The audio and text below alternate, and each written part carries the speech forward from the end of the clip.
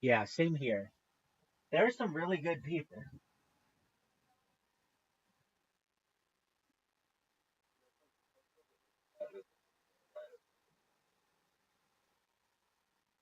Yeah, I find I'm much better if I have to play 5 games than 3 games because if I lose that first game, it's just so hard to come back. Or if I lose that first hole, I should say.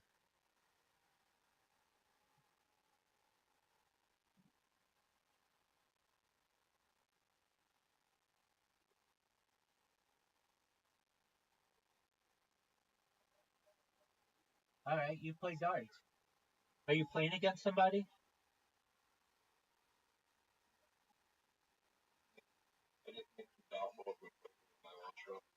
That's good.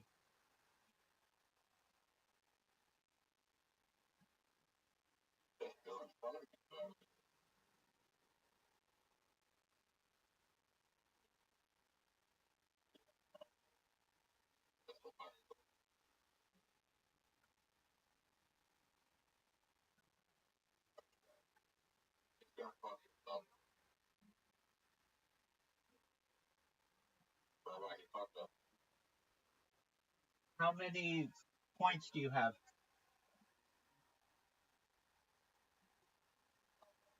Yeah.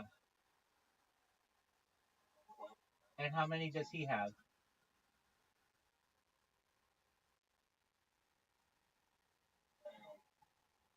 Or they? Oh, so they're beating you?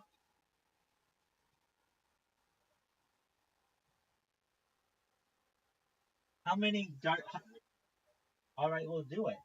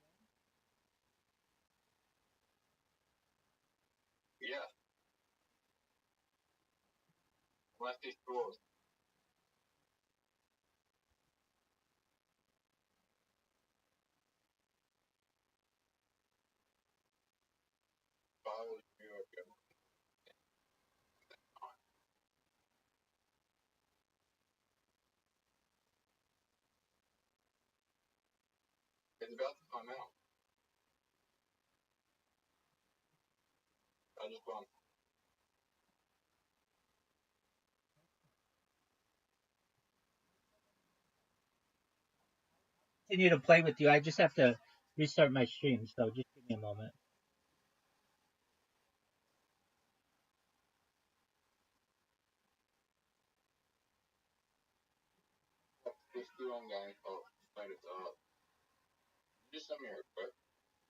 Did not.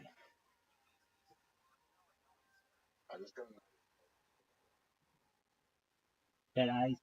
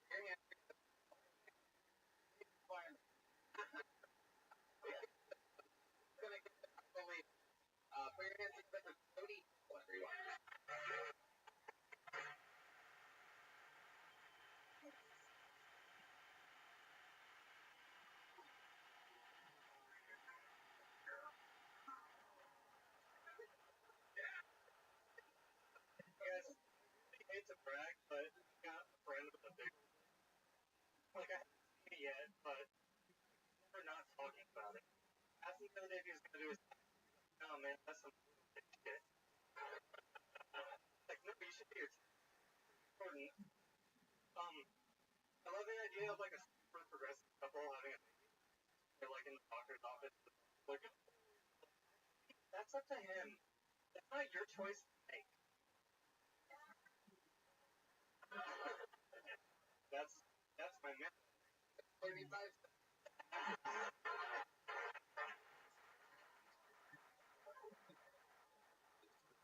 okay. Yeah, well,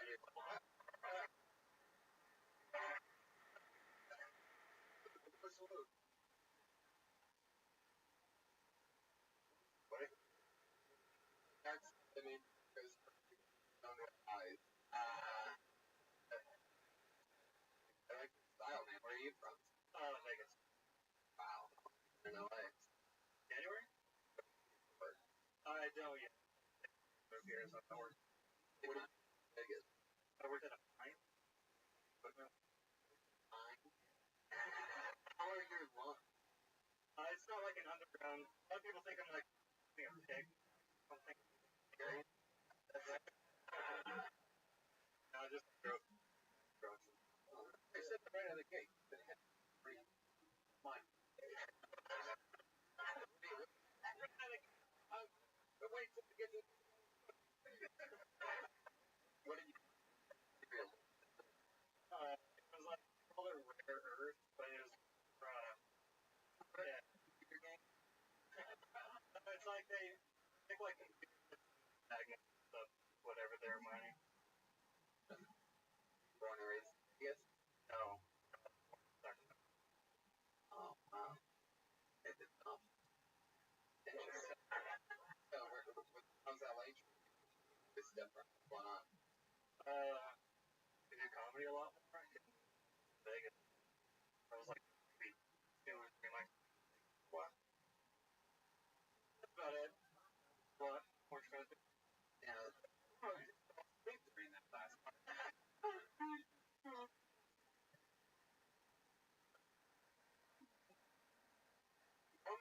Like, go less time? Like, what are the types of things you normally talk about? Those were just my two, like, only jokes probably were under a minute. So, those. I didn't realize they were that short. Well, it doesn't. So. But I could.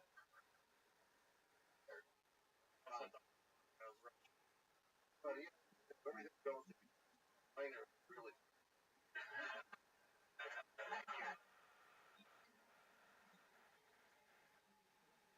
Like, what are you going to end up? How much you possibly that's not there. Oh, no. Why? Pretty well. So, I was able to save enough money. Trying to get family started off with a quick joke that everyone did. We first start off, time help, an hour, 30 seconds. Well, then, anything else? Oh, not really. Pretty much. Yeah.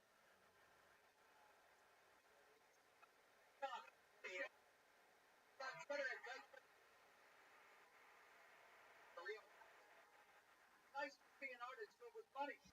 Yeah. You gotta get probably buying a product building. Right? Yeah. Instead of going out and getting rims of normal. That's well, I think the guys we're in the show. Don't pay attention to me.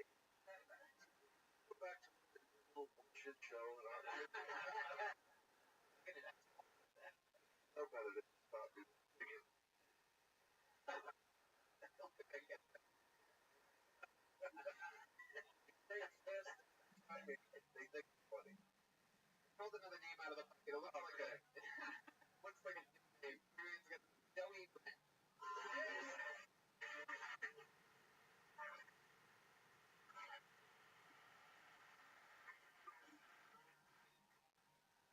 So I'm at an interesting time in my life. I'm gonna be manly. I eat a lot of meat in my diet. You can't tell because of the vegan's body in there. Never been in before. someone try to push my chest in the hopes of a qualification, I just panic. Glasses off my own. It's not all bad though. My situation. Like currently, I live in the hood. The hood on the. One of the old wise gigs are trying to recruit. Permit? No, then I'm not qualified. Oh, you're right.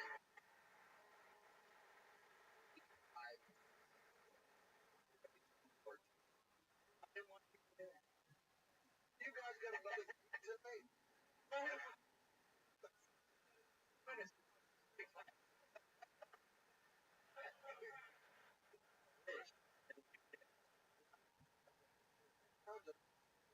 Sure. Where you from? On the show, right? Southern California.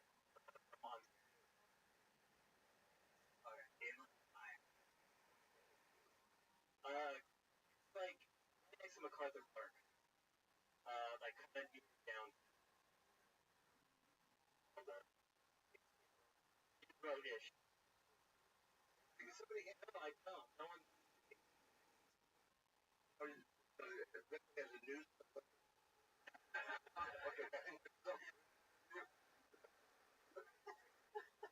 About that? Yeah. Great. Drive the traffic. It's right next to one and. Party. What do you private? How old are you? You did fun. Before that, I was medical field. Yeah. Yeah. Like this. Like harder than girls. Shit. Aren't paying attention. I have contacts. I don't know where to get there. Sorry. I look at that maybe. You're also very cute. You're adorable. I like the hesitation. Funny, but you're cute.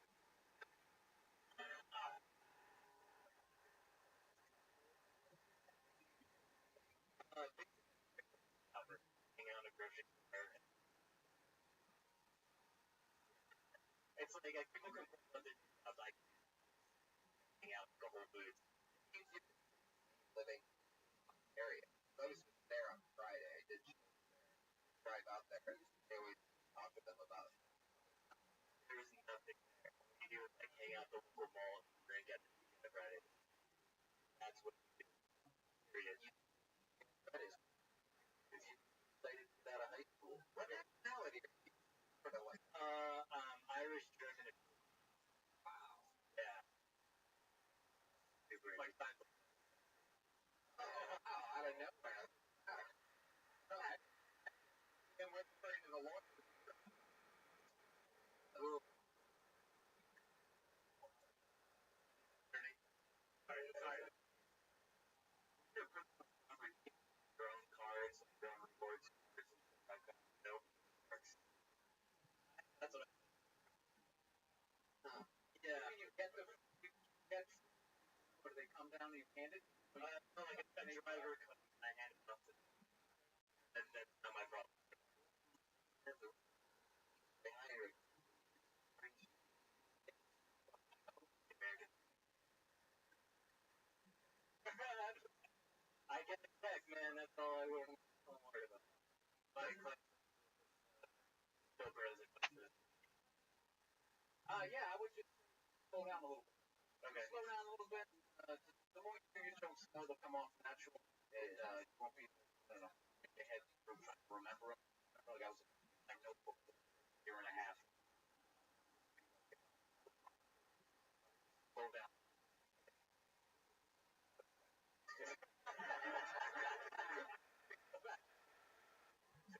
Of course. I want for Joey now. Close down, then you'll have a whole minute. No, there was something about the I mean, legit. Yeah, and totally agree with the entry of, you know, Ontario was a miserable place. Terrible. There, you've been there your whole life. Grocery shopping, whatever. Like that sounds like the start of Chicago or I can't have to have like a character, something not like.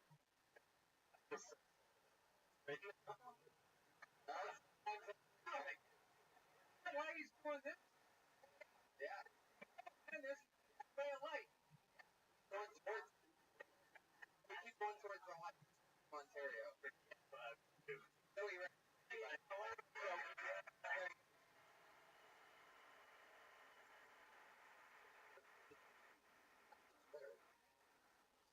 maybe it hasn't.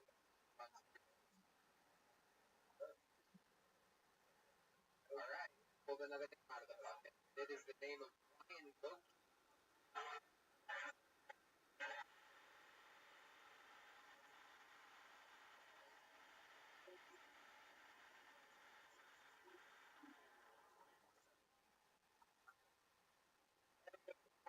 Couple months back, I realized I had my knife on me.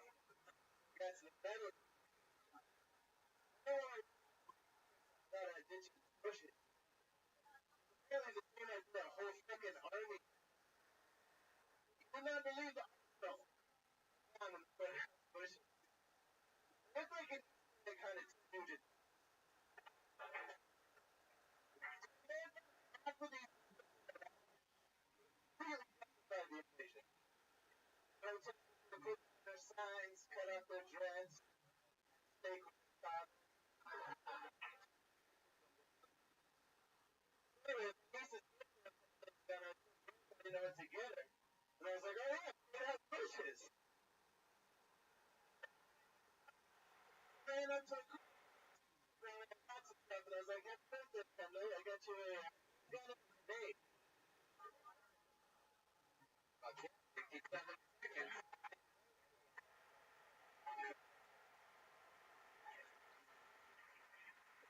It's good.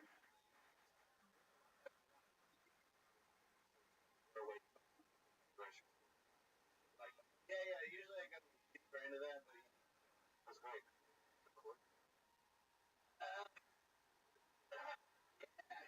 What? Yeah, you're hard to look up on the lines there, homeless food stamps. I think it's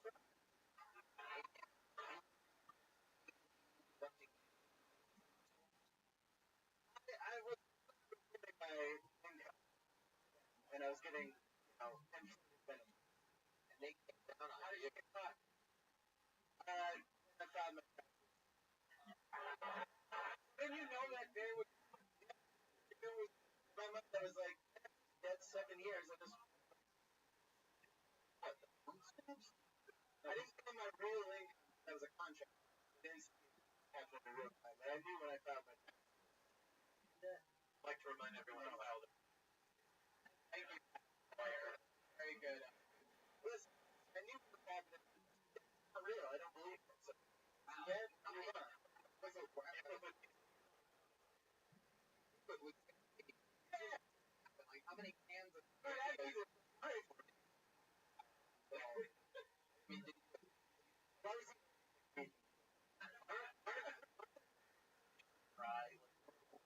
He's a fucking psycho, man. Guy got his own fucking lunatic.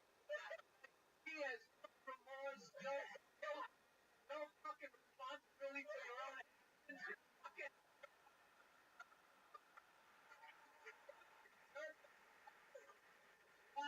God, man, when he gets the fucking power in the world, bad. You know, wait, what's it called? Darn it. Yeah, I get tired. I would have given 15 to life. Whatever, you know. Colby beef every night. You that be in jail. 3 years. It's not real to me anyway. You guys are all a cartoon in my head.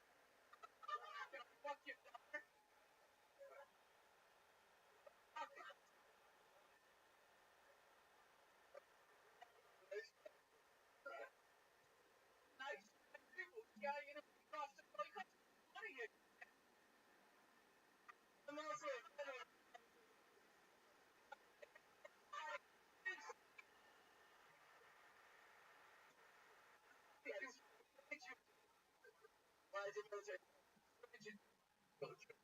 did military time. I believe you. I believe you. Alpha Bravo. There's that. Well, that's all we doing. But I know what I'm talking about right now. Yes.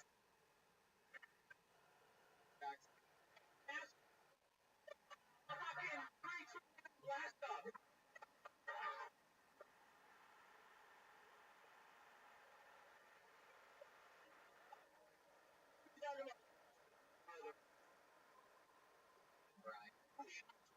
Yeah.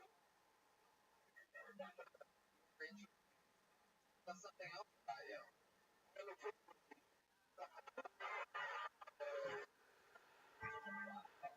Frosty, how are you, big dog? Hey, in approximately 49 minutes, we're gonna have trivia night for Harry Potter Obama Sonic Teninu, the cryptocurrency that sponsors me, and we are going to then do karaoke night. So be ready for that. How are things going for you?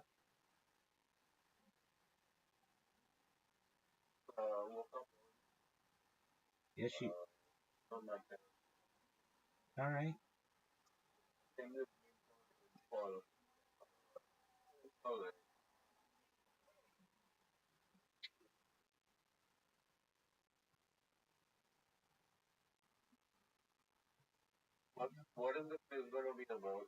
Could be on anything. They're random questions. A lot of them are on geography, history, science.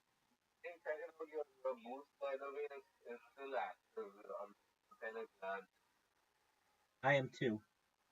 Thank you again for that. You mean the thing that changes colors?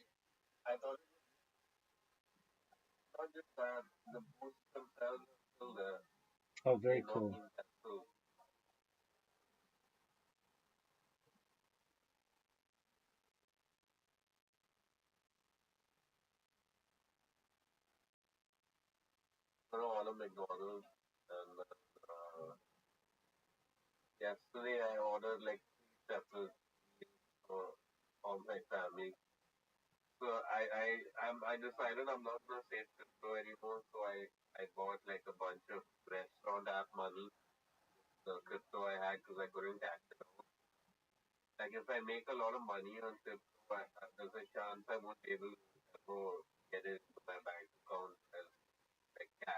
Right.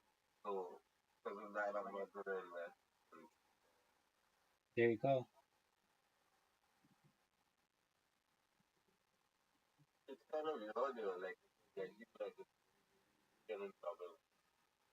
Right.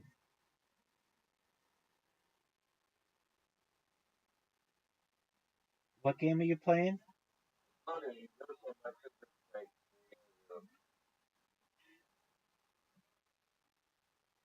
Uh, what game are you playing?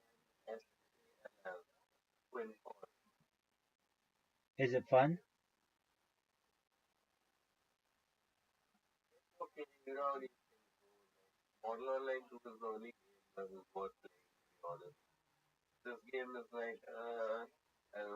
What about what about old school RuneScape?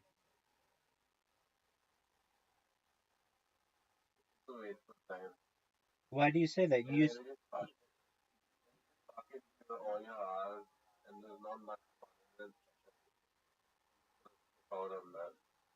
All right. Well, that works.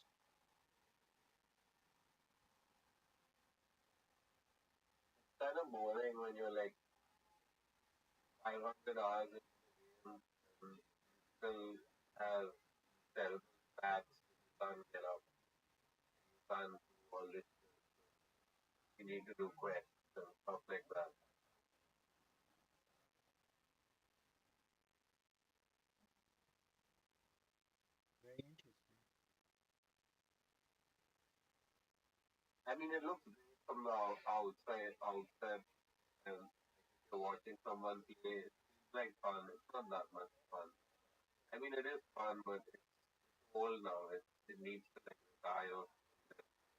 other games like Model Online take over. Very interesting. If you weren't playing those games, what would you be playing?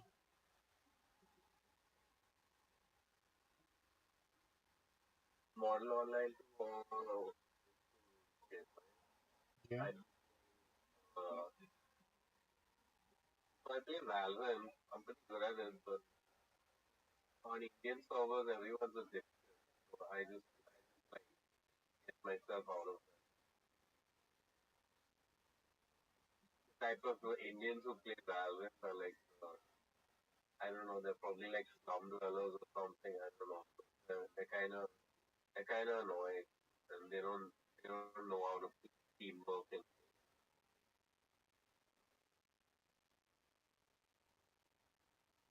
Very interesting. if you've ever seen Valorant, it's that game where you have abilities and spells. I mean, abilities and techniques, and it's a first-person shooter at the same time. So like plant a bomb, and it's sort of like Counter Strike, but it's like a new age Counter Strike.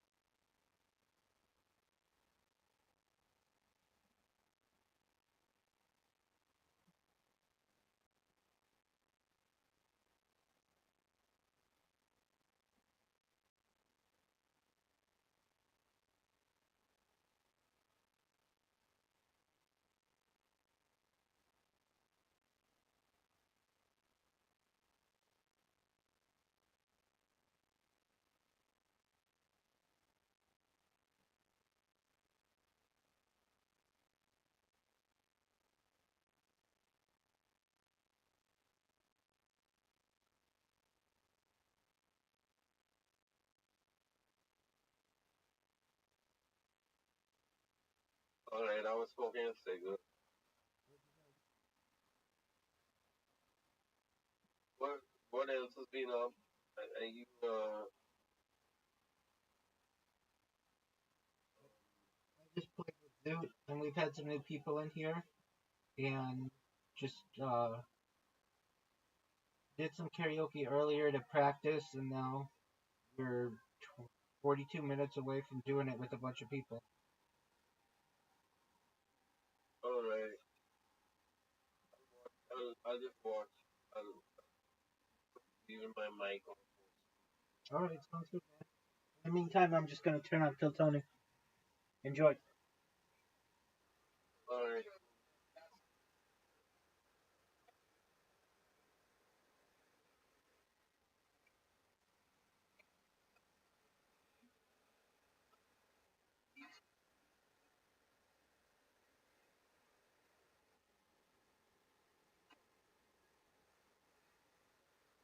I'll see you in a bit. Sounds good. Uh, watch some Twitch.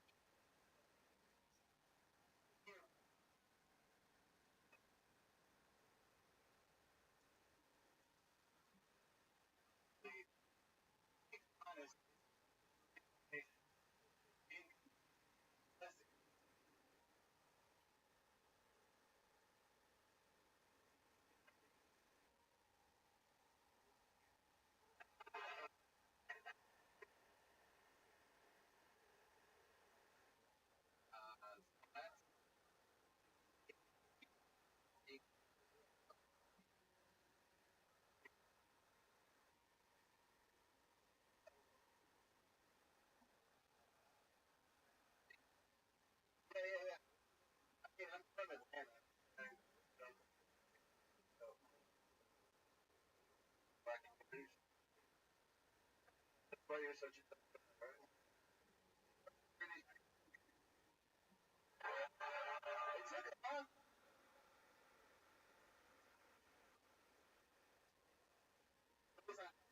don't know why. Yeah. The base one. I actually am a nice guy.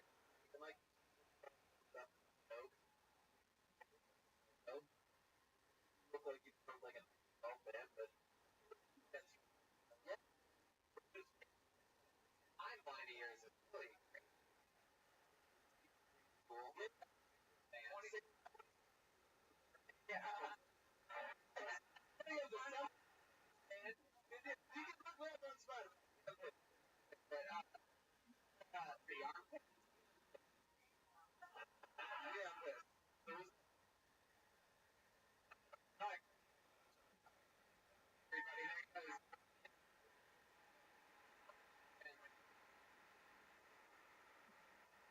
knows.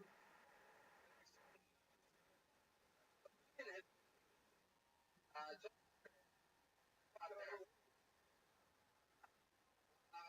okay. Jarrell and Ashtray.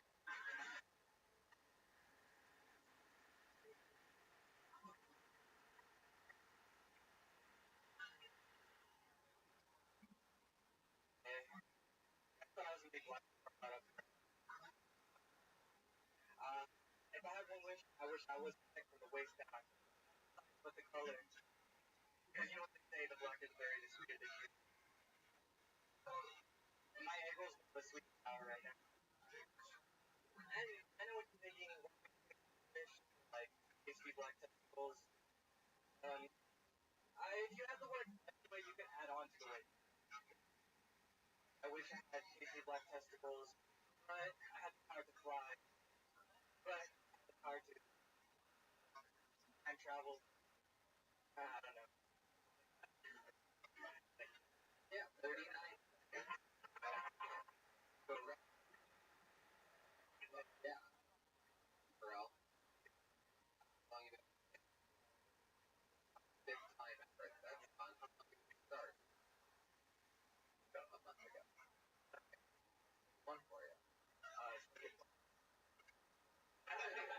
nice. Your first time going up to comedies. Yeah, so we were upstairs. Sorry, okay. Oh, yeah. Oh, it's good. Yeah, another maniac. Russian. Fucking hate it. So my find this. So it's good. That talk about the same like they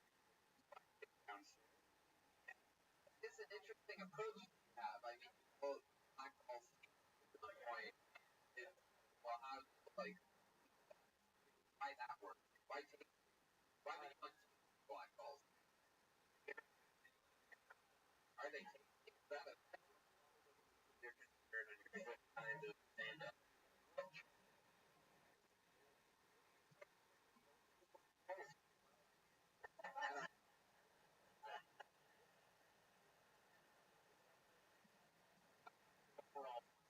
Well, lawyer? Like, wow. But it's not even a lawyer.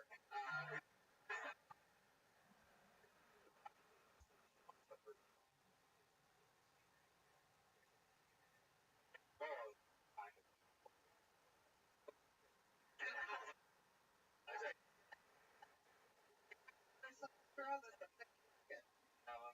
and then, like, I sure, right.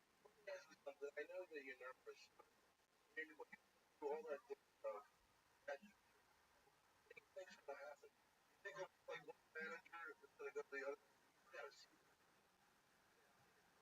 Not there. But I you understand.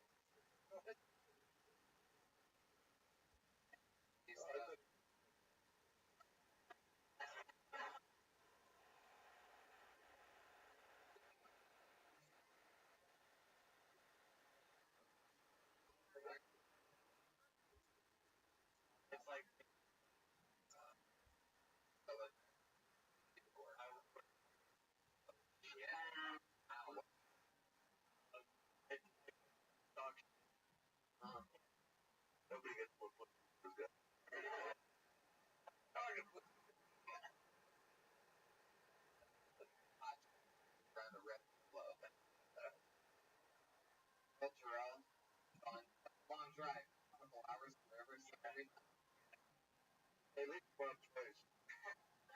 It's 1 hour 49 minutes. The other, thank you, Pat's lawyer. How did the other portions go? Any better? Or what was your first time up? Time your best? No, the second time was the best. I interesting.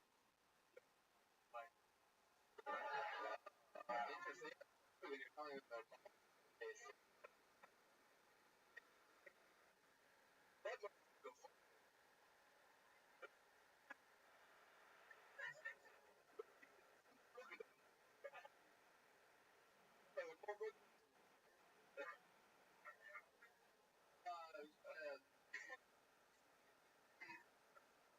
Nothing. Right. No. We're giving away numbers. What's the Twitter handle that you? Is that a Twitter handle? I'm very naive to these things. I thought that was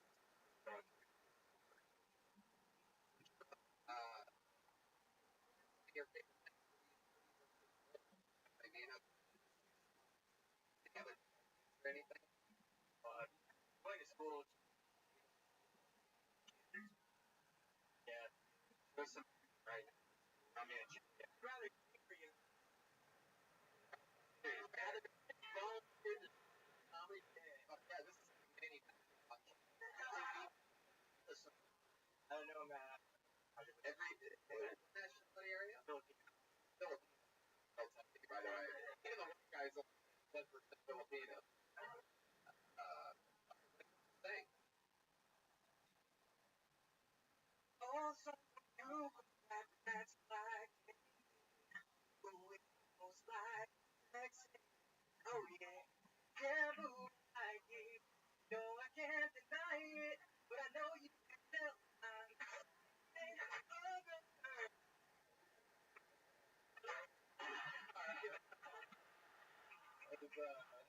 I'm I'm pretty copyrighted title. You guys have rappers, right? So, like, girls? What's your thing? That's what it is.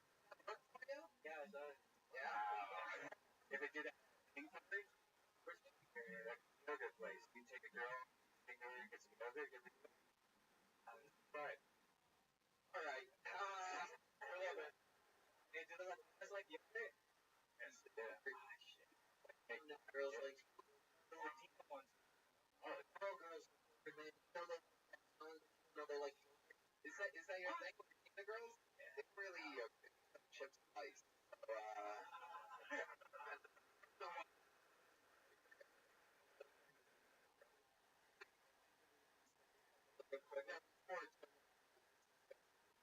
flavorless. More about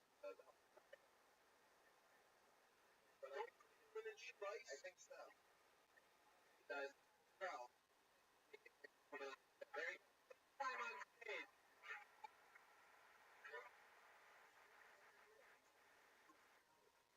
And you keep telling you how weird it is. I love your style, bro. Put your hands up to your next comedian. What's Danny?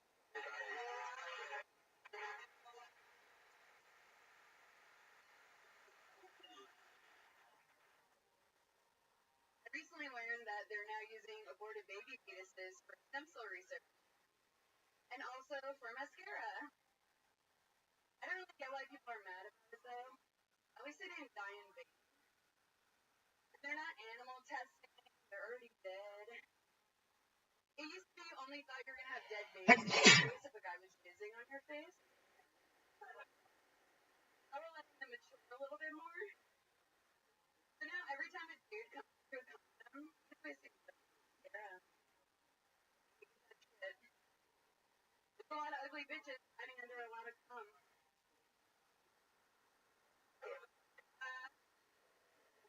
I had a pregnancy scare myself recently, and I was like, fucking. And I was like, wait, actually, if I'm pregnant, I'm just gonna kill the baby. Have to either this. That's that. Thank you guys. Your time. Very excellent.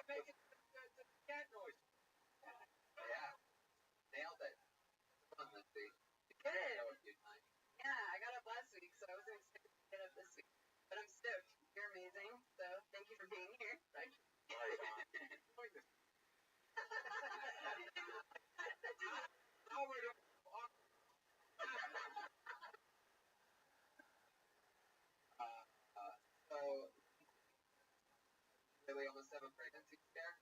Not really. Just like I'm off birth control, so and dangerous.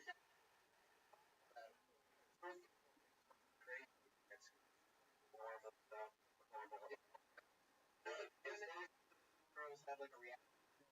Girls go off birth control. Like one guy I heard story podcast where like the wife left the husband, like she totally changed her mind about everything. It was like right birth control on this. Yeah, it definitely. I was on it for like 10 years. It's just not good for you either. How long you been off it? Like. How long you been clean? Close. I was wondering what this.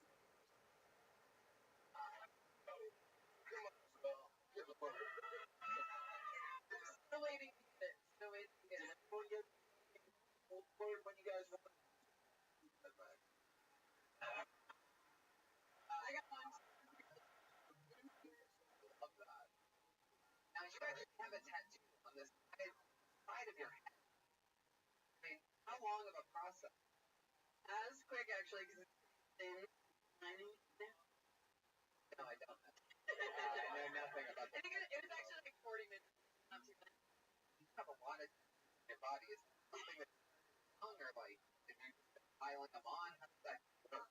Yeah, it started when I was 15. I got my ex-boyfriend's tattooed on me, like jailhouse style, but it was just a bunch of black dots because he got it in jail, which is. Oh, that's smart. They just say like. He was smart. Ryan. Yeah, that was the idea, but like it's obviously not for Braille. It's like it was technically Braille for the first couple of days.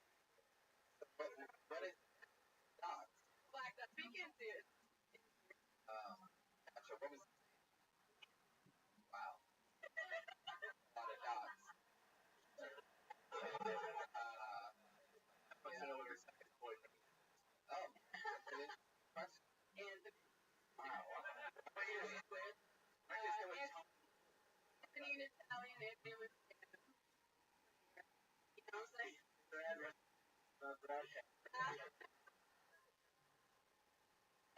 That's fun, Lindsay. What do you do? I work at a weed shop. Oh, that's right. Kidding. Stop it. No way. Smoked pot for how long? And you're a day two with no pot. 12 years. Good, Charles. No, today I've been like, but it's like you get rid of one vice and fill it with another. So I already had like 4 iced coffees today. So I'm like, no, that's a learning a lot. What a bad girl. Iced coffee. Why? You're gonna be nervous. I would like to go in there over. Stand up, just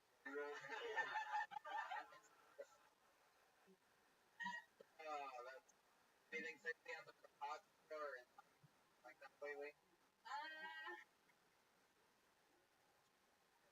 I got Chucky. Something. Oh wow, what did you get Chucky? Because I was afraid of him. I was like terribly afraid. I was like, oh.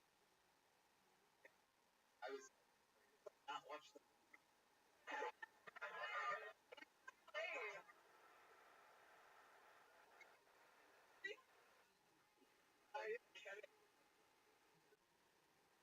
It's actually Bill Burr. Right? That's basic. What sucks? I mean,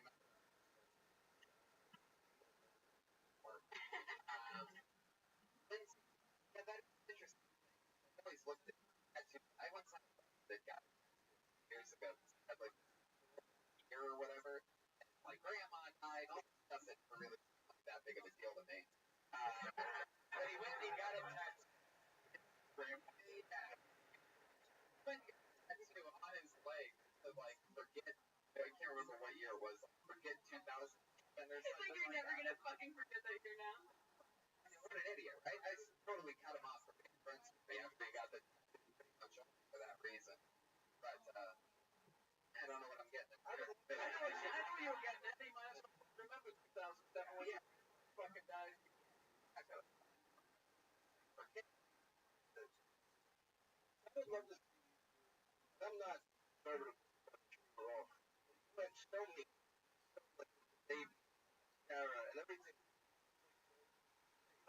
on the edge of outrageous but not making funny.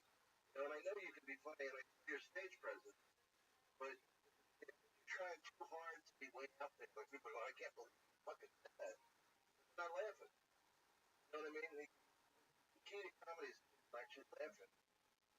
Do it.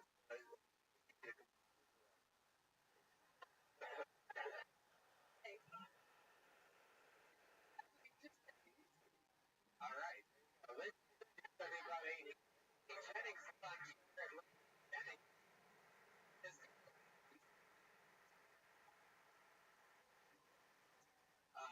I always ask the first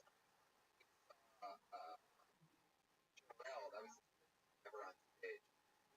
For anything that you guys probably anything that you guys did when you first very first started the league and talked about or thought about back on. Yeah, everything I was going. I just more like if I worked at VH I couldn't riff. I was afraid to take the mic out of the mic stand because I thought the cord was standing there and my jokes. Donald Trump used to the reason I was jokes and I was for me it wasn't even what I was talking because even at that little amount of time you can't criticize 5 years ago somebody's act 5 years ago what you would do that? No. I was saying I watched the tape. Because 5 years ago, fucking great already. Yeah, because I switched to this. Oh, like that. No, I was getting comfortable. I would wait, put the mic, I would pace like crazy. Sweating. My movement had nothing to do with what I was talking about. I can't believe I got any laugh. So I don't. I out of the horror that I was talking about. Watching forward, like I would shift.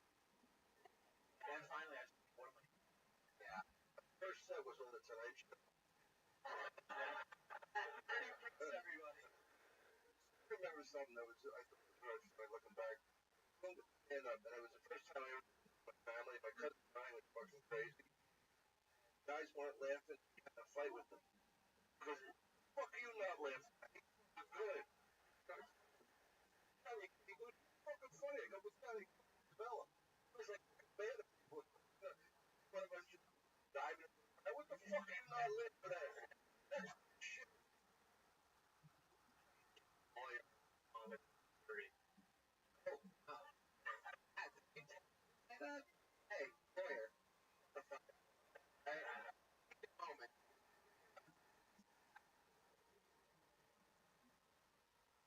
Legal representation here name. No, okay, and don't listen to that either. Pull another name out of the bucket. Fucking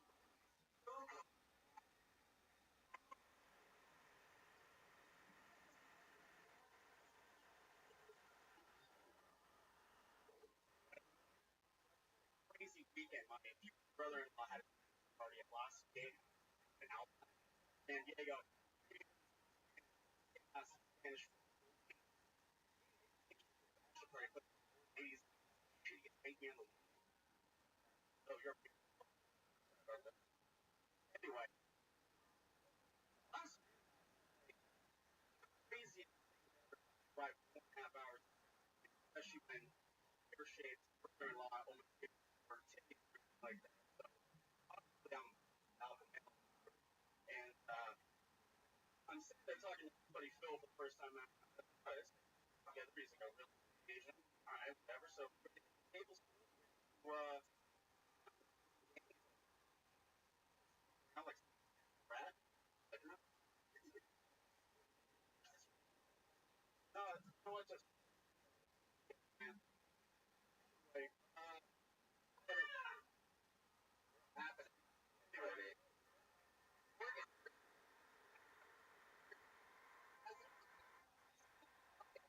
pretty good. Anna. On the show, right? Yeah, it's my first time doing stand-up. First time.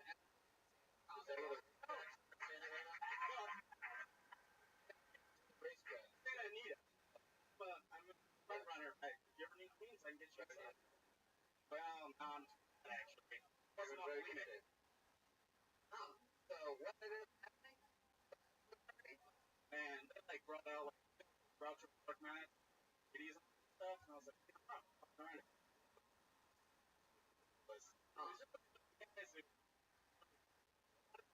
There was pretty short. No window covering, blind shades. It was on the window. Yeah, right. Yeah, so tell me right now. I tell me. Well, you know, window room they were living in. You know, great. And you see like one of the guys from the commercial does it real care.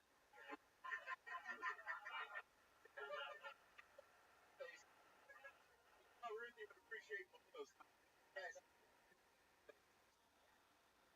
Funny, funny. Peter is funny. I like it. Yeah, totally. Oh,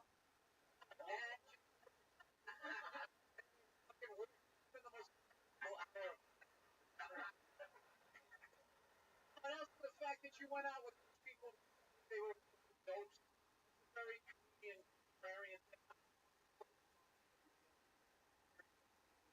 nice. Myself down those. You know what?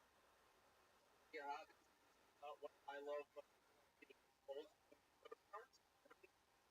I enjoy a good video game. This like a like family feud.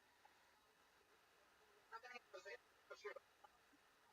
I said, like, it's like I was 11, 12. It was just kind of seemed like a cool thing. I, cool. Yeah, so rock and roll. Definitely. Question. How many would probably over 30. All from different places, you know, not just in the same spot. That's sort of a thing.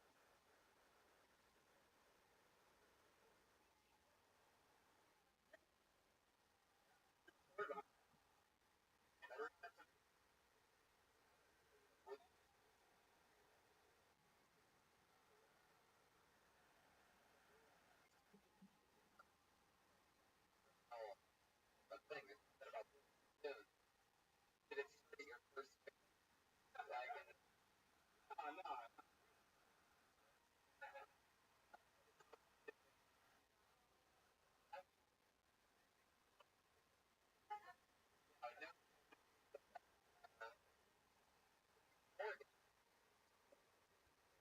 know preferably postcard.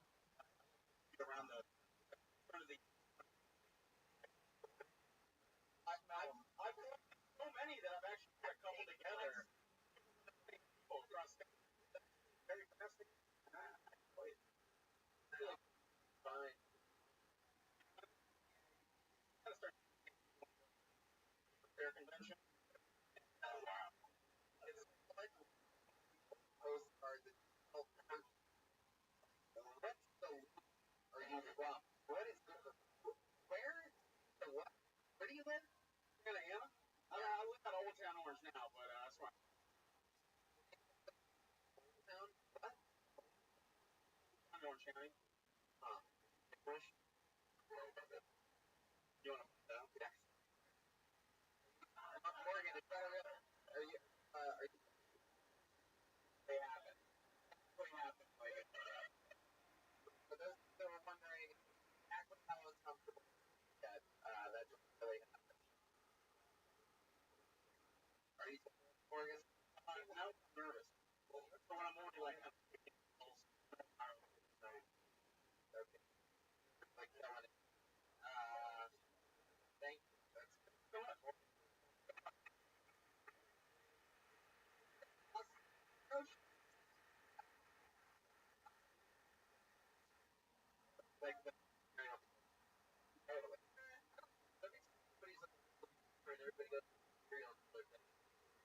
Probably, yeah.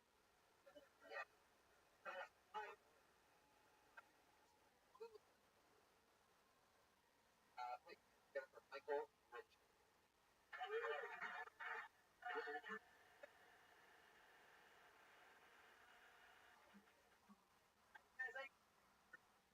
Let me tell you something. This guy can get paid.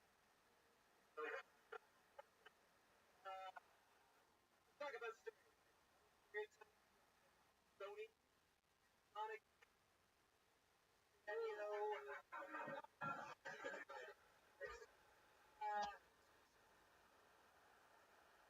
what all right, what all right. I was on about for like 30 years.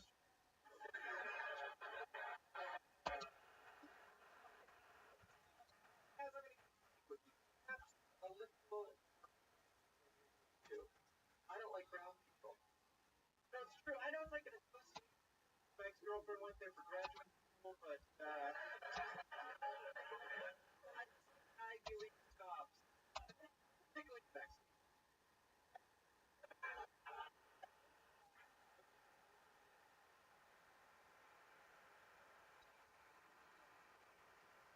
Julio, where do you come from? Boston, Mass. Oh, you live in Boston? Bravo. Oh, but I lived in Boston. School in Boston. Boston, over there. Really? Boston. All right. And I say north of Nashville from Springfield. I lived in the city for 7 years. I was like, I can't believe what's awesome.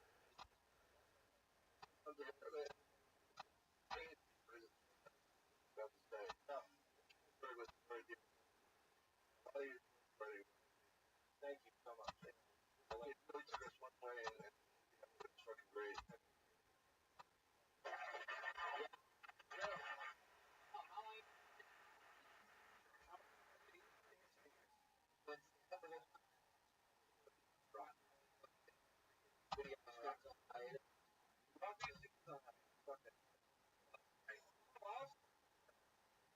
They're all young. They don't know. So what was it like? It was good. It was good. Just touring, playing sports band, other people's bands. The last band I called you is another one, like a cover song. How long? Just get them on.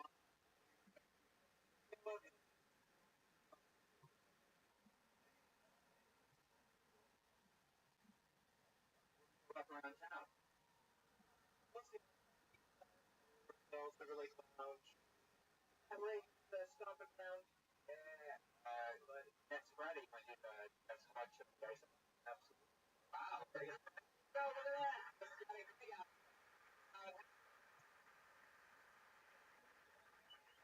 Like, you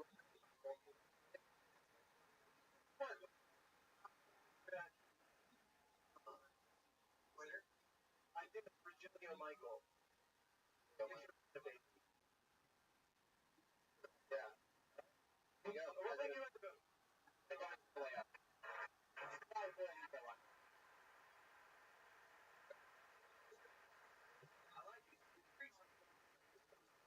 Well, don't know that friends they do well though. The only thing that they do, they go, hey, that's one of my buddies. Maybe they'll come up with a lawyer. They probably, hey, I would enjoy some meeting. No, thank you. Forget what it was.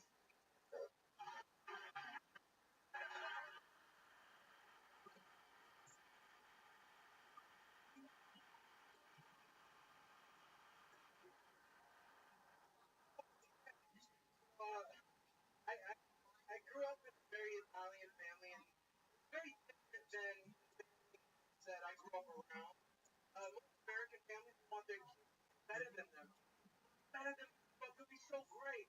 Italian family, we got a little of my DNA, you know, so you're not going to be quite as good as me, but maybe if you're the president, they have respect for you.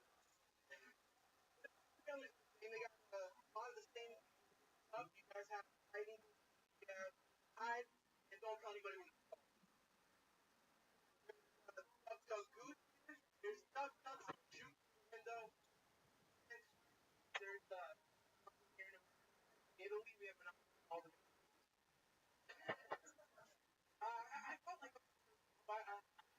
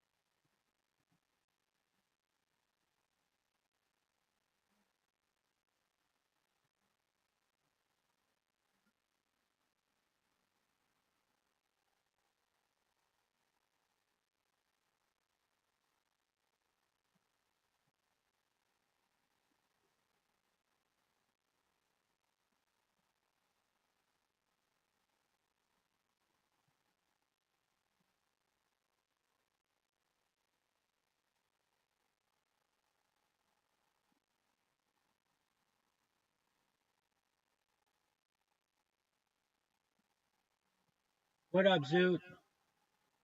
Welcome, welcome, Pimp. Thanks for being here. We're gonna give the other members a little bit of time. I'm letting everybody know.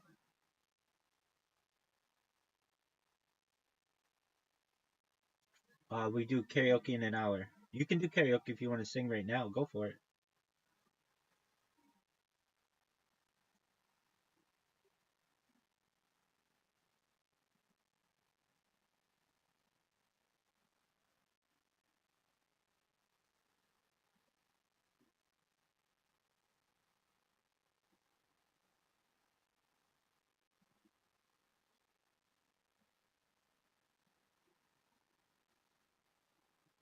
What'd you say, Big Dog?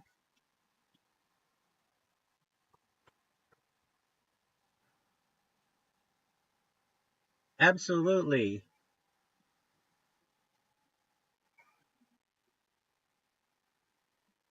1000%.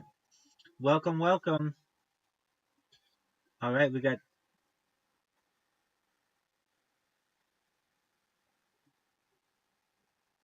plug it in, plug it in. We've got Zoot in here. We've got my friend Holly in here. Welcome, welcome. We're getting everybody else in here.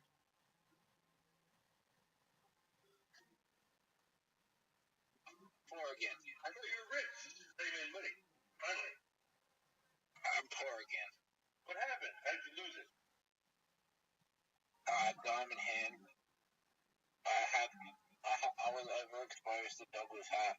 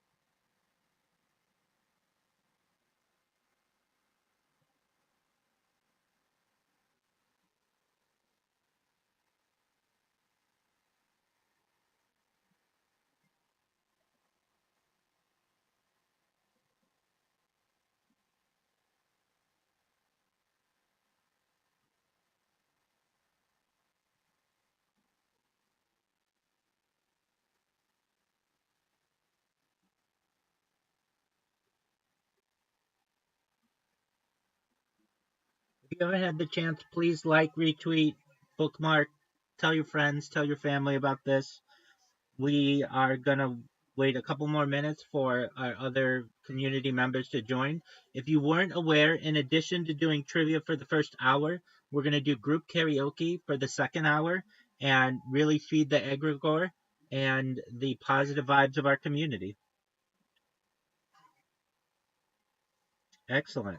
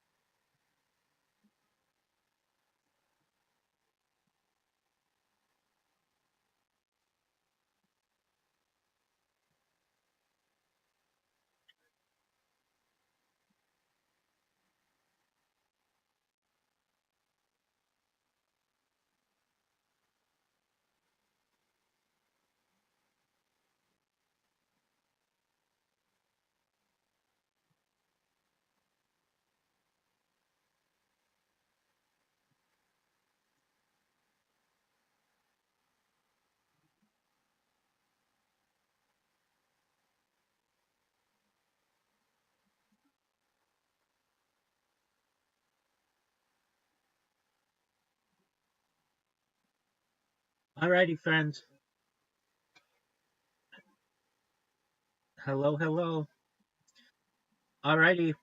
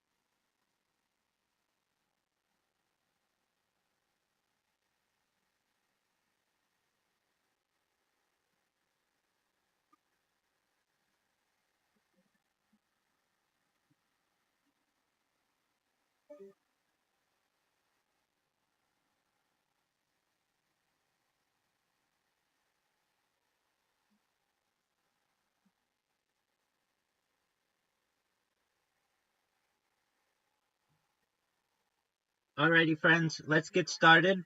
Question one. Who turned all he touched to gold? King Midas is correct.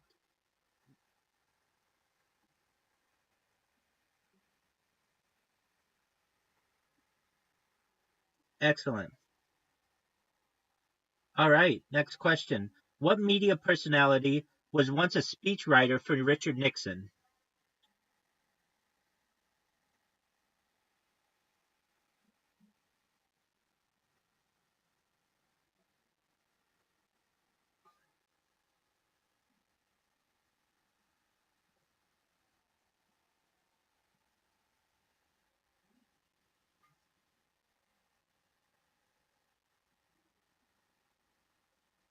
The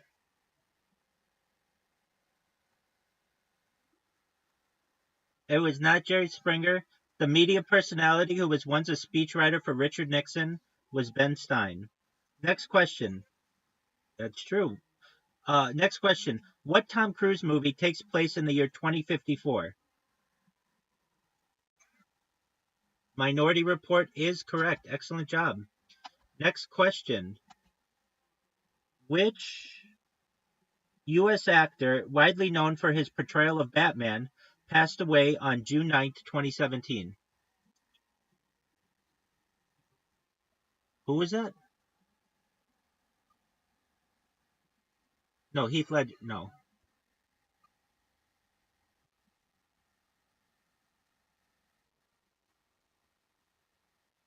Adam West is correct. Also, the mayor of Quahog. All right. Yeah, mayor of Quahog. He's Adam West from Family Guy. All right. Next question. Which of Charles Dickens's novels is set partly in the United States? I don't think anybody's getting this one. It's Martin. It's Martin Chuzzlewit.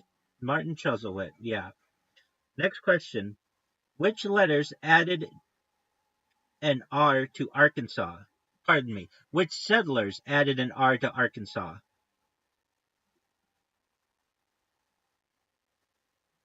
Exactly. Okay. So the answer is the French. They were told by natives from an Illinois tribe that people in the area now called Arkansas were called Arkansas.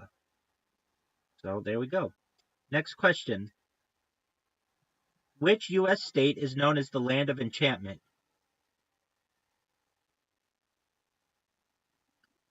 Which U.S. state is known as...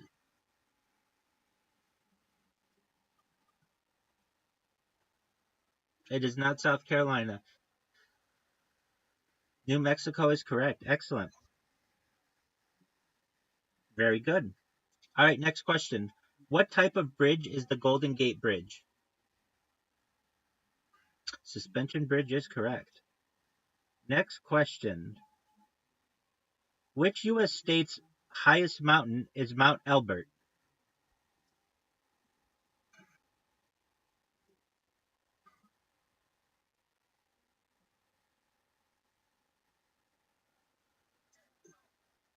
It is not California. That's Mount Whitney. It is Mount Elbert. Mount Elbert is in Colorado.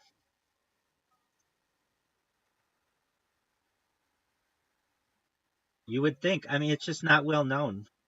I mean, at least of non-Coloradans.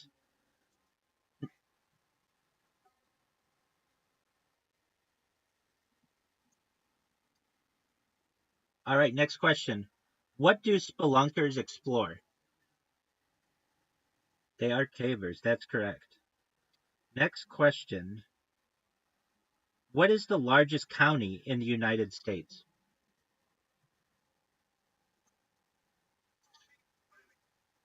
It is not Miami-Dade County. We're looking for largest in terms of square footage or square miles. It is not. It's San Bernardino County. It's larger than a couple states, but actually, it's. I mean, if you really want to get technical, Alaska has county. They don't go by the county system, but they have areas that are larger. All right, next question. Heineken beer originated in what country?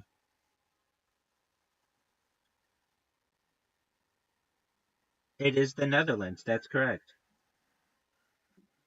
All right. Next question. Very good job, Big Swole. Next question. Who popularized the turducken by offering one to the winner of the Thanksgiving Day NFL games?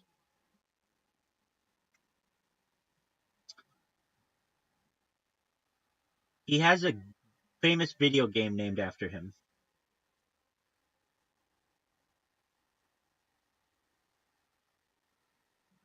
Who?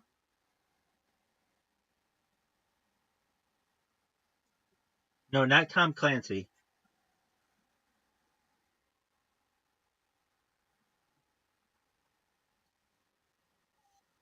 I'll help you with this one. John Madden.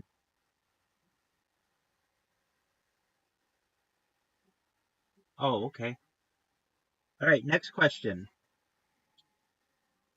Who wrote the novel Little House on the Prairie?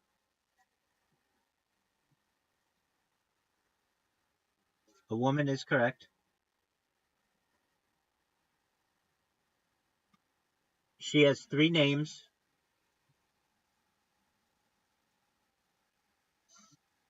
Sure, you have. But the maybe not the person, but Little House on the Prairie is a television show. It's a book written by Laura Ingalls Wilder.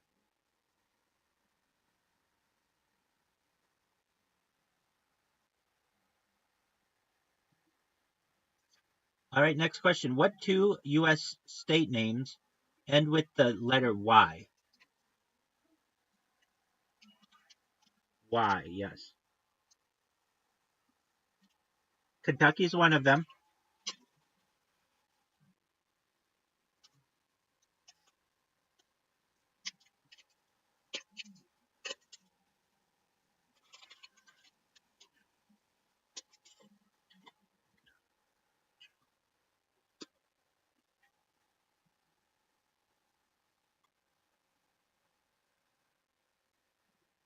You, you're going to slap yourself. New Jersey.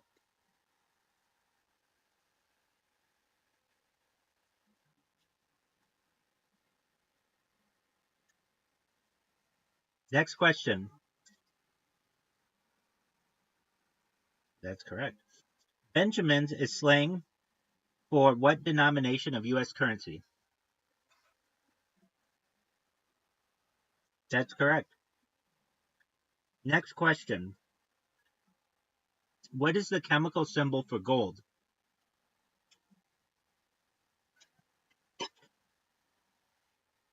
What'd you say? It's not AG. The, the chemical symbol for gold. What did you say? Not GO. It is AU.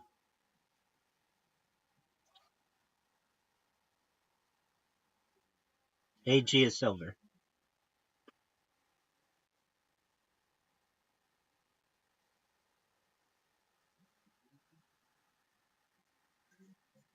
Oh, this is a good one. What what fruit is believed to be the oldest cultivated in the world?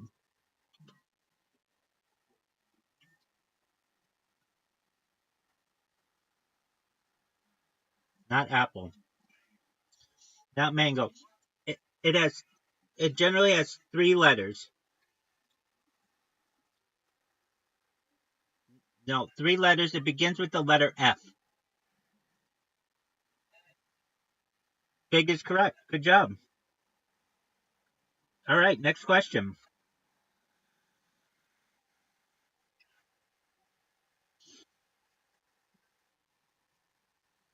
All right, next question.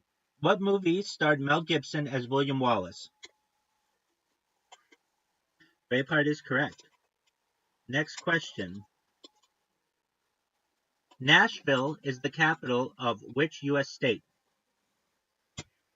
Tennessee is correct. Next next question. What is a hurdy-gurdy?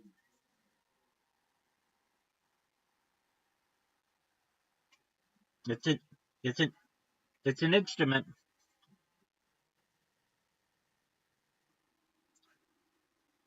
There you go. Next up. The 1980s 1990s sitcom Empty Nest was a spin-off from what TV show?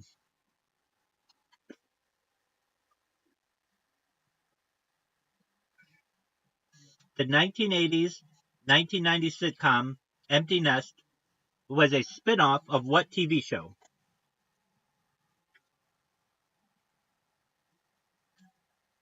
Here's a clue. Some people in the television show were Rue McClanahan, Betty White, Estelle Getty. Golden Girls is correct.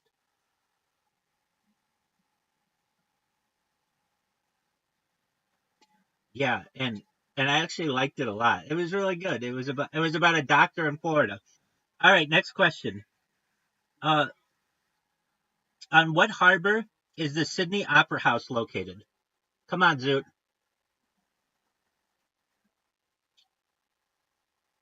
What's the name of the harbor? Sydney Harbor is correct. Next question. The 16th Constitutional Amendment, enacted in 1913, allowed the U.S. federal government to do what?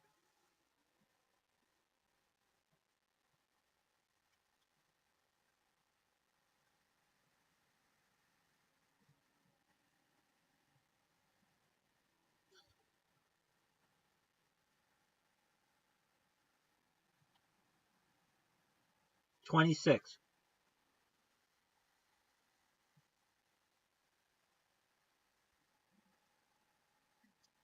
It was to tax personal wealth. And you know what's amazing is that we had colleges and we had schools and we had roads, we had an army and a navy all before 1913, and we never had to tax personal wealth to make that. I think that's really interesting. All right, next question. Who played the mutating fly in the 1986 film The Fly? Jeff Goldblum is correct. Next question. What martial art has a name beginning with K that means empty hand?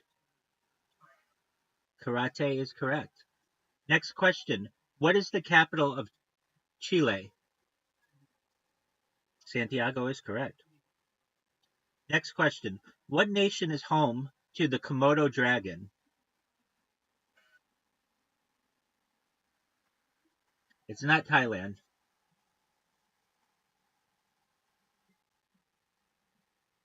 Indonesia is correct.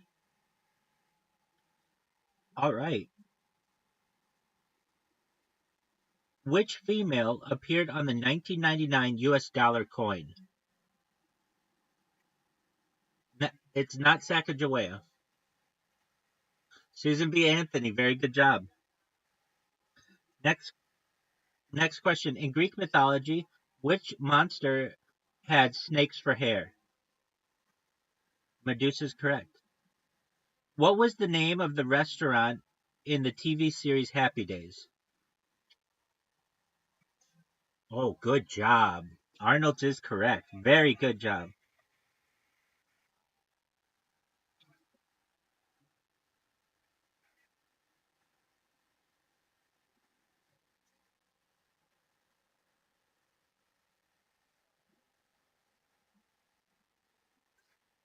But,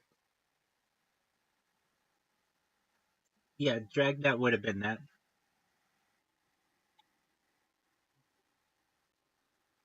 Bum, ba-dum, bum. All right, next question. What dessert consists of beaten egg whites, sugar, and cream of tartar? Meringue is correct. Wow, good job.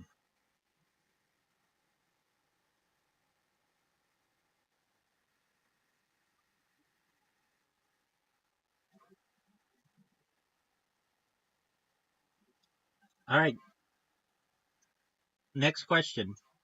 Who played the role of Joey Potter on the TV show Dawson's Creek?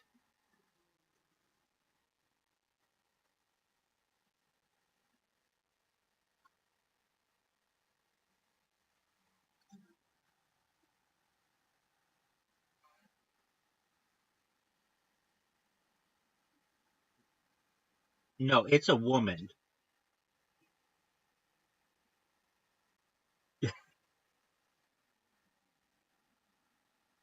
Yeah, uh, Kay Holmes is correct. Very good. All right. Which continent was host to the 1992 Summer and Winter Olympic Games? Europe is correct.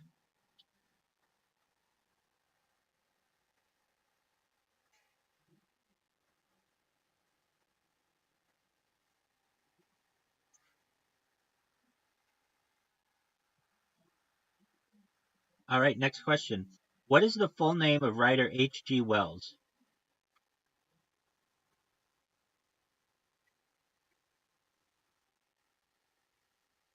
It is Herbert George Wells. Nope. Next question. What is the name of Holly's cat in Breakfast at Tiffany's?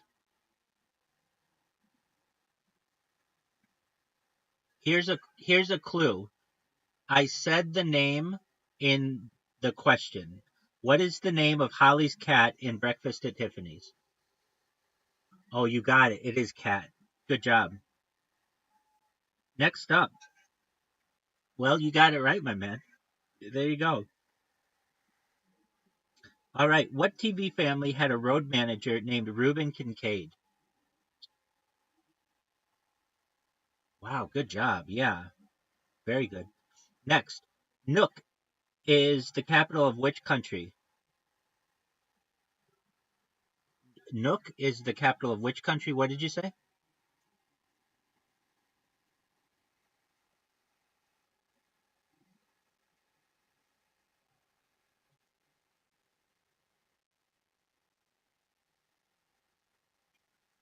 Yeah, yeah, you're very close. No, that's Russia. That's Reykjavik. What did you say?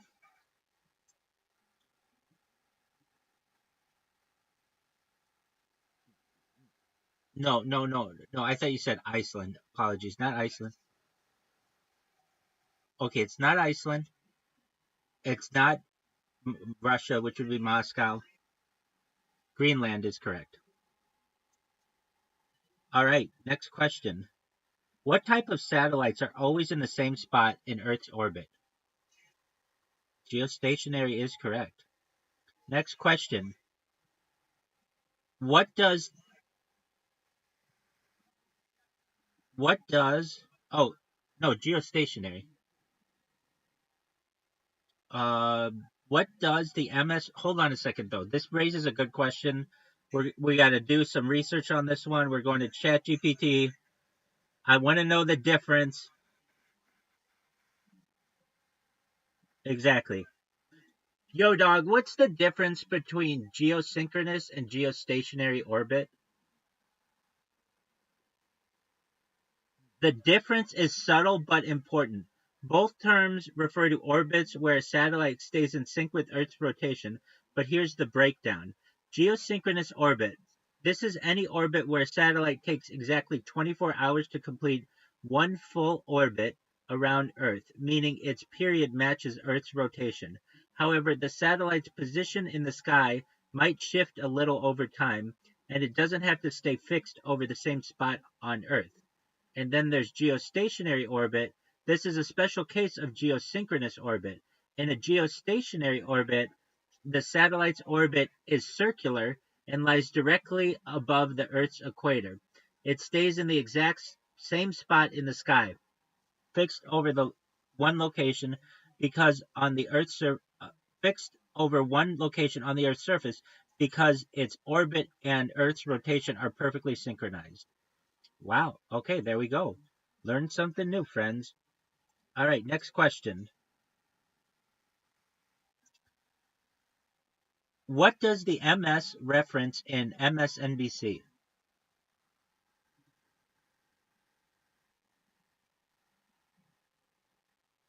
What does the It is Microsoft. That is that is correct. All right, next question. What term for a stable, well-established stock comes from a $10 bet in poker?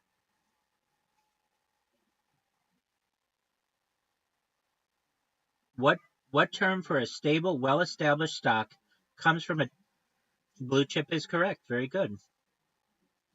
All right, next question. At what wind speed does a tropical storm become a hurricane? You got to get it within 10 miles per hour, and it's not 53.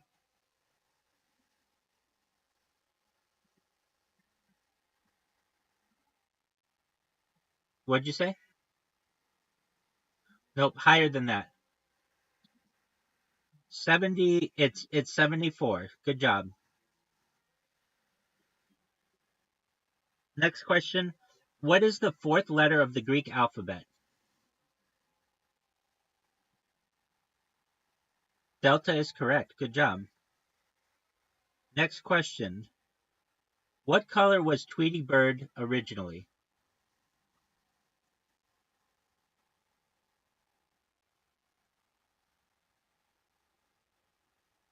It's not. He was not always orange, yellow. He was not orange.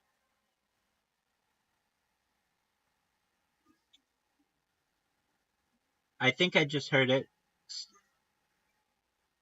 Uh, the answer is pink.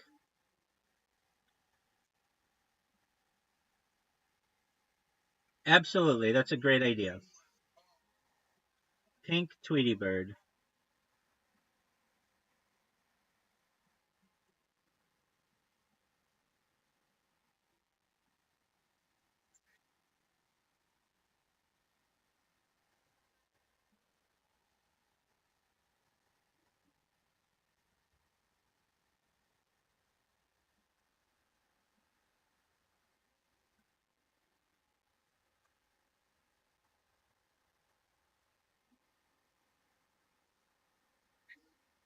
Now, I don't know if this is an original. I mean, I'm going to keep looking, but that's essentially what it would look like.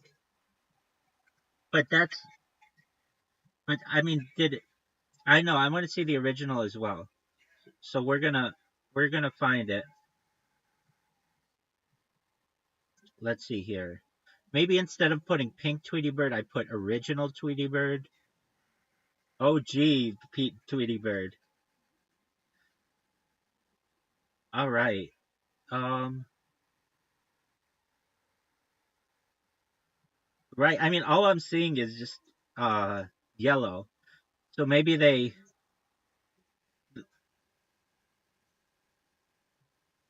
let yeah, exactly. It's like Warner Brothers scrubbed the internet of this. Let's check with ChatGPT. Yo, dog, what color was Tweety Bird originally? Okay, so Tweety Bird was supposed to be a light orange color when it first appeared in A Tale of Two Kitties, but as the character evolved, he became more famously known as yellow. Now, I don't hear anything pink in that.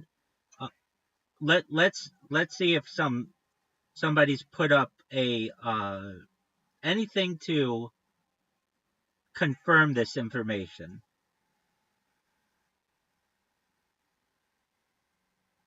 Oh, so vintage Mattel Looney Tunes pink Tweety Bird. Oh yeah, I mean it is pink. This is something vintage that they had.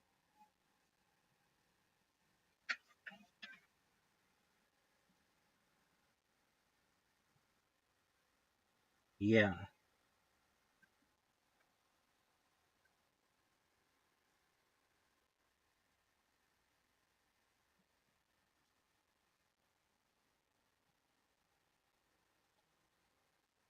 and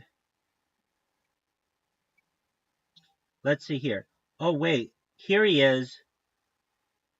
I okay. So Tweety's first official appearance, A Tale of Two Kittens, is public domain, and by that by law means the featherless version of Tweety is meaning you can use him for anything you want. So here is a color of that. You can tell he's not like necessarily yellow.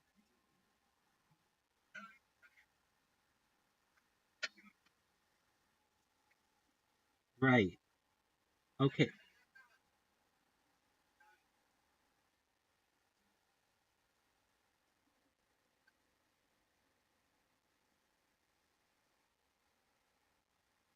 Yeah, so let me explain. If you're on an Android device, you cannot see me. If you're on an No, you should go on your desktop computer and you should be able to see me. The reason the reason why it goes black is because it means somebody else is speaking. Yes. All right. Right. I don't get that. I mean, this is really one of the first conversations I have with Elon Musk is, yo, dog, why do you keep impregnating influencers from your platform? Secondly, why isn't it that the video doesn't work properly on Twitter Spaces for all people on the platform, not just iOS users or people on a desktop computer? I've got a lot of bones to pick with him, so no worries. We're gonna bring it up to him. Absolutely. All right, next question. When did Legoland California open? Let's get it within 5 years. It's not 2008,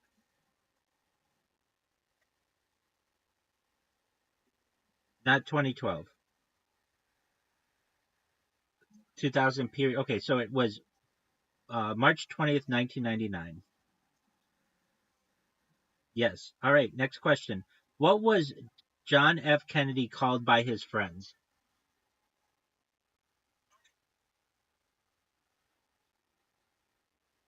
He was not called JFK, but that's one of his nicknames.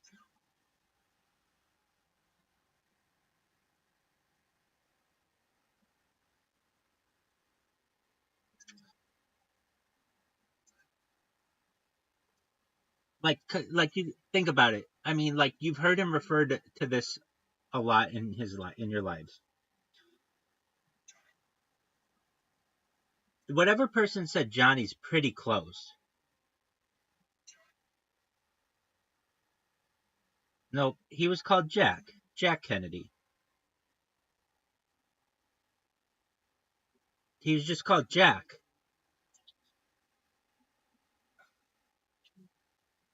Next question.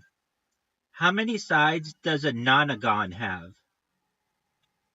9 is correct. Next question. Amharic is the official language of what African country? Amharic. It's spelled Amharic. Yes. I don't know if that's true, but it is the main language of Ethiopia.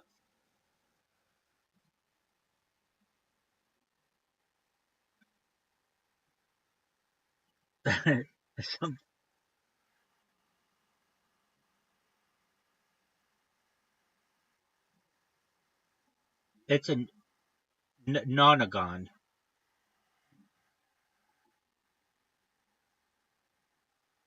Next question. What is the nationality of the first woman in space?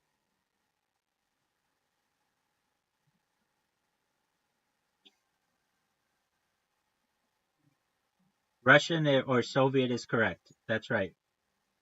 All right. What is Merlin's owl's what is Merlin's owl name? What is Merlin's owl named in Disney's The Sword and the Stone? Archimedes is correct. Very good.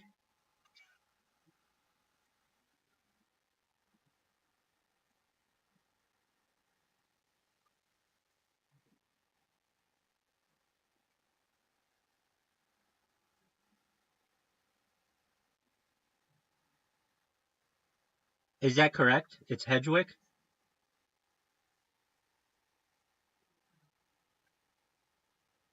All right.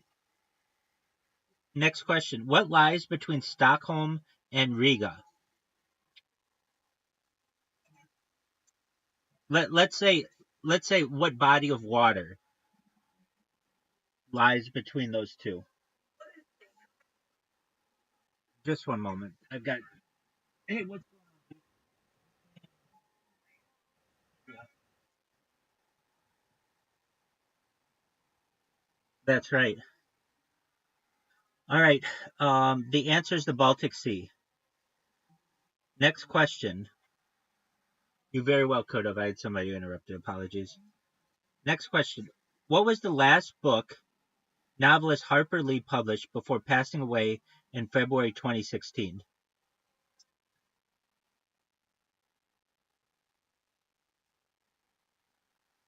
Yep, apparently. Go Set a Watchman. Of course. How didn't we all know that?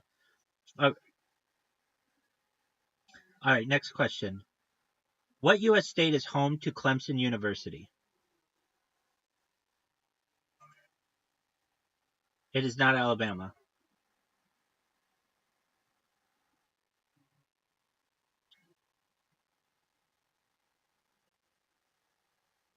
It is not Georgia.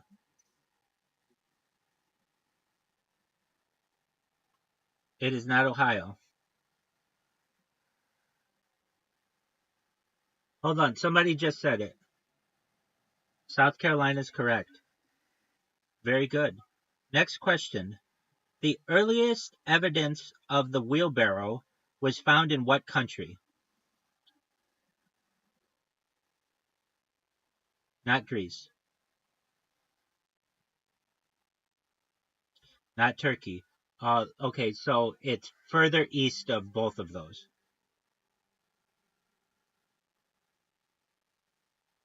It is because the Earth is round. But generally speaking, we would refer to this as the East.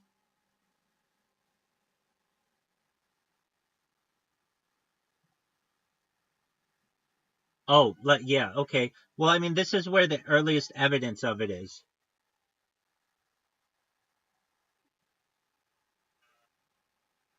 Okay, China is exactly right. There you go. Who wrote Who wrote the book To Kill a Mockingbird? That is correct. Next question. The African the African Queen is set during what war?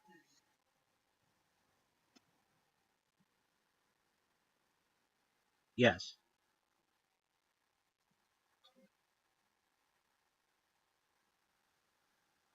It was not an African war.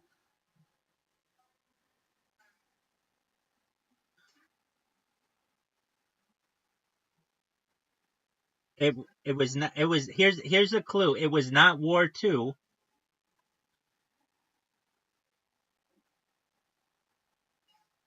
That's what we're doing. That's what I've dedicated my life to. All right, the answer is World War 1. Agreed. I know you were just one off. All right, next question. What US states in what US states would you find Pikes Peak?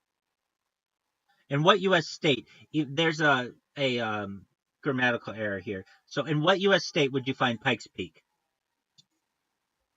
It is not Maine. We already talked about the tallest mountain in the state.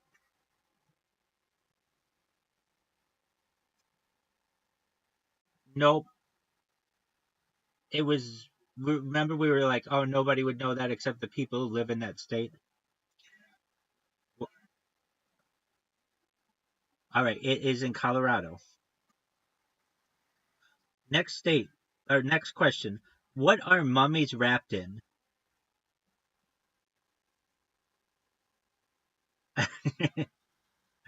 Dog, I've talked to him about getting a bidet. What are mummies wrapped in?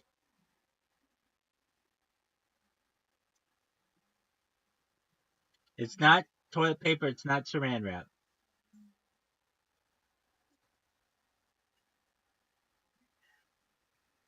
They were wrapped in linen cloth.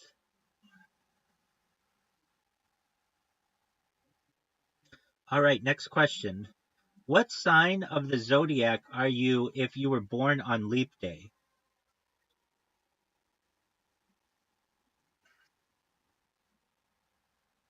Not Aquarius.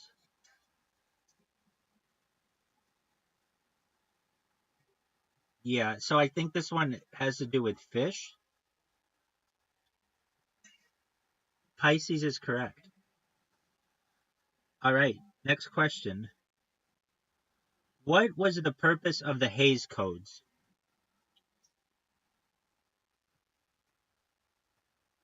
Correct.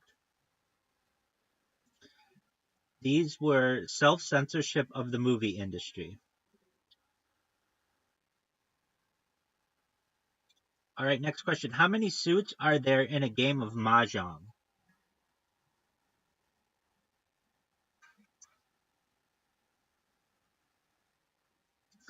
How many? It's less than 21. It's less than 4. It's more than 2. It is 3. All right, next question. What is the world's longest lake? It is not. This is a tough one. It's nope, not the zoo in Lake Havasu. It's not Lake Baikal. It's Lake Tanganyika. There you go. Next question. Yep, great question. I knew somebody was going to ask it. Let's find it out. We go to our friend ChatGPT, and I talk to ChatGPT like we're homies. So I'm always like, "Yo, dog, can you please tell me where the longest lake in the world is?" It's like Lake Tanganyika or something like that.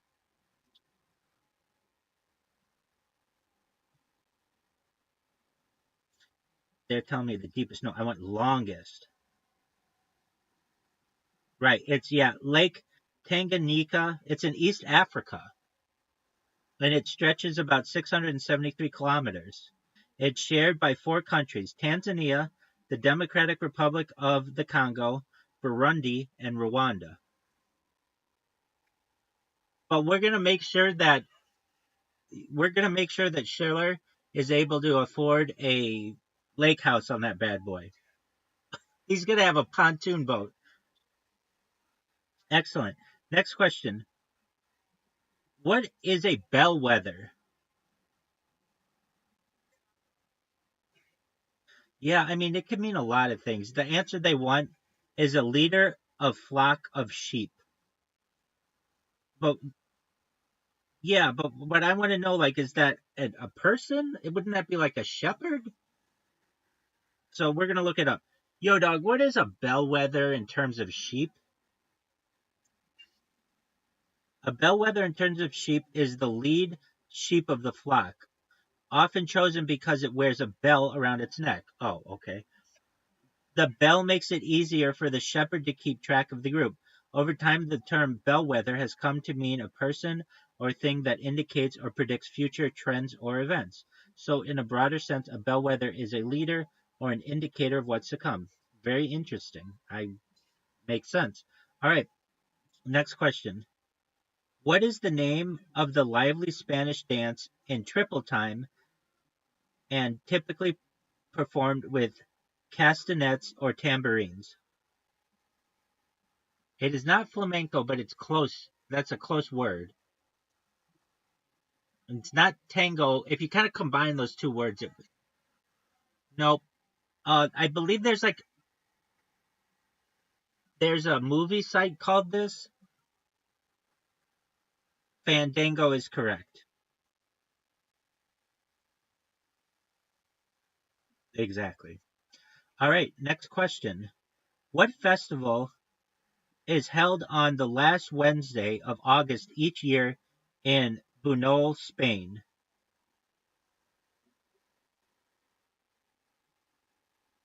Yeah, it is the tomato one. It's La Tomatina, but if I were the host of Jeopardy, that would definitely count. The tomato one. All right, next question. What is Dan short for in U.S. Vice President Dan Quayle's name?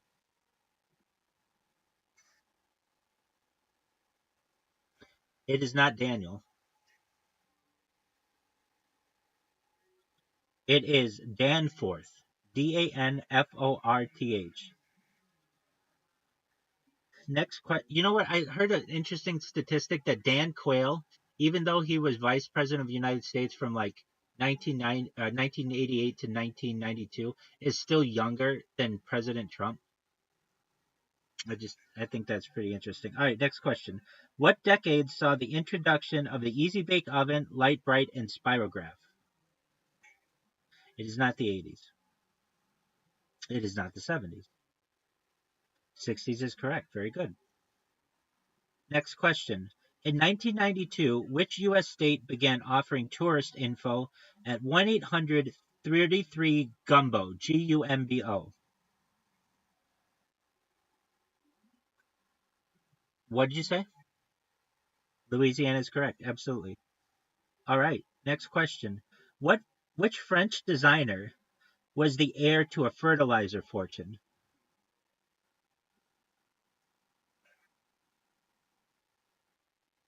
This is an interesting one. Which French designer was heir to a fertilizer fortune? Dior is correct.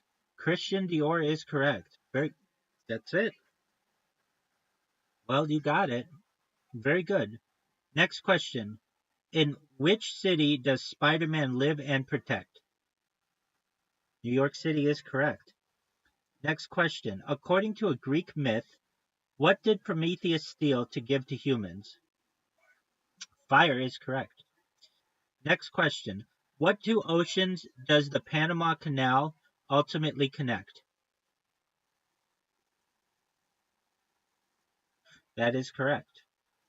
Next question. Which U.S. state is the only one with the Union Jack on it? It is not Maine. I think this is such an interesting thing that we have another country's flag on a U.S. state's flag. It's not Maryland. Further west. Not Alaska, south. South of Alaska. Not further west of Washington. Further west. Hawaii is correct. And I'm going to show you what the flag looks like right now. Here is the flag of Hawaii. Isn't it? I think that's crazy as well that we would allow another country's flag on our on our state. All right, next question. Who wrote the novel Lolita? That's correct. Bravo. Good job. All right. Who directed the movie Close Encounters of the Third Kind? I think I heard it, but say it again. Spielberg is correct. Next question. What famous animal character called Skull Island home?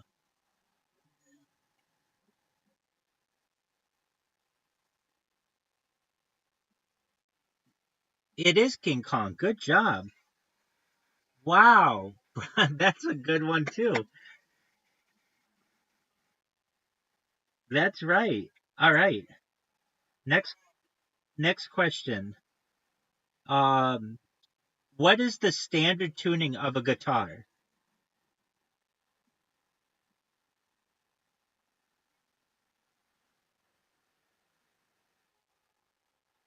At least according to randomtriviagenerator.com, it's EADGBE. Exactly. That's all right. Next question. According to the famous SNL catchphrase, SNL being Saturday Night Live, what's the only prescription for Christopher Walken's fever? It's not just cowbell. It, more cowbell. That's exactly right. We'll accept cowbell as well, though. Excellent. All right. Next question. Who said, if you're going through hell, keep going? Not Nixon. Earlier than Nixon. Er, earlier than JFK. Later than Washington. Around the same time as Roosevelt. It was Churchill. All right, next question. No, British Prime Minister. Next question. Which farm animal was the first ever mammal to be cloned? A sheep is correct. Does anybody remember its name? Dolly is correct. Very good. All right. Next question. What is a zucchini called in the United Kingdom?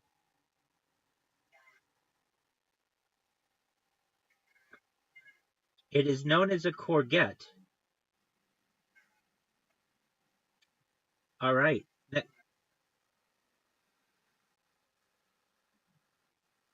Courgette, seemingly. All right, next question. How many ounces of coffee are there in a Starbucks tall size? Lower than 18. Lower than 16. 12 is correct. All right, next question. Um, the state of Washington was originally going to be called what? Not Olympia. That's its capital.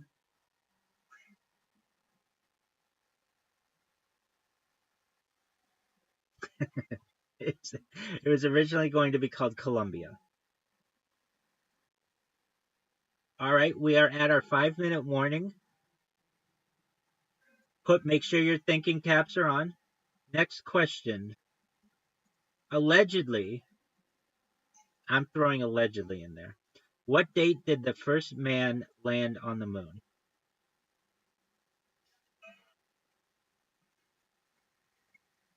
That is close. 1969 is the year.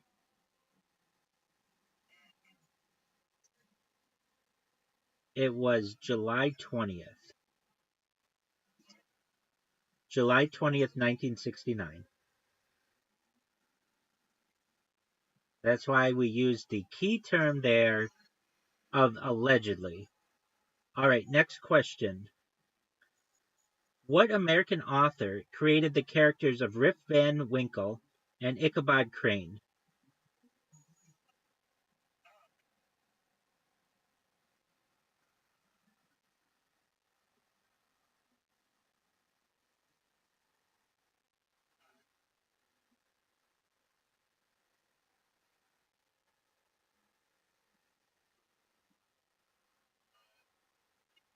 That's okay.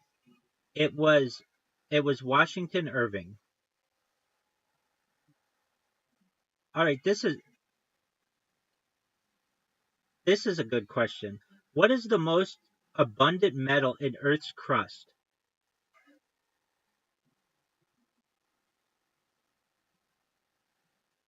Big Swole, what'd you say? No, it's not oil. Oh, it's not iron. It is it is not copper. It is aluminum. Yeah, which I would think would be carbon. So we're gonna look this one up. We're gonna call out random trivia generator, and we're going to our friend ChatGPT, and we're gonna say, yo dog, what is the most abundant element in Earth's crust?"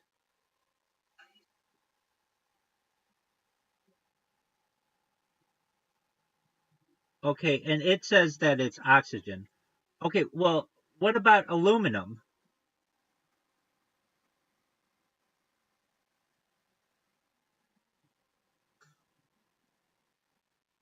Okay, name the top five elements in Earth's crust.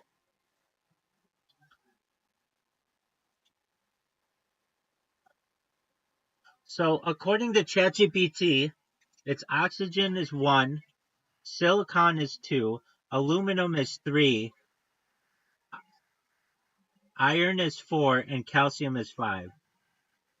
So, I think random trivia generator needs to check its facts on that one.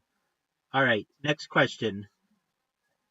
At what nation does Panama attach onto South America?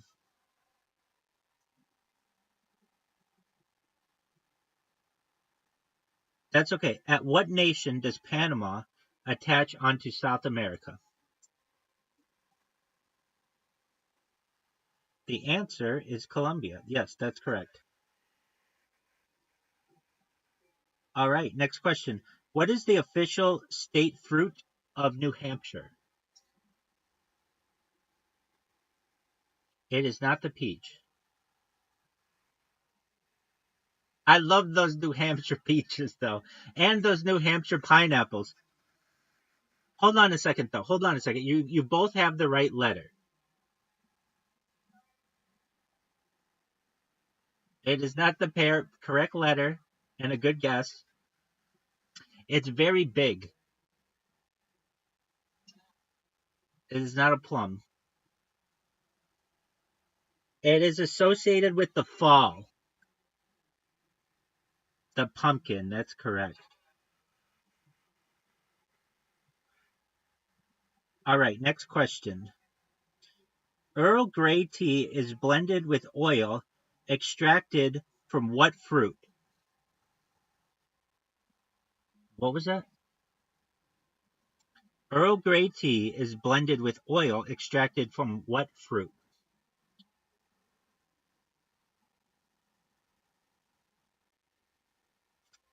It is the color. What was that? Holly. It is not pomegranate. It is. It is the bergamot orange. The bergamot. Did you really say bergamot? Oh, that counts. That deserves me to clap. Absolutely. He said it. I'm like, oh, nobody's gonna know this bergamot. All right. Next question.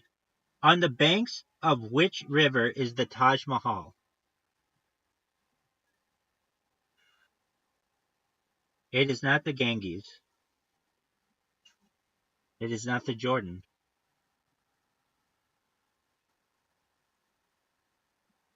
I'll help you with this one. It's on the Yamuna.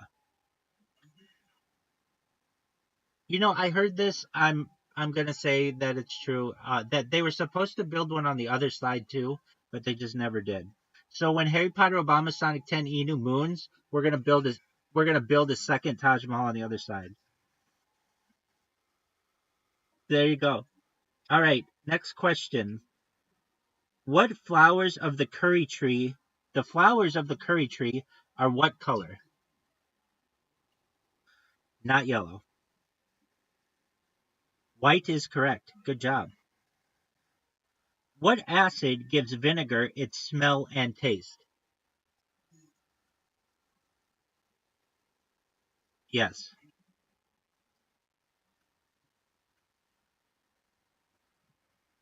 There's a type of acid that gives vinegar its smell and taste.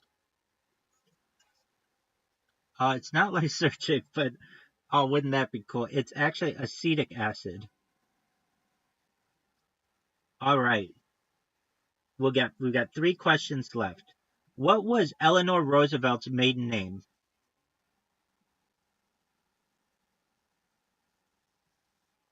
Yes, you do. Here's a clue. Eleanor Roosevelt and Franklin Roosevelt were distant cousins. Not Delano. If they were distant cousins, and her name was Eleanor Roosevelt, and his name was Franklin Roosevelt, what's a good chance of her last name being? Roosevelt is correct. Excellent. Next question. Mycophobia is the fear of what?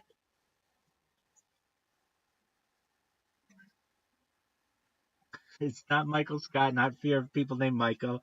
Michael. It would be Mycophobia.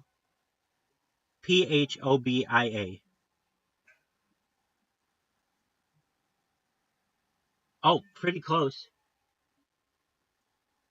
Fungus, mushrooms, fear of mushrooms. Mycophobia is fear of mushrooms. All right. And our final question for tonight before we start karaoke. In the TV show Futurama, what was Uranus renamed to?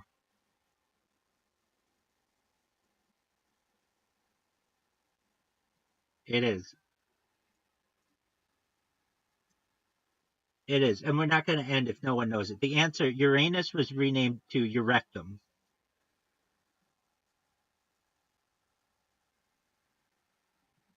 All right. So let's find another one.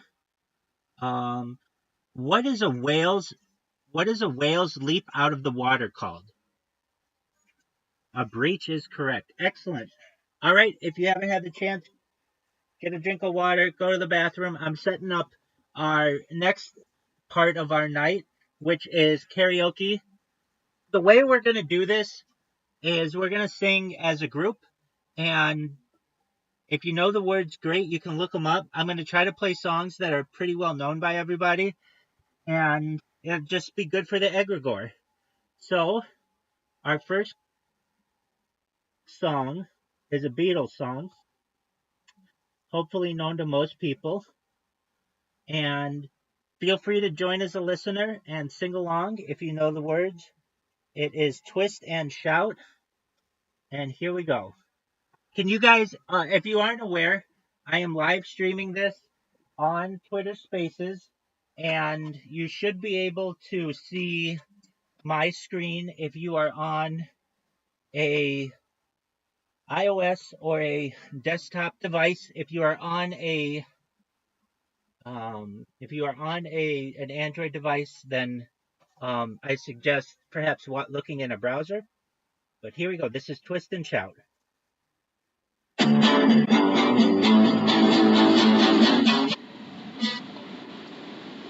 Shake it up, baby, now shake it up, baby.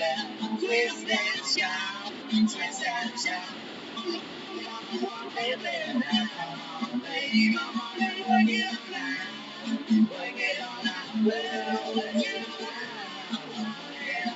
You know you look so good, look so good. You know you got me going, got me going. Just like I knew you would, like I knew you would. But shake it up, baby, now shake it up, baby. Twist and shout, twist and shout. Come on, come on, come on, come on, baby. Now come on, baby. Come on and work it on now, work it on now. You know you twist it, girl. Twist it, girl. You know you twist so fine, twist so fine. You know you twist a little closer now, twist a little closer. And let me know that you're mine, let me know you're mine. Got the hair kind of from the now you're missing. Make sure you own it and taking this bad boy to the moon. It's the greatest point of history of mankind. Here we go, baby.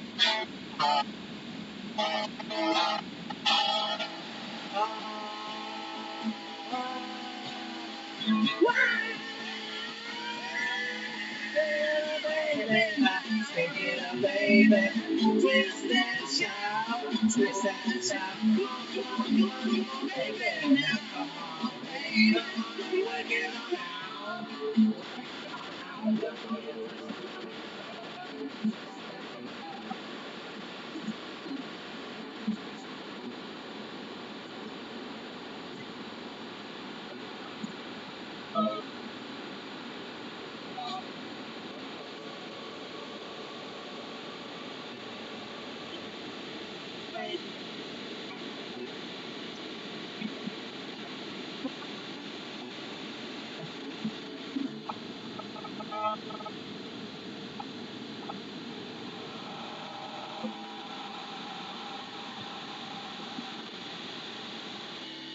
That was our first song. Do we have any requests?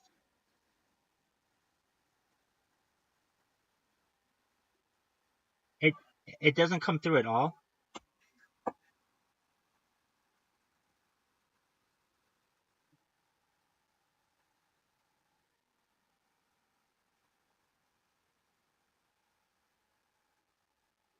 Okay, very interesting.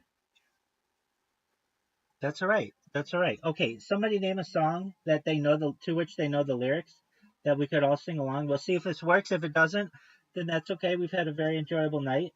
Someone name another song. Oh, great song. Okay. All Star Smash Mouth.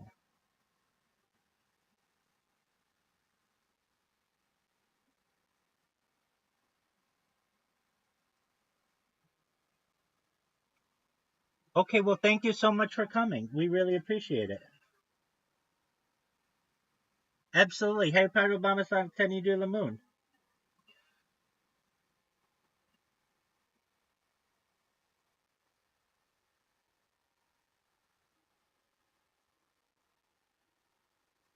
All right, state your name and power. I am the Ruffler. With my glitter of justice, I bash the enemy in the head, or I burn them like so. Can you hear it? Well, okay, hold on. Here we go. They're talking.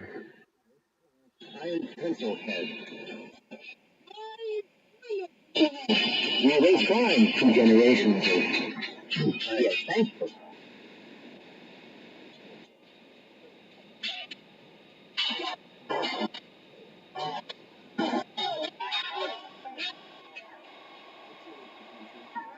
Somebody once told me the world is Can you hear that?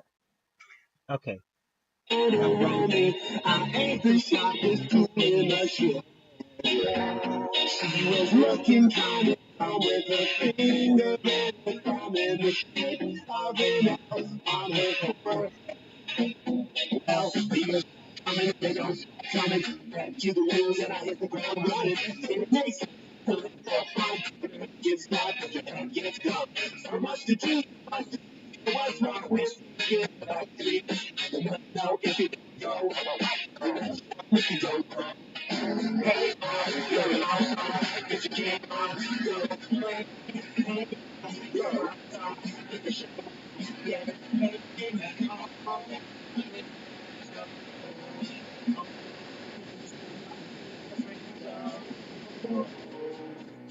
It's a and it's just now to get hold of the media men they pick it up. Judging by the art was held.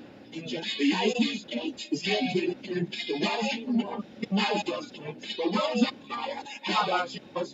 That's the way I feel, and I'm letting it go on. You're an outside. Get mine. So play. Hey now. You're a rock star. Get the show on. Hey, all that.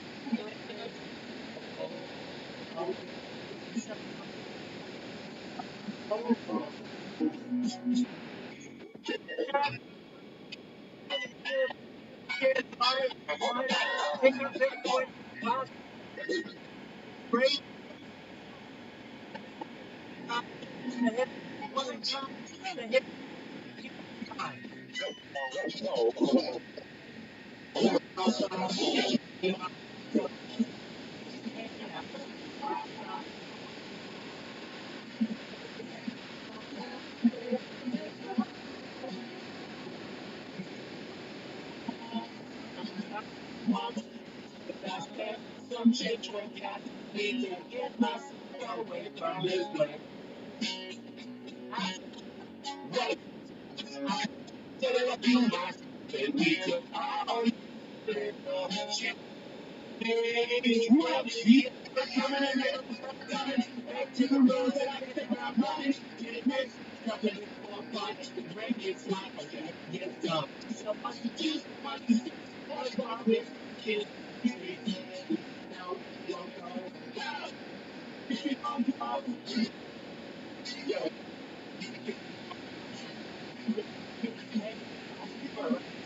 get the shit off. And all that.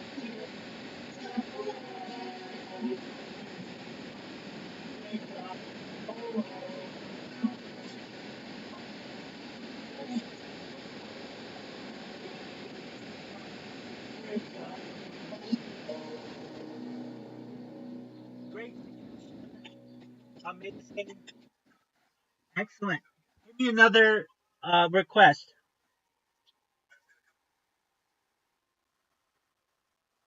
Of course.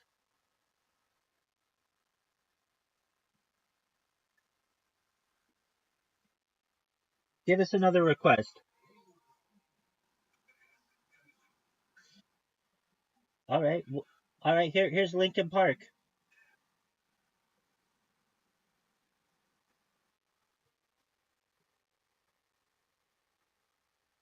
Oh, dude. After this, we need some nookie. All right. So, which Lincoln Park song? In the end. Okay. So this is the one where he's screaming. In the end. Here's the official music video.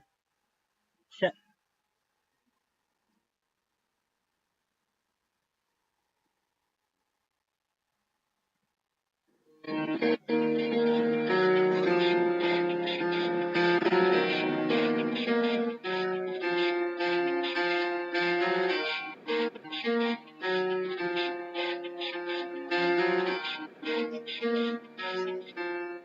starts with I don't know why. It doesn't even matter how that my to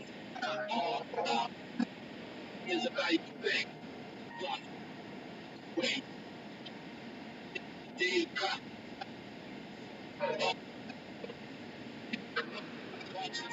Right after we know. And the whole fuck didn't even know what we still know. Why I should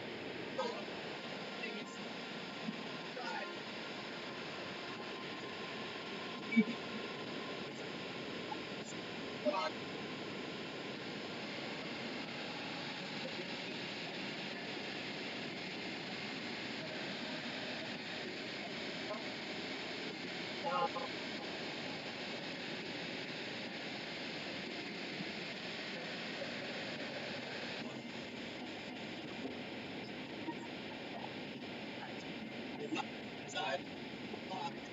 Watch. I did the way.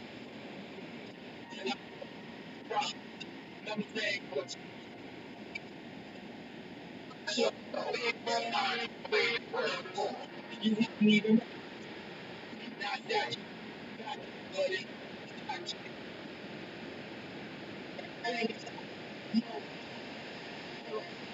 meant to be with a meant to be how much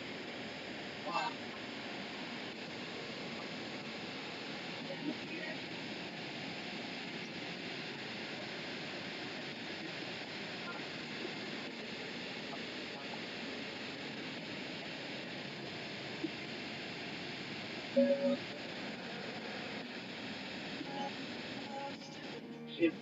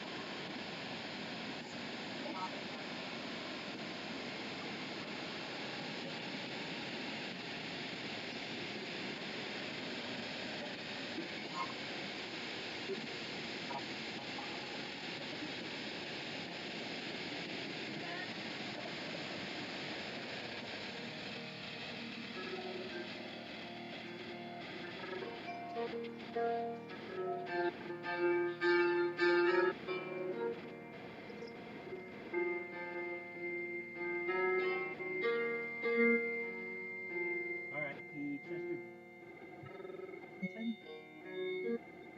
The Bennington.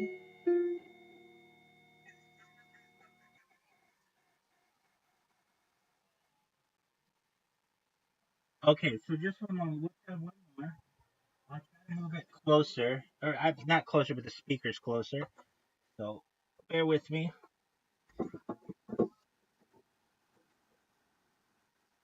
Exactly, that's how it works.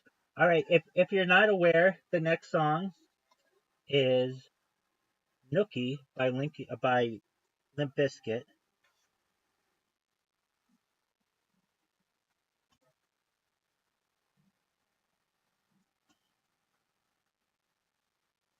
Yeah. All right. So I wonder if it's too loud. Like basically there's noise suppression. All right. So then let me turn it down from the speakers and maybe it'll be good. All right, we'll try it. That would happen. Just too much power. Exactly. Happens.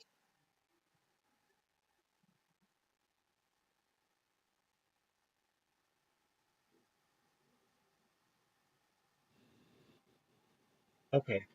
Can you hear it?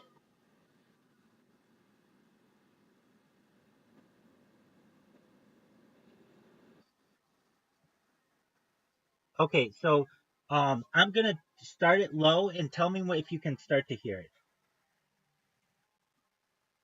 Okay, so you shouldn't be able to hear it very well. It's moving up, moving up. Can you hear it? Okay, interesting. All right. Uh,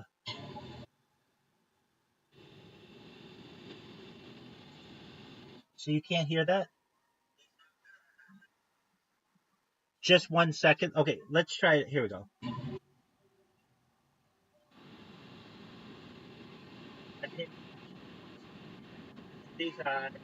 Can you hear it? Okay, so we have to turn it down. Okay. Can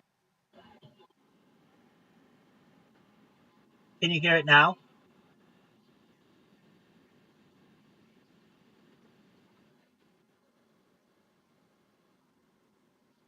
Still, can you hear it? Okay.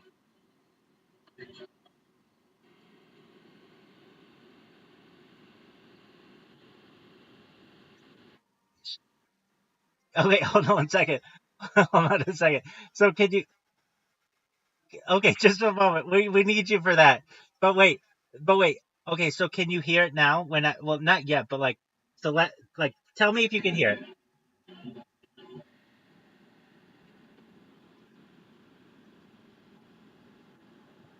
Over the head.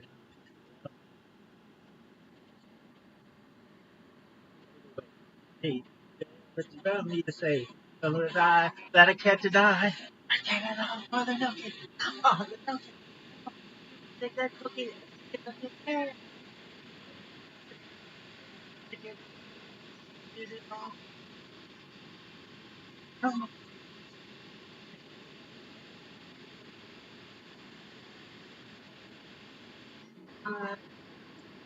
Wow. So long. If we go, and I'll be up for living something.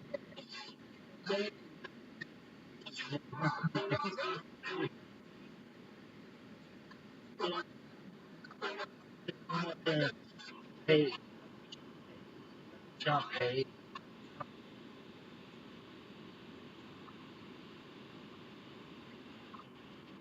I did it all for nothing.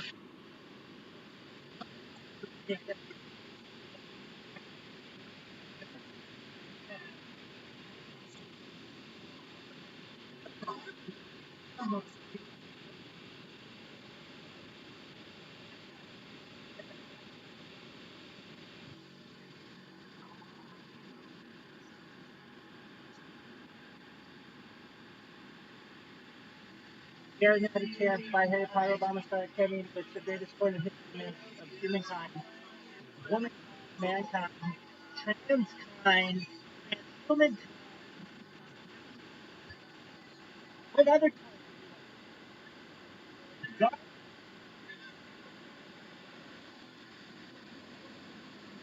cares about? You know what happened? By Harry Potter, you die. You have transhuman with mind-blowing technology. If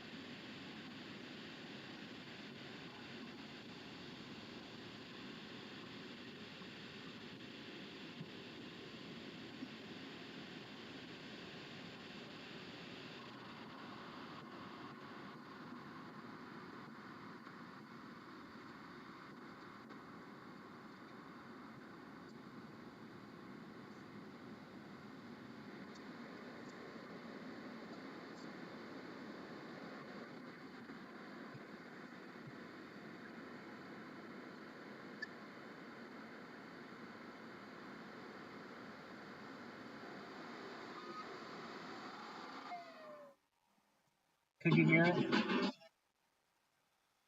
Could you hear it?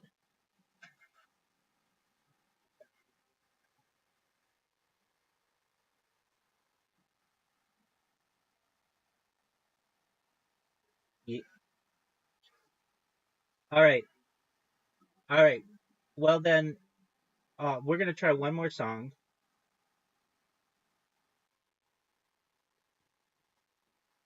I think you're right too. All right. So, give me another song to play.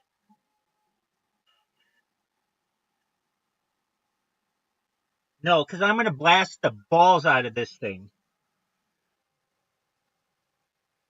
Oh, absolutely.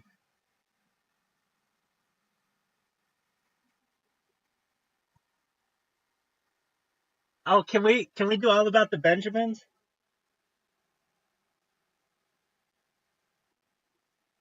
Right. That's exactly right. All right. I love this song. Let me just say a quick little aside. I I took some time when I was a young person to memorize all the lyrics of this, and I would go to parties and I would stand on couches and tables if I so chose, and I would just freestyle this, and the party would go crazy.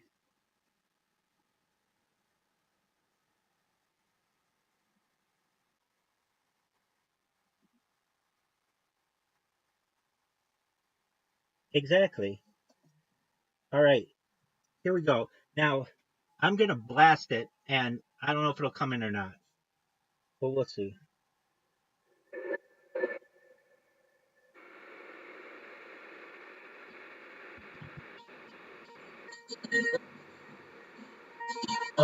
Yeah.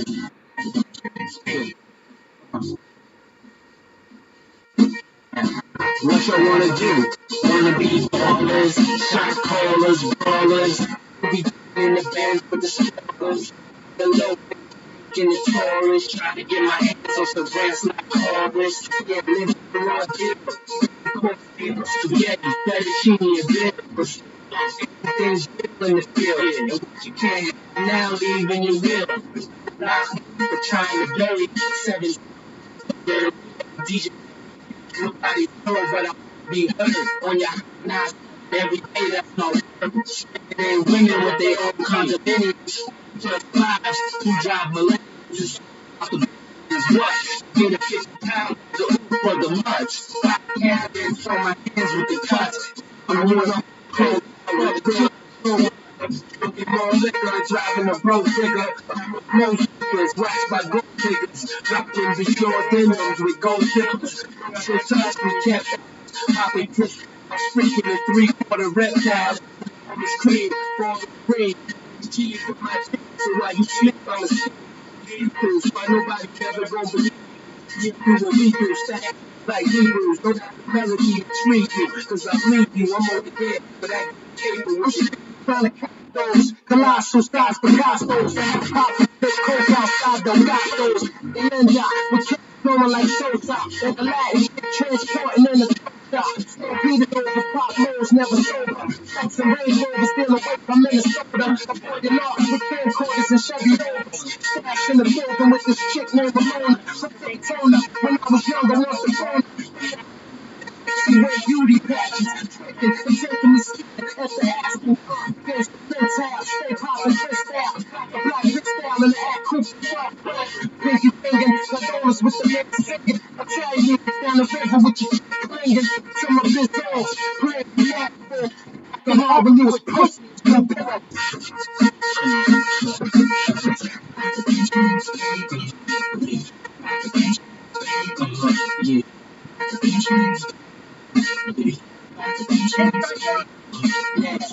What you wanna do? Wanna be drunk? Shots callers, brawlers, movie fans, these spoilers. I'm the bumble with the beat, huh? So I act the whole family. All black like the homie. And then you just on my homie. You know me, I'm making niggas so sick. Lost in my sex with the niggas on the wrist. If it's murder, you should know it. Jump, you go for your ass, bitch. Call you on the fiddle, I just grab and code it. you should have told it. Suck a dick on that bullshit you kick. Play your hand from the sideline. Get your own shit. Why you riding mine? With the kind of niggas. That's in the days. Fuck you, hold me down, baby. Only thing I know about you, and I kick shit. What I do, nigga, take fuck you.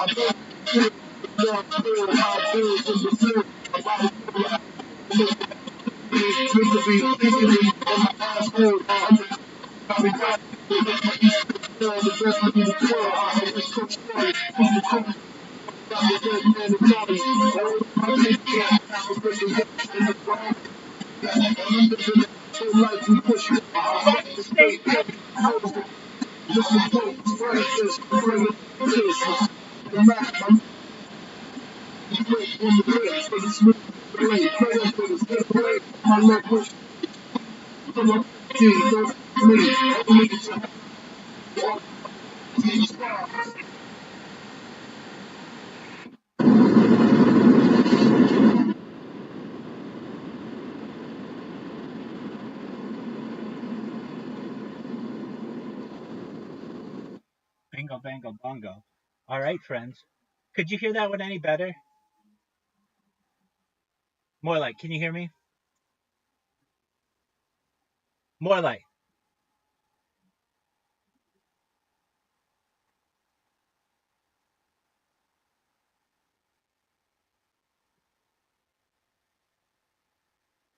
All right. Well, we tried, friends. Exactly. Absolutely. Absolutely. Well, thank you so much for joining us for Trivia Night and Karaoke. If you weren't aware, by Harry Potter Obama Sonic Taninu, it's the greatest coin in the history of humankind. We have loved to have you here, uh, Mr. Morelight. So I'm sure you've got some poontang to take care of on a Saturday night and perhaps a Sunday. When are we going to reconvene? Do you want to do it Monday? Or I could do it tomorrow night. I just don't want to take up every night of your week.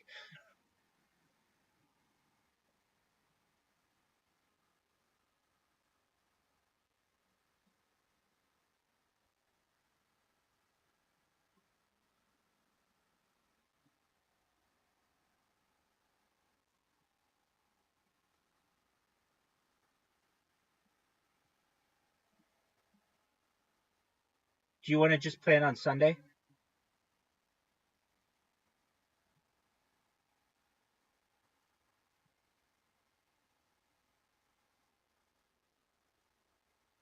Okay, well, here, I don't want to use a any sorcery here, but I just want to make sure, like, if it's 6 p.m. Saturday night, are you gonna say to me, "Yo, my girl from SPX is here. I gotta bail." Okay, let's just do it on Sunday. Wait, is your girl gonna be here? Can she interrupt on Sunday or no? She's gonna be doing her own thing by Sunday. Okay, excellent. Okay, so same time, same station, Sunday night. How's that sound?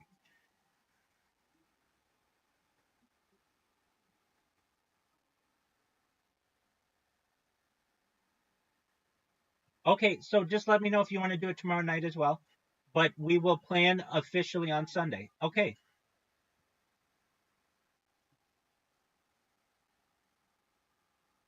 excellent. Sounds like a plan. All right, everybody. You know what is so funny about these spaces or like anybody else's spaces? Normally, like, okay, I'm going to end the space. But with everybody's favorite rabbi, it's like, no, you leave. I'm staying.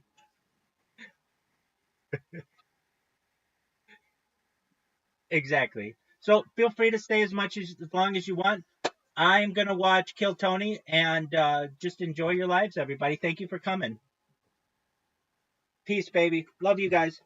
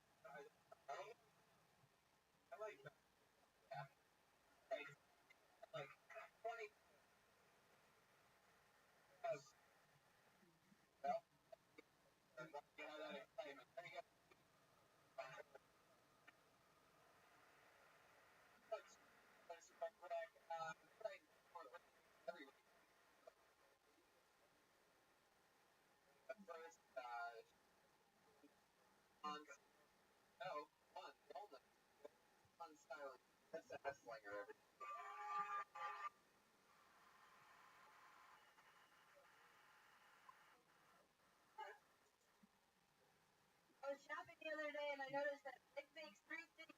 They make lighters, pens, and razors. So it's like, I guess they started the idea for a suicide kit.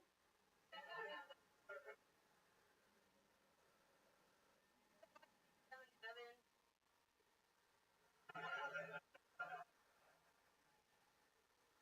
Yeah, those two go together. You know how it's so long? It lasted for 11 years. I don't know who's like the producer talking. That's a long time for a show to go on with a Hitler as one of the main characters. I don't know why I said that. Um, God. Speaking of falls, I grew some recently. Falls, I thing the other day. This is real. Well, they're all real. I went to I did. Was that a show? Yeah. Okay.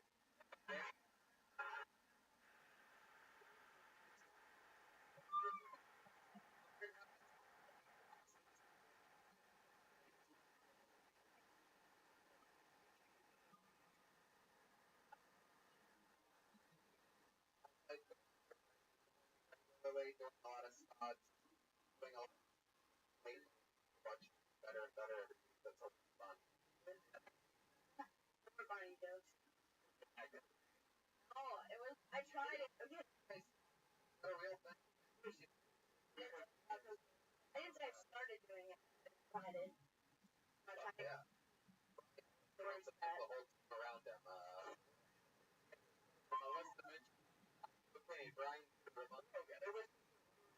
Sorry, mom and dad.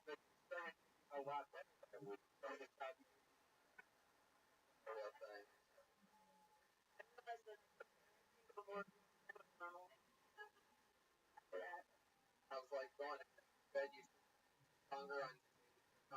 Yeah, I started playing music again. That helped a lot. Baby bass. Yeah, I have a baby bass.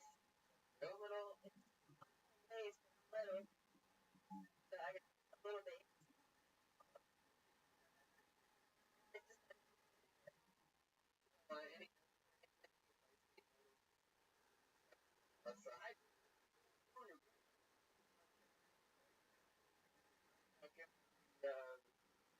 Yeah. You're doing it. yeah. Yeah. Listen, by far the funniest. And I hate that gross. Really. But he's so great. That's one of the best about that show. Okay.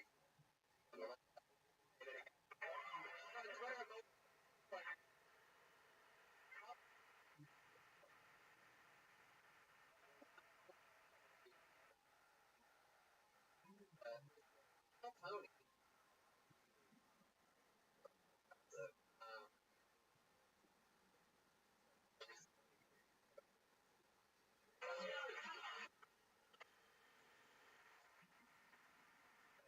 Yeah. Um, I don't like fetishes. I think they're scary.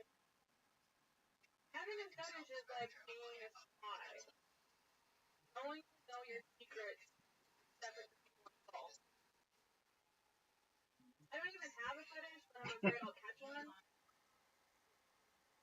The other day, I was in bed with a guy, and I started getting this like weird desire of peanut butter in his elbow crease and his knee crease, just in all of his creases. What if you have a fetish that you don't even want?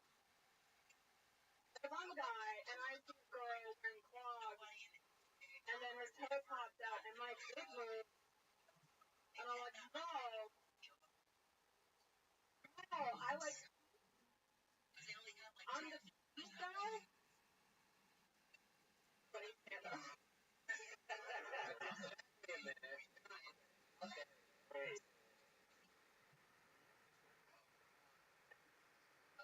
what are you talking about? Dick toys over there. Saying that if you're a guy, you can really control what your fetish are. So if you dick move, basically, and I think you can just say that. I mean, I think the wording on these things could just say like, and also it sounds like we wanted to put peanut butter. Yes, that part out. Well, I mean, or like it's really a peanut butter and a peanut butter, or almost like what word is that going? Really, Yeah, it's a basic that's food or like craving, right? And like what? Elbows and so I was thinking elbow grease, and I was like, oh, I really want to lick butter off of it. These are the elbow grease, yeah. I was like, that's so weird. lawyer is like, oh my god, I don't know, it was in some weird space. Like, a minute I did it, I was like, I recently started messing with my dog. I was like, sorry. wicked. Yeah, it like does this whole like thing, and I was like, don't I just did it, and like, anyway, the point was, is my head was just weird space. Like, just weird things were happening. Anyway, Butter and crevice totally. like, one thing was like, I don't want to mess with my dog. It was just so weird. Oh my god. Good.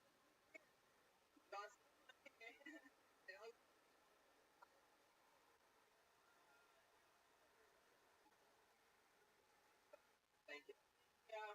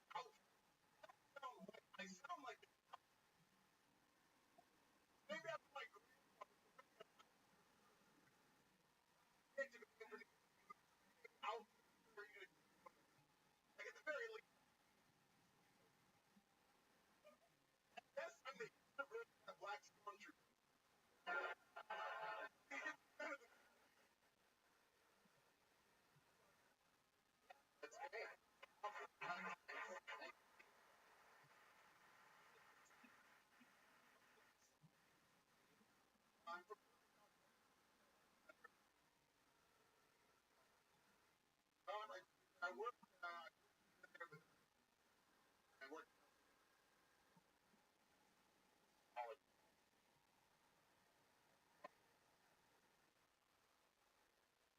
but I worked tax on it, but I also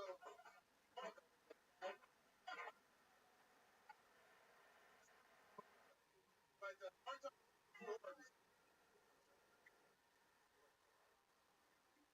I don't know what for W branch wrestling. So cool. How's the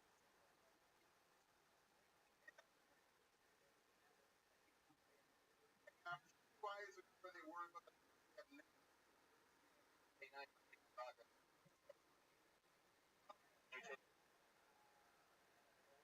no one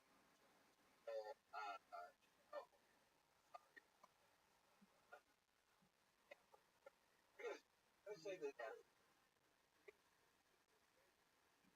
boy.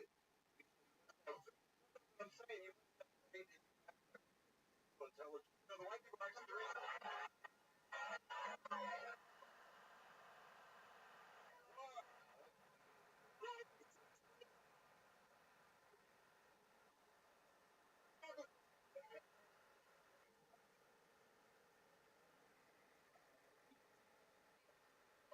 Well, very well spoken.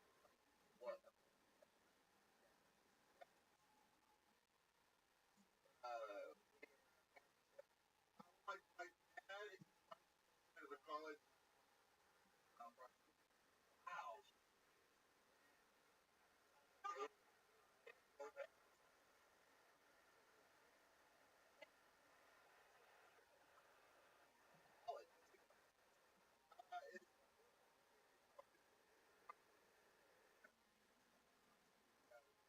well, that's and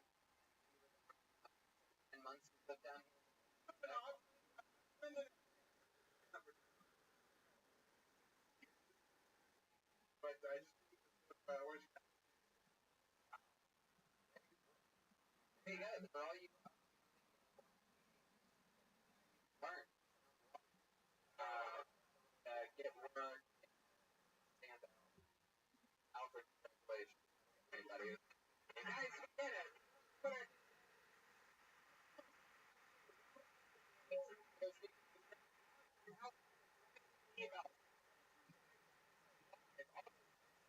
right, post inside on patio after the show. PhD, Reagan, or anything. So, get your plus anything.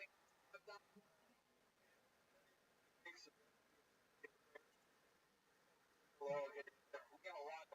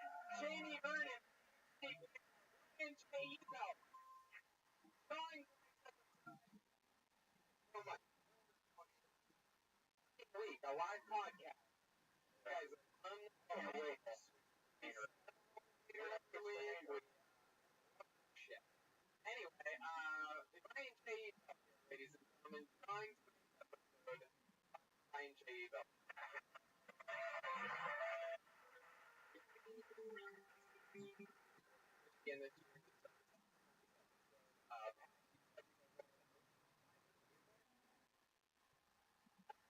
yeah, they established a really thunder jumping. I think Jeremiah Watkins talks about the breaking conditions that we getting. A lot of people loving Jeremiah. Jeremiah, you're away from I'm pretty sure from a softball game that played in an annual softball game that I did. Jeremiah decided that he wanted to he found it out was chasing down straight up and thought I was for this getting and right into it hard as we could. Giant groin and you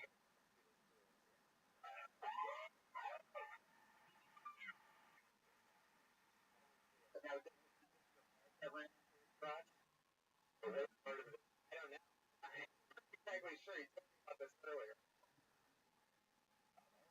God. Really basically like Jeremiah. Hey, that's that's the whole 3D like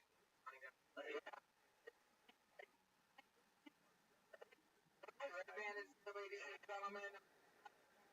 Is a lot of Ryan Chicken draws every paper. Everything we have been selling is that's how many pairs so far that one flying off email.com and flying off wondering what show. So here we are, taking it over to West. That's gonna that at the end of so there you go. One of us dates.com. Here we go. Tonight's episode. There we are. So excited. Damn every yeah, fucking the world, just like I give you and so pumped. I consider this perfect. You're gonna get the best. It's Bert Kreischer and come on.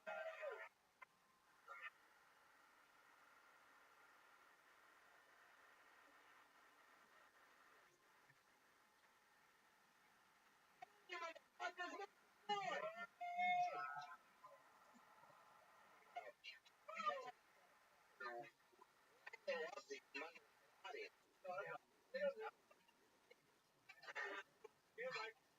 What's the matter? I love it. Jeremiah is very proper. Oh, they get to see this on here. I love it.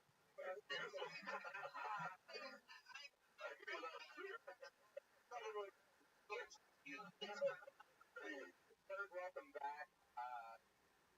So many people have gone crazy since 30 episodes. It's been a long time. I wanted to go back. We texted and I thought it was you, but I didn't. And I just wrote back definitely, and I go. I disagree with your podcast.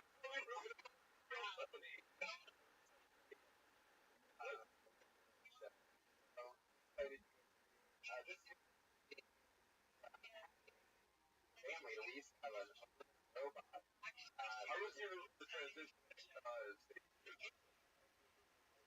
When he was mine, I could get on getting. I remember that. I remember that. It became a time robot for a while. We just yeah, and then another show when the robot was standing outside the fucking comic book store. Yeah. Like we was being like a regular person. He's like, hey man, I know John. So fucking on. Driver, I suppose. Like afterwards, yeah, right. Yeah, that's why I don't think we're actually. I'm afraid that something I know.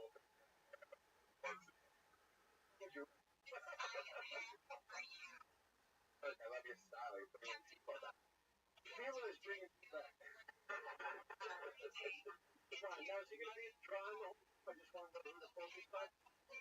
Yeah. The guy drawing with direct eye contact with him. I just want to make sure you guys ready? Tonight's episode or what? Yeah.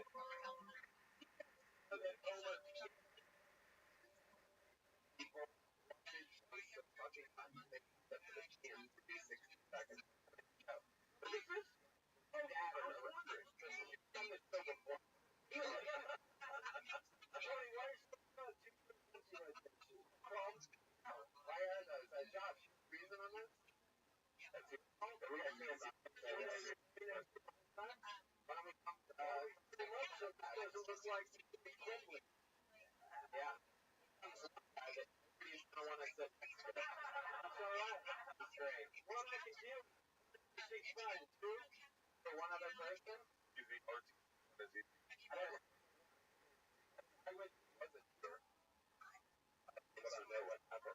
That's such a big call and he got a zero. Yeah, that makes sense. Boy, this is Joe. No, it's alright. People okay. Very good. That actually is speed rated easy. Right in the middle speed. How's that? Is that a better one? Come on, know what he did? Alright, cool. Very good. Sometimes I do insight myself. But I'm the only love it. I'm gonna try. I'm gonna try it. We'll talk about that. Let's move on. Trying my best. I really am.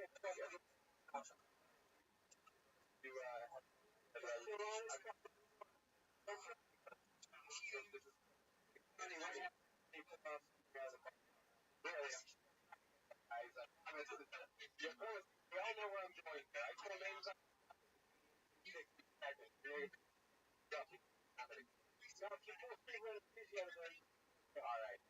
Continue telling the whole time. That's a fun ball.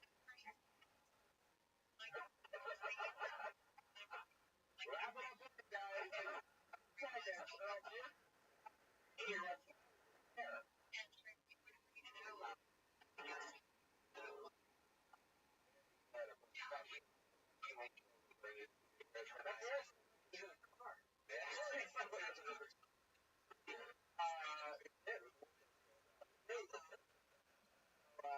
Good. Get it? Are you guys?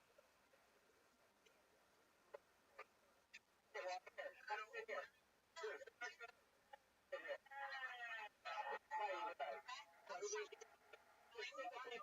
He wants to sit next to each other. How it works. Everything else is fucking fun. That makes perfect sense. Other. Out of the. Here we go. I'm gonna pull a name out of the bucket. 60 seconds of uninterrupted. Talk about them. Talk about. Here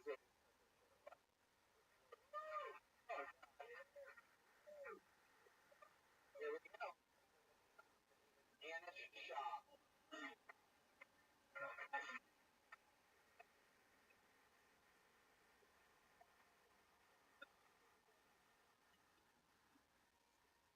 I performed in Harvard recently. My favorite part of the show was at the beginning when I got to see on those that I turned down Harvard University.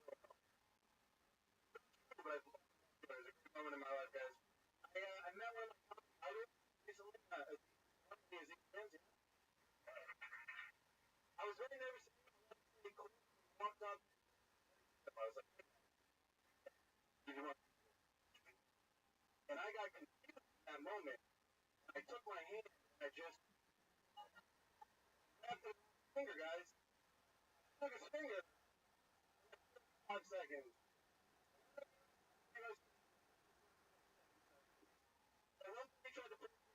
He's hard. I don't know why. I'm not. Thanks very much. My name's Rabbi Rothschild. Yeah.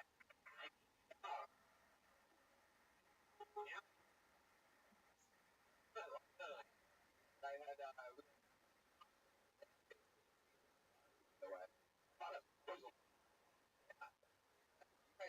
actually see that night. I went crazy a couple of times. Kansas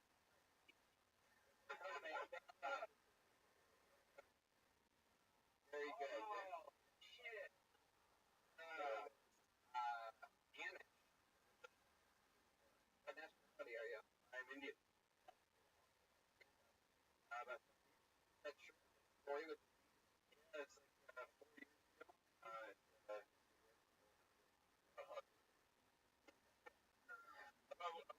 When you met Aziz Ansari. No, I don't find it purposeful. No, well, you grabbing a guy's he's kind of like a fucking redhead. Yo, you're one of the funniest guys in the country. You're pulling us 40 seconds. There better be more. Make it about you pulling the guy's face. Make the guy black.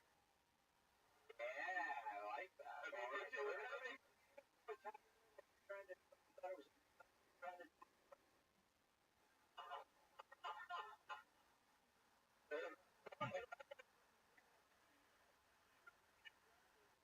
Like, hands up!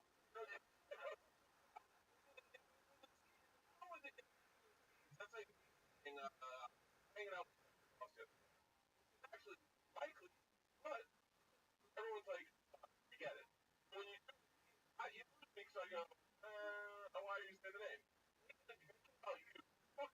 What? Think about you. And I'm like, well,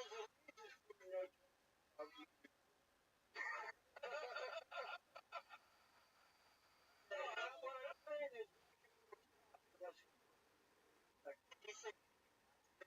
hey, why you hold my finger? Or anything like that? Yeah, it seems like at about, maybe like 4 seconds. That's weird. Yeah, 4 seconds. How long do you guys calling you? No, like,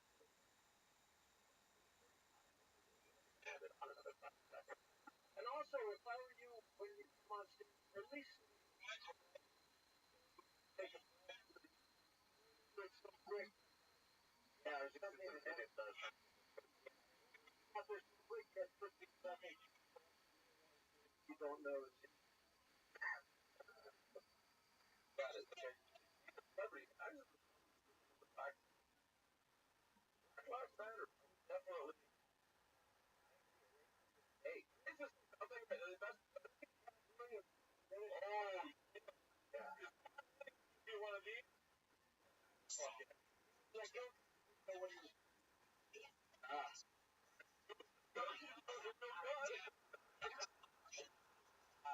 Man, that's crazy.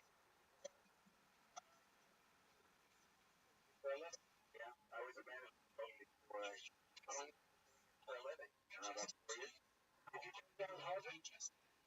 No. It was a, the other. Been doing it for a living for 4 years. Yeah. So, how do you do that? I do a lot of corporate, I do a lot of college. You were clean? Yeah, clean. Oh, that's good. I think it go on a lot longer, like 20 minutes. No, it's 1 minute I have that I grab. Then you grab it, Williams, you suck. Okay. Really,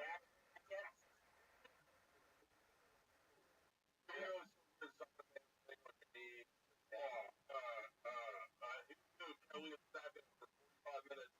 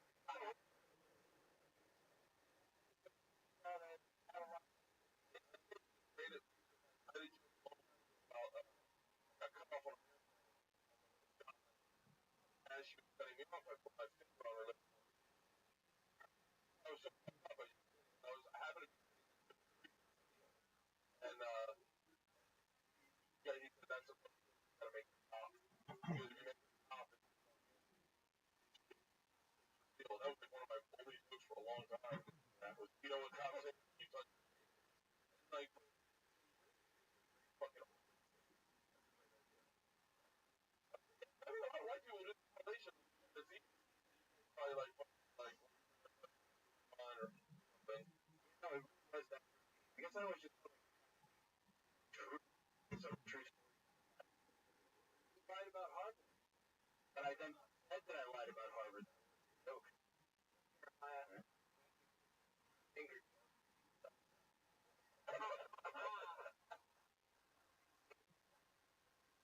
The cool part to me is that when you do tell that joke, you tell that joke fucking.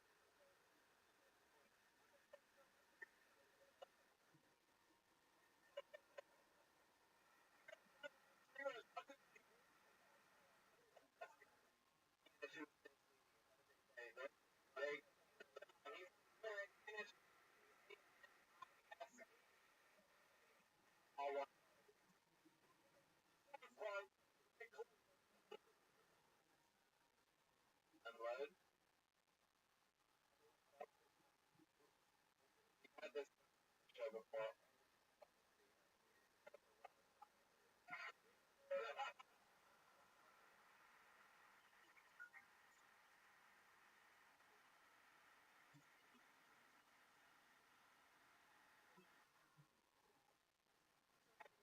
guys are just out of jail. Then we say so long in jail, but I work there now. After 10 years of school special ed, I want to be more safer. So Men's Central Jail it was. It's a great place to work. I like it. There's no discipline problems. The only thing I hey, we're playing with dick. I said, I'm not doing that. The first one I was like, what do I do? Like, oh, do I tell him or do I call Joe? Oh, no, I did it as a content. I'm not playing with dick under the desk. I was happy. Things like that. Fuck yeah. That's a great task. Hey, That's a never. That's some great talks about you being. There we go. I love this show.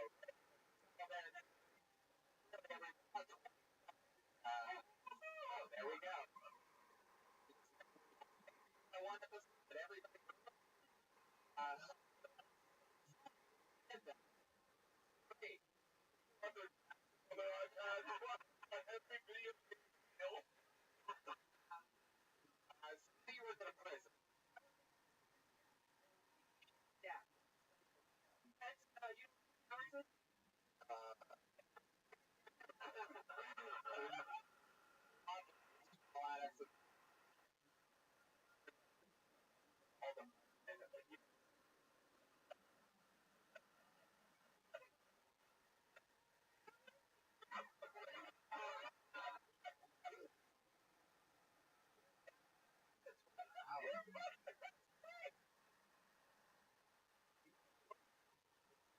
yeah.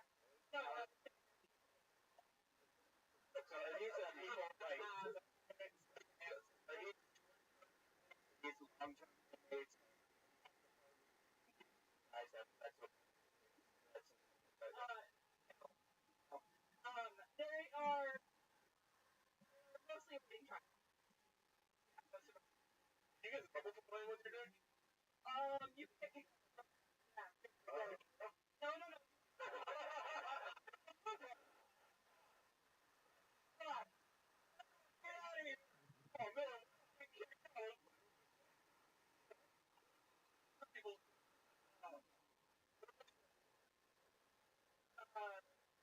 No, so it's Okay.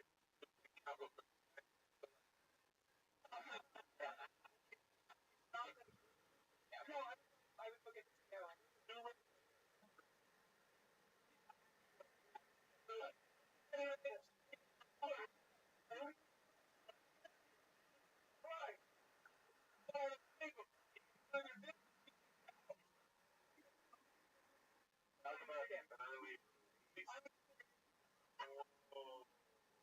I would say. Some of them like that. Some of them like Miles. Senate. Like.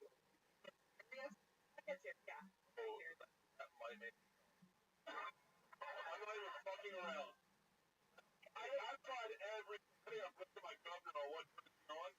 Someone stopped off room.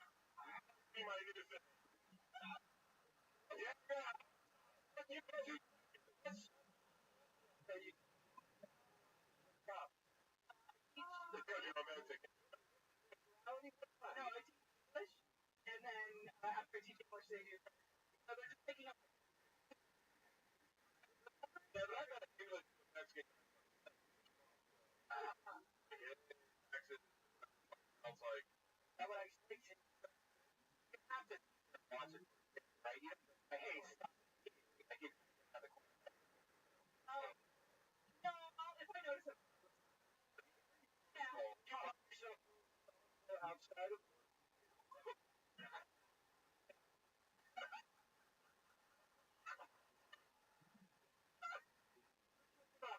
another word. You know, hey,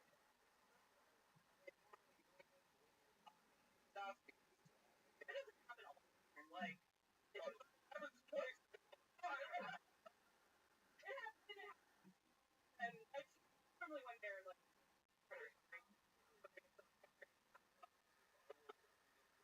You're a master. Oh, I sounded. Everyone, keep on, keep on. What's going on? Let's jack off on a mic. Okay, but I think right now, I think whatever you're talking about right now is fucking fast. yeah, it's really unusual. I didn't even know that they jail. But it's a matter of like almost like so happy. You should bring that ball. The big experience when you talk about this. I remember the first time I got played the game. All of it.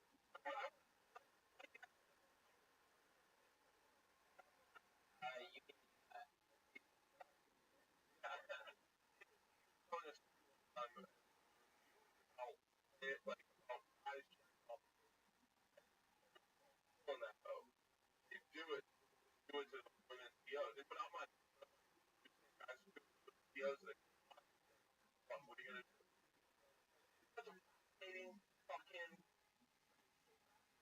I want to hear about it. I want to do more than let me tell you. So one of the officers wants me to put on a show in the jail. I'm kind of gonna start working on that. Oh yeah, right. On a comedy show in the jail. Yeah. Something like that. 8%. Yeah, they're cool. Like You're just people jerking. they're like I like them guys. I mean, if you ignore the murder of any of them, Thought about them all. Any good looking ones? fine. Yeah, they're 25. Then let them master. Like, 3 hours. Like, How long have you been? I've been there.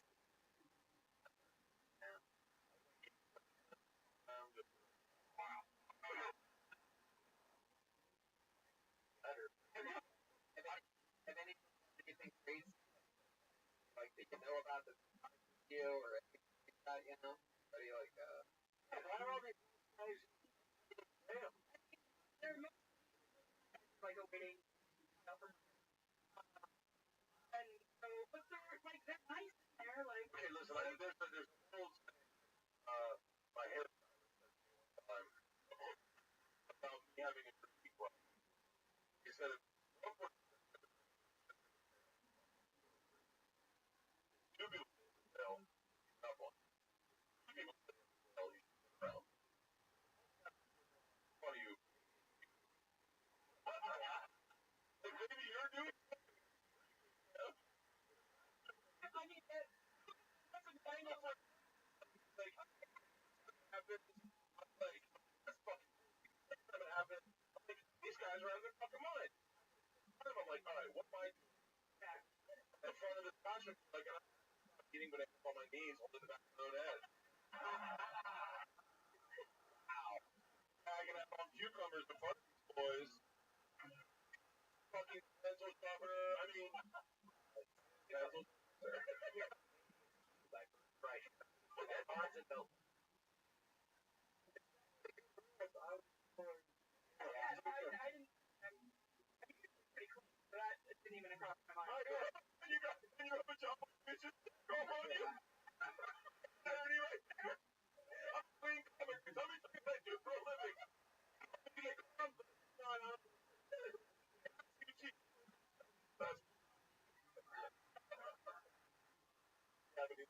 I tried to come on you or anything like that. No, nothing. You dodge or everything. Alright. Not in her class yet.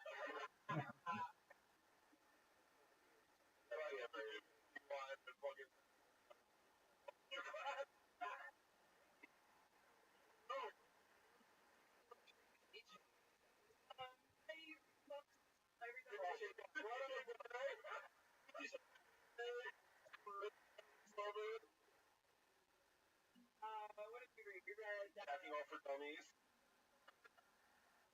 I read the whole Games Hunger Games series. We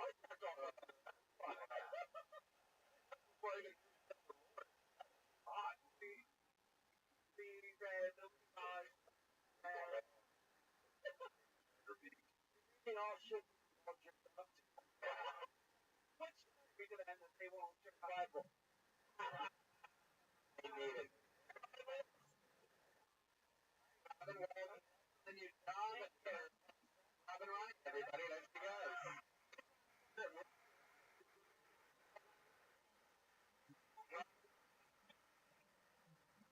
Oh wait.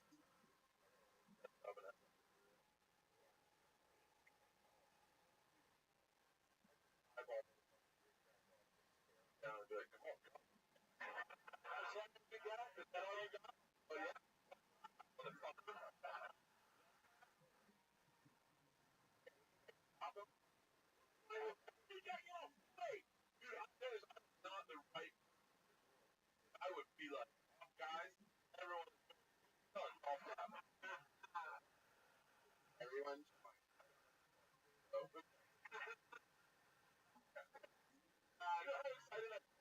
I got out there.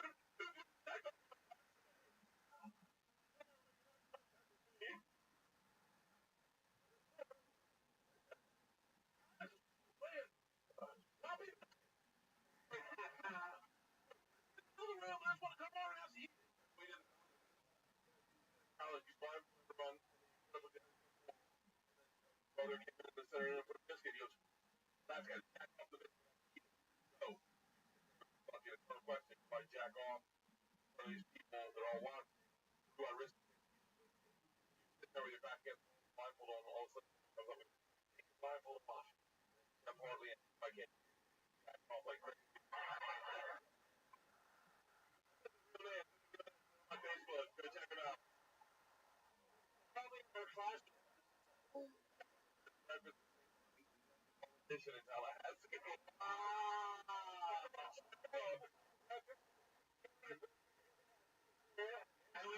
Circumcising. That's sick. Actually, believe it was rock on. He's true story. There was a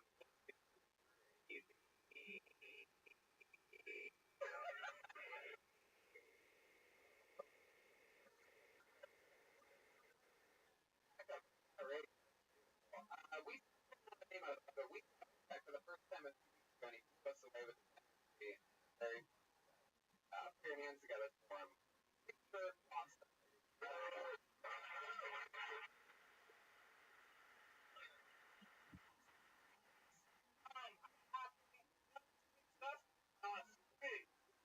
Every time I swipe the price, I'm big.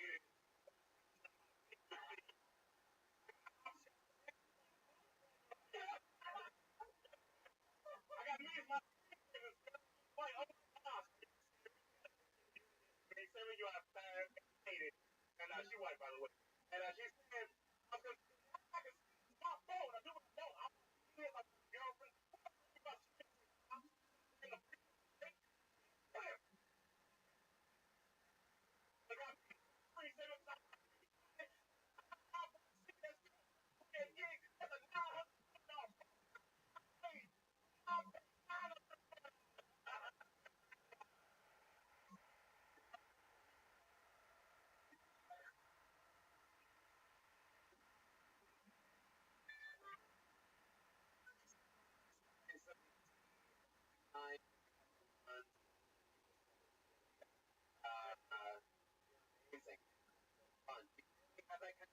all the time. Yes.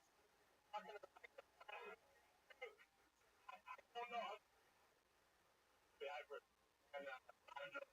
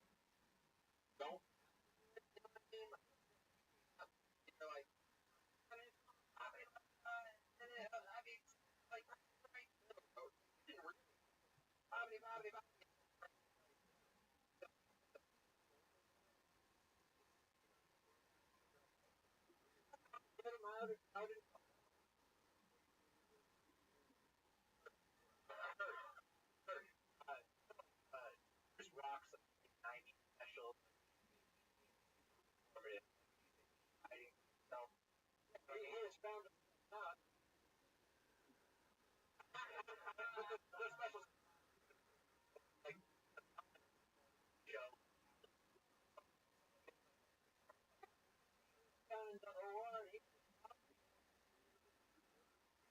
when he's doing it in front of 5,000 people and one at the stage.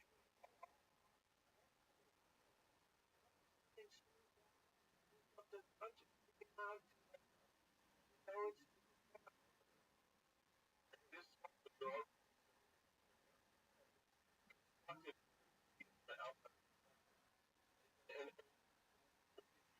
that's hard. You start out there. You acting something. You better be. You don't want to last just like and that inside. You want to be able to protect yourself from Saturday. And also, joke about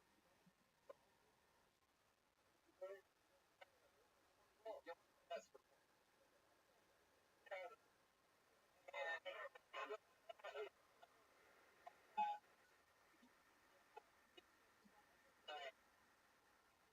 for you know now found that only time is maybe doing do right.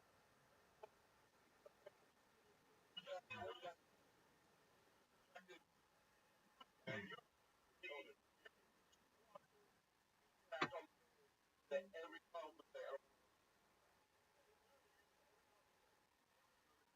fucking friendly back across every following only team that kind of shit out.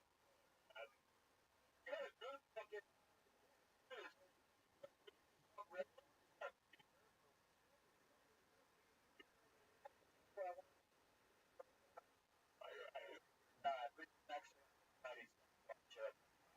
that. Wow. Hey, you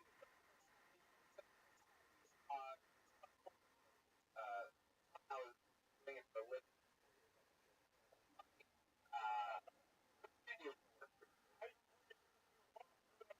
oh my god, you but all right, taking you know,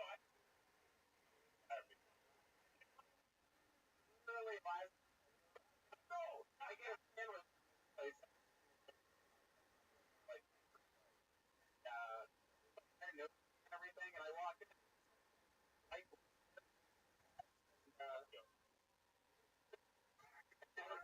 forgot something hung out. You just arms trying to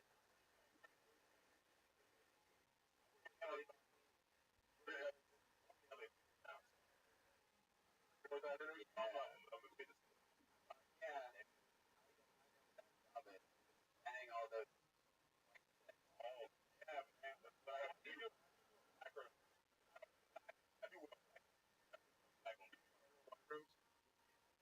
I guess I well I would get I can answer that for you. Okay. I know people yeah.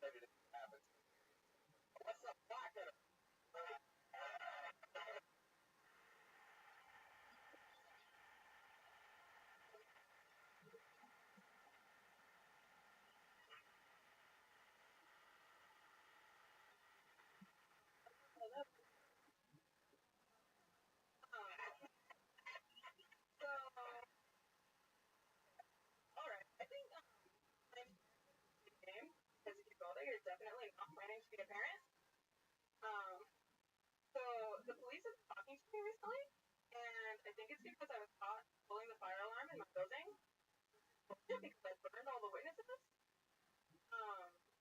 So my uncle Rick has been talking to me a lot recently. He's like becoming a very full young lady, very pretty. And I'm like, I feel like I'm gonna be coming on me pretty soon, Uncle Rick.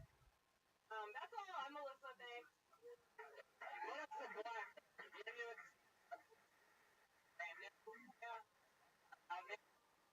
Today, first day. Hey, my first. There you go.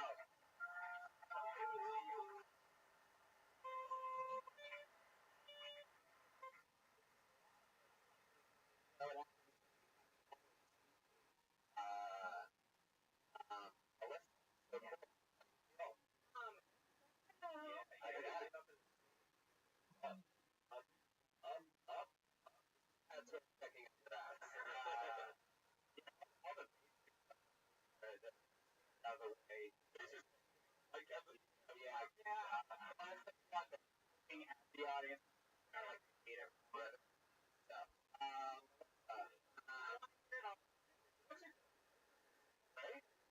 I like the little dark, like,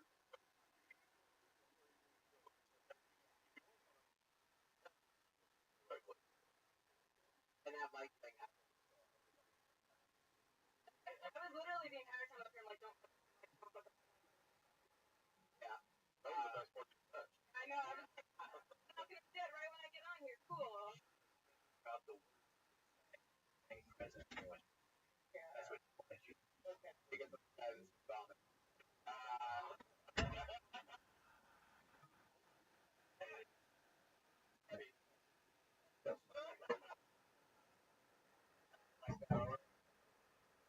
Reagan and what? Melissa, where you from? Ali. Bro. Unemployed life. Whoa. Yeah. East side. I think I've always said, like, and I just say this from time, you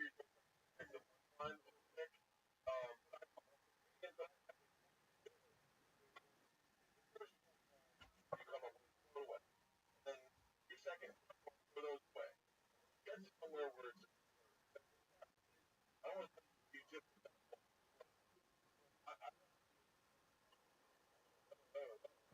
want to be like, I'm uncle. Something, and, like, you know, like, I was writing a fight out a bunch of punchlines. Darkest here to be your angst.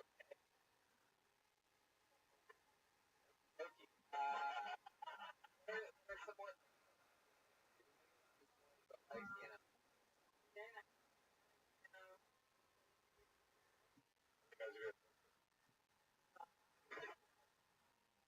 That's one, and then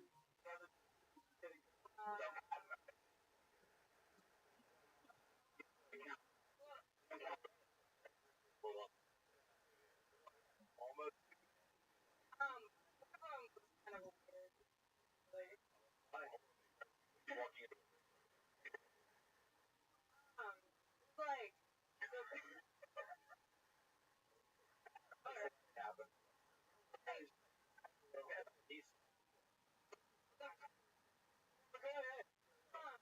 I trust me at all. It was like the first time he anything, so it wasn't really going anywhere. So like, something kind of happened, but I don't really try to count it because nothing. Yeah, I love my routine.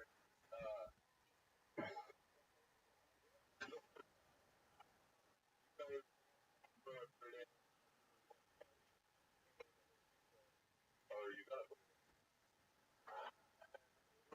First time I lost my routine.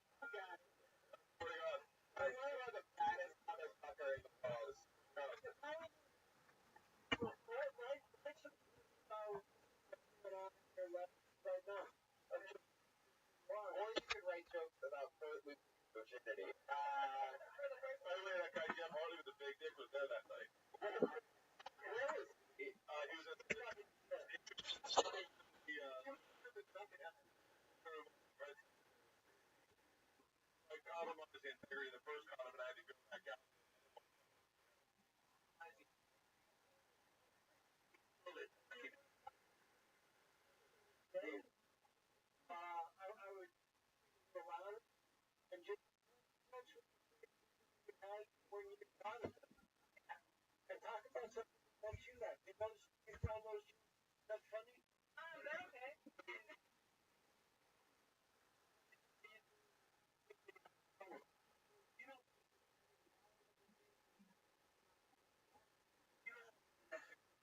Even though your first time is better, you should on stage like it's your last. So next time you go on stage, and tonight might be your last night doing stand-up comedy. especially if it's no, but what I'm saying is just get up there and start talking about what's really going on in your life instead of about your uncle. We all have those. Yeah. That's actually a really insightful thing is that if you're because when I was younger I would try to write like the guys that I respected because I thought that's what comics do. It's not until you start writing like yourself that you get respected. I'm still not there yet. Yeah, I was always trying to write. It takes time is finding out who you really are, but I mean, however. 21. Yeah. It's good for you to just start talking about it, and it'll allow you to be more comfortable also. I was always trying to write a show and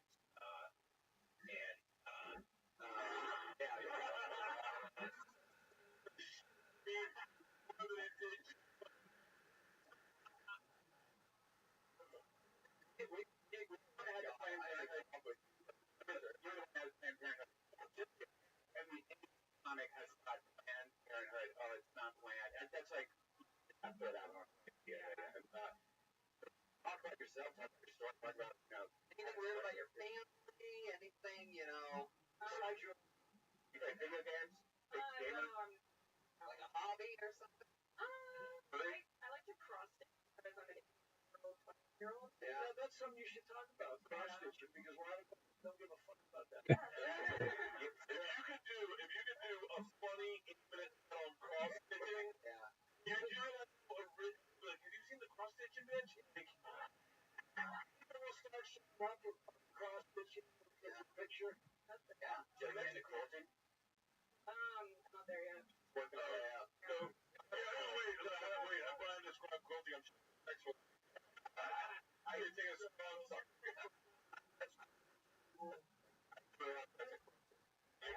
The quilt, my mom and my grandmother gave me. Really? No, it's the thing.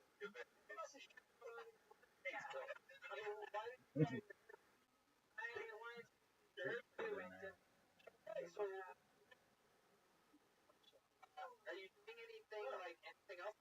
You're 21, you're taking chances. You're 21, you've been on a half guy. You must be right automatically. Your Tinder profile, but that's your Tinder profile must be fucking like I Like I'm really into parties and cross stitching and all. Oh, you played the one song Jeremiah.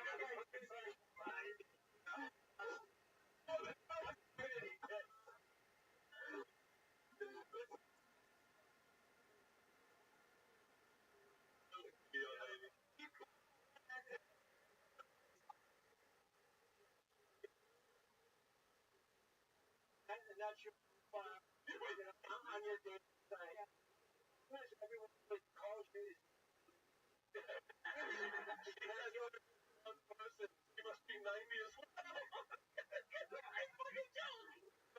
One and almost because Almost really died.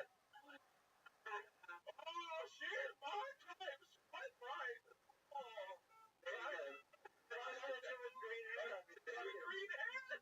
Keep on doing it. That's all we can say right now. Thank you guys That's so much. it, Melissa Blacker, everybody. Up in the cherry. Blacker. Black P-T-E-R. You know? Basically. Blacker. But without the Peter. Blacker. There's not an N in there. Blanket. I mean, fuck. Crazy. It's true. She's on Twitter. Killer Queen VR. Everyone's gonna have this stuck in their head. I don't know about that. Jeremiah, are you okay? You got this. If you keep playing long enough, we'll pass out. Can you hit the reset button on Jeremiah? Down. Come on.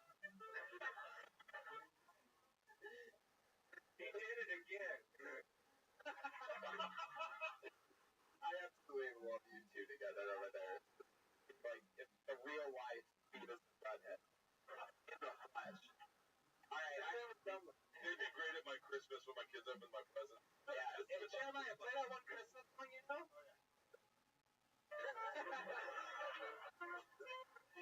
Very good. Sometimes it's so easy that I can't believe we still laugh when we do it. Look at the size of this great floating.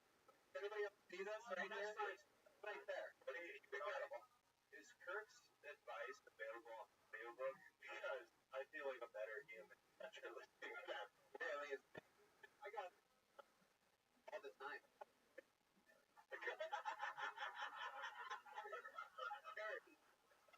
Self-level. Kirk, will you stare at my eyes? Oh, which one? I just can't stare. That wants to do one of the Inside. perhaps one of the best ways to the podcast history. Pat Reagan is challenging you to get to a staring contest.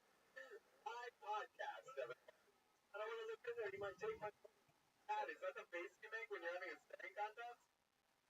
Alright, okay. I feel this one appears to be definitely a new name out of the box. I think I remember this one. Figuring together for Tuesday comments, everyone. Tuesday comments. Okay, here we go. Hey everybody, how's it going? Good, I'm glad you're doing well, because my life's a fucking mess, and I couldn't take your shit out too. I could when I was like wonderful. Now people just look at me and wonder if I'm a woman!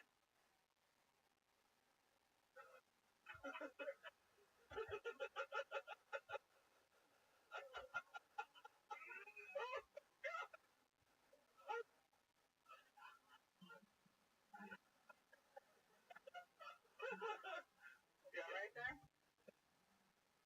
I was walking down the street the other day and this guy came up. He looked at me right here, right? And he said, "Are those transplants?" I'm like, "Yeah, I got them off at TikTok. They're down by the top."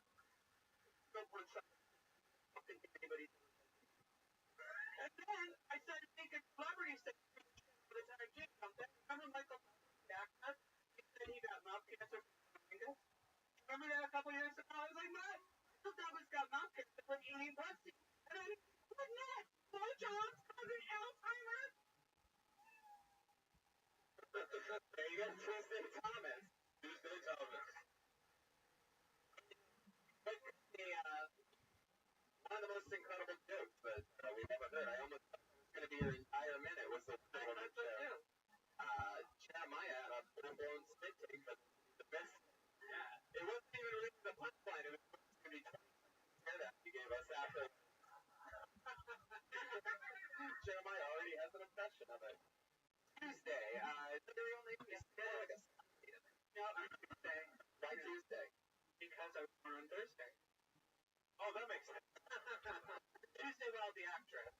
How long have you been doing stand-up? It's been 4 years now. Interesting. What made you want to get into it? I really don't know. It was something to do. I wanted to just, yeah, that's a good day. She runs a great show called Freak Show. Yeah. Crazy Clown House. You guys ever heard of the Clown House? I guess. And there's a place called the Clown House, actually. And a place called the California Institute for Abnormal Art. In eyes, right? No, it's in no. I didn't realize you were in It's like memorabilia of like dead people. It's a three legit. Is she one of the memorabilia of dead people? I've actually been there, I think. Actually made it. They're great. What do you do for work? I do know that I edit stuff for people. I paint houses. Dogs, you know. I train. Ask you non-secular question. Something that'd be interesting if you talk about old state. What were you doing in like the 90s? It was like in the early 90s. I was bartender in clubs in New York. Really? Did you ever do porn? Okay. Tuesday Thomas is like a great porn name. Yeah. Like Tuesday Thomas is sounds like a funny ranch. She didn't.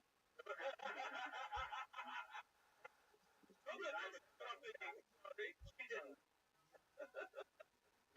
What is a crazy gig that you've done before? Oh my gosh. Put me on the spot here. A crazy gig that I have done. Yeah, like job, like, is Did you say your mom or something, Pat? Like, they're really trying to help her out. I'm trying to, like, all right, job.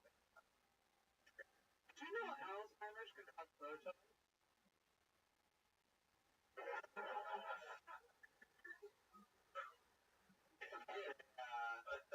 No,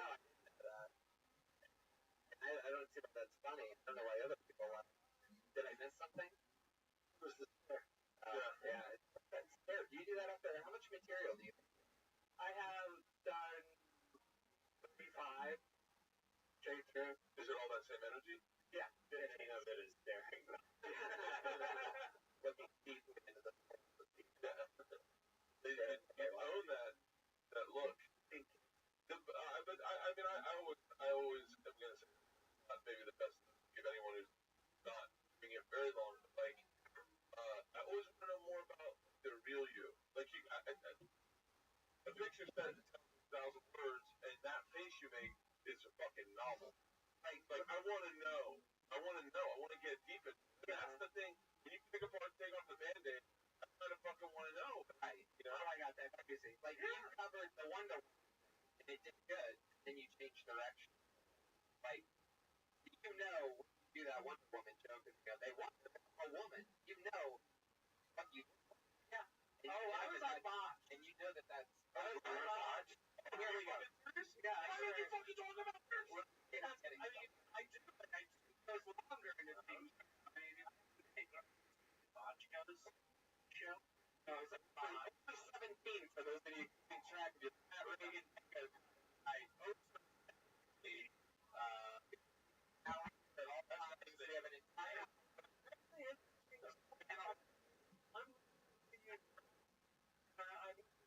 I was on Botch, but then I had. Like a fucking. Near that. I don't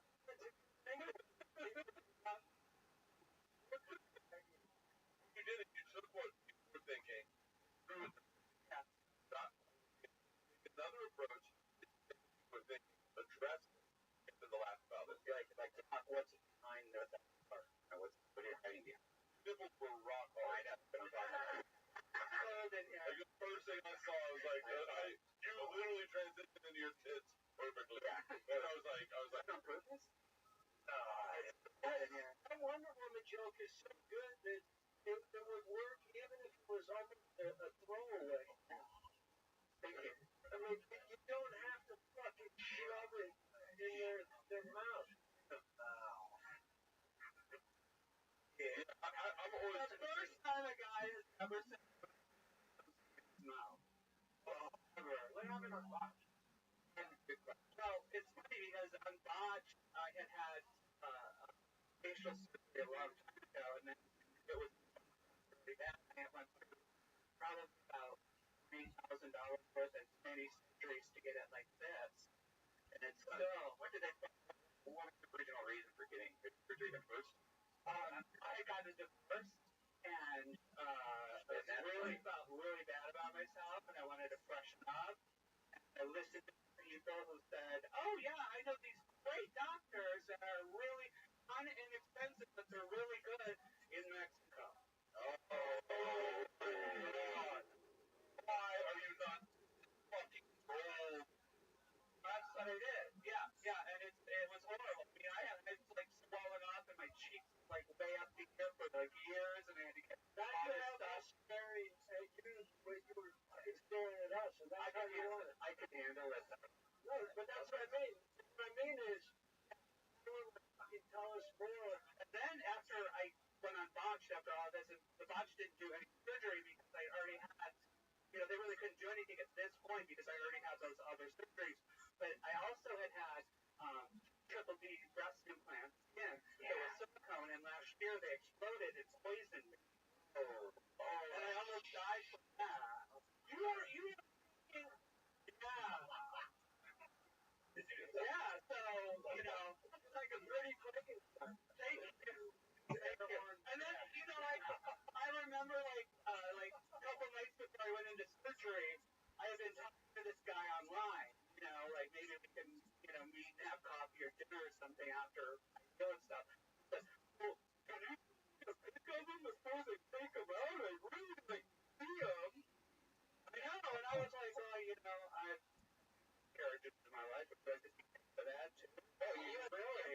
You're Mr. I still have a place.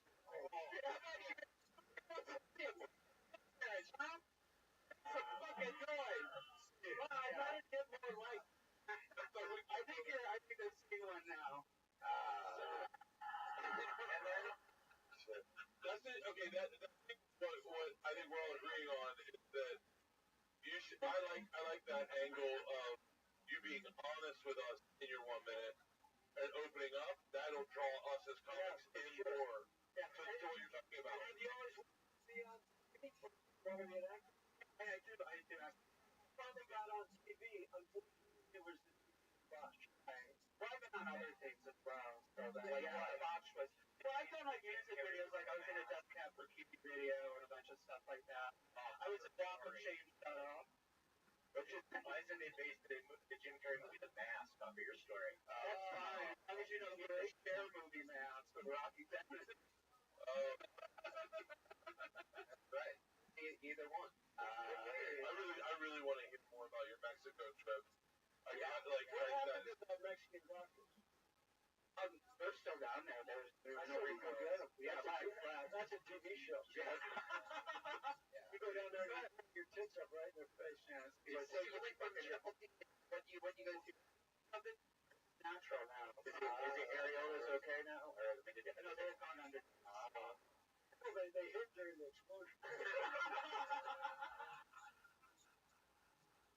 Yeah. Keep cover. Yeah, they're gone. They look like they're gonna blow. They're gonna blow anytime. Yeah, she was in Mexico. Tuesday. Yes, we have on. Tuesday comments. Everybody. So nice to meet you. Come back again. On Twitter. Mama. Mama warned me. All one word. Yeah, there they are. That one. Fire in the hole. I feel like we gotta get off before they blow. They are explosive. 24/7.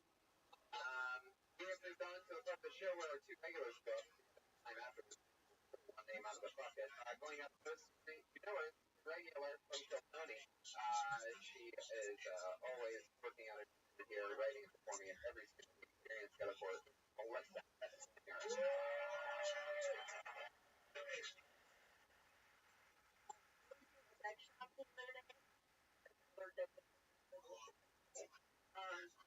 I needed some cash. Anyway, when I was checking out, they asked me if there were rewards coming. But every time people ask me that, I just went, oh, I'm not sure. I'll give you my number. I did. I noticed that there aren't any shopping carts in a sex shop. Be buying a lot of stuff.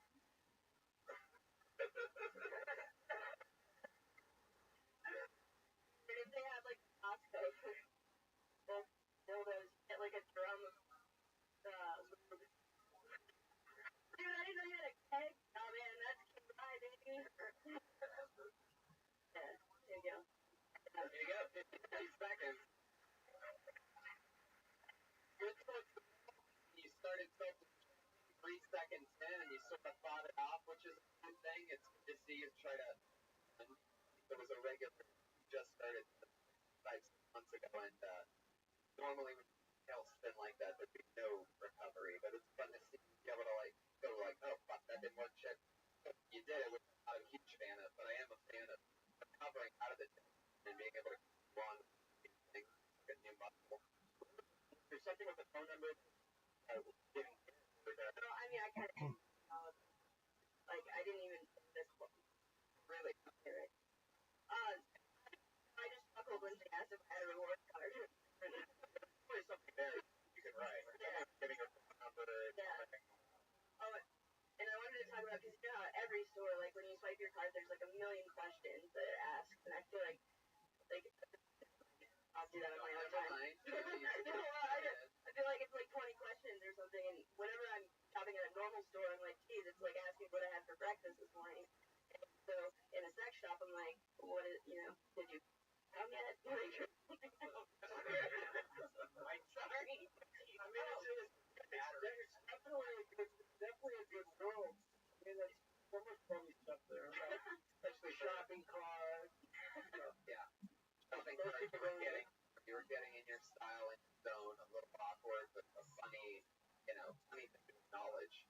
I think of shopping carts anywhere, the way that you see all this stuff. Like the only shopping cart there that the homeless get there. And there's some crazy shit with shopping carts. And maybe they show them that Chapstick? I did. You went there to get chapstick? I didn't go there to get chapstick. I'm unemployed There now. was a chapstick in a sex shop. They're old, like big cherries. Had that. Like, I'm gonna go get No. I wanted to buy something, but I didn't need anything.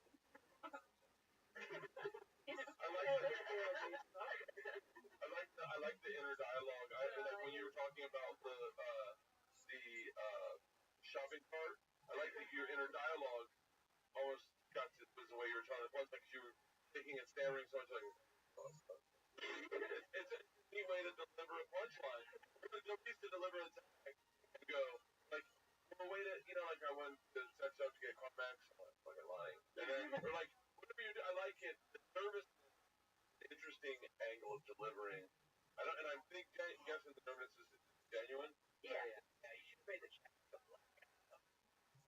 Okay. Yeah.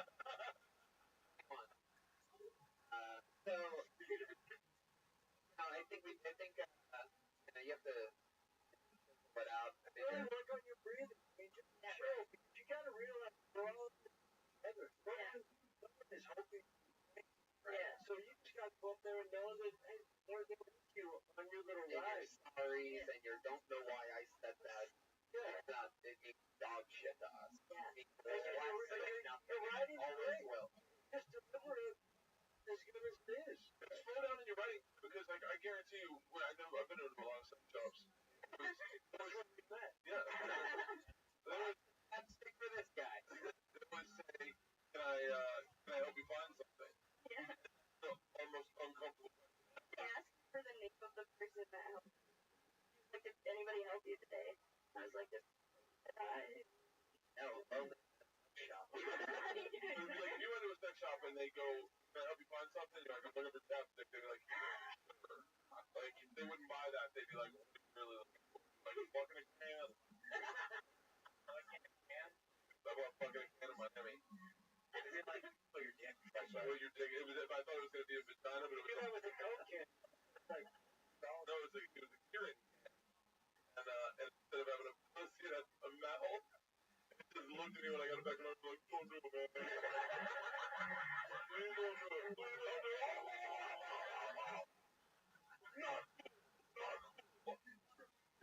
Mostly, we just the other night where it's sort of back to the one root thing with you. You're a special type of creature, so it just all gets back to lose the apologies, I didn't need to say that. The body it doesn't protect you, it doesn't save you. Keep reinforcing the fact that it's better to just say nothing than to say sorry or I don't know why you because said the that. audience doesn't know that something right. is funny unless you tell them. And It can always still be a setup. Sorry, Yeah. 2 seconds in, and then they're going, oh, I didn't know what was happening, but now I know she's not doing good 4 seconds in. Yeah. That she's apologizing and panicking, and they don't need to know that. They don't care. It doesn't matter to them. And then nobody's going to go, I wasn't going to laugh at something if it was funny because she didn't apologize about that first 4 seconds. You just move on. And the rapid anti-Semitism, I think, was a little much. That's 24 for 24 for those 24 with rampant. Melissa is committing to the bit, though. Again, one of the hardest jobs in the world, writing and performing a brand new minute every single week. She goes, Melissa Exlinger. On Twitter, and a bunch of things. At Melissa Exlinger, ESLINGER. They are one left, and then there was one. She is the other regular on the show. Always cool. Always fun. Johnson.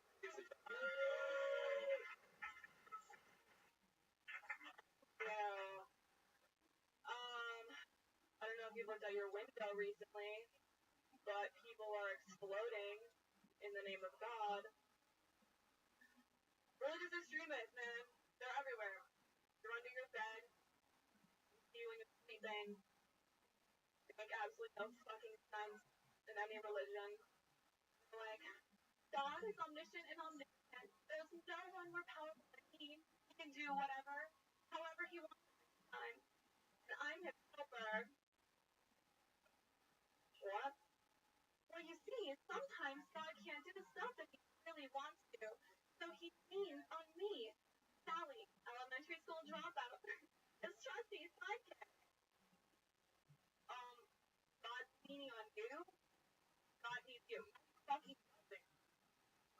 I have an idea. Go back to your job at a cash register Arby's and stick to your Bible crossword puzzle. You're making God look like Vanessa Johnson, ladies and gentlemen. Great there. You know, don't you think it seems like it's like a one-man play? I definitely think that seems like a one-man play. But that's not what that's not fun to sit. Didn't you feel like that whole performance seemed very playish, like she's looking out a window or something? Totally. Like play with me. I hate people. I mean, you hate people, Vanessa? Yes. It's a very common thing. How long have you been in San 10 months? 10 months, right. It's such a common thing. Super common. We were all guilty of it, of having long setups. Then by the time you really get to like meat and potatoes or something, we're already sort of like, you know what I mean? Everybody's attention spans are garbage. Yeah. It's not your voice. That's a not normal sounding voice. You do that. The whole premise that you're talking about is, who the fuck are these people blowing themselves up as if they're so special that they're God's little helpers? Yeah. And that should be your first line of the joke, just like that. Well, I would jump even ahead of that, and this is just me, but like at 10 months in, I wouldn't try to tackle. No, I wouldn't try to tackle such a big subject. Yeah. I mean, I'm being serious when I say like religious fanaticism and religion, and I didn't want sure if you were talking about Christians or Muslims. I know, I thought that was confusing. It was first Muslims, and then I was like, I'm not going to do a Middle Eastern act out, like, because I'm just, you know. Jared is so good at them. You're so good at your act outs. How long did it take for you to get, like, comfortable with your voices? That's just something that I, like, have been doing since a kid, so I don't know. Yeah. I don't know, like, they're like, because I feel like I got relatively comfortable with one-liners, and I was like, okay, this is, you know, like, obviously it's hard writing new ones, I'm like, I'm comfortable here, it's like, now I'm starting to go into act outs, and it's funny, because, like, I do well in crowds I'm comfortable around, but then crowds I'm not comfortable with here. It's not for everybody. I would just skip it, I would skip the act out, your voice, talking about whatever you want to talk about, but I was just picturing you, like, teaching a class at a county prison. Imagine how many people would be in that class. I was. But see, like an act out, if you don't do an act out, it can be misleading. Like if I'm like last night I'm having sex, I'm on top, and the other person's like, hey man, put it in my ass. You're like, well, hold on, was that a dude or was that a chick? Right. So you need to do the act. The act out is imperative when you're doing that, only because, you know, and you can also say, I'm not going to do the racist Middle Eastern accent or whatever. And also, you can also get to it quicker, because all the other shit was confusing, but the initial premise, I understood that. Blow themselves up. Yeah, but you gotta if you're gonna take on something that's not about you, you have to hit the premise from the very beginning. Okay. And again, the overall thing that we do with this show, every comedian, every episode, is we want to know more about you and your outlook on terrorism and all that. Like, I've been doing this every night for 9 years, continuously, sometimes 3 spots a night. And I, right now, am taking on movie theater shooting. And I have the definitive movie theater shooting bit. I'm a badass motherfucker. But my point with that is I couldn't do that at 3, 4, 5, 6, 7 years. Now, you know what I mean? I'm to the point where I know that I can own that for 10 minutes. Anyway, okay. Thanks, Vanessa Johnson, Michigan. Ryan J. Eagle with tonight's drawing. Look at that. That happened while you were sitting here. Unfucking Marvel. RyanJEagles.com. There's a print of every single show that Ryan J. Eagles ever been to available there. You can buy that print.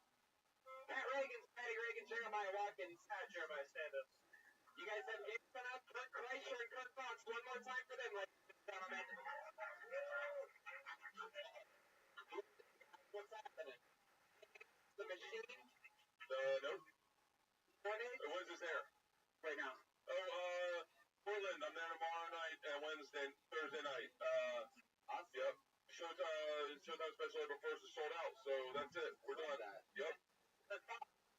Rush Hour Thursday night. Yeah. 10 o'clock. Yes. Yes. Asshole.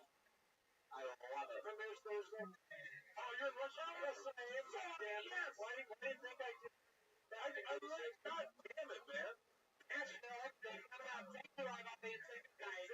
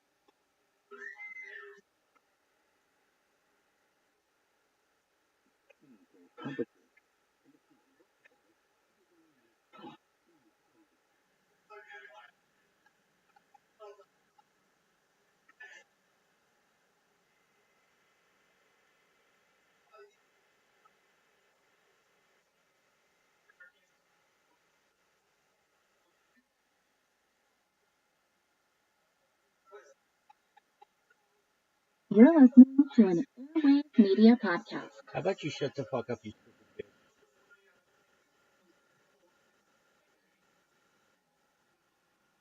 I hate most business podcasts. Dog, Oh, blah, blah, dog, blah. Tell me your background. shut the How much fuck you up. dance in a plant? You're listening to an Airwave Media Podcast. Dude, why don't they... Wait, what? Dude, stop this bullshit. As a longtime fan, You're listening to an Airwave Media Podcast.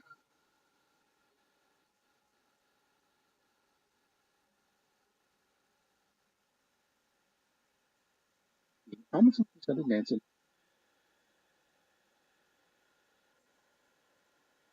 Dude, why would it...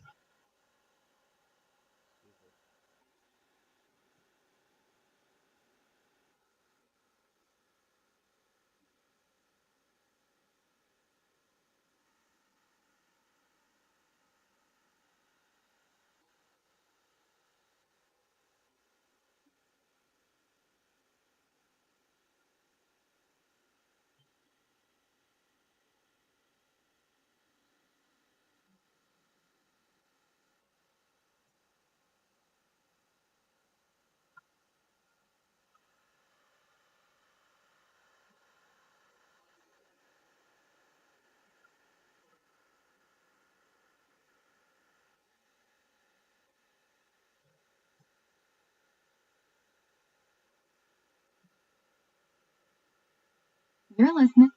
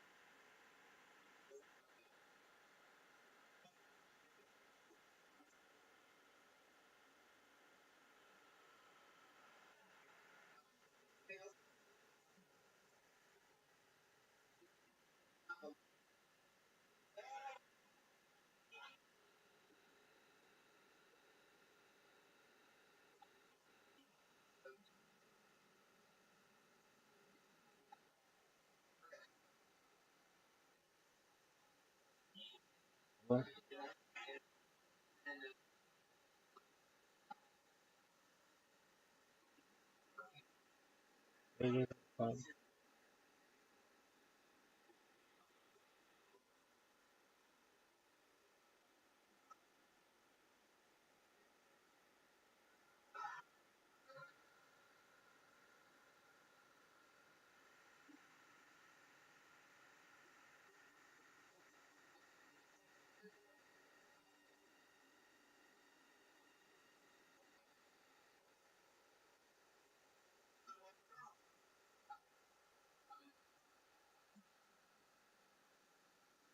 What?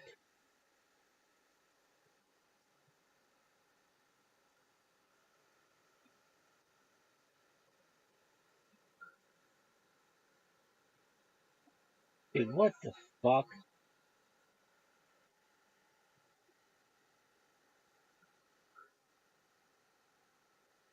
Come on, you shitbag.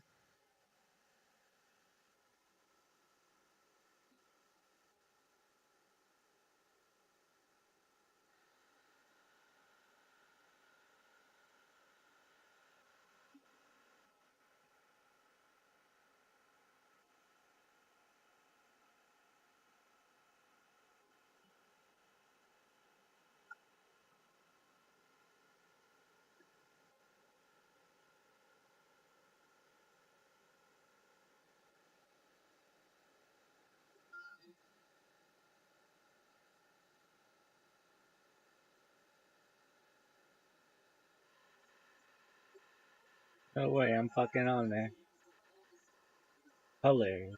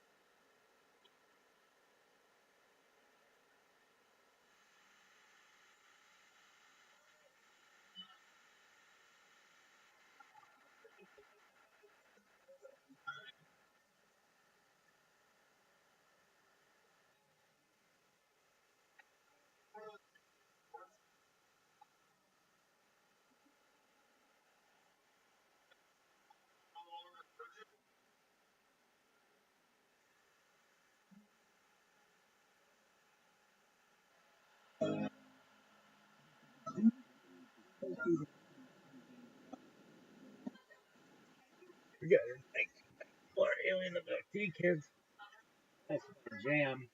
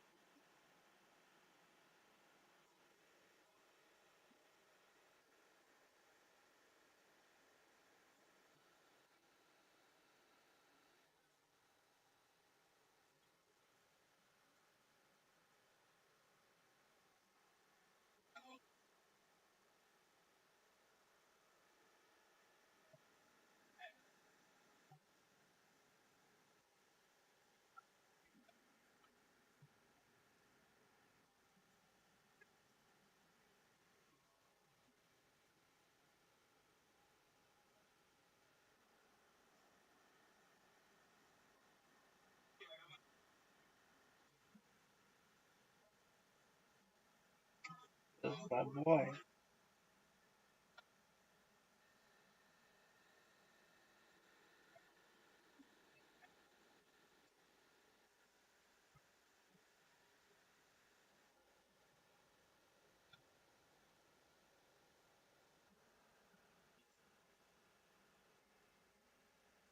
He's like, I don't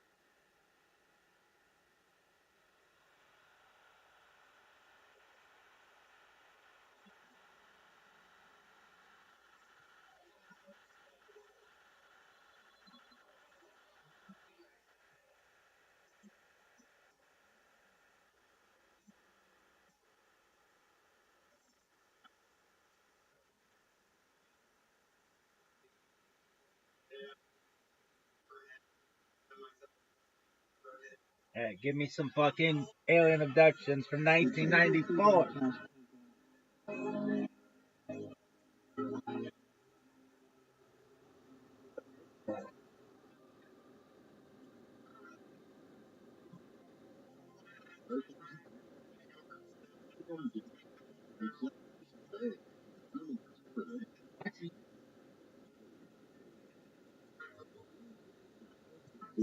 What is this?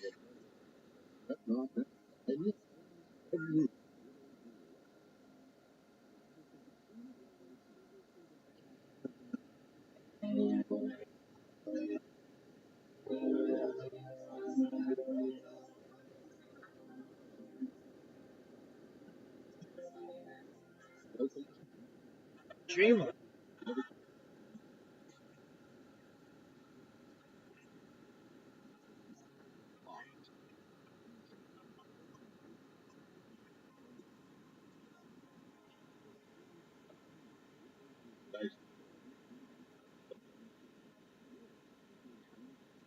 Move. Kids, look at this move. Look at this.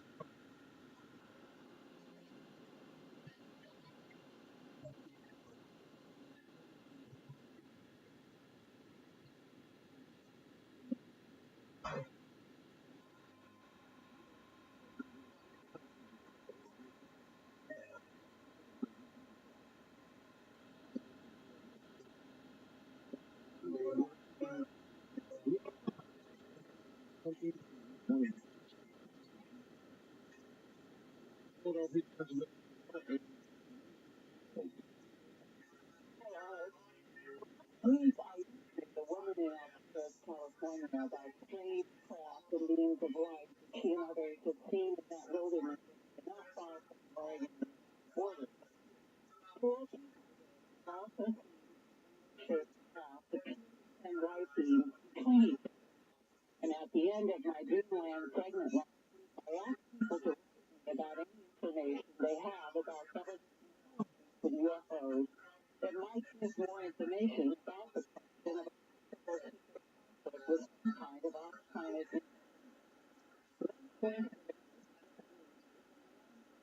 American Indian nation, United regular Army on July 7, 1977, when he was 23 years old.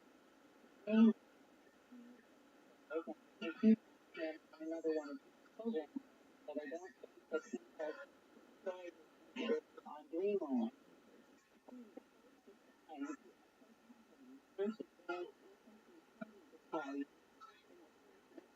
at Fort Benning, Georgia, Columbus, south of the Alabama border. Commander of Fort Benning in September 1977 was General William J. By September 1977,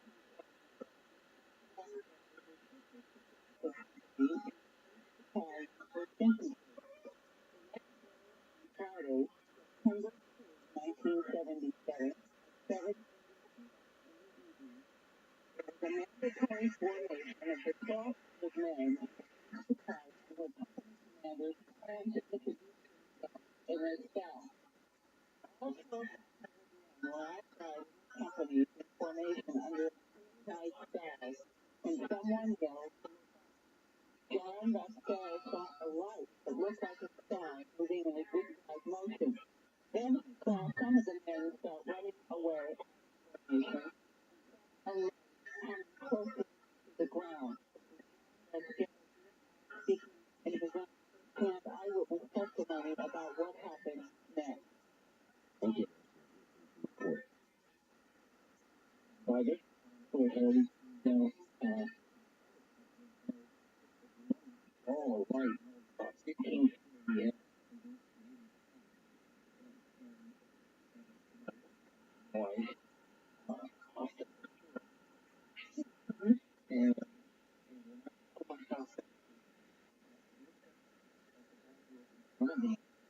and and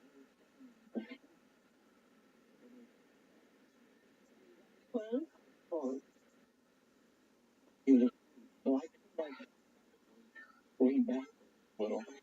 By this point, what happened?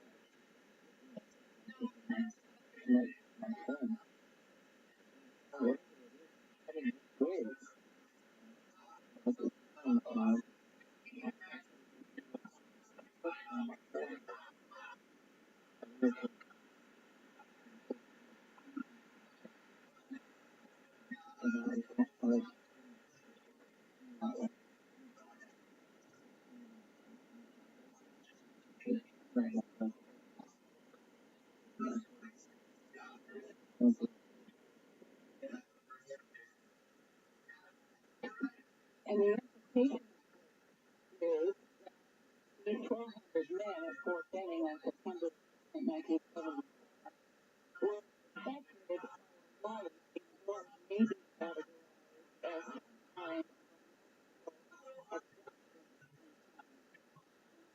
telephone with all the information.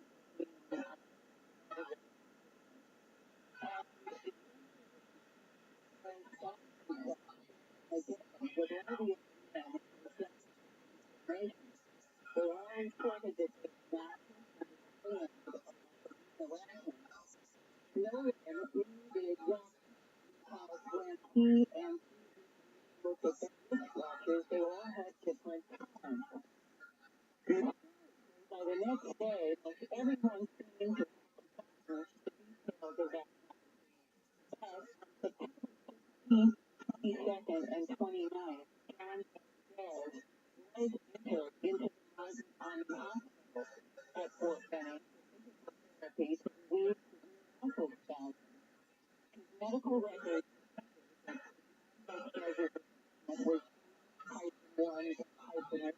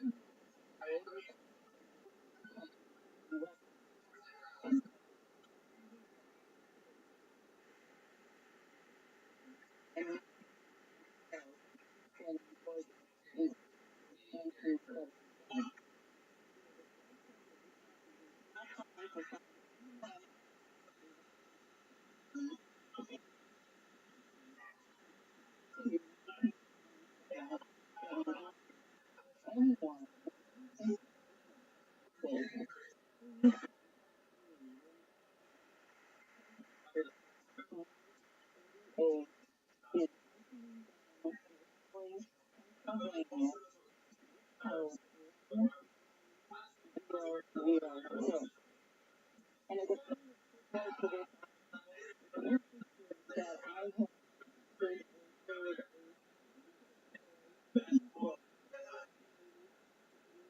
the corporation around 1989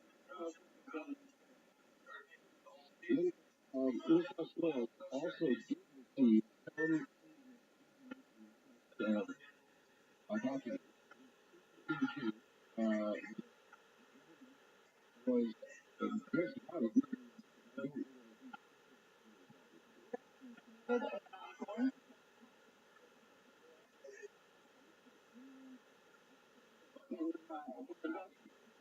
and he was reporting about other aspects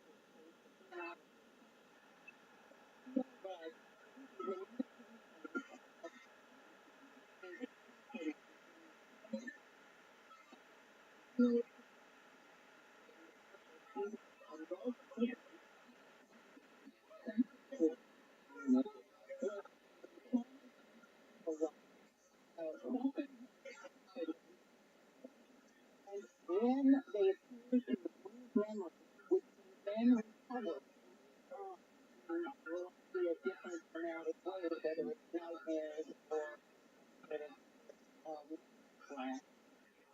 the fact that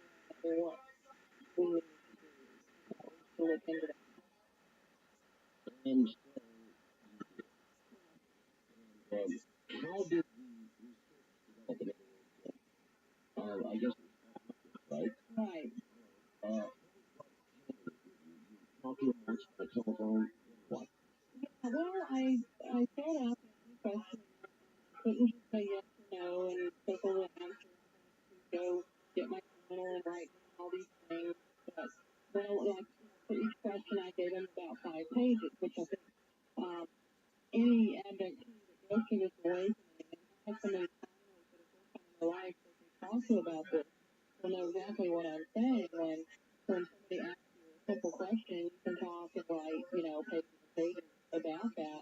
So I ended up having to find the material I could with the questionnaire, and I thought that this guy, first of all, I don't know who he is, and second of all, when he gets it to me, I think I'm nuts, and that's my fiance, my husband now, Eric insisted that I mail this to him, and I fully expected, the man in the white coat to show up and take me away when he got it.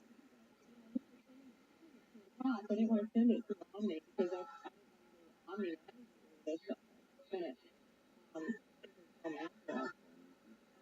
Called it a couple of weeks later and sort of the telephone interview with me and had like together with him, not for face-to-face interviewing. That's how I read that this list was giving me bad qualities on it. About that, but I'd ever written that down for him. We did 2 sessions in a week. Friday. And was always present in those. And a lot of really regretful session. But what he was able to do was to get through some kind of mental barrier that he allowed I put out for this not to remember. And I think session, I was able to look at a couple of things in my childhood that were questionable, but no activity really came out. Like, wow, that same memories. It's like somebody had opened the door. So it started calling. Or I was trying to call out. All right, well, I guess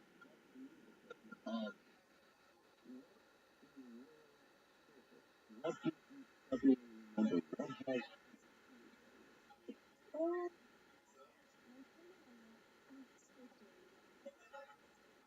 has a lot of the memories that I had been holding in, like childhood experiences that, the best that I actually remember when I was sick, that, most likely wasn't God that did that. That there was some other intelligence at work. Yes. Memories. The memories were of flying, seeing a road below me and flying through the air, floating, having any clothes on, floating, and having a telepathic tell me able to remember, but I knew that it was more important than anything in my life. Seeing like what I call a hybrid type, wearing a white lab coat, telling me that for this little mark on my arm still that I have a little hole there. Things like that. People telling me things that really happen. You wake up and they say this is going to happen. You wake up with this. One of wake up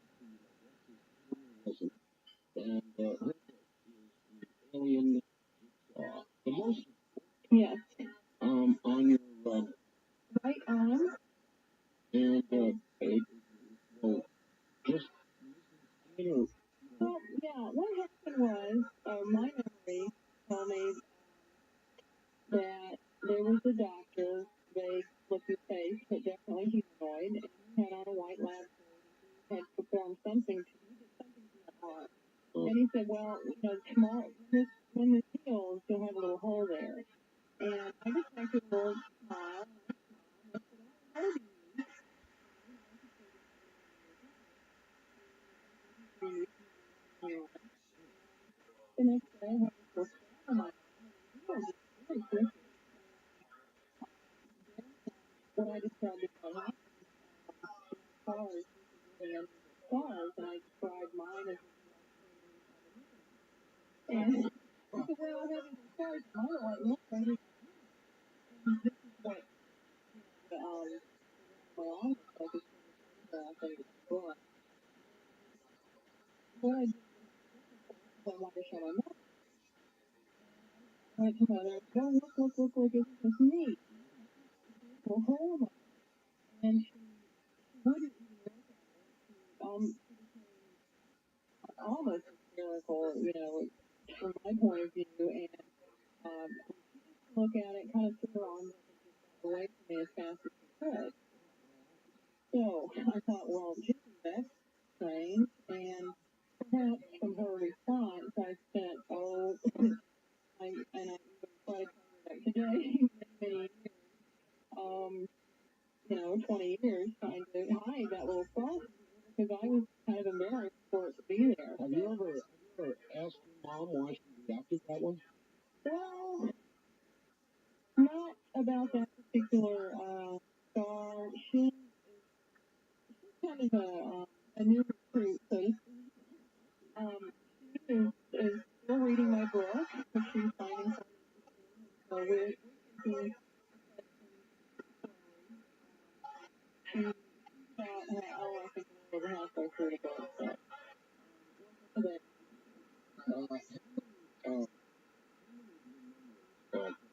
are now all of them. All the ones that I talk about and write about, um, vivid. They are, when I talk about an abduction experience in my book, it is as real as my waking reality. My memories of the experiences I chose to write about that I put in writing are if I have a vague memory, it's my vague memories and vague dreams not published in the book. I had a lot of that, but what I wanted was the ones I got certain. well, then, what you described when you got your mark, for example, where were you? Were you taking a class? What kind of class were you in? Who was the doctor? Was it fairly humanoid? Well, that's a particular experience. The only part about that one, and that one is not in the book, the photograph is in the book, but yeah, the part I remember really happened in the past. It was after I came back and we were facing one another sitting at the end of the house at that time. But I, can go back and there is a hybrid a picture in the book several times. He told me he's been visiting me since 1965, which is when I was 5 or 6 years old. I was born in 1960. And the craft, the ones that I see him in are usually very, very large. Some people will call these motherships. I refer to them in the book sometimes as three-story malls, which is probably why I hate going to the mall. And, but they're again, this particular craft is large. There's usually a hospital clinic part portion to the craft, very wide hallways. Sometimes there's smoking walkways within the craft, in the hospital like areas. There are usually maybe a bed or a glass box. And like the glass box situation, the presentation of infants and children. They present a lot of these babies and infants in glass boxes. And, black infants, tell me that well, actually, tell me baby, which that is what really got me. Because we're both white, and I don't logic obviously didn't know how we could have a black child, so I left the room and went walking through the ship to another room. And then I told secretary that you get to walk around the ship better, why do they do that? You know that? And I thought, well, I'm always walking around the ship because I always, I'm always doing something I'm not supposed to be doing with it. And I usually leave the room or get irritated with them or something. And in this case, I got irritated. Thought, well, they lost my baby. Right. I said, well, hospitals are always losing people's babies. What is this? Bad idea. And so I went to another room and there was a woman in the bed. Up the square. And she had a child. I think the last was black, white, die. I think neurological problem and yeah, I just was more than I really knew what I knew in induction today that there seems to be a program going on where and they appear to be different races, together. So while some of the children seem human, others are totally alien, others are in between where they have human characteristics. Have they ever actually telepathically or otherwise talked to you about why they are doing all of this? That's a tough question. I feel on one level that I do know the reason why they're doing it. All right, Carrie, hold that thought. We're going to go through the news. You won't hear anything. Don't let that worry you. We'll be right back to you. Carrie Wilson will pick it up at that point.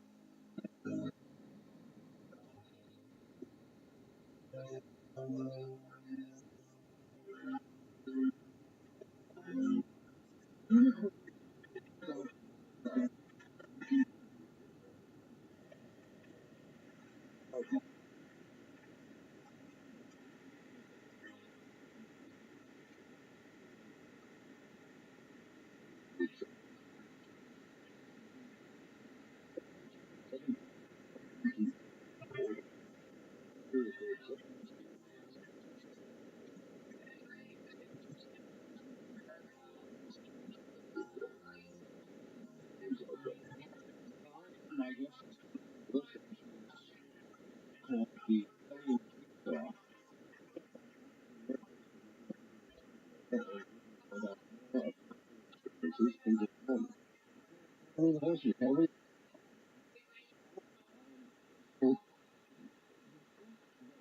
Some sort of genetic motive, some sort of motive. They are doing it.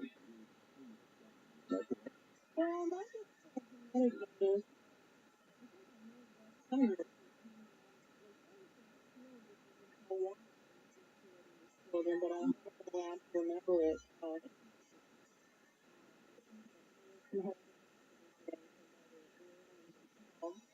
Whatever their purposes are. Factor, I think that, or maybe genetic factor to these other babies. I think we, have to look at the type of psychological testing they're doing with abductees, the other types of physiological tests, and perhaps hindrances of, maybe creating problems with people, severe medical problems with people, and perhaps even curing other problems. Some people report being healed of problems that they used to have prior to the experience or an experience. Motive to be a good, are they well intentioned toward us, do you think, or is it something we should be frightened of? Even if their intentions are not positive, I don't think we need to be frightened of them. I think trade is only going to hinder our ability to understand what they're doing. So regardless of whether they're here for good or bad, the first step is not to hear them. And you're not going to really figure out what's going on. Experience is different than the fear. So I just want to put that out there. I have seen some good things, I've seen some bad things. Other times I feel like I'm just an experimental animal to them. Other times that I feel that they love me and they care for me. Like that we would care for our children. And I kind of, I guess I'm maybe speculating, I'm just basing on my own experiences here that since I've seen so many different types of beings, they're obviously, they have different agendas, and I think there are some here that care about us more than others. And I'm not trying to back out of that question, but that's what I've seen. I understand. There are some very loving, wise, spiritually advanced beings, and then we have things like animal mutilations going on. I know. Any way you look at that, that is not positive. So, we're having a lot of different types of activity, and I think we have different aliens with different agendas, and we need to figure out, as much as we can about all of them. Well, I don't know. The animal mutilation may involve environmental research. Right. We'll talk about that. If I we, after all, experiment ourselves on animals for the benefit of mankind. Research. Right. So, who knows? Have they ever given you a message for us? Well, not really. They haven't sat me down and said, okay, Katerina, we want you to tell your people this. I have pretty much had to experience and, sort out, assimilate all the things that have happened to me and try to figure out what's going on myself. It's, I am not one of the people that get a lot of answers told to me. I mean, they don't just sit me down and tell me things. If I have to learn it for myself and figure it out for myself, I do believe that there is quite a bit of information that I'm not remembering consciously, that I think that they probably have told me more as to the why, of what they're doing than I'm consciously remembering. Are you tempted to do any more regression to try to find out? Yeah, well, yeah, sometimes, but when you remember so much, it's kind of like, well, let me just deal with all this stuff I'm remembering consciously. Why, try to stir up any more than I'm ready to deal with right now. I am pretty confident in the conscious memories I have. I'm pretty darn good at just, discriminating what is a free memory, what was camouflage, what was the theatrical scenario they were doing, and a straightforward, abduction. This was an experiment, this was a test, this was a free memory, that kind of thing. I've really learned to discriminate between different types of experiences, and then of course, when you do get the screen memories, or that you've had an experience and you don't remember anything, that is really frustrating. And perhaps hypnosis would help there, and perhaps not. My hypnosis sessions with Dan Overlay revealed some new information, but not a lot, not very much at all. And we basically rehashed a lot of what I had already written down in my journal, because I've been keeping a journal, and it was important for me to document everything I remembered prior to going through hypnosis. All right. I know that you've done some very interesting work in one rather sensitive area. I guess if we're going to follow on this this business of genetic experimentation, and I know that it's said to collect ovum and sperm and all the rest of it. You tried to relate the times when you were abducted, or I suppose when others have been abducted, to your menstrual cycle. Right.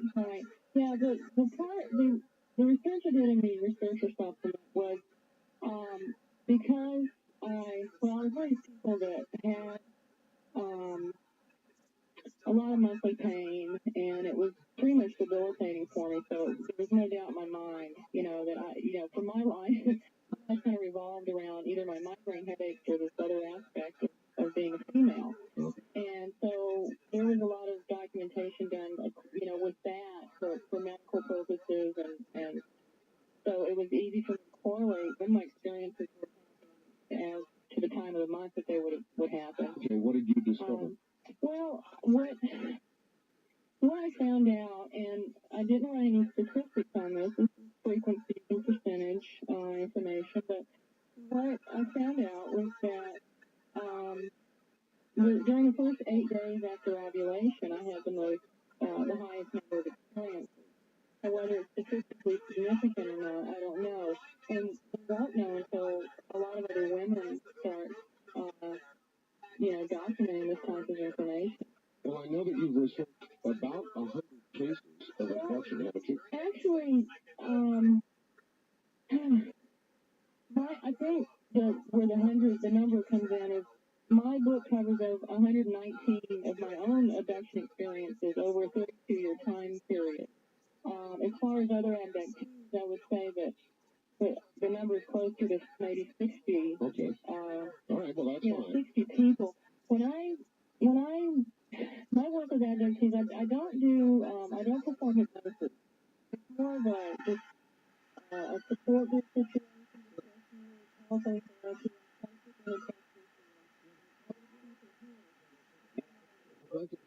what commonality have you found between those who have been abducted, including yourself?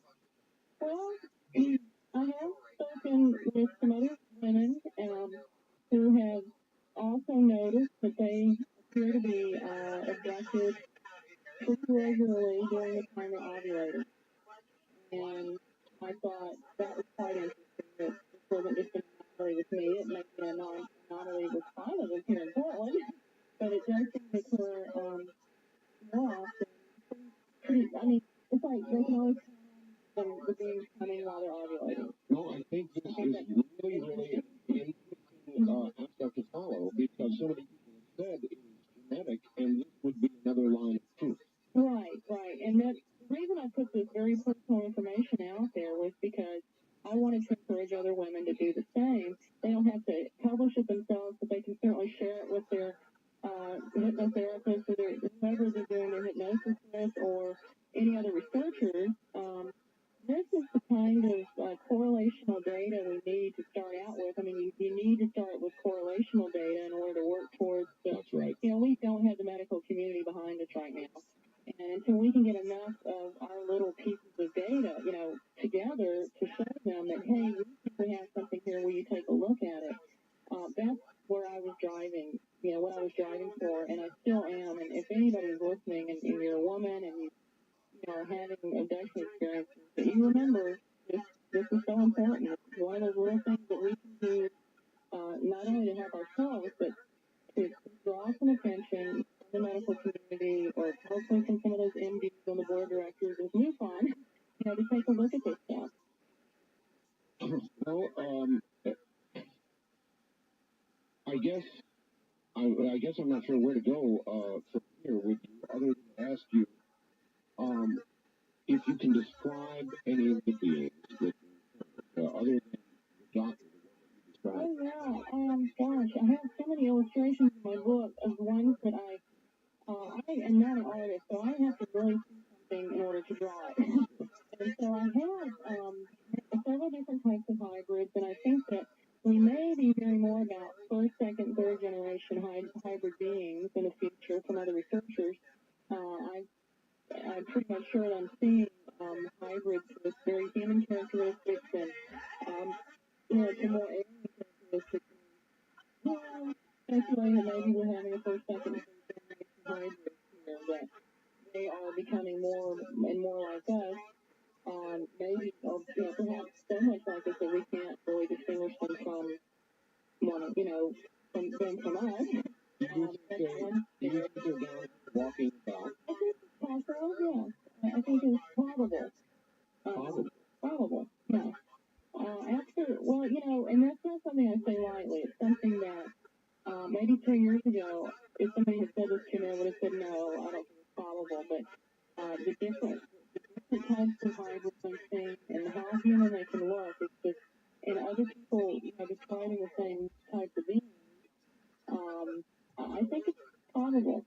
And I've seen four different types of beings that I would classify as grays, very short, floating gray skin beings to a 7 foot tall gray being with the big head, the big round black eyes. They're gray as well. Different types of grays. That's something that I thought was very important to put out, and so I have the four different illustrations of those beings in the book. And probably the most unusual looking being was the praying mantis, something I call a praying mantis type being with ebony skin, kind of maybe an exoskeleton, but when she walked, she kind of, I guess her back was at about a 45-degree angle, and she would kind of rock back and forth as her legs would move.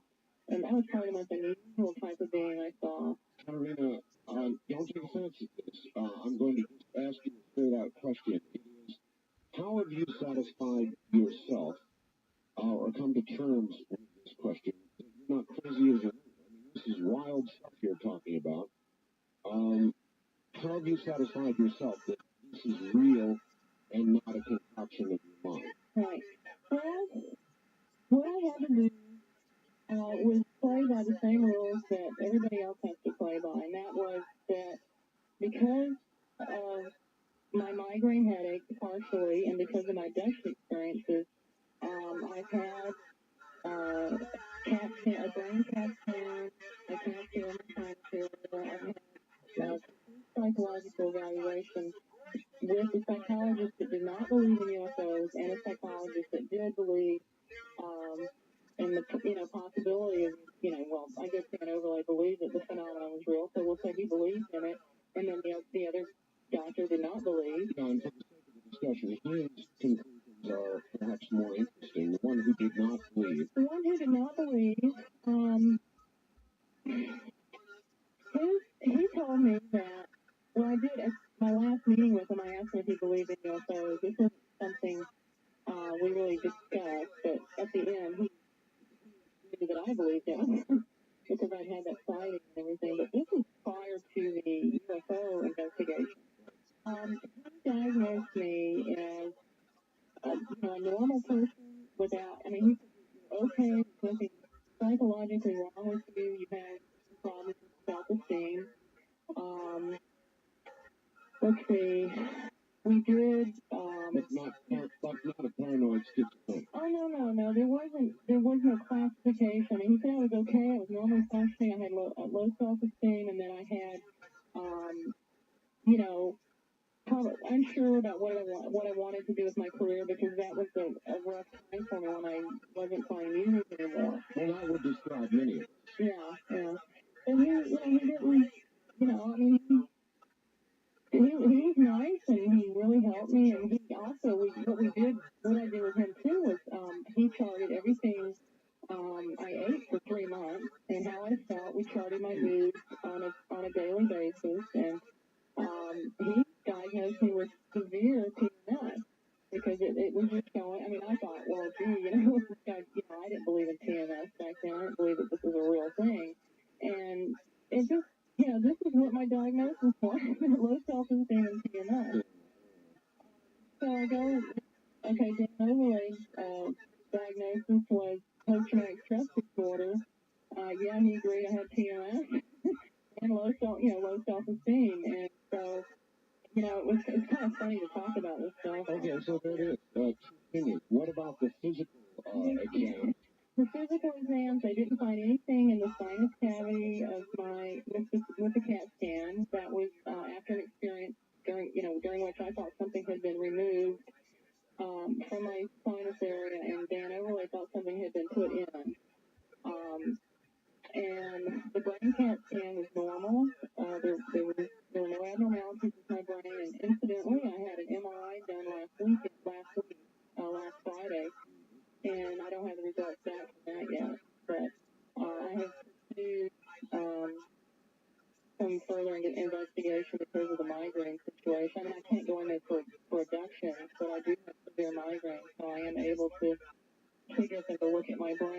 So I'm, hoping to get the results back from that real soon. So far, though, so good. No admiral. And I'm the type of person that I want to know the truth. I don't care what it is. I don't care if the truth one day, 20 years down the road, we find out that this is all chemical by the truth. Right now, it's real, are interacting with them. But I, have to remain open to the possibility. 20 years down the road, we may know so much more about medicine that this is a chemical imbalance and our thoughts are creating the stars. I mean, I don't know. But I have to remain open, at least partially open to that, because for me to just close my mind off to any other explanation and not to listen to anything else, anyone else's opinion, would be just like what the noise is. They've already made up their mind, don't show me the data. So, it wouldn't be fair for me to say anything else. I mean, to believe anything else. But right now, where I am now in my life, what I know and what I've learned from my experiences, I believe that they're real physical experiences. How is your husband handling this? Well, he's a wonderful person, and I don't know, I feel very lucky. He's had his own experiences.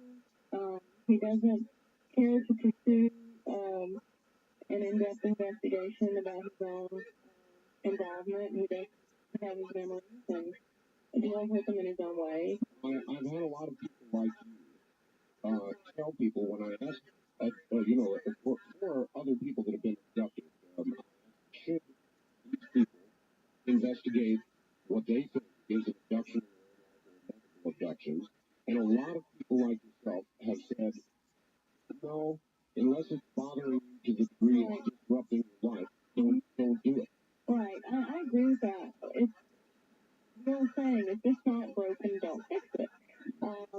If you're not having problems and you don't have memories, and they're not, if your time isn't bothering you, then congratulations, I'm really happy for you, and get on with your life and live it to the fullest. That's how I feel. All right, missing time, that's another topic, and we'll jump on that in just a moment, and begin to open the telephone lines. Katerina, hold on just a moment. That's Katerina Wilson, and she has been abducted many times. Questions for her or about abduction or one of your own we're going to open up the line right where you are.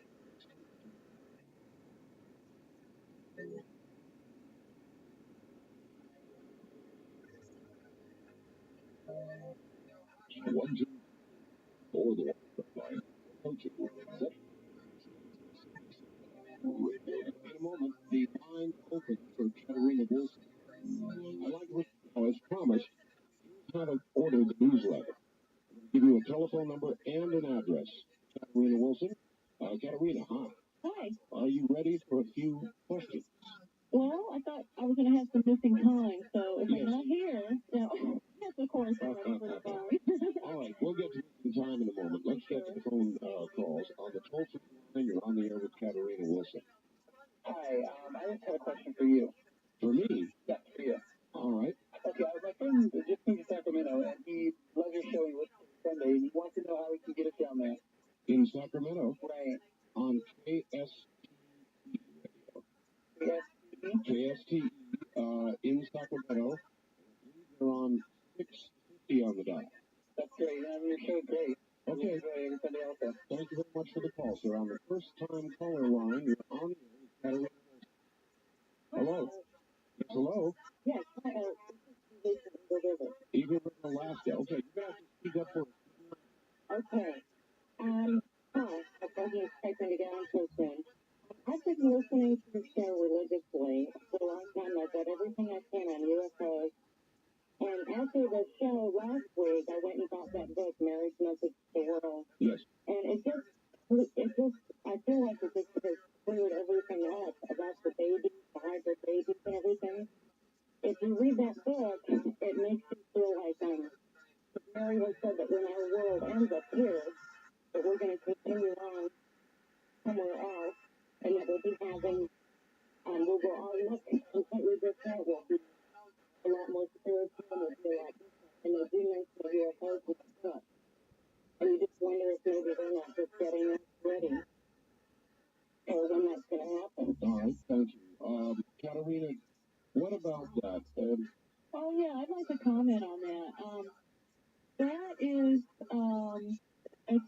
that has been stated within the UFO community. I actually know an abductee here in Portland who has had experience. Now, when I mention an abductee, I know the person. I've known them for a while. It's not somebody I talked to once or twice. I know them as a friend, and so I feel confident relaying this information. She has had experiences during which she has seen, for example, the life force leave a child and go into another body, and she has been asked or encouraged to practice leaving her body to move into a new body that will be waiting for her when the time is right. And she's told that when it is time for you to do this, you will know, and you will know how to move from your old body into your new body. And this, to me, kind of, infers or implies that maybe something will be happening during our lifetime that we will be leaving these bodies and moving into other bodies. And it's not just one person. I've heard this from other people, but I'm relaying her information because I know her as a person, and I know that she's a good, honest individual. She's also an abductee, and she's worked with a clinical psychologist. So I actually was holding Mary's message to the world today, and I said I should buy this book, and I didn't buy it. I don't know why. I said, oh, I really should. And so I think that maybe I'll go back tomorrow again. I wonder, Katerina, what it is that has some people who are abducted getting, in effect, messages for the world, and others, like yourself, not really getting messages for the world, but just being subject of medical experimentation. Yeah, I don't know. I ask that question a lot too. I myself, I've had an experience after both of the books were published. Here I saw a gray alien and a blonde child sitting side by side, and I watched the life force of the gray alien go into the blonde child. The little blonde boy looked like he was about 5 years old. This was on a ship and behind a glass wall. I was on one side of the glass wall, they were on the other side of the glass wall. And after the life force went into the child kind of, they were sitting down. He stood up, and then he teleported himself. I mean, with thought. I knew that with thought he was floating himself, and he went into this little playroom, and he was floating. And I thought, my God, these beings are telekinetic. I mean, they can teleport themselves. And it was just phenomenal to see this. But I also felt, from my point of view, I felt it was sadness because the life force left the grave, alien, he died. And I felt sad, but then in another way, I think that maybe I just didn't understand. I need to understand more about this. Was the young boy, young boy was, I would say, humanoid. I don't know if he was, certainly wasn't human because he was float. I mean, at will float himself around. Physically, in appearance, he looked human with the exception that he had a very muscular upper body. He was about 5 years old, and he had a muscular upper body. And you saw the life force of the alien, the gray, leave that gray's body and go into the young 5-year-old boy. Right. That's a little frightening. It was very sad for me. I felt great sadness during the experience and the following couple of days. And I just hope that it was, a voluntary thing, for the gray. I hope he volunteered to do that and was not forced. Well, I guess it occurs in a way, but if that was a human boy, he in effect is not possessed. Well, it didn't seem. Well, the way I look at it is, if the soul is eternal, which I believe we have a soul, and I believe the soul is eternal. So, for instance, each time we come back to this planet, we know we live in a human body or a physical body, and if we come back more than once, then we're going to need more than one body. So, we're getting a little more into reincarnation.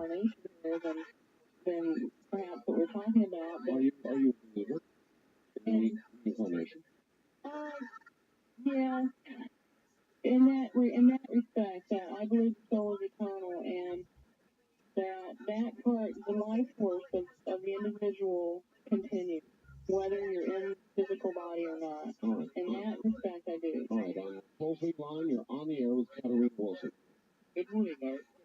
This is Leonard in Albany, Oregon. Hello. And I have a question. Katarina, did I? Yeah. Yeah. I really wondered if it's possible, if you haven't ever met any of these alien people or anything like that, is it possible for you, if you have a desire to get in contact with them, to contact them without them contacting you? Well, I certainly have had my moments where I wanted to them. And, I explain in my book, and I know other advocates have explained that they can sense when the beings are nearby. Sometimes they don't get visited, but they know they're nearby, and they might be tuning into them, watching and listening, or some kind of mental tuning into the abductee. I like to maybe check on them. So they're not physically abducted, but in those instances, when you sense that, or when I have sensed that, I have given them messages. I tried to relay my thoughts or my, what, my message was, or my information, or my question. Well, what about somebody who's never had any interaction with them? Would you say you're out of your mind for wanting to do such a thing, and be careful what you wish for? I would definitely say be careful what you wish for, because there's a lot more out there besides extraterrestrial beings. But if you want to open yourself up, for instance, the Ouija board is a good example. You want to open yourself up. There are spirit beings, there are forces out there that would gladly entertain you and would probably misguide you. And I would say be very careful what you wish for. Yes.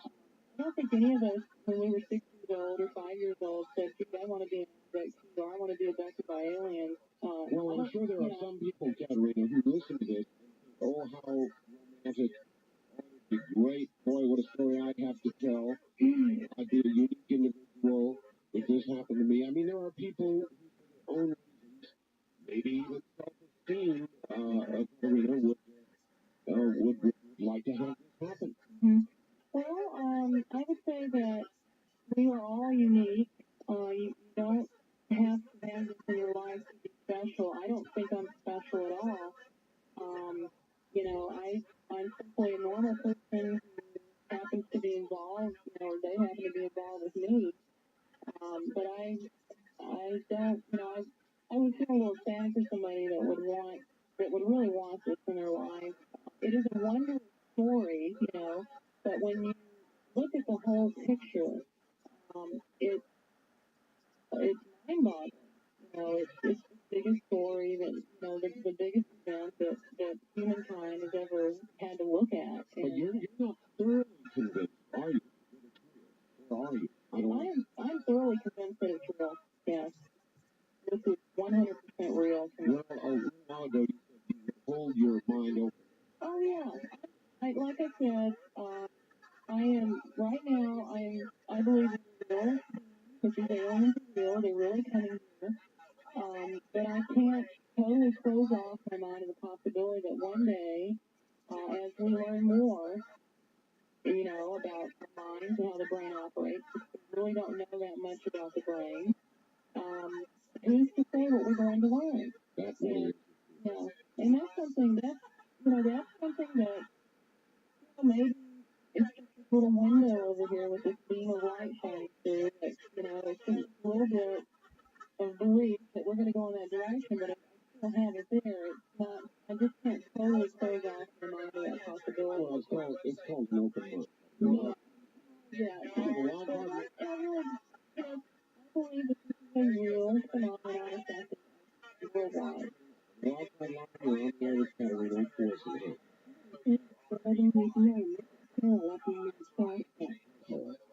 two things, Katarina. One, I'll take my answers on the air. I have a feeling that there are more walking about among us than those would expect. And my question is, how many millions are weaseling their way into our society? And the other is, I'm kind of appalled at your lack of horror. I mean, you're being used as an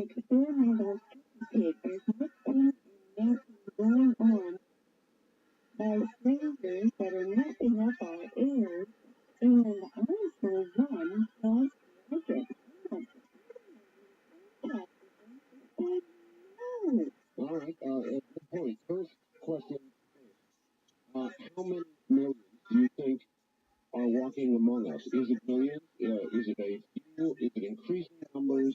What do you think? Well, this is purely speculation on my part, and I really don't know. I don't think it's millions, but what do I know?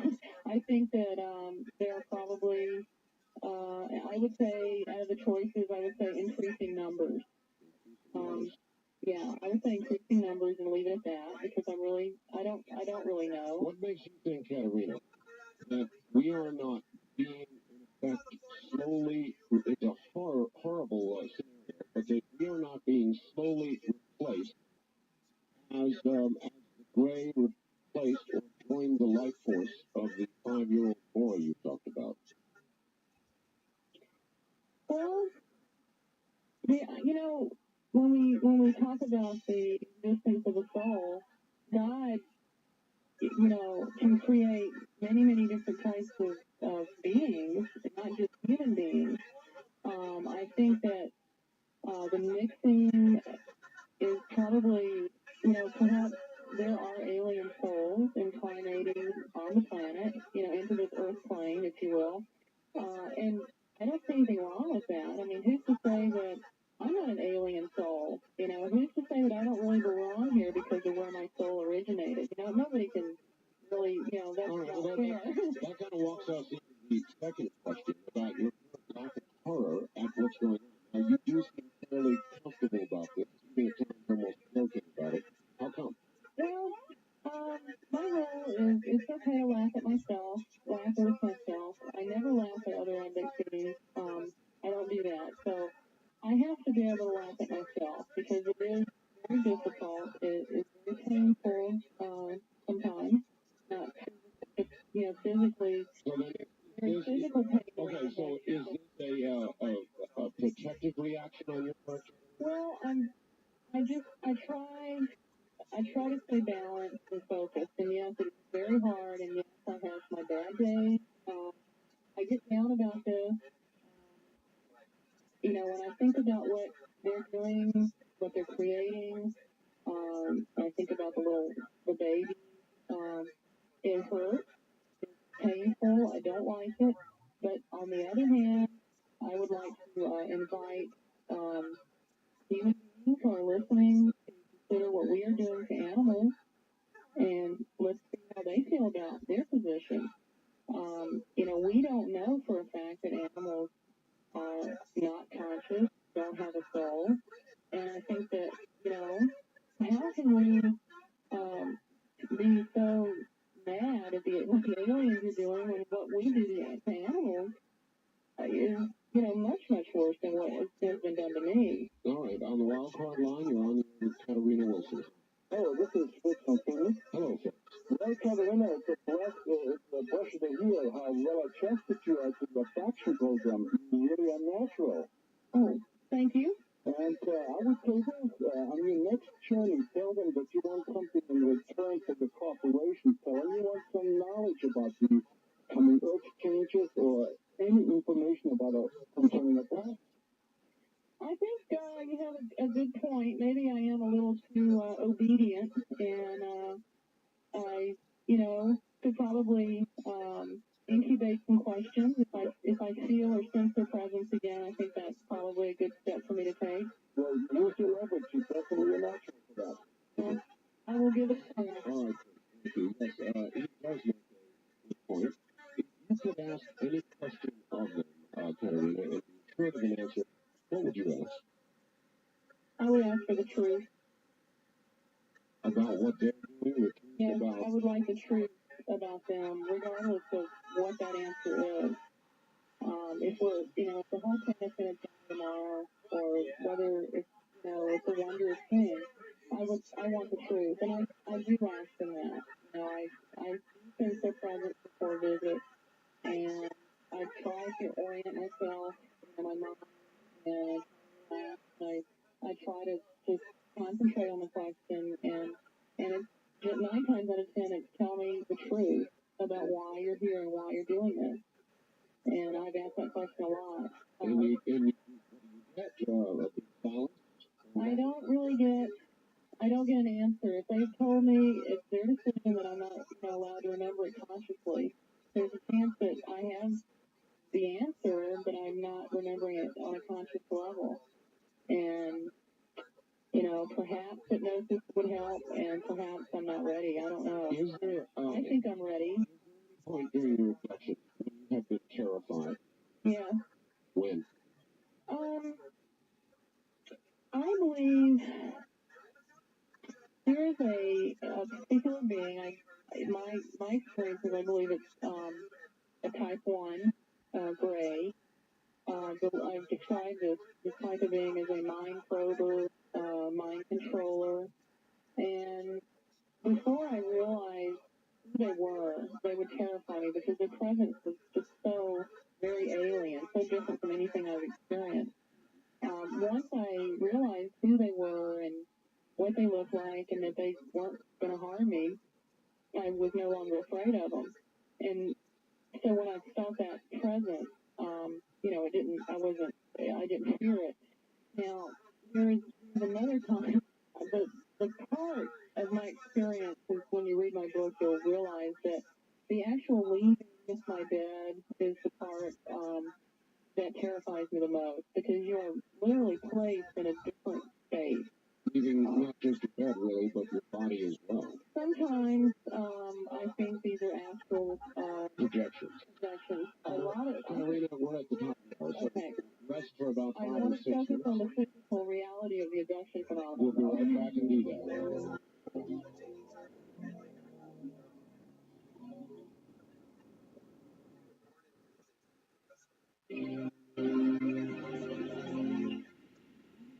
Previously broadcast. Gold under. Right now, at 1-855 120 and 707 702 712 or the wildcard line at 782 71295 727 1295. Go. Now again, here is our bet. Again, try. It's big, well, Katarina, I've got a fact here. Let me read it in its entirety, and I'll just let you respond to it the way you would like to, all right? Okay. Art, ask Katarina about the meat of this issue. What are her feelings about the future? Why are so many aliens here at this time in history? When does she think there'll be a public appearance? Can she at least speculate on the information she thinks the aliens are withholding? How about the dreams she's had? Regarding these questions, what has she learned from 100 other abductees she's interviewed? I can find descriptions of spaceships and encounters in any bookstore. The strength of your Greenland interviews is that they cut through the crap and get to the heart of the matter. So, can you shed any light on any of those questions? Could you repeat a few of them for me? Sure. What are your feelings about the future? Pretty dim. Why? Well, I was thinking earlier that maybe I should just do a little speculating and not worry so much about, what everybody's going to say about, Dr. Everlade used to say, well, what do you think, Katarina, if you just let your fantasy or your imagination, take this information forward? Yes. So, looking at it that way, if I were to just say, okay, going on what I know and what I feel and, goodness, why are they here and all the things that I've seen them doing, it doesn't make a lot of sense that if you were coming to a planet to really help the planet, to help the people of the planet, that you would keep so much information from them and that you would play so many games with them. Yes. So the lack of their willingness to be open and honest with us is not a real positive thing. It leads me to believe that they are hiding or withholding information. That's not necessarily in our, for our good. Right. Now, on the other hand, if there's some catastrophic event that's going to happen that they can't keep from happening, let's say an asteroid's going to hit the planet, there's nothing they can do about it, and, generally when we have large asteroid strikes, that pretty much wipes out everything. then, if I were an alien race of, perhaps scientists, just some of these things are, I probably want to salvage what life I thought was important, or what life I thought I could manipulate to be what I wanted it to be. Like that. I think it's possible. Yeah. All right. And Why? I would definitely, look what we're doing. We're manipulating the genetic code of other plants and animals, and this is nothing new for us. Humans. Why are so many aliens here at this time in history, do you think? And I guess that goes to the answer you just gave. You think something is about to happen? Well, I think something is going to happen, yeah. Whether it's a man-made catastrophe or if it's an asteroid followed by enormous geologic repercussions, which is what's going to happen if we have a large enough asteroid. And I'm talking about this because Without Warning was on last weekend. This is something I published in my book in March, way before the movie came out. I think that, you would want to take samples and representations of the life on that planet and perhaps put it back in a million years in some other form, or put it on another planet or in a laboratory for that matter. So, I kind of, back when I really didn't know anything about abductions except that I was involved and, oh my God, I got to figure this out. My first thought, back in 1987 or early 88, I remember it was in this different house, it was early 88, was, well, gee, this must be what the rapture is all about. How else can you get human bodies off the planet without any trace? You beam them up. So, and I hate that phrase. It's so Star Trek-y, but, when you can move bodies in white light and blue light, when you can move physical objects and change physical objects and change the molecular structure of people and objects, which apparently these beings can do, that to me, that, back in 1988, I thought, well, that would explain the rapture, that scenario. And with all the different pieces of information that people are getting and the different coming through, whether it be a classical, abduction experiencer case or channeled information, we're all getting a piece of this puzzle, whatever you want to call it, and it leads everybody, it's all leading to the direction that some big event is going to happen. I'm not going to say it's going to happen in the year 2000, but I think it's going to happen in my lifetime. I'm 34 years old, and I think that in my lifetime I'm going to see a heck of a lot more changes than what I've seen so far. Are on yes, Margarita. I've got it for you. I'm going to run it by you. I'd like to tell me.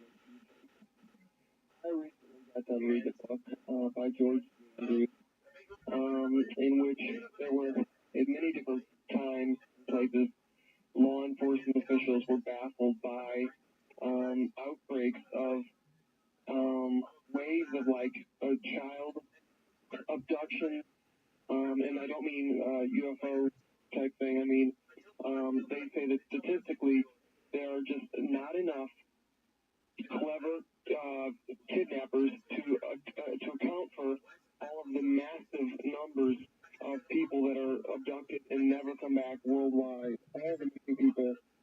Do you have any opinion as to whether some of these many thousands and thousands of people that are gone or missing could be taken up and just never returned? it's a good point, Federer.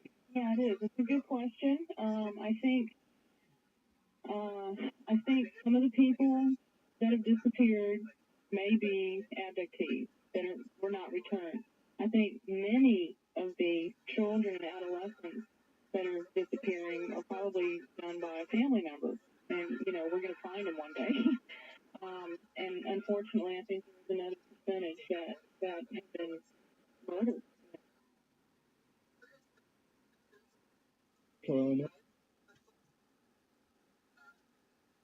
Bring them back. Yeah, I think that's happening. I think that accounts for some of the missing people, but certainly not all of them. I'm going to kind of add up a lot of questions that S in Santa Barbara has simply asked you. Have you ever wondered, kind of, whether you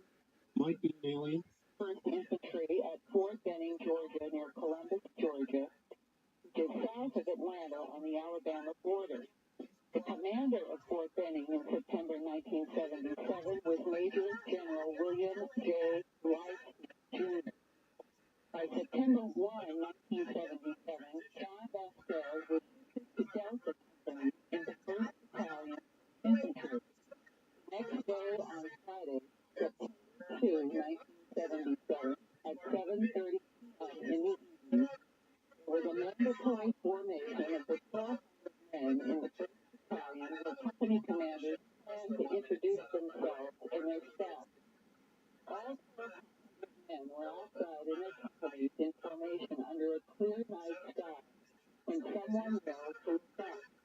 John yelled a light looked like a in a zigzag motion. Then he saw three of the men away and saw a light come with John yelled and eyewitness testimony what happened.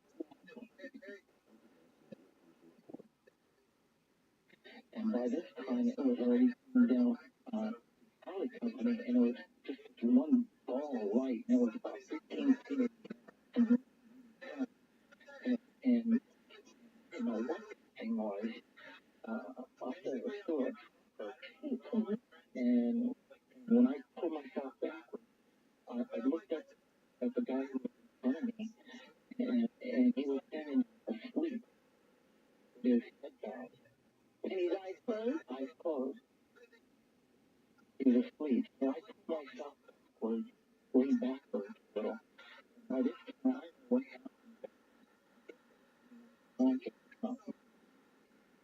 remember going to black or your body moving, or did you do it? I just became, somehow I felt it falling out or just unconsciousness, somehow falling asleep. And the sound of your commander's voice as he was speaking from the podium, I didn't hear him at all. Okay. I was on the slide. Okay. And moving back. I was like, hey. And it was, I don't know how, but my was, I couldn't move my legs. I couldn't move my legs. And what were you doing? I was looking at my foot. So your head is down, and I walked with my foot, my feet, and I tried to move, and I couldn't. When I felt, I turned my right back, noticed that was still standing, and the CEO was standing, putting oh, my buddy was standing right next to me, my right, running, and a lot of the other guys were running into the tree building. And the commander, was he asleep and paralyzed, or what? Well, when I moved, I had it calling to come back, and he did come back, and he pulled me away from where I was standing, and when he did that, I pulled out place where I was standing, and we started, and I called my buddy on my left hand side now, wanted to go, and something that I understand was I wanted, I was, and I was wanted to know, so we ran over to the CO, and he was standing at the podium, asleep, with his eyes closed too, you know, and his eyes closed, and I was standing there asleep, and I screamed, I know I screamed right out loud, well, and he wouldn't. And by this time, my friend who was standing to my left, turned around, and he was, whatever he was looking at it kind of sort of straight up, and his face was all pale, and his eyes were like fishbowls, and like he had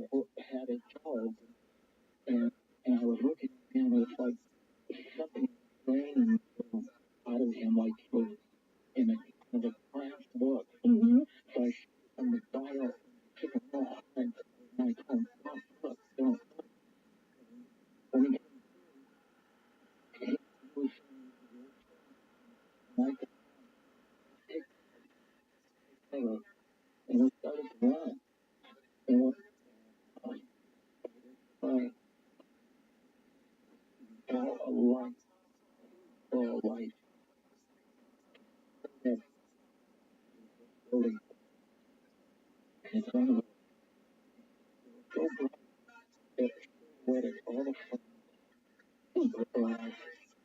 and all the building. Wasn't that right? It was on the other side of the building around building, and I saw the four people that were in the building, the first building. It was for them to tell us what was supposed to on the fall light. They were out and such.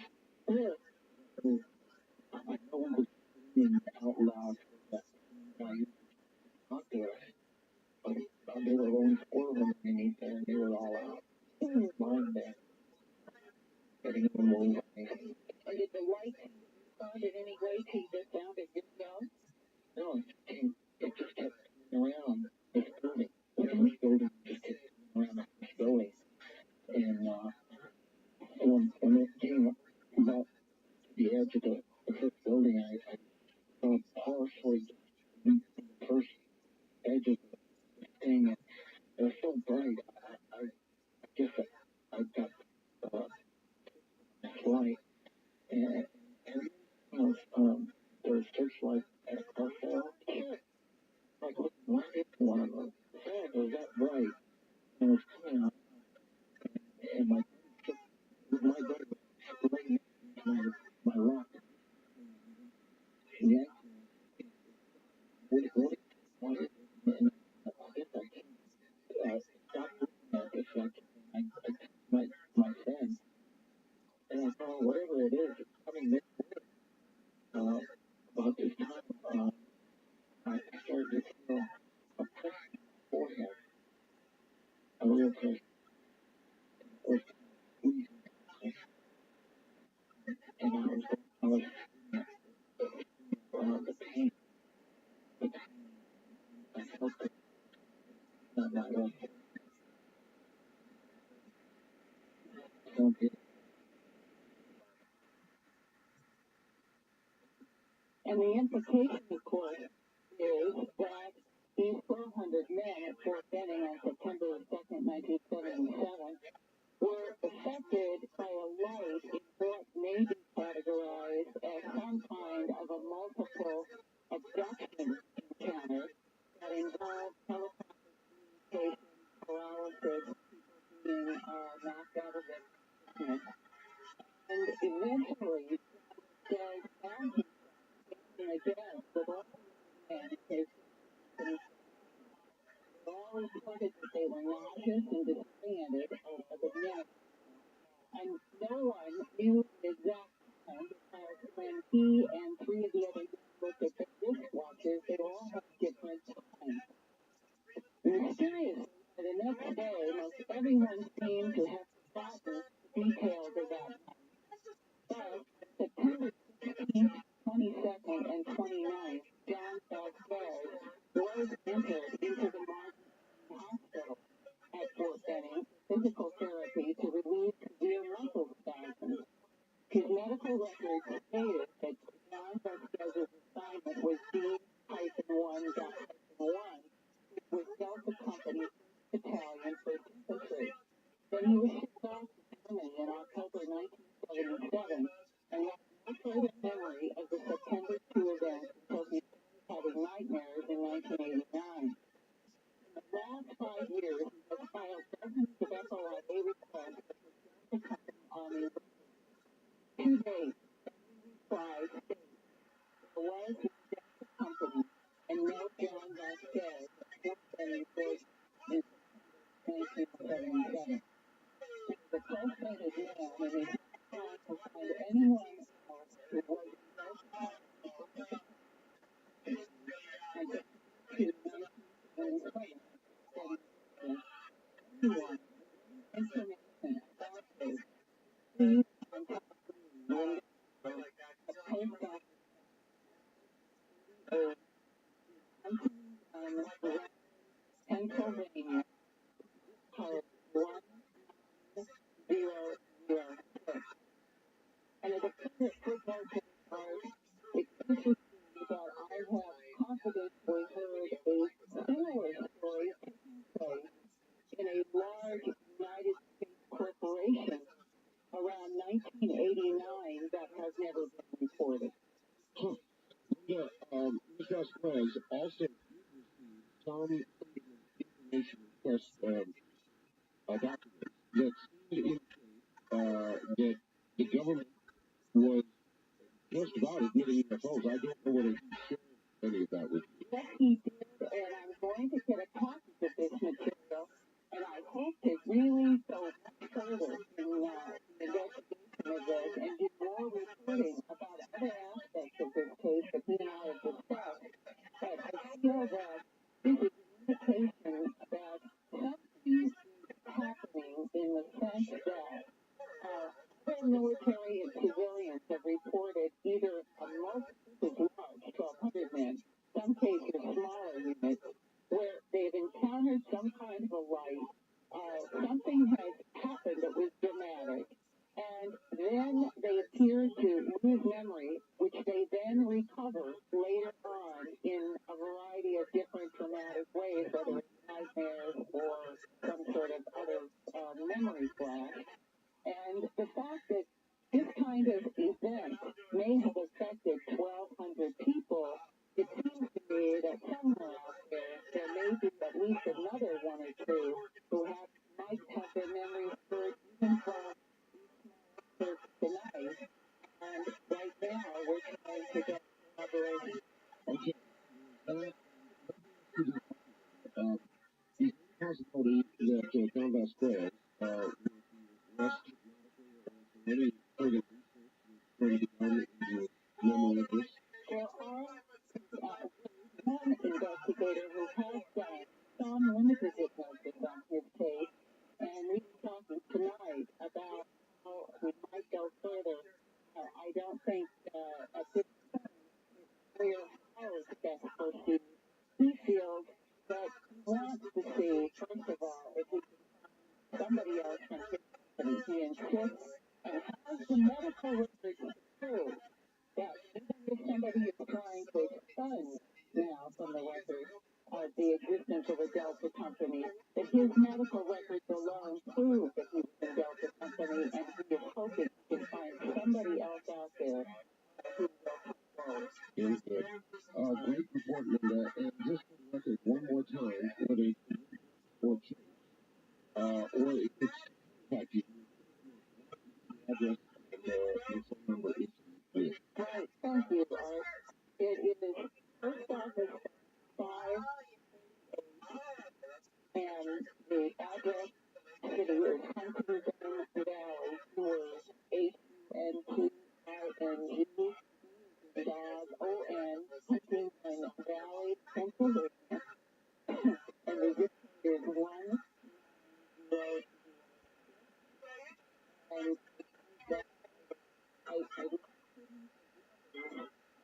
not even been called one way or the other, because the letters that our Demon Land audience are sending me are some of the most valuable information that I have been seeing in the last 15 years, and I encourage everyone out there to contact me, because I will keep everything confidential, and around this is but it's got potential to understand the bigger truth of what is happening on our planet. Great. Linda, good report. I appreciate it. I'm glad to hear the gospel story again. And I'd love to know any follow-up to that. I'm going to keep on going and have a great show with Katarina. Okay, thank you. And we'll talk to you Philadelphia again. Next Sunday, I will be in Colorado, warm relations in the South, and we're having meetings with law enforcement and some others trying to improve the quality of investigation. The beat goes on out there, and there's been many reports of human rights also. All right, talk to you from Colorado. Right. Thank you. That's Linda Hale. She is our investigator. A roving investigator, I might add. All over the country, all the time, sometimes Europe, wherever the action happens to be. In a moment, Katarina Wilson, you heard in 1987, Katarina Wilson read her first book on the UFO phenomenon titled Intruders, The Incredible Visitations Copley Woods by Bud Hopkins.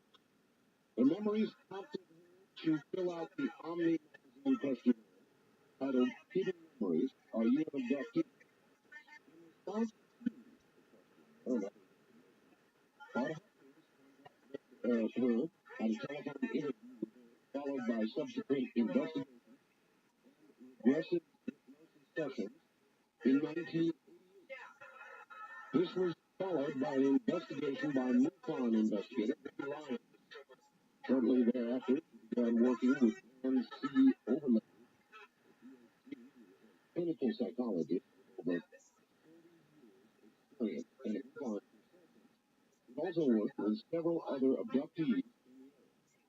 Conrad Wilson has undergone both physiological and psychological examinations with no abnormalities found to account for her memories of her abduction experience.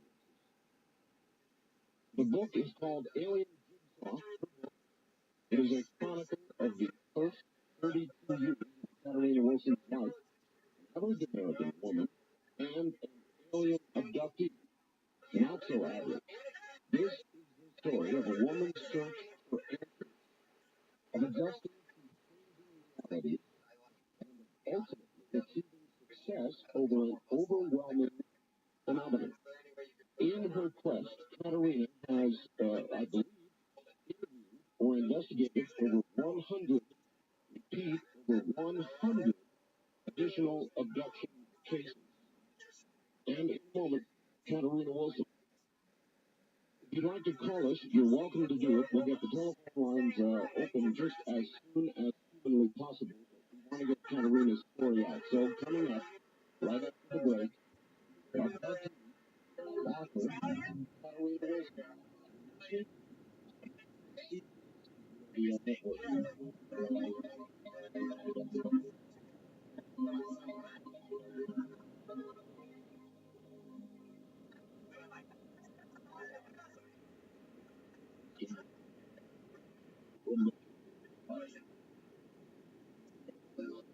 Always that way. Welcome back, everybody. I'm Marcel, and about Sunday. Now, I believe Oregon area code 503. Here comes Katarina Wilson. Katarina, welcome to the program. Hi there. Hi. It's good to have you. I understand, Katarina, news on your book. Nobody else knows about it yet, so I thought we'd start there. Oh, yeah. The alien jigsaw, what's happened? Well, I just heard that Barnes & Noble wants to pick it up, and so we think it's going to be bookstores everywhere by Christmas. Yeah. I have a very high opinion. Pick it up, and of course, as you pointed out, it would be. Well, it certainly is nice present. It sure is. Congratulations, Katarina. Thank you. You are in Oregon, is that correct? That's right, Portland, Oregon. For us, Okay. radio station in Portland. Right. Katarina, I'd like to be able to allow my guests to unfold their story their own way. So, how in the world did all this begin for you? I mean, there you were leading a normal life. Well, we think I was living a normal life. Actually, I had quite a bit of memories since I was 6 years old. I managed to kind of put things on the back shelf as they would occur. At first, when I was 6, I used to think of unusual things that were done to me. I had to be happy because God was making them happen. You know, as a 6-year-old, that's wrong for it. Not really. We went to church every Sunday, but I never really connected as a child or a teenager with the religious community, although my mother made sure that all 3 of us went to Sunday school every Sunday, and we were confirmed to the Lutheran Church. But as a child, and of course, aliens don't exist, so the only person that could point you outside and telepathically communicate with you. So that's for me. And then throughout my childhood and adolescence, I had occurrences of missing time and unusual memories again. And I don't know. I guess you just learn how to deal with that, and you put it on the back burner because you've got other things in life you need to deal with. And I think what happened was that after a certain amount of time, there was nowhere else to go with it. I you can only bury so much in your life, and pretty soon it just starts to bubble up. That started happening. Kind of like the West West story that you shared about. Yes, exactly. At some point in your life, even though it's a start bubbling up comes with dire consequences psychologically. Right, whether it's a spontaneous memory or it comes through nightmares or recurring eventually the information comes out. I think there's no simple. It comes alive. You only have so much space in your mind, and you eventually have to release it. Well, what drove you, I guess, is the right word, to try to have things any other researchers that you see? Well, I would say in 1983, I was journal. I had some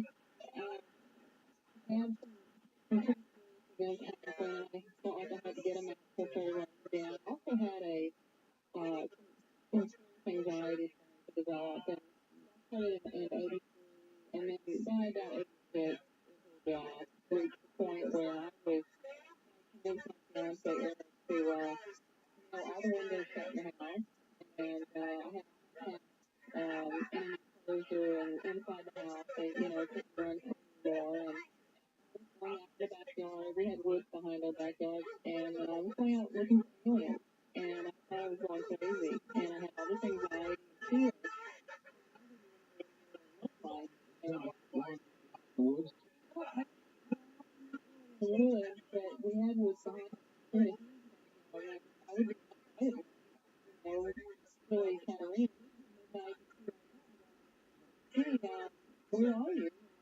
I'm expecting to see aliens, but at that time I wasn't quite sure what they would look like.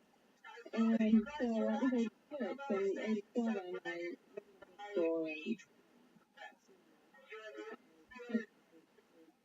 got my UFO shootings and started reading it, and my God, it was like reading a story about myself. All right, there's something you need to understand. Before we get to that, you were out of the woods, you were plagued. What exactly had happened to you bring you to this point, or what did you think had happened to you at that point?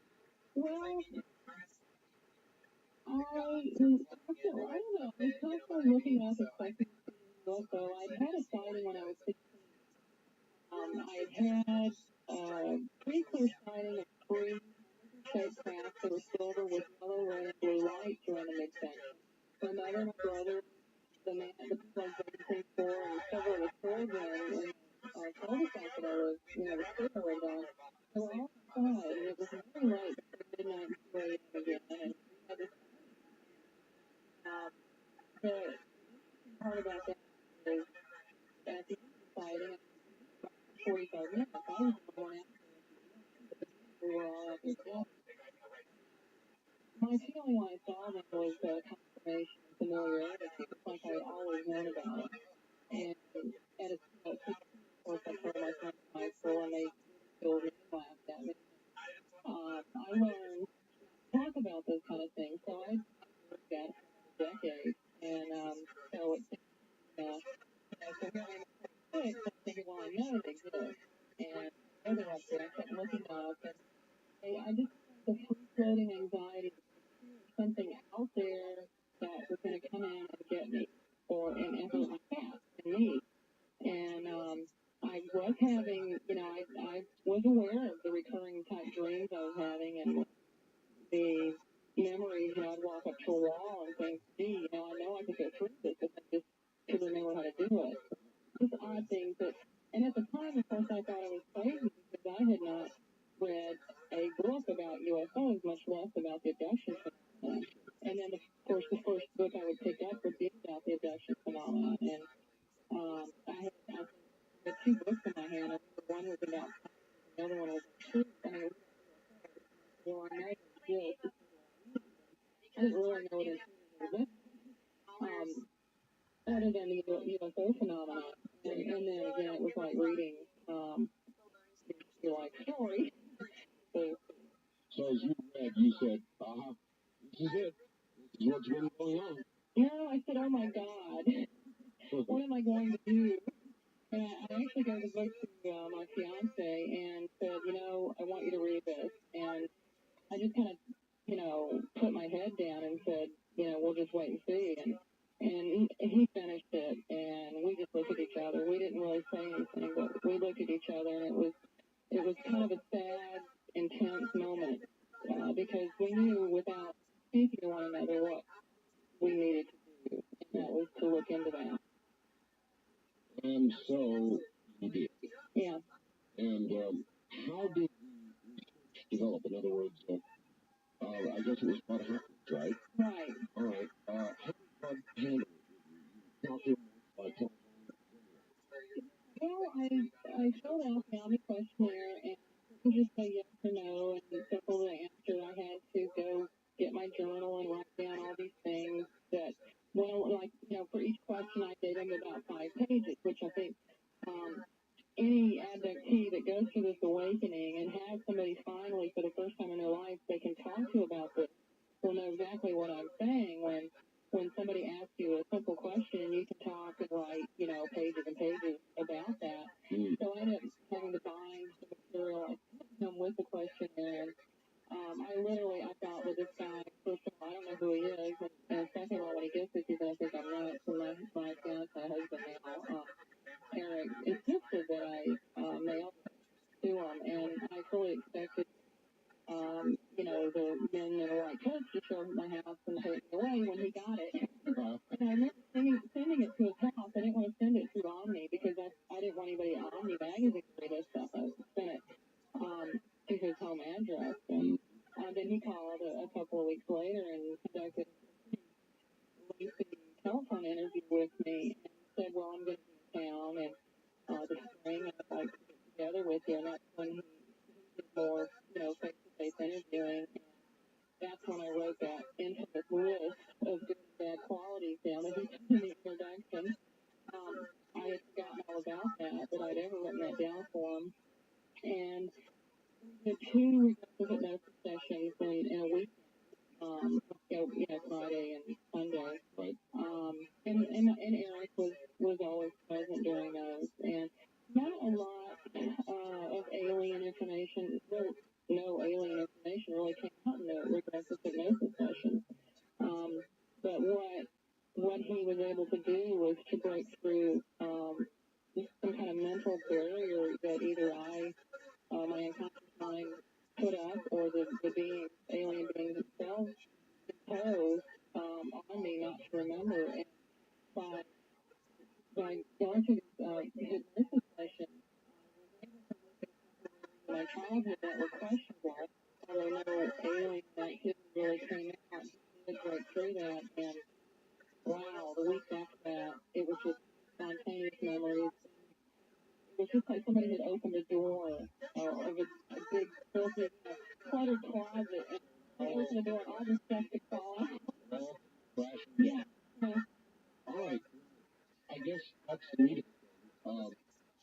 What in the world surface? What did you suddenly remember? What has happened to you, Well, I figured out pretty quickly that, a lot of the memories that I had been holding in and denying, like the childhood experience that some of the best that I can remember happened when I was 6, that, this most likely wasn't God that did this. That there was some other intelligence at work. And specifically did what? What were the memories? The memories were of flying, seeing the road below me and flying through the air, floating, not having any clothes on, and floating and having a telepathic voice inside my head. Somebody communicating a very important message to me that I was not able to remember, but I knew that it was more important than anything in my life. Having seeing like a hybrid, what I call a hybrid type being, a white lab coat, telling me that after this little mark on my arm healed, that I have a little hole there. Things like that. Unusual people telling you things that really happen. You know, you wake up and they say this is going to happen. You wake up with this mark scar, and there it is. And, I want to about that whole moment. We'll be right back to my guest, is Katerina, and her book is The Alien Saw. Most important, yes. On your right arm. And well, just in or well, yeah. What happened was my memory told me that there was a doctor, big looking face, but definitely humanoid, and he had on a white lab coat, and he had performed something to my arm. And he said, well, you know, tomorrow when this heals, you'll have a little hole there. And I detected a little smile, and I smiled, and I said, oh, well, that'll be neat. You know, I was a kid like 8 or 9 years old. And I thought that'd be pretty neat to have a little hole in your arm. And the next day, I had this little scab on my arm, and it healed just very quickly. And there was like what I described to Bud Hopkins, my scars. He said, you have any unusual scars? And I described mine as looking like craters on the moon. And he said, well, I have these little scars, but mine are like little craters on the moon.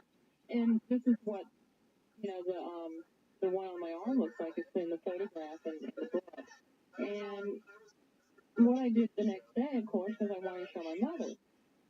And I went to mother and said, oh, look, isn't this neat? And I want you to see this little hole in my arm. And she wouldn't even look at it. She became almost hysterical, you know, from my point of view, and refused to look at it, kind of threw her arms up and just got away from me as fast as she could. wow. So I thought, well, gee, that's strange. Perhaps from her response, I spent, and I even tried to cover it up today, many years, you know, 20 years, trying to hide that little scar from people because I was kind of embarrassed for it to be there. Have you ever asked your mom why she reacted that way? Well, not about that particular scar. She's kind of a new recruit, so to speak. She is still reading my book, which she's finding quite interesting, and so we're taking the questions slowly. She's about I think a little over halfway through the book, so we'll get to that.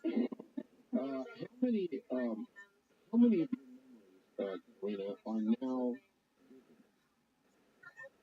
all of them, all the ones that I talk about and write about, yes, are vivid. They are when I talk about an abduction experience in my book, it is as real as my waking reality.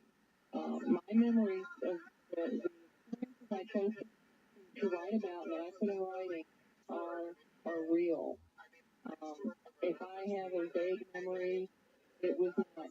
You know, my vague memories and vague dreams were not published in the book. I have a lot of that, but what I wanted was the ones I was absolutely certain about. All right. Yeah. All right. Well, then give me some of those that are very specific, because what you described when you got your scoop mark, for example, where were you? Were you taking a craft? What kind of a craft were you in? Who was this doctor? Was he, you said, vaguely or fairly humanoid? Or?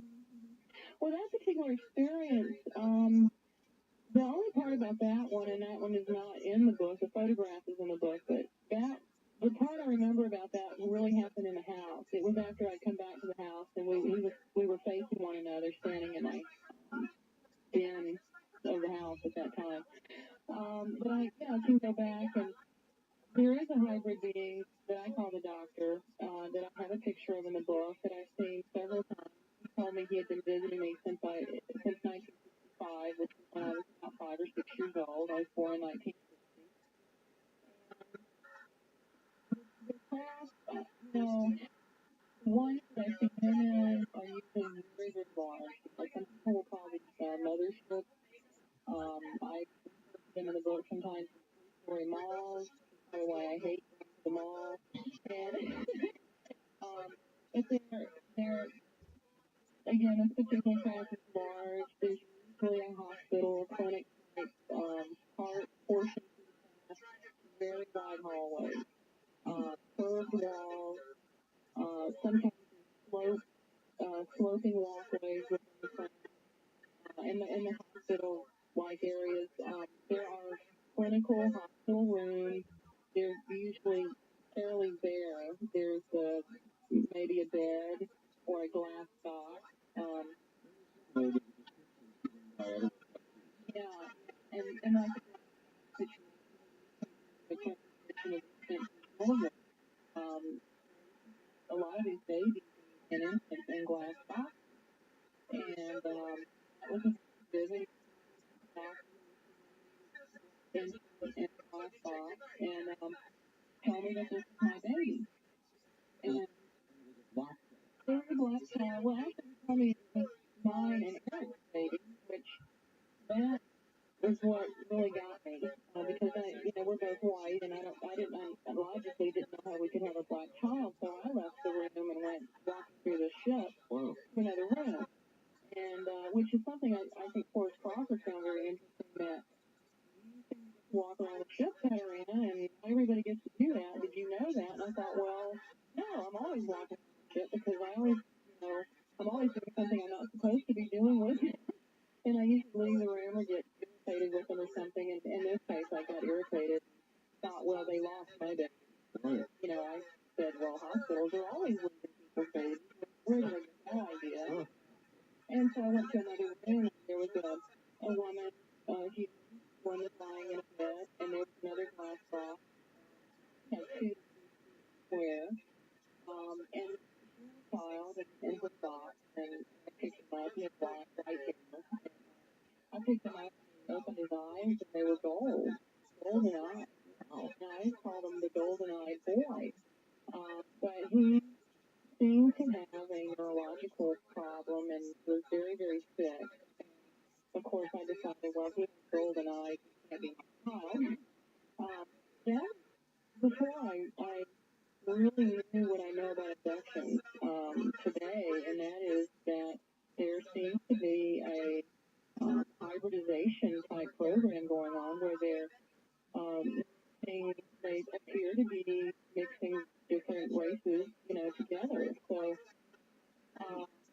while some of the children seem human, others are totally alien, and others are in between where they have alien characteristics.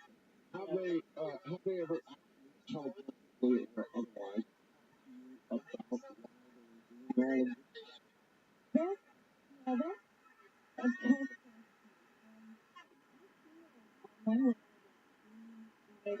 question. Back on, we're going to you won't hear anything. Don't let that worry you. We'll be right back to you. Kevin Wilson will pick up that point.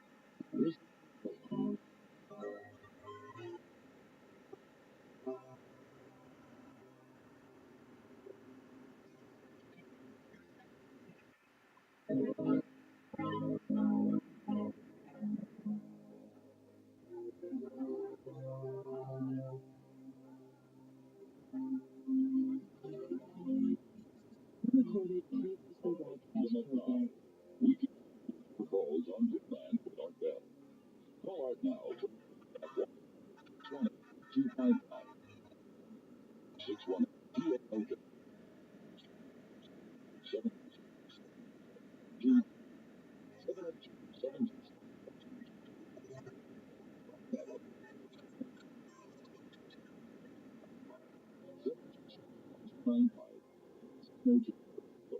Now again, here's our bell. Now again, here I am. My guest is Katarina Wilson. She's author of a book called The Alien by Nobles.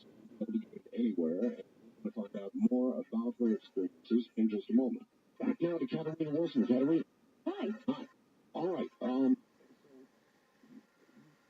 That there's some sort of genetic motive, some sort of genetic motive behind all they are doing with human abduction. Is that correct?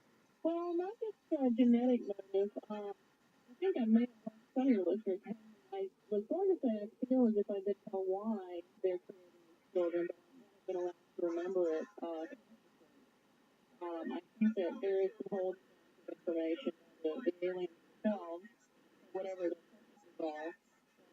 far as the genetic factor, I think that, or maybe because of the genetic factor, the creation of these other beings,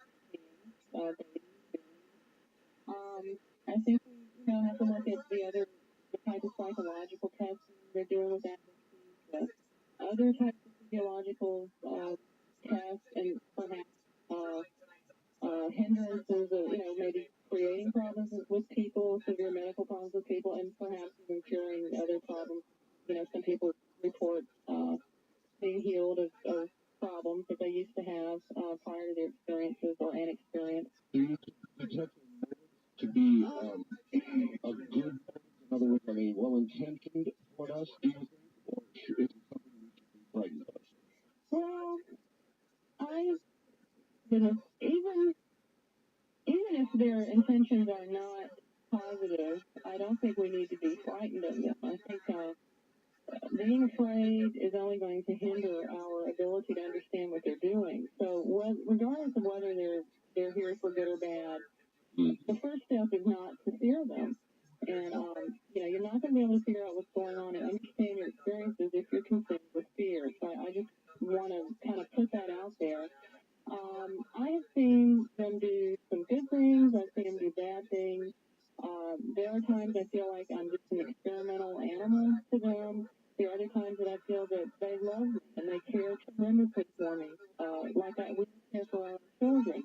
And I've kind of, I guess I'm maybe I'm speculating, I'm just basing on my own experiences here that since I've seen so many different types of beings, they're obviously, they have different agendas, and I think there are some here that care about us more than others.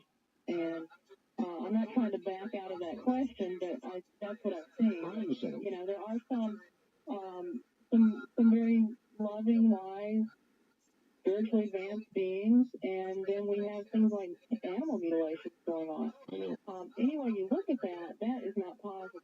So, we're having a lot of different types of activity, and I think we have different aliens with different agendas, and we need to figure it out, as much as we can about all of them. Well, I don't know. The animal mutilations may involve environmental research. We'll talk about that. Not negative. I mean, we, after all, experiment ourselves on animals for the benefit of mankind. Research. Right. So, who knows? Have they ever given you a message for us? Well, not really. They haven't sat me down and said, okay, Catalina, we want you to tell your people this. I have pretty much had to experience and, sort out, assimilate all the things that have happened to me and tried to figure out what's going on myself. I'm not one of the people that get a lot of answers told to me. I mean, they don't just sit me down and tell me things. If I have to learn it for myself and figure it out for myself, I do believe that there is quite a bit of information that I'm not remembering consciously that I think that more into why they're doing than I'm remembering. Any more questions to try to find out? Yeah, sometimes, but when you remember so much, it's kind of like, well, let me just deal with all this stuff I'm remembering consciously. Why, try to stir up any more than I'm ready to deal with right now. I am pretty confident in the conscious memories I have. I'm pretty darn good at, disseminating what is a free memory, what was camouflage, what was the theatrical scenario they were doing, and a straightforward, this was an experiment, this was a test, this was a free memory, that kind of thing. I've really learned to discriminate between the different types of experiences, and then of course, when you do get the screen memories, or that you've had an experience and you don't remember anything, that is really frustrating. And perhaps the hypnosis would help there, and perhaps not. My hypnosis sessions with Dan Overload revealed some new information, but not a lot, not very much at all. And we basically rehashed a lot of what I had already written down in my journal. Because I've been keeping a journal, and it was important for me to document anything I remember prior to going through hypnosis. All right. I know you've done some very interesting work in one rather sensitive area. I guess if we're going to follow on this business of genetic experimentation, I know that aliens have been said to collect ovum and sperm and all the rest of it. And you tried to relate the times when you were abducted, or I suppose when others have been abducted, to your menstrual cycle, didn't you? Right. Yeah, the research I did in the researcher supplement was because I was one of these people that had a lot of monthly pain, and it was pretty much debilitating for me. So there's no doubt in my mind, that for my life, my life kind of revolved around either my migraine headaches or this other aspect of being a female. And so there was a lot of documentation done, with that for medical purposes, and so it was easy for me to correlate when my experiences would happen as to the time of the month that they would happen. Okay, what did you discover? Well, what I found out, and I did have statistics on this, what I found out was that during the first 8 days after ovulation, I had the highest number of experiences. And whether it's statistically significant or not, I don't know. And we won't know until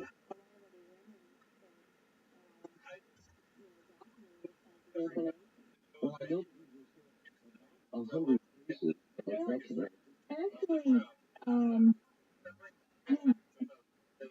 I think where the number comes in is my book covers over 119 of my own abduction experiences over a 32-year time period. As far as other abductees, I would say that the number is closer to maybe 60. Okay. All right. Well, that's fine. 60 people. My work with abductees, I don't perform hypnosis. It's more of a support group situation, discussion group, telephone therapy. I try to put them in touch with other people here. No, that's fine. What I'd like to ask you is, what commonality have you found, if any, between those who've been abducted, including yourself? Well, I have spoken with some other women who have also noticed that they appear to be abducted regularly during the time they're ovulating. And I thought that was quite interesting, that this wasn't just an anomaly with me. It may be an anomaly with 5 of us here in Portland, but it does seem to occur more often. I mean, it's like they can always count on them coming while they're ovulating. No, I think it's really, really aspect to follow, because some people have said it's genetic, and this would be another line of proof. Right. And the reason I put this very personal information out there was because I wanted to encourage other women to do the same. They don't have to publish it themselves, but they can certainly share it with their hypnotherapist or whoever they're doing their hypnosis with, or any other researchers.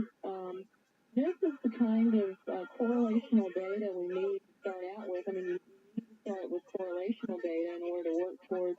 We don't have the medical community behind us right now. And until we can get enough of our little pieces of data, together, to show them that, hey, you can have something when you take it. That's why I was driving. And everybody's listening, and a woman are having a death experience. You remember, this is so important. It's one of those little things that we can do, not only to help ourselves, but to draw some attention from the medical community, or hopefully from some of those MDs on the board of directors, do fine, to take a look at this stuff. Well, I guess I'm not sure where to go from here, other than to ask you if you can describe any of the beings that you encountered, other than the doctor, the one that you described. Oh, yeah. Gosh, I have so many more stories in my book of ones that I am not an artist, so I have to really see something in order to draw it. And so I have several different types of hybrids, and I think that we may be hearing more about first, second, third generation hybrid beings in the future from other researchers. I'm pretty much sure that I'm seeing hybrids with very human characteristics and some more alien characteristics, and I'm speculating that maybe we're having a first, second, third generation hybrids here, that they are becoming more and more like us. Maybe perhaps so much like us that we can't really distinguish them from from us. That's one theory. Down here walking about. I think it's possible, yeah. I think it's probable. Probable, yeah. And that's not something I say lightly. It's something that maybe 3 years ago, the different types of hybrids I've seen and how human they can look, it's just, other people, describing the same type of being, I think it's probable. Right. I've seen 4 different types of beings that I would classify as gray, very short, 3 foot tall, floating gray to a 7 foot tall, gray big with the big head and the big round black eyes. They're the gray. A gray is not a gray is a gray. There are different types of grays, and that's something that I thought was very important to put out. So I have the 4 different illustrations of those beings in the book, and probably the most unusual looking being was the praying mantis, something I call praying mantis type being with ebony skin, kind of maybe an exoskeleton, but when she walks, she kind of, I guess her back was at about a 45-degree angle, and her kind of rock back and forth as her legs would move. And that was probably the most unusual type of being I saw. Katarina, don't take offense to this. I'm going to just ask you a straight-out question. It is, how have you satisfied yourself or come to terms with this question that you're not crazy as a rule? I mean, this is wild stuff you're talking about. How have you satisfied yourself that this is real and not a concoction of your mind? Right. Well, what I had to do was play by the same rules that everybody else has to play by, and that was that because of my migraine headache, partially, and because of my dental experiences, I've had a brain CAT scan, a CAT scan in my sinus area. I've had a complete psychological evaluation with a psychologist that did not believe in UFOs and a psychologist that did believe in the possibility of it. I guess Dan overlay believed that the phenomenon was real, so we'll say he believed in it, and then the other doctor did not believe. Yeah, and for the sake of the discussion, Ian's conclusions are perhaps more interesting. As me as a normal person without. I mean, he said you're okay. There's nothing psychologically wrong with you. You have some problems with self-esteem. Let's see. We did. But not a paranoid schizophrenic. Oh no. There wasn't a classification. He said I was okay. I was normally functioning. I had a low self-esteem, and then I had, probably unsure about what I wanted to do with my career, because that was a rough time for me when I wasn't playing music anymore. Well, that would describe many of us. Yeah. But he didn't. I mean, he was nice, and he really helped me, and he also what I did with him too was he charted everything I ate for 3 months and how I felt. We charted my mood on a daily basis, and he diagnosed me with severe PMS because it was just showing. I mean, I thought, well, gee, this guy, I didn't believe in PMS back then. I didn't believe that this was a real thing, and it just, this is what my diagnosis was: low self-esteem and PMS. Okay? So I go with, Dan Overlay's diagnosis was post-traumatic stress disorder. Yeah, he agreed I had PMS and low self-esteem, and so. It's kind of funny to talk about this stuff. Okay, so there it is. 2 opinions. What about about the physical exam? The physical exams, I didn't find anything in the sinus cavity of with the CAT scan. That was after an experience during which I thought something had been removed from my sinus area, and Dan Overlay thought something had been put in. And the brain CAT scan was normal. There were no abnormalities with my brain, and incidentally, I had an MRI done last Friday, and I don't have the results back from that yet. But I have pursued some further investigation because of the migraine situation. I mean, I can't go in there for abductions, but I do have severe migraine, so I am able to get them to look at my brain. So I'm, hoping to get the results back from that real soon. So far, though, so good. No abnormalities. No, and I'm the kind of person that I want to know the truth. I don't care what it is. I don't care if the truth one day, 20 years down the road, we find out that this was all chemically induced by the brain and you had the scars because of stigmata, I mean, I want the truth. And right now, I believe the alien beings are real and they are interacting with us. But I, have to remain open to the possibility that 20 years down the road, we may know so much more about medicine that this is a chemical imbalance and our thoughts are creating the scars. I mean, I don't know. But I have to remain open, at least partially open to that, because for me to just close my mind off to any other explanation and not to listen to anything else or anyone else's opinion would be just like what and the freedom likes to turn the noisy negativists, they've already made up their mind, don't show me the data. That's right.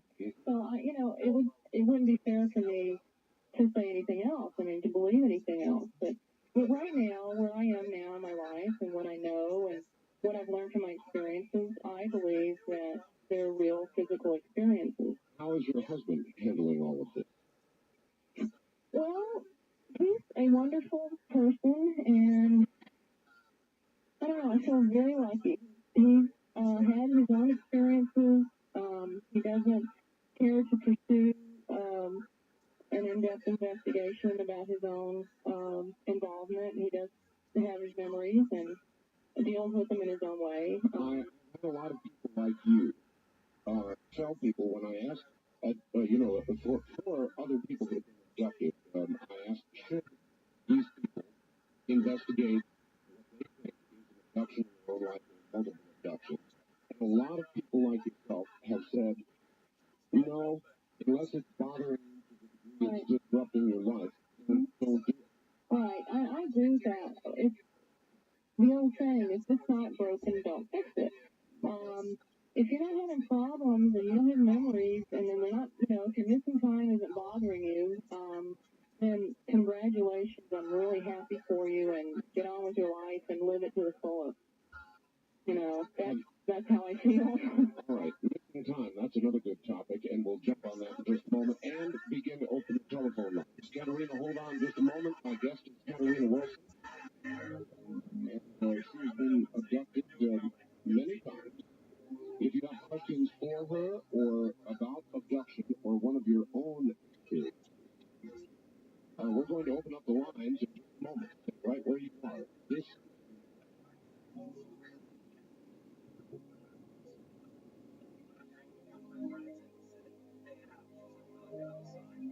122 or the wild card line at 702. Yep. This is radio. In a moment, the lines open for Katerina Wilson. As promised, here's how to order the newsletter. I'm going to give you a telephone number and an address. Katerina Wilson. Okay. Hi. Are you ready for a few questions? Well, I thought I was going to have some missing time, so if I'm not here, yes, of course, I'm going to do it. All right, we'll get in a moment. The phone calls on the toll-free line on the air with Katerina Wilson. Hi, I just had a question for you. For me? Yeah, for you. All right. Okay, my friend just moved to Sacramento, and he loves your show and listens every Sunday, and he wants to know how he can get it down there. In Sacramento? Right. On KS Radio. KSTE? KSTE in Sacramento. I believe they're on 650 8:50 on the dot. That's great. Your show's great. Okay. Enjoy every Sunday also. Thank you very much for the call, sir. On the first-time caller line, you're on the air with Katarina Wilson. Hello? Yes, hello? Yes, hi, this is Ruth from Eagle River. Eagle River, Alaska. Okay, you're going to have to speak up for us. Speak loud. Okay. I wasn't expecting to get on so soon. I've been listening to the show religiously for a long time. I've got everything I can on UFOs. And after the show last week, I went and got that book, Mary's Message to the World. Yeah. And I feel like it just has turned everything on it about the babies and everything. If you read that book, it makes you feel like, because Mary has said that when our world ends up here, that we're going to continue on somewhere else, and that we'll be having, our look completely different, we'll be a lot more spiritual, and we'll be a lot different. And they do mention the UFOs in that book. And you just wonder if maybe they're not just getting us ready for when that's going to happen. All right, thank you. Katarina, what about that? Oh, yeah, I'd like to comment on that. That is a theory that is has been stated within the UFO community. I actually know an abductee here in Portland who has had experiences. Now, when I mention an abductee, I know the person, I've known them for a while, somebody I talked to once or twice. I know them as a friend. Mm-hmm. And so I feel confident relaying this information. She has had experiences during which she has seen, for example, the life force leave a child and go into another body, and she's been asked or encouraged to practice leaving her body to move into a new body that will be waiting for her when the time is right. And she's told that when it is time for you to do this, you will know, and you will know how to move from your old body into your new body.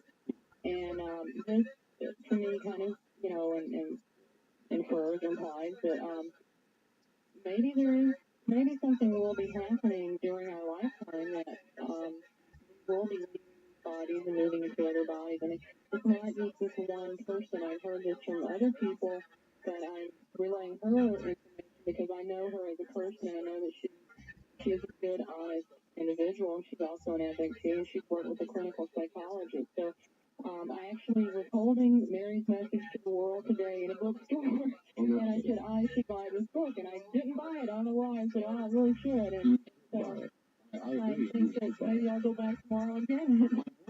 I wonder what it is that has some people who are abducted getting, in effect, messages for the world, and others, like yourself, not really getting messages for the world, but just being subject to medical experimentation, apparently. Yeah, I don't know. I ask that question a lot too. I've had an experience after both of the books were published. This year, I saw a gray alien and a blonde child sitting side by side, and I watched the life force of the gray alien go into the blonde child. The little blonde boy looked like he was about 5 years old. Where was this?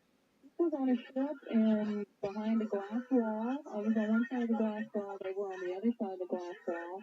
And after the life force went into the child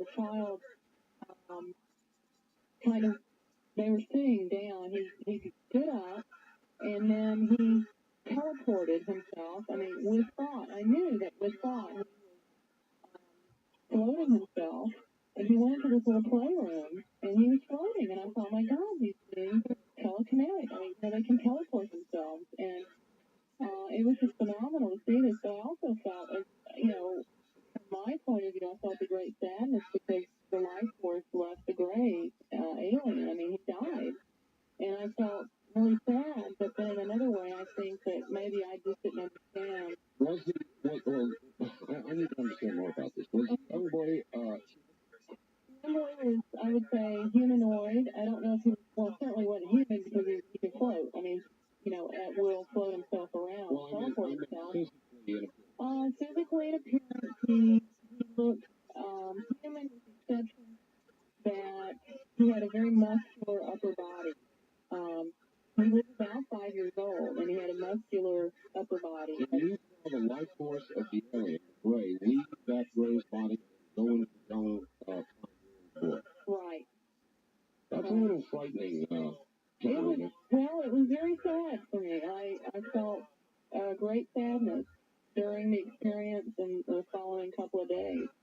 And I just hope that it was, a volunteer thing, for the Gray. I hope he volunteered to do that and was not forced. Well, I guess it occurs to me a long way. But if that was a human boy, Katerina, he in effect is now possessed. Well, it didn't seem. Well, the way I look at it is, if the soul is eternal, which I believe we have a soul, and I believe the soul is eternal. So, for instance, each time we come back to this planet, we know we live in a human body or a physical body, and if we come back more than once, then we're going to need more than one body. So, we're getting a little more into reincarnation here than perhaps what we're talking about. But, Are you a believer in reincarnation? Yeah. In that respect, I believe the soul is eternal, and that part, the life force of the individual continues, whether you're in the physical body or not. In that respect, I do. All right, on the toll-free line, on the air with Katerina Wilson. Hi. Albany, Oregon. Hello. And I have a question. Hey, Katerina, is that how you say it? Yeah. Yeah. I always wondered if it's possible, if you haven't ever met any of these alien people or anything like that, is it possible for you, if you had a desire, to get in contact with them, to contact them without them contacting you? Well, I certainly have had my moments where I wanted to relay information to them. I explain in my book, and I know other advocates explain that they can sense when the beings are nearby.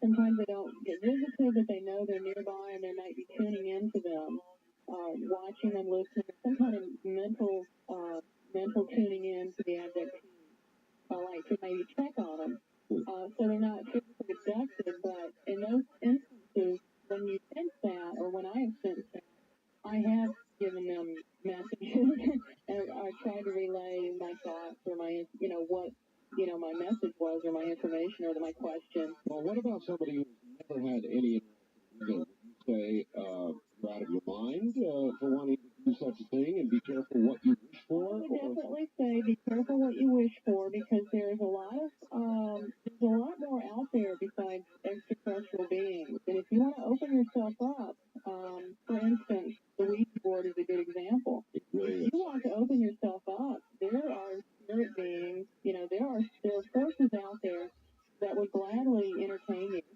and would probably misguide you. And I would say be very careful what you wish for. Yes.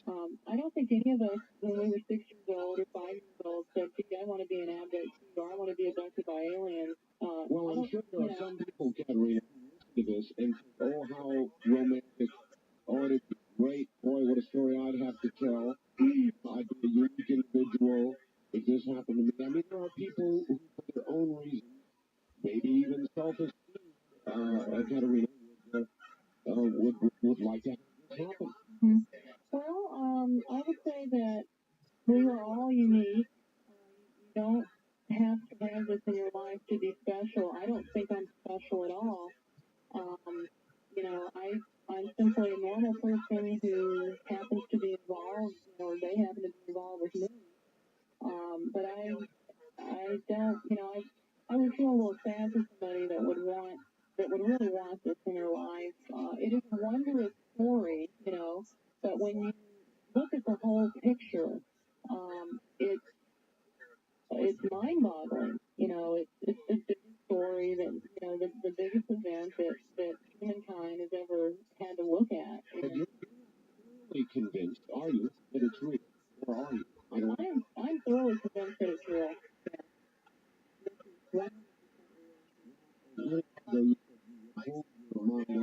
Oh yeah,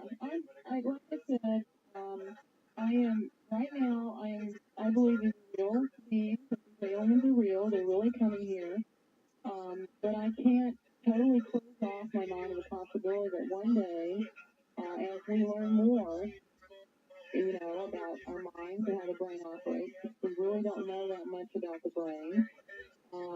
Who's to say what we're going to learn? Yeah, and that's something that's something that maybe it's just this little window over here with this beam of light shining through that it's just this little bit of belief that we're going to go in that direction, but I still have it there. It's not. I just can't totally close off my mind to that possibility. Well, it's called an open mind. Yeah, well, I guess. But right, really, I believe that this is a real phenomenon affecting us worldwide. Good enough. On the wild card line, you're on the air with Katarina Wilson. Hi, thanks for letting me know. This is Carol up in Manchester. Hi, Carol. Two things, Katarina. One, I'll take my answers on the air. I have a feeling that there are more walking about among us than most would expect. So my question is, how many millions are easily arrayed into our society? And the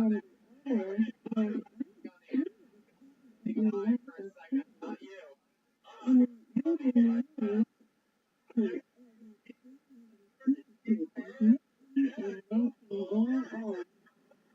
I think that are messing up our ears, and I, for one, don't like it. I'm not the only one in contact with them to say no.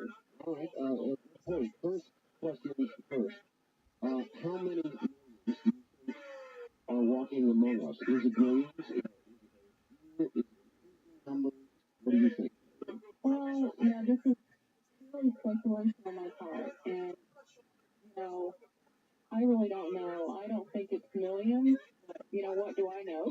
I think that there are probably, I would say, out of the choices, I would say increasing numbers.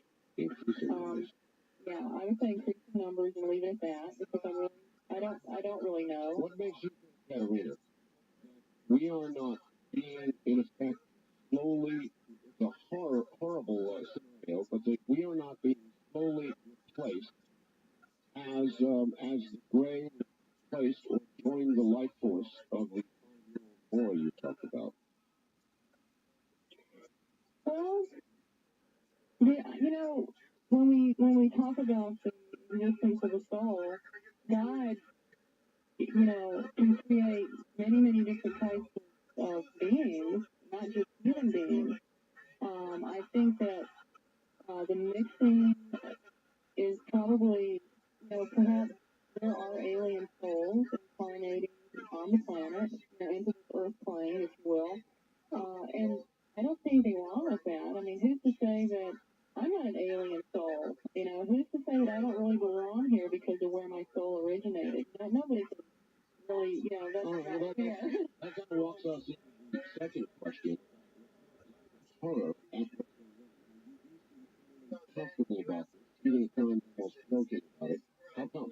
Well, my role is to kind of laugh at myself. I never laugh at others. I don't do that. So I have to be able to laugh at myself because it is very difficult. It is very painful sometimes. Not physically, just, physically. So then there's physical pain. Okay, so is this a protective reaction on your part, Katarina? Well, I try to stay balanced and focused. And yes, it is very hard. And yes, I have my bad days.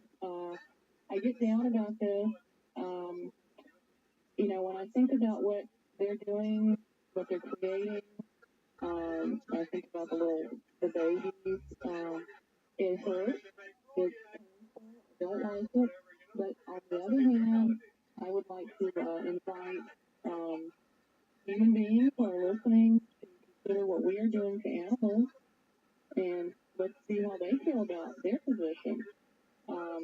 We don't know for a fact that animals are not conscious, don't have a soul, and I think that, how can we be so mad at what the aliens are doing when what we do to animals is, much worse than what has been done to me. All right, on the wild card line, Katarina Wilson.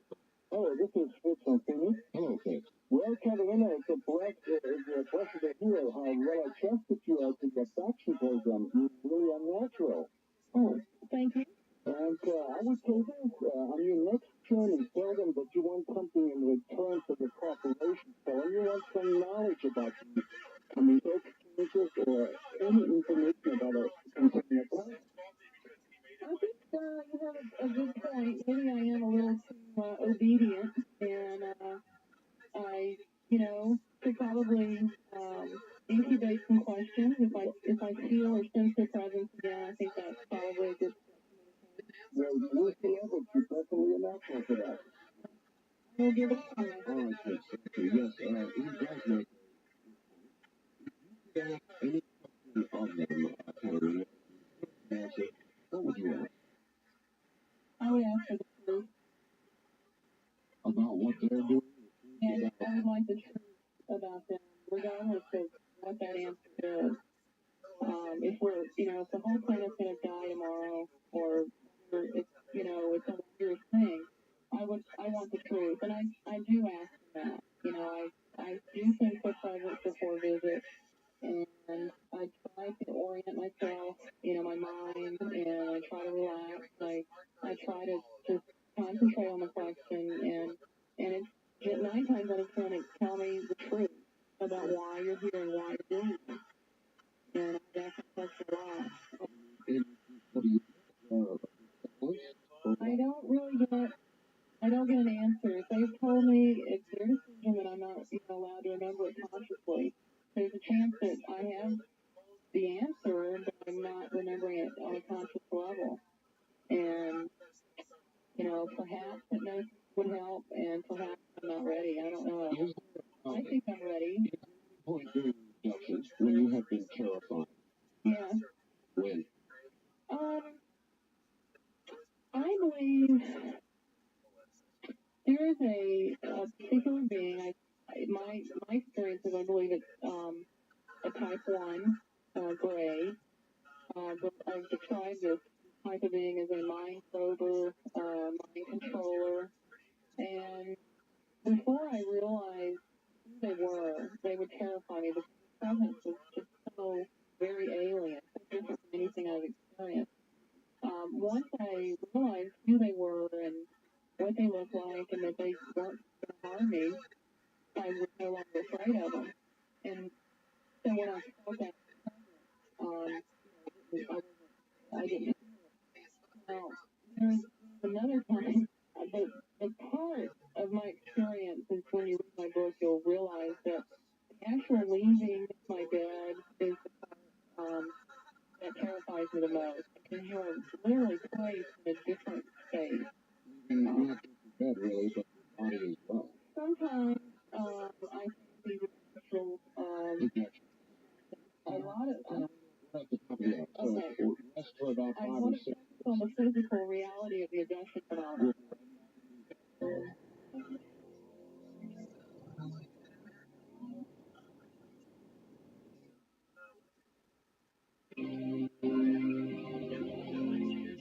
You recorded broadcast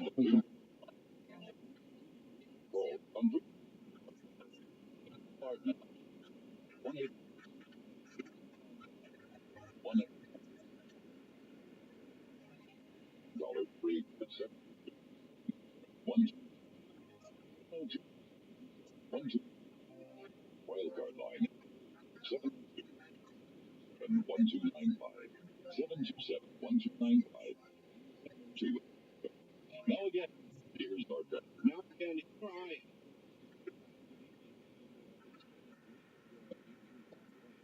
Okay, listen, Katerina, I've got a let me read it in its entirety, and I'll just let you respond to it the way you would like to, all right? Okay. Art, ask Katerina about the meat of this issue.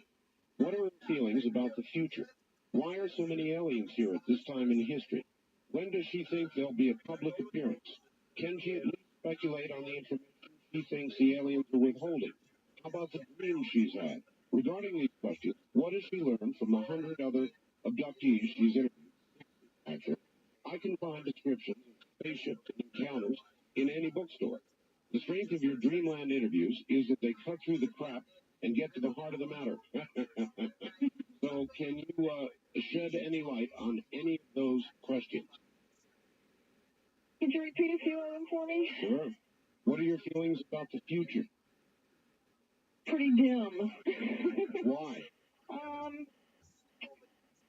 Well, I was thinking earlier that maybe I should just do a little speculating and not worry so much about, what everybody's going to say about, Dr. Everlade used to say, well, what do you think, Katerina, if you just let your fantasy or your imagination, take this information forward? So, looking at it that way, if I were to just say, okay, going on what I know and what I feel and, goodness, why are they here and all the things that I've seen them doing, it doesn't make a lot of sense that if you were coming to a planet to really help the planet, to help the people of the planet, that you would keep so much information from them and that you would play so many games with them. Yes. So the lack of their willingness to be open and honest with us is not a real positive thing. It leads me to believe that they are hiding or withholding information. That's not necessarily in our for our good. Right. Now, on the other hand, if there's some catastrophic event that's going to happen that they can't keep from happening, let's say an asteroid's going to hit the planet, there's nothing they can do about it, and generally when we have large asteroid strikes, that pretty much wipes out everything. Then, if I were an alien race of, perhaps scientists, as some of these beings are, I'd probably want to salvage what life I thought was important, or what life I thought I could manipulate into being what I wanted it to be. You feel something like that? I think it's possible. Yeah. All right. And Why? I would definitely, look what we're doing. We're manipulating the genetic code of other plants and animals, and this is nothing new for us. Why are so many aliens here at this time in history? I guess that goes to something about to happen. Well, I think something is going to happen, yeah. Whether it's a man-made catastrophe or if it's an asteroid, followed by enormous geologic repercussions, which is what's going to happen if we have a large enough asteroid. And I'm not talking about this because Without Warning was on last weekend. This is something I published in my book in March, way before the movie came out. I think that, you would want to take samples and representations of the life on that planet and perhaps put it back in a million years in some other form, or put it on another planet or in a laboratory for that matter. So, I kind of, back when I really didn't know anything about abductions except that I was involved and, oh my God, I got to figure this out. My first thought, back in 1987 or early 88, I remember it was in the house, it was early 88, was, well, gee, this must be what the rapture's all about. How else can you get human bodies off the planet without any trace? You beam them up. So, and I hate that phrase. It's so Star Trek-y, but, when you can move bodies in white light and blue light, when you can move physical objects and change physical objects and change the molecular structure of people and objects, which apparently these beings can do,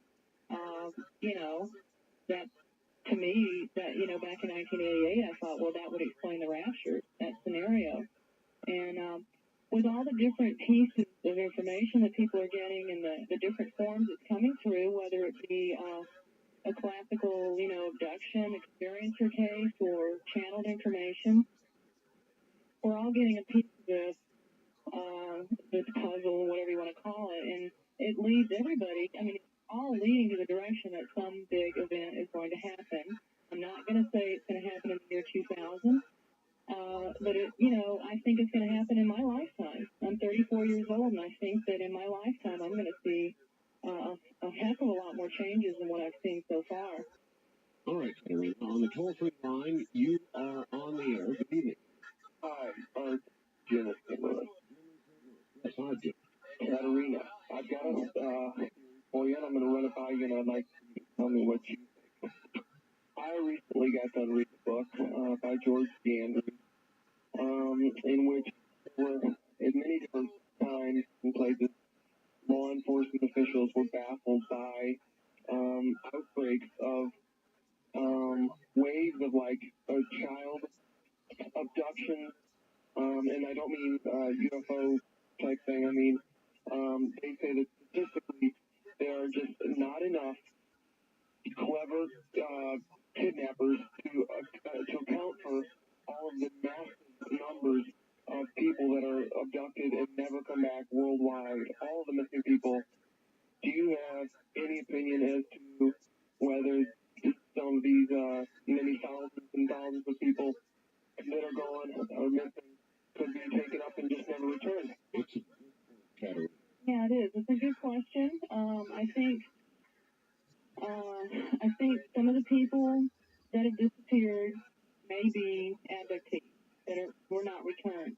I think many of the children and adolescents that are disappearing are probably done by a family member, and we're going to find them one day. And unfortunately, I think there is another percentage that have been murdered. No.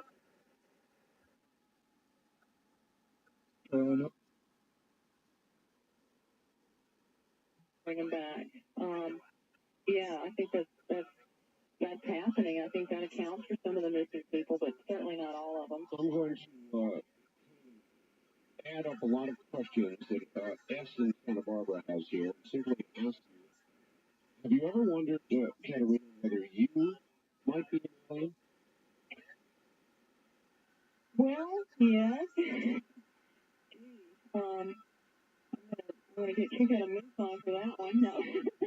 Actually, I have, especially when back in '88, I told my mother that I really thought there might be something to Charles Hickson and Calvin Parker's abduction experience in Mississippi, which was, back when she didn't know anything about my involvement, and this was my way of kind of breaking the subject to her.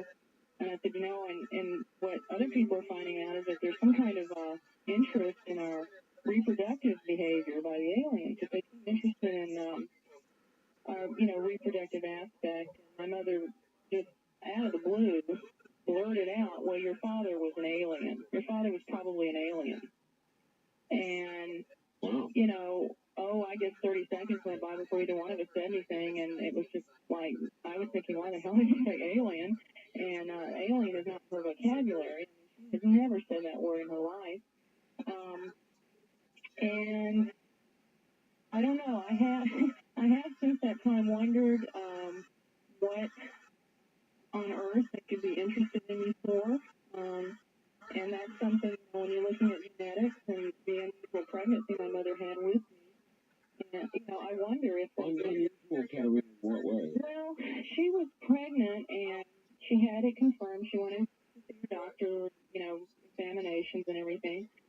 And in her third month, early fourth month, she went to the doctor, and lo and behold, there's nothing there.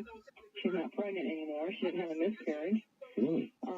And so she thought, well, that's odd, but my mother just was one of those women that didn't question doctors. I don't know how many women really questioned doctors 30, 40 years ago.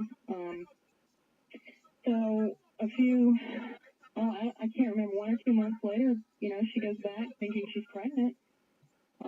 He examines her, and she is pregnant, and she's well into her pregnancy. I think she was, again, about 3 months pregnant.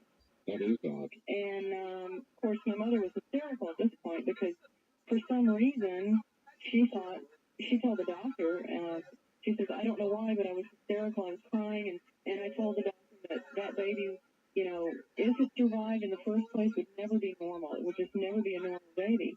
And he kept assuring me that everything would be okay, and that baby was born, and that baby was me.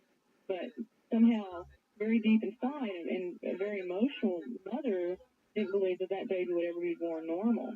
Yeah, I'm glad I asked the question. So I mean, personally, yeah, I wonder, is there some part of me that's not human? And, I just don't know. I don't know. You would think that the doctors are blood typing and, As a follow-up comment, maybe that accounts for your attitude. Perhaps, yeah. Yeah, maybe that's something they told me, that maybe they told me that I'm all human or I'm part of them, and maybe there's a part of me that believes that or knows that somehow. That probably I believe more than anything. My mother doesn't make stuff up like that. She doesn't know enough about. She doesn't make up stories. Okay. Oh, that's my father? No. Oh, the black child. Mm-hmm. Yes. Mm-hmm. Well, I've seen a lot of children. Several, two I know were mine. I recognize them. They recognize me, and they weren't completely human children. But yeah, I don't know. I think that there's. So then, Katerina, you've been a surrogate mother for aliens 3 times. At least. I think it's more like 7 times. 7 times? Yeah. Yeah. Wow. Yeah, and there's not a day that goes by that I don't think about those children. And my fantasy about that, if anybody wants to know, is that one day I'll open my door and they're going to be standing there and they're going to live with me. That I'm going to be able to be with them. Or at least one of them. All right. Listen, on the toll-free line, you're on the air with Katerina Wilson. Hello. Hello. Where are you, sir? Portland. Portland. Okay. I'd like to ask your guest about 2 recent guests on your show, Carla Turner and Leah Haley. Yes. And a follow-up question, what does she think about what the government knows about this agenda, and what is their part in the intimidation, harassment, and even abduction of abductees? All right. Thank you. What about that? Well, that's an interesting question. If you want to talk about being horrified about being abducted by somebody, let's say how would we all feel if we were abducted by our government, or members of the military? So this is a subject that yes, Carla Turner has written about, and Leah Haley has written about, and I have written about. We have all seen military government people in our experiences, in our abduction experience. What have you seen? I've seen people that I thought, a couple of them that I somehow knew were with the CIA. I've been in underground bases where they told me they were with the secret government that was above the President of the United States. I've seen them in Navy uniforms, Marine uniforms, Army uniforms. That's a lot. I mean, I've seen military bases. I've watched unusual craft fly, hover. All of this is detailed in your book, right? Right. I have, over the 32-year time frame that the book covers, there's 119 experiences, and out of those, there are 14 that involve military government aspects. And how do I feel about it? Yes. Well, gee, I am asking myself, did the radiation experiments ever end? Did that aspect of our government ever stop doing what it was doing to people? I mean, the Tuskegee Institute experimented on black men. That's right. They let them die so they could study syphilis. We gave, radiation tablets to infants. I mean, to me, if you can experiment on an infant, anything goes. So, I mean, I'm certainly fair game. And I asked myself, did these experiments stop? Is this part of a continuation of what Marchetti and Marx talked about, the Manchurian Candidate, or the cult of the CIA, cult of intelligence, the book about the CIA and the cult of intelligence. I mean, we experiment on humans just like everybody else. All right. The caller also asked about a couple of my recent guests, Carla Turner and Leah Haley. Do you know them? Oh, yeah. What was the question? Let's see, relating to the military government aspect, well, they both told stories about right, and I know Carla's husband, Casey, had described in detail about an experience that occurred in an underground base with the military, I think. Do you know where any of these underground bases actually are? Well, one of them, in the experience, I knew I was in Eastern Canada, eastern Canada. And that was an underground facility. That was the one with the supposedly secret government that. How did you know that? I'd been there before. Oh. I mean, as I was walking toward it, I remembered being there before and knew I was in eastern Canada. Okay. And knew that I had been in the base, in the underground base before. And, I've been told that there is a secret underground military base there, but this was just by somebody whose brother was working there, and he, couldn't even tell me the name of it. Okay, back to the telephone lines, and on the wildcard line, you're on the air with Katarina Wilson. Hi, this is Patty from Aloha, Oregon. Gosh, of all the guests that I've heard, nothing personal, young lady, but you're listening to you gives me a very uneasy feeling, and I would just like to bring up the point about free will. I think as human beings, our most precious gift is the gift of free will, and it seems like the alien influence and encounters are taking away this precious gift. It gives me an uneasy feeling. There was a Twilight Zone episode about 20 years ago in which the aliens landed on Earth, and there was a wonderful, of course, there were some people that reacted violently, but most people were very accepting, and they said, well, we're here to serve man, and at the very end of the hour episode, they left behind the book. And no one could, right? Yeah, no one could translate it. One man did, and everyone is left, and it turned out to be their cook's book. And I can't get that image out of my mind. They're human. Yeah. Yeah. Boy, the only other comment I'd like you to touch on, you keep using what quote humans do as if it was a justification. Well, we do experiments on animals. Well, we do this. Well, we do genetics. As if that were an excuse, as if that made it right. If it's abhorrent for humans to do it, why isn't it abhorrent for aliens to do it? And I'll get off here and listen to your answer. Thank you very much. Yeah. Well, I don't think it's good for aliens to experiment on people. I'm not saying because humans experiment on others that it's okay for aliens to experiment on us. I'm just saying that if you were visiting a planet and studying the beings, the people on that planet, you're going to look at their behavior towards the other species on their planet. And all I'm saying when I bring that up is, as far as the alien to human to other species, is that I'm just glad that I'm not being treated as badly as I could be treated. Well, I'm not saying I'm enjoying what they're doing. I'm not. Katarina, I almost share a feeling of unease about the way you presented this, and I think I now know why. It's as though you're talking to us, human beings, as though you are yourself a party. Have you noticed that's the way you present so many things as though... Well, that is what I feel my role is, my involvement in all of this. And that's the one thing I'm pretty darn sure of is that, I feel like I'm supposed to be some kind of spokesperson or an educator, and I try to remain neutral, and I try to present both sides of, whatever, of the information that I have. And I try to do it in a neutral way.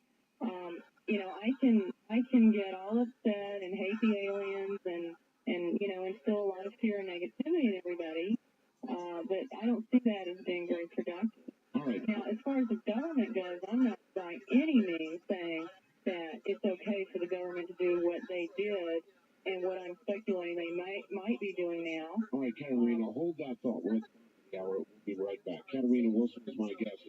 When I meant as a party, Katarina, you might think about this back. I meant as a non-human party. We'll be back.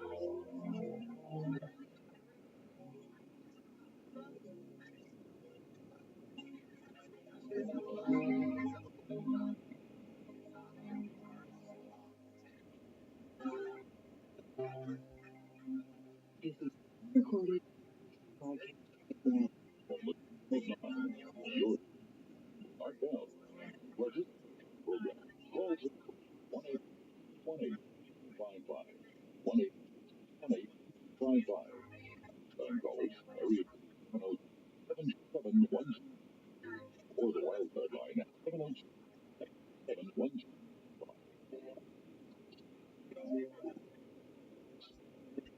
Katarina Wilson is the guest, and this is going to direction that's fascinating. Back in just a moment. First, a word. Okay, back to Katarina Wilson. And Katarina, I've got another fax here for you.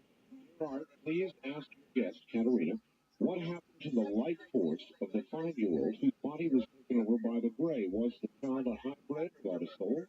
Are all of these babies without souls? Also, I can't help but ask about the black child and her fiance. Has she seen it again? And what are your feelings toward that child? Well, that's a lot of questions. Was the child a hybrid, do you think, without a soul? No, my personal opinion about life is that if there's a life, there's a soul. Now, to me, the gray was a live gray, was a life force. The little child was alive. He had a life force. It was almost like a sharing, or like the gray was contributing his life force, and it made the little kid, the blonde-haired boy, more than what he was before. Like he had more energy. He was more of a whatever, a person, if you want to say. But it wasn't. I did feel that the gray's body then did not have a life to it. That soul was gone. The life force was gone. Right. That the gray died because of that. All right. With reference to that child, which you said was yours, she asked, did you ever notice any subtle changes in your body, or was that a test tube baby from start to finish? With my experiences, most of this genetic manipulation, the pregnancies are artificially created. I did have an experience during which they told me that my baby was in the spindle phase, which is during the initial stages of cell, when the cell split during mitosis. Yes. Now, that happened hours after the sperm and egg meet. And this is not something, we can do this, we can watch this. If you've watched the Learning Channel, you've seen this under a microscope. But, we can't determine that somebody's pregnant that early on. Our tests don't show that. But they can tell when it's in the spindle phase. So, I mentioned this in the book. I think that they can artificially inseminate and remove before a woman will even know she's pregnant. From Santa Barbara, why would a person not want to remember that they were a member of an alien race? Did I say that? I don't know. No, I have no idea why somebody wouldn't want to remember if they were a member of an alien race or not. I don't know. I think it would be an individual decision. Some people might, some people might not. All right. Well, again, I noticed, Katarina, the way you're approaching all this is almost from a third-party point of view, almost from an alien point of view, almost as if to say to the audience, don't worry about all this. Your attitude says don't worry about this, or that it's all right. I'm not saying it's all right, and I don't mean to imply that I'm saying, what's happening is okay, but I don't want people to expect me to be, because I'm a woman and I'm an abductee, I am not going to view myself as a victim. And if people don't like my presentation or uncomfortable with the neutrality of that, that's because they're trying to place me in a category where, it should be poor Katarina, all she's been through. Yeah, I went through that, and I'm really glad I'm not there anymore, because it's not fun to wallow around and self-pity. I'm an addict. I'm having experiences. I know I have free will. I'm not a weak-willed person because I'm being abducted. I'm trying to present the information. I'm not going to get emotional about it because that doesn't do anybody any good, and I don't want people to view me as a victim, and I don't want people to feel sorry for me. And that's my presentation. I've been there. I'm not going to go back. All right.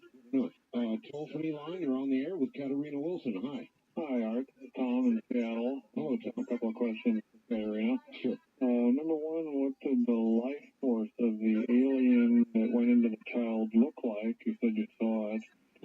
Number two, I heard a UFO speaker present the theory that the Greys are here to have done something that they'd lost their emotions and that they needed to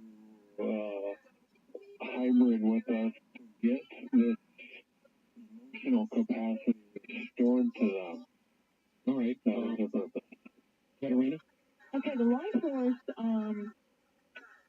gee, I can only describe it as the way I would know that a male alien is a male, a female alien is a female. You know, it's an inner knowing what's going on. But also, it was like I saw, I don't know, I don't want to say it's a light, but it's more of just a energy going from the gray into the little boy. And that's the best way I can describe that. You know, I know that you present that in a positive way, but again, I find it kind of chilling because I'm not really sure that it's positive. I'm saying I was deeply hurt and depressed the next day. I mean, I was on the phone with my abductee buddy here in Portland, and I was telling her about it. And but your emotions were towards gray, as I recall, right? You were sorry for the gray. Yeah, I mean, the little boy was fine. He went off and started playing. Yeah, he teleported himself, picked up a little ball, threw it through a little circular hoop-like thing, like maybe a basketball-type thing, and he just went in the playroom and started playing with his toys. He was fine. He was happy. He was strengthened. And the gray was gone. And the gray was an empty shell. Okay. And I saw it as kind of a sacrifice, but how do we know, on the other hand, that the gray doesn't have now a better body? And maybe the little boy agreed to share his body. I don't know. I don't look at that as possession. I know some people might, but the little boy was fine. He was strong and healthy and went on to play. All right. On the toll-free line, you're on the air with Katarina Wilson. Hi. Hi, this is Preacher from Radio Town. Thank you. Where are you calling from, sir? I'm calling from San Diego, California. All right, Togo, go ahead. Yeah, I was just wondering, I'm not one to blaspheme or nothing like that, but I was considering a lot of different references in the Bible to alien presences and stuff like that. And? I was referring to angels. Uh-huh. As far as the angels from the sky. And oh, yes, there have been such references. Yeah, it is an interesting question, Katarina. Do you think the references in the Bible, and there have been many, that people interpret that way anyway, are referring to the aliens? I think that the most important term, the most important phrase that you can, we need to mention here is human being interpretation. I believe that there is a possibility that some of the human beings interpreted an alien as an angel. I also think that there's a good chance that angels are angels. And so, yes, I think maybe, some of the interpretations in the Bible of angels might have been an extraterrestrial being. Some of the extraterrestrial beings we're hearing about, light beings, white robes, yes. floating, yes. they're surrounded by white light. They come and they speak about God and the God force and wonderful positive messages. Who's to say that's not an angel? And we're calling them extraterrestrial. So I don't know. I'm not a scholar of the Bible, so I think that there is, human interpretation. All right. On the toll-free line, you're on the air with Katarina Wilson. Hi. Hi. What can you tell us about missing time? All right. Yes, thank you. I'm glad you brought that back up. Where are you calling from, please? San Diego. San Diego. Missing time. Well, missing time is a phenomenon that's often associated with an abduction. And generally, people will be going about their normal activities and will suddenly realize an hour or two, sometimes more, has passed. And it only feels like a minute, has gone by. And a lot of times there's no memory. You're washing dishes at the sink, it's 1 o'clock, and all of a sudden you're standing at the sink and there are the dishes and it's 4 o'clock. And you have no memory. Some people have memory of, being with aliens and on their craft. But that's kind of it in a nutshell. I asked somebody here in Portland, a friend of mine, who, the last thing I would have expected to say is that he's involved in this. And I said, well, have you ever been doing something, driving along or, working in your house or something, and then all of a sudden noticed that a lot of time went by that you couldn't account for? And just out of the blue, this person just about broke down into tears and started talking about, well, I was at this flashing yellow light and I was going to turn right. And I was at a flashing yellow light. And the next thing I know, I'm on Mount St. Helens in my car, up at the visitor center. That would be he broke down. Sure. And I had no idea this person had anything like this. I don't even recall why I asked him the questions, but that's an example. And to know that you're missing hours out of your day can be upsetting. For a lot of people, it's, oh, gee, that's odd, and they go about doing what they were doing, and maybe 20 years later, it gets upsetting. Then they for some reason, they put 2 and 2 together, they remember something they didn't remember before, and they go, oh my God, that didn't make sense. Where did those 5 hours go, or 2 hours? Interesting, Kettering. A lot of the best researchers in ufology for years and years researched and looked into sightings. And finally, most of them became satisfied the sightings were real, the craft really were here. Now they have turned to people like you as the best avenue, they say, of continued research, abductees. Do you agree with that? Well, I think we're a logical resource for information. Now, with the kinds of experiences where you have your classical abduction case, you have teaching dreams, you have visions, theatrical scenarios, yes. Teaching dreams, those kind of things going on. I have always thought that it's important to look at all of those, not just on the table examinations. And so I think that you can learn a lot about the alien psychology and perhaps learn more about what they're up to by looking at these other kinds of experiences. During all of these examinations, probes, pregnancies, or just removal of ovum, have they hurt you? Physically? They Yes. hurt me physically, they hurt me mentally. The physical pain, as any woman who's born a child will tell you, passes, and it does. I don't enjoy physical pain. I have gotten out of bed and fallen to the floor because I couldn't walk. I've had blood on my sheets. I've had puncture wounds in my body.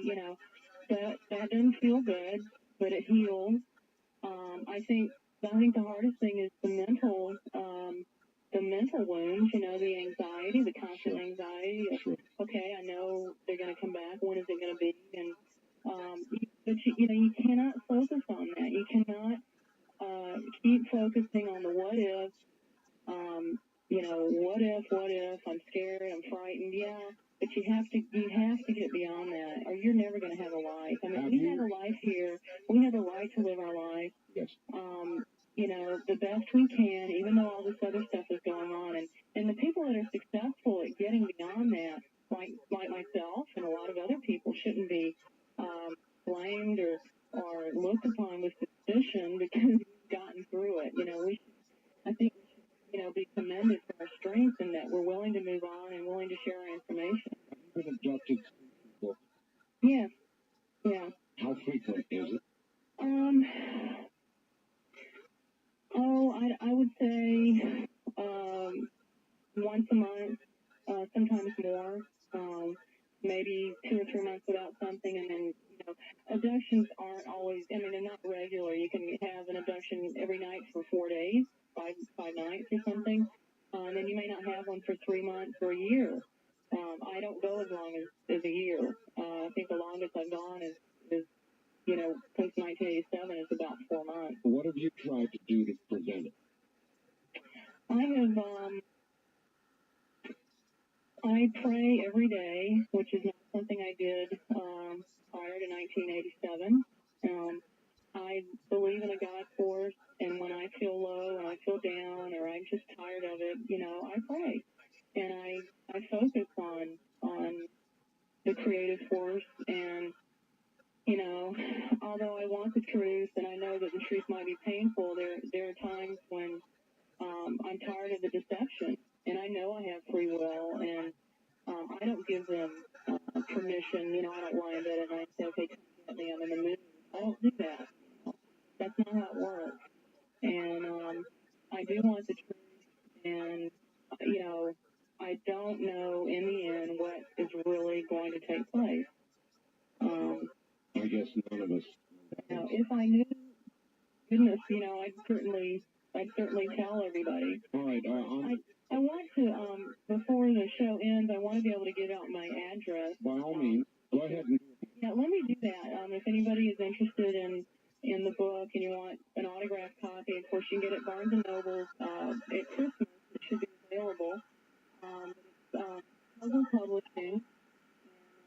It's PO Box 230023, and that's Portland, Oregon. And the zip code is 97281-0023. And postpaid, the book's $26.95, and I'll be happy to sign it for you. Also, if you have any questions or comments, please feel free to. Okay. Oh, PO Box 230023, Portland, Oregon 97281-0023. And you'll autograph a copy? Sure. I autograph all my books, except for the ones that go into the bookstore. Those orders are. All right, so if they want an autographed copy, they're going to need to. Yeah, $26.95. All right, Post Office Box 230023. Right. Portland, Oregon 97281-0023. Right. Is that correct? Yeah. All right, well, I very much have enjoyed having you, Katerina. It's been a very unusual and different kind of interview as an abductee. You have a very different attitude. Has anybody ever told you that? I am told that most often. After I present lectures and things, and I get a lot of mail. A lot of people actually just about, well, everybody's always complimentary. They like my presentation. They appreciate the fact that I haven't tried to scare them. That I am, I try to remain neutral. But, of course, tonight we heard some other attitudes. No, it is It kind of interesting. surprised me, but. No, I think it's a very interesting and different sort of perspective. Yeah, I think people are used to viewing. We're in an age of victimization. I mean, my God, you've never seen anything like that. I know. Before. I mean, the 90s are the decade of victimization, and. Well, don't be, Katerina, we've got to go. Okay. Well, I want to say thank you, and it's been an honor to be able to share my information with everybody. And thank you so much for having me on Dreamland. Thank you, Katerina.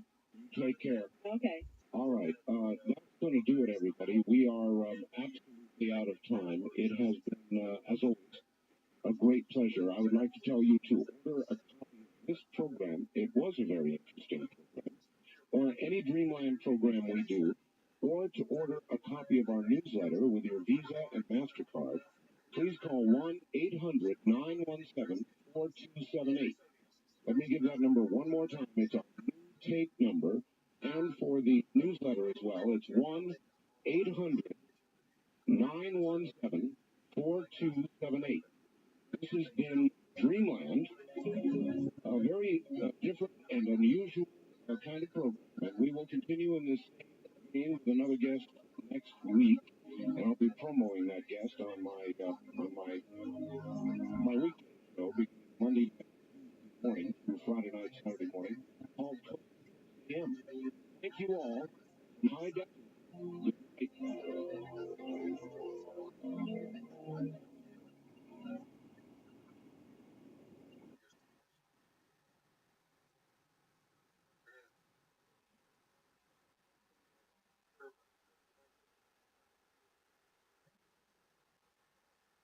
Henry Johnson, ladies and gentlemen.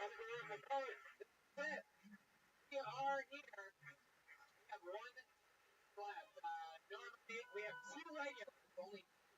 brand new minute the button every single week, but then couldn't make it here tonight. Vanessa Johnson, well soon. And tonight, for the lovely, the amazing, always nervous, silent, the great Melissa Esther.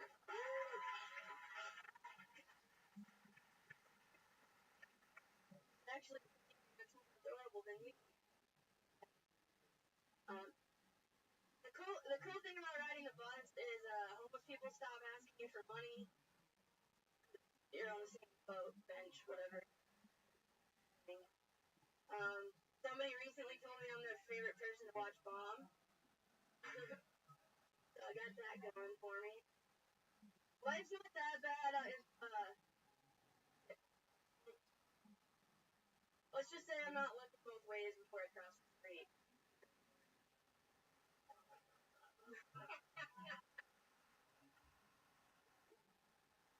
But yeah, it's not hard to see the silver lining when you're broke, because anything that looks like money,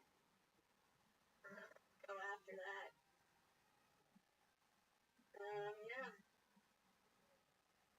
All right, exactly 1 minute. Happening in life. Why is everything so sad? You're unemployed, sleeping on air mattress, paying the dues. You going through a lot of spots during the week?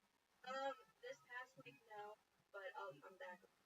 What was the first thing that you said about adorable? He was really adorable. Who? The guy right before me. Yeah, when you start your sets, you know what I mean? We acknowledge everything that happens before you. Don't waste it open when you're establishing it. It goes for everybody in every set you do. You don't always have to make a joke about something that you saw earlier in the show. When people get more entertained when they see somebody owning it. It's just like, wow, here we go. It's time for the Melissa Esslinger part of the show. You call back, I think anybody I had no idea what you were about. So, well, at the very opening, that's always hard to catch up. You're talking about real shit. You're talking about being broke. You're talking about your situation. I would have loved to have heard more about the actual. What's going on? Improvement on anything in life? What's happening? So sad about your life. It's really not that bad. I'm learning a lot, but it's scary because I don't know what's going to happen next month. Right, with what? Surviving, paying bills, shit. But bring us with your suicide. No, I'm good. It's been. It's.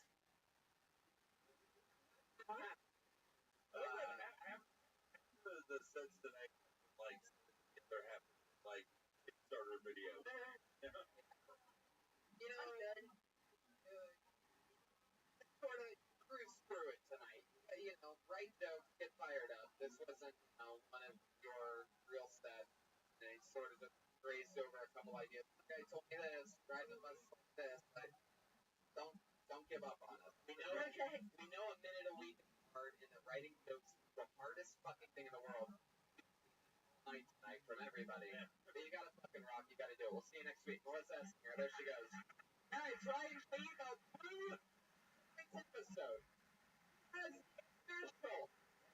Close to the cell. After the show, on the front patio, say hi to all of us. The real Ryan Lee, Ryan Redman, Matt Reagan, Patty Reagan on Twitter, Jeremiah Watkins, Jeremiah stand-up, Jeremiah Get Back to album on Spotify, Louis J. Gomez on Twitter, Louis J. Gomez, Luisj. Lawrence at Lawrence on Twitter. One of the funniest guys in the world. Thank you so much. Anything? I wrote on this by Amy Schumer that every Thursday, so check that out, everybody. There you go. Up next. Thanks. Love you. Hey, family. My audience.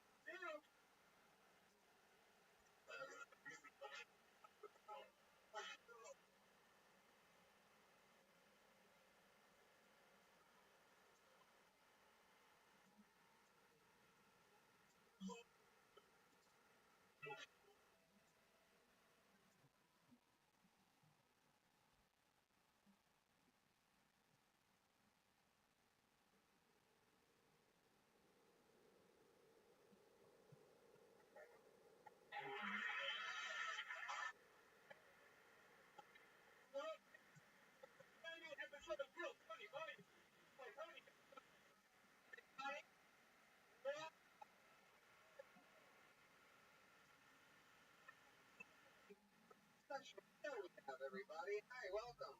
So nice and loud in here. Welcome, everyone. We're going for Reagan and Rothschild. Just saw him, everyone. Killing it. Fuck yeah. This. You guys ready for a crazy night or what? Fuckers. We have the great Ryan J. Ebel drawing already tonight's episode. Does every episode. Friends at RyanJebel.com, including brand new No Tony Post. Unbelievable. That's on my living room wall. Post that I've ever seen in my life.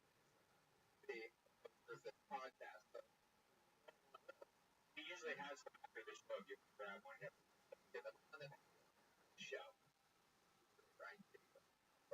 So what's up, man? Not much. What are you doing? Hey, excited. Show. Nashville, May 2nd. Wild West Comedy. Going to be part of a festival. And I'm going to be in Santa Barbara Friday with Cam Tripoli. Going to be listening live on the live stream. Austin, Texas. I'm there this weekend. Yeah, Brea, California. Thursday, with Perez. It's almost sold out. Better get your tickets. It's almost sold out. Pre-sale tickets start on Friday for my show, October 8th at the Wilbur Theater in Boston, Massachusetts. Yeah, that's Tony. Huge theater. Right, it's crazy. I don't know if I'm going to be able to do it. I'm just probably going to shoot my next special there. Fuck you. Idiots. I love this. I love the whole Monday vibes. There's nothing more fun in my fucking week than having crazy times on a Monday at 8. Let's just get the fuck into it, shall we? You guys ready to meet tonight's guest? I always have two of the funniest in the world on this show. I am fucking excited about tonight's episode because for my friends, the funniest people I know. Put your hands together for them. It's Jeff Dennis and Brian Moses, ladies and gentlemen. Here we fucking go. It's exciting.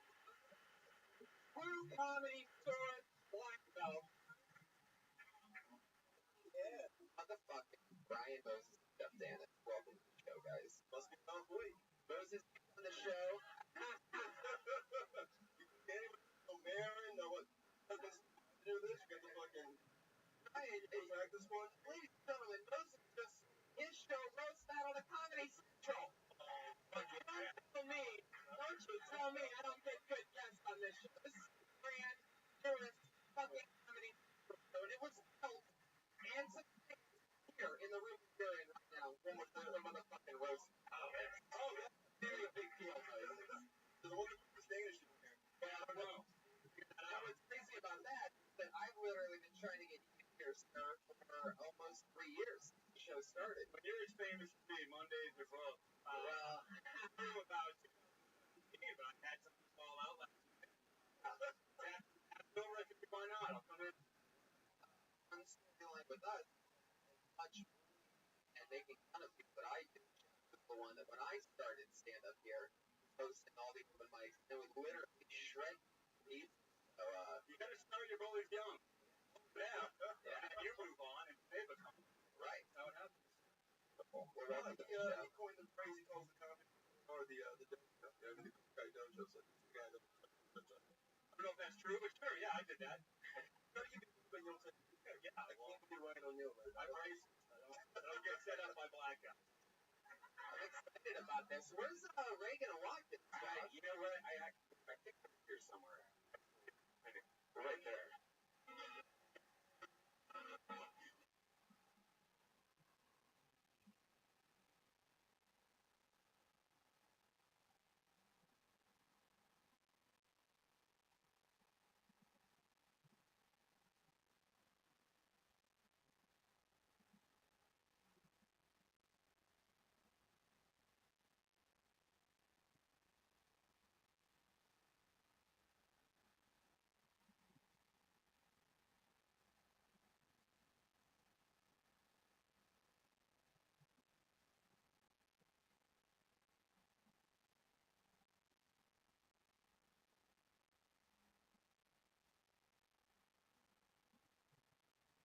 Holy shit! What is happening? Be someplace more. really glad that was you. I saw him coming in time. I didn't know what was happening. Yeah. Jesus. What was scary? Wow, that was an aggressive entrance. Reagan Watkins, ladies and gentlemen, with a little Prince trivia. That was a real man kiss, too. I mean, that's got the softest lips. I see now. I see why you get some first time kiss from Pat. Yeah, from Pat. Bruce has a quarter semi. Term for that. Yeah, Semi. a quarterback. Yeah. He's bigger than all three of ours combined in his quarter semi. It looks kind of like this direction. You want to help? Welcome, Reagan Watkins. Beautiful Prince tribute. How long did you guys do? Who did the crafts? No, we did. Who decided that a red bull would describe that it was the steering wheel of a red Corvette? That was me. Yeah. Was that last minute, or did a lot of talk go into it? Did you submit it to the red bull? Red Bull, yeah. You guys film the craft making sessions? It seems like you need to put that up. Show people your hard work. Good, but I lost some power at my house. Did you make crafts? Dark. Oh. But no, is he smart, Tony? What? They're in.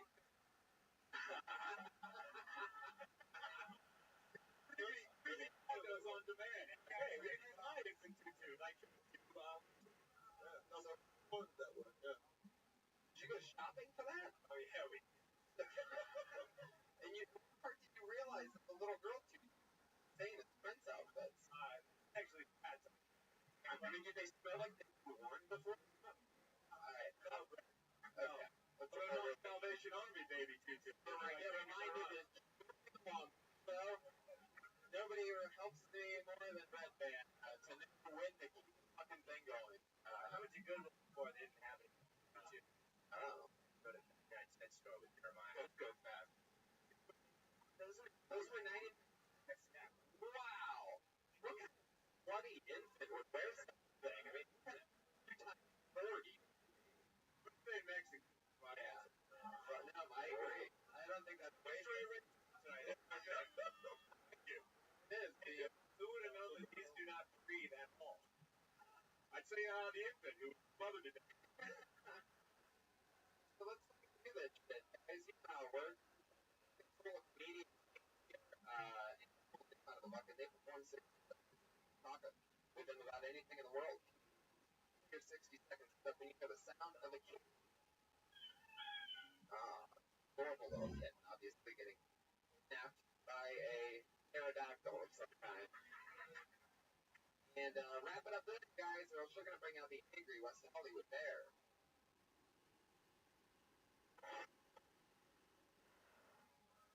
Extra loud tonight. There it is. Little leopard at the end.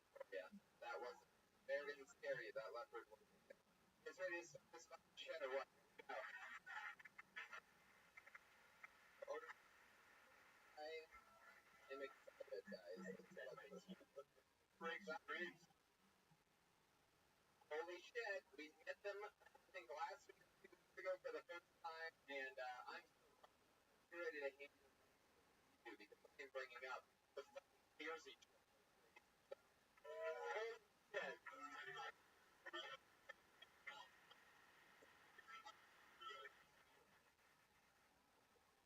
Yeah!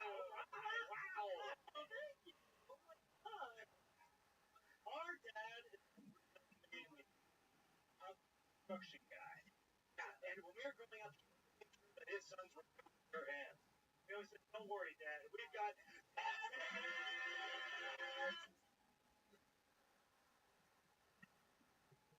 if you couldn't tell by looking at us, we are bad boys. We need drugs. Eat the other day. Vitamin E. Just like it's... You don't have fresh ink? Huh? Yeah. The wash up. So bad. Probably the most badass thing about us, though, is we all ride a Harley. Just one, all three of us get on together. Sidecars.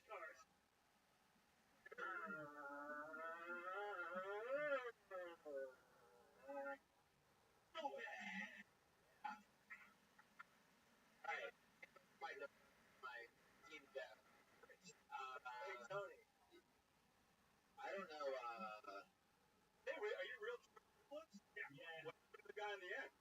good one. He's the funny one. No, he's like the sports star. He's taller. He's like the dominant. He wears lips.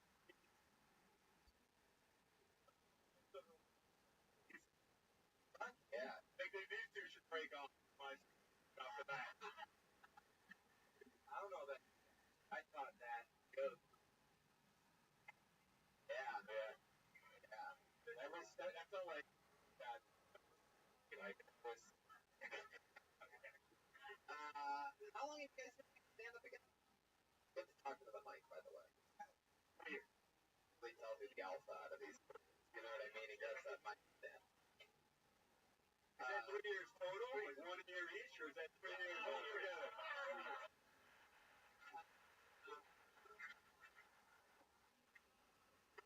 Been in Los Angeles. Our whole life. Really? We live like 20 minutes away. In a chocolate factory. Yeah.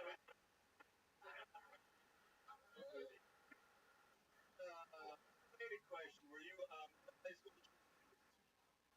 No, you have the Really looks like it. Oh, we're losing. I know a lot about you. So that's where you do. Those No. are the others. I could see it, dude. Yeah, you went out there crying. You played football and wrestling. The best athlete. I was Wow. No, it's not. It's legitimately. Wait a second. You have to. There's this triple talk for the first time ever. We'll go over the accolades. He was ACL, so on the DQ. He was a high school MVP of football. Five. What? 30 people. No, I'm saying size-wise. Oh, yeah. We played the middle school. No, but hold on. I was an MVP in rugby in college. It was a club team. They cheered when they lost. They played on an elementary school, by the way. They played on an elementary school. No team spirit. I experienced this play. I like it. Very good. The best thing about them is when I walked in, I saw them rehearsing downstairs. Walking by, and I was like, who are these guys? And I noticed they don't look alike. Makes sense. Did you walk by and they were doing like jazz hands? They were like, you were like singing it. I thought they were like an acapella group, like trying to bring in a trash can fire. Yeah. Dude. The fucking beer triplets. There's something interesting about you guys. Our aim is for that Jersey triplets. Like Jersey. The Jersey triplets. The triplets?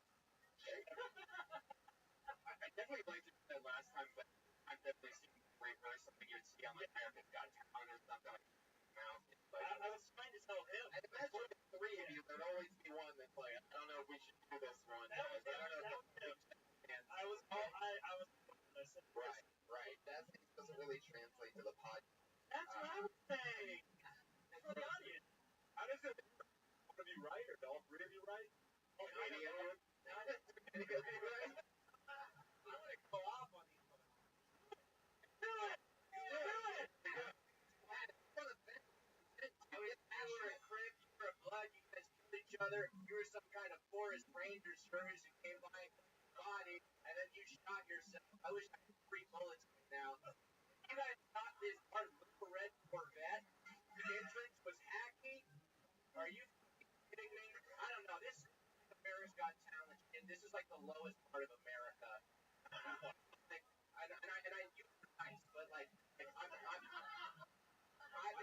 this is how I think you shouldn't hold back, dude. You should really just bend down a bit. Like, you kind of held back on a couple punches. You said the red Corvette was hacky. I like that. By the way, Pat, I mean, did you brothers delivery or something? Like, what are you so mad at these guys for? I mean, furious. Oh, man. It's just, I do a little stranger, and I always see audience respond that I hate. And that's really bad on the next American Idol, by the way. You guys are American dog shit. What kind of insult is that? Hey, Tony. Yeah. Nobody's heard of the little cheap They go right here. Whoa, Jeremiah hitting a home run early in the first inning. 2 minutes. I love that. Jersey triplets. So one of you guys that like gets caught tripping off, you go a lot more than the other one? Back in the day, yeah. They had a thing called, it was very low point. They had a thing called 2 It was during summer, so I'd wake up in the morning to jerk off and at night would jerk off. Do all of you have that list? No, who's so into jerking off? They named it something like after a football team. Get ready for the season. It was during, so it just, I gotta jerk it. I'm so turned on in the locker room. I gotta jerk it before practice. I gotta go home and jerk it after practice. Maybe the day writing. Whoa. Wow. Yeah. Well, first class you guys were on, you were acclaimed heroes, and you're just getting your souls taken away today. That's okay. We need it. Can't wait to see the swarming fighting style of them attacking. Just fucking on each other's shoulders, toe to pole, attack style. Any reason you think why you have the list and the other two don't? Were you like grandpa's favorite or something? Like what? He was pulled out of the womb by the force of the tongue. All the force of the tongue is too much. I really don't. No idea, huh? I took classes when I was younger to get rid of it, and I guess you never had it. I'm not a retard. Oh. I told you. Got a bridge down, dude. You guys are holding back, dude. There's shade on his two brothers. Man. Good job. Fuck yeah. Alright, guys. Well, it was nice to meet you again. You know the thing that bugged me about their set? I actually didn't mind their set. The only thing that bugged me was acting wasn't beautiful. You know what I would love to see? You know what it just hit me is I would love to see the Mersey triplets go up against somebody in a roast battle. Oh, yeah. One of those undercards. Can I play a little match? Can I be on a matchmaker here? Yeah, we've done taxes. Maybe the triplets versus Pat Reagan and Let's see the triplets versus Pat Reagan in the park. Whoa.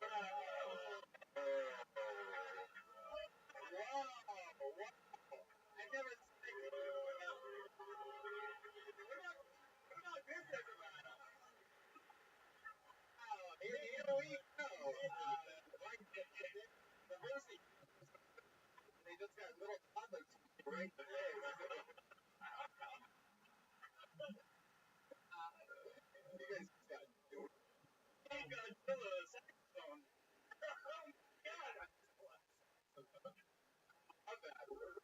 Now, are you guys bad cop, good cop over there? Jeremiah, what do you feel over there? Are you with the right hat on? Man, if that was a fight, I'll throw it. I see a 3-on-2 handicap battle, right? Yeah, I love that. You know what? I think that's what should happen. Should we do an improvised roast off right here?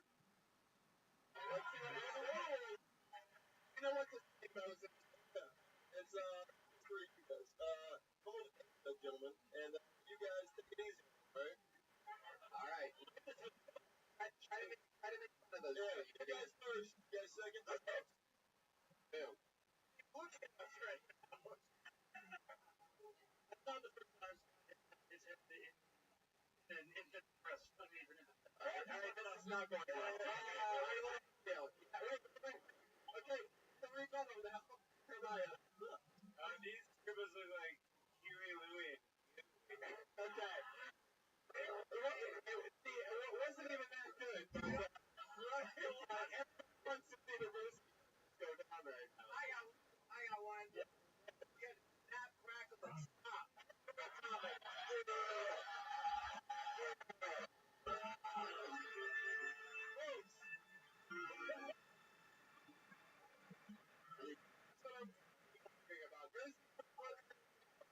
Any parting words to the Mersey triplets, guys? Get on the model. I think your future's rose battling. What I just saw here, I see more. Perfect. It's great. I think the future with us is limited. So there they go, everybody. The fucking Mersey triplets, everyone. I love it. Confederate Mersey triplets. That's fun. I like that little improvised fucking rep stuff. Inside. and unbelievable. You got it. I was gonna get taller when it was bad. I wanted it. It's like pounded. I think they're the most vulnerable. We got nothing to fucking lose. Look at these guys. They're fighting to go. All of us. Let's just fucking go out. Thank you. I love this. You would play the best Dracula of all time. Is that the Are you wearing the Seinfeld Buffy shirt right now? Let's keep this motherfucker going. You ready to see the next comedian? Anything can happen. Pretty crazy. Spontaneity at its best. Put your hands together for a name. How about Ryan Higgins?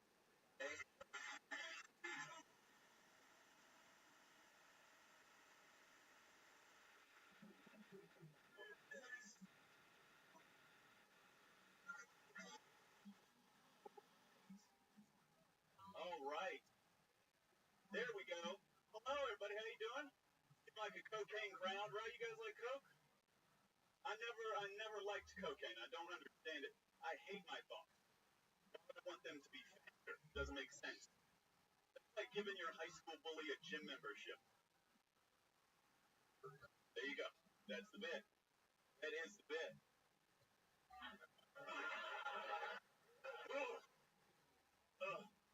That it? Are you done? Yeah. Oh, With that bit? yeah. You have 30 seconds. I'm very efficient. This guy's got a tight 10 seconds.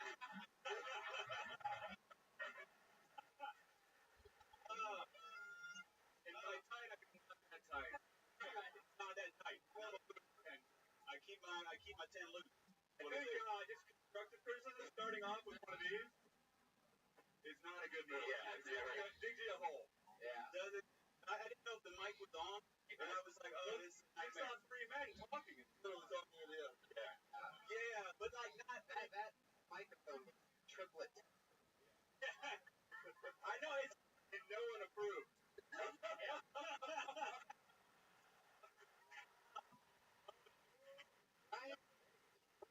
Why'd you put it in 20 seconds?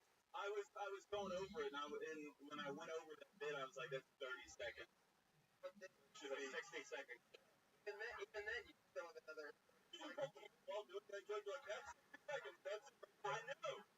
How am I gonna rush it? I've never fucking thought that possible, but I did. Actually, I'm fucking alt. That's what I am. I'm alternative, and I went really quick on a coke bit.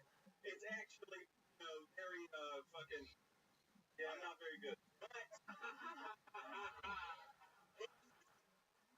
I mean, after the triplet evisceration, I was just in awe.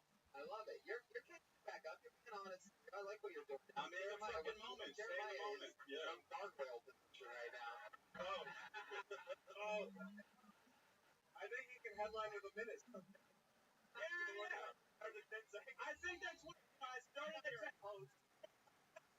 Like the minute liner. Okay. You 40 seconds. I'm fucking loving it. About.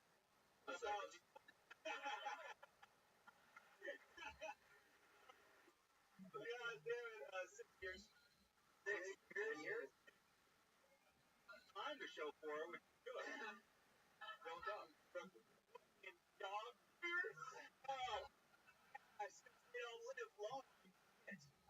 Ryan, where you been doing it 6 years at? North Carolina. Oh, wow. In Los Angeles. 3 months more. 10 seconds. Okay. How many times seconds did you answer? I rushed it, like I fucking. Oh, there you go. Joke's on you, my thing don't work. How about that? So big. That. Joke's on you. Don't work. Don't work. Wow. Don't. That Joke is on you. Is that somehow? Is that true? You are very into that. Please. Be true. Wow. Yeah. Actually, on like all kinds of shit fucking going weird. You get a morning boner? Nothing ever. Oh, dude, I haven't had a morning boner in so fucking long. Yeah. Oh my god. Really? Do you get like so boner? I swear you just don't think about it when you're depressed. It just doesn't. About the boner or about cities? About what? That's why you're depressed. Bullshit. Say what? Antidepressant. Yeah. Yeah, because a lot of people kill themselves. You're going on antidepressants. David Foster Wallace. A lot of people I look at, and I was like, people like kill themselves. A lot of people I look up to. It's not work when you're. No. Okay? Well, you know, like the great author, whatever the fuck. Yeah. No. But yeah, fucks with friends. Is that kids or anything? No. Like fucking like that when you fucking like I'm the bad guy over here. I know. Why did I do that? No. This is I don't know why I did it. I did. He's from North Carolina. Look at your melanin. The hatred. Featuring a rope. Yeah. Not on a swing motion. How do you think about the rest of North Carolina? It's really shitty. It's I try and defend North Carolina all the time, but now it's like it's hate. Sorry. I used to be like, there's some really good people. Now I'm just like, yeah, you should. Works. I walk dog. It's the most depressed. Right. It gets worse and worse. I know. Happy in here. I don't know why. Who all the happy? Cool. Thank you. Happy. Who comes up here, you guys? Hey. Truthful. Yeah, they seemed alright. About you, Ryan. What else? What else? What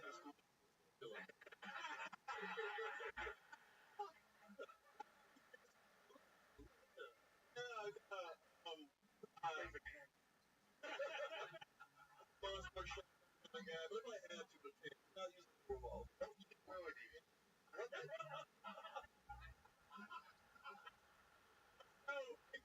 That's great. No, I'm so happy you guys think I look young enough to go to school, and that would be like an extracurricular activity of mine. No, I'm high school. Okay.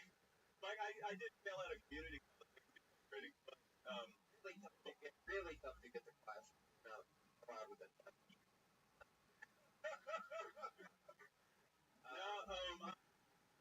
I'm super new. How long is that gonna hang out while you're immediately? Yeah. Comedy? We'll figure out that. I do comedy. I'm left with my thoughts. Do you have candles burning in your closet like newspaper clippings? How did we get to this serial killer? You're really sad. I bet you kill people. You fuck. Like, how did we get? I agree with you. How did we get there? I feel like you would have rolled with worse serial killer. Yeah. Like this was Run out of money. Whoa. You guys about the news? It is pretty suspicious, but no. Video games? Roller coasters? I do like gaming. I do like game. I game. Crazy shit ever happen when you're walking dogs? No, but a lot of times you show up and they're there. Like you think you're doing it just because you're not. But they're like, just take my shitty dog somewhere, and it's like, okay, all right. Dog ever get a boner, and you're like, how dare you?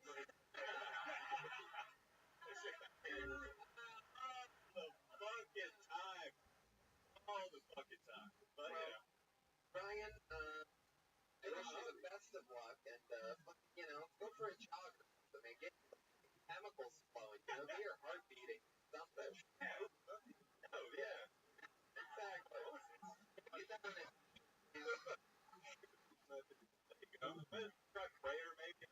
Ryan, next time do your Okay. do any do some like your sort of thing. You actually seem really funny as I was talking to you. I would have loved to heard it. I could do a minute.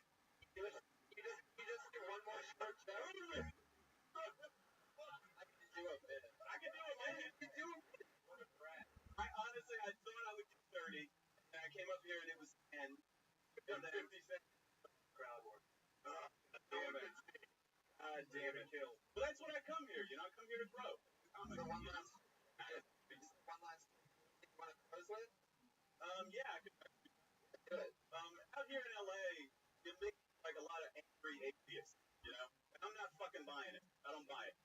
Like, have you ever, and I say that because have you ever met somebody that like is way too mad at their ex that it makes you think like, there's still something. There's still something there. Like, I feel like these angry atheists want to be like, you know, there is no God. He isn't real. He isn't there. So is he like, God,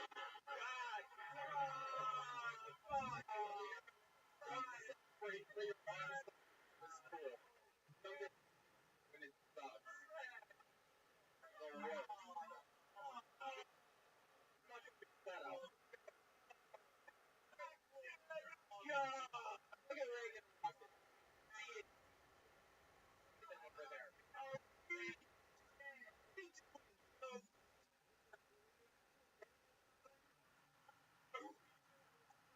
On the edge, wondering if the ending collapsed. So Brian was a genius of figure it out. Was there a punchline?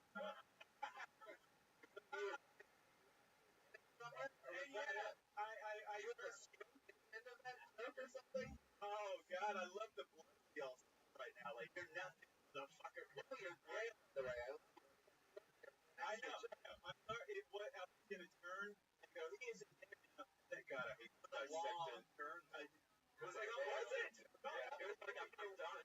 I was waiting for you to be like, that's it. No, I do not blame you for that.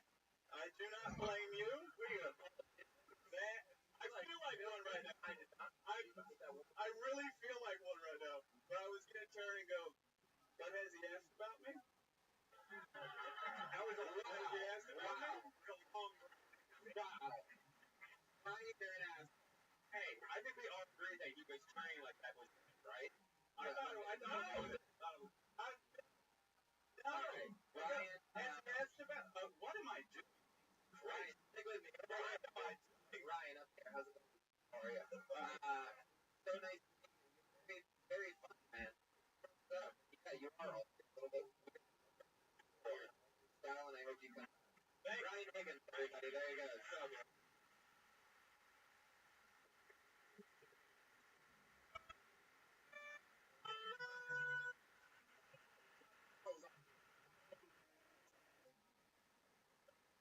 Like, why I wear underneath my jacket.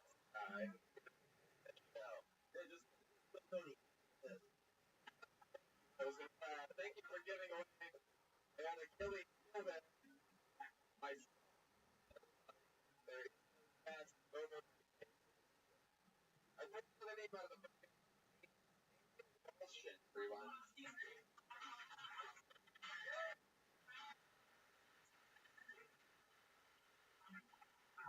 don't see any happening whatsoever.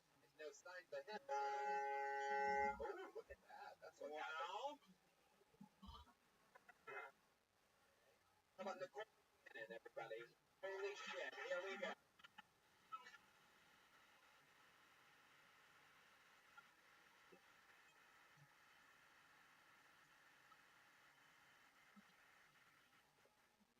Hey guys, I grew up in Orange County. I went to high school in Orange County is pretty much like going to high school anywhere else. Like, you have your artists, your jocks, your nerds, black guy. One, kind of like this room. One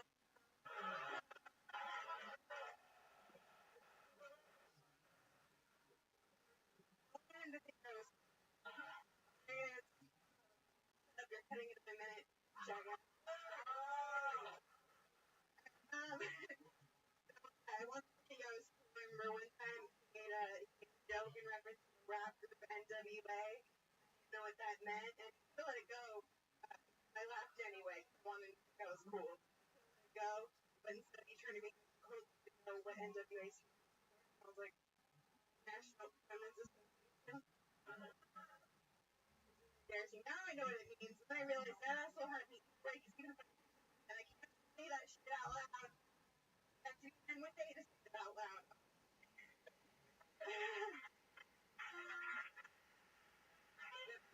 Before Thank you. There's a lot more than that. yeah.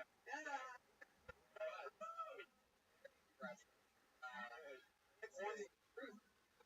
Those died before. And yeah, you're how's comedy going? Good, I love it.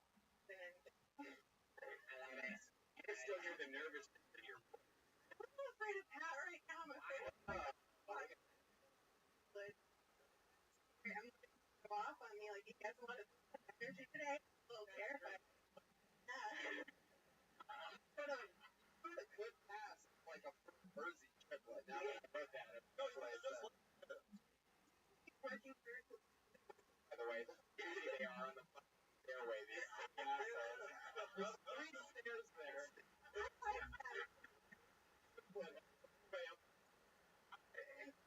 I'm gonna get straight at number 2. Higher. No, it's the one that you from the top. Like that's good. It's like the beginning. It is very.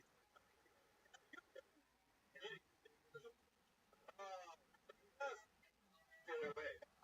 Gayest episode of Chuck Tony ever.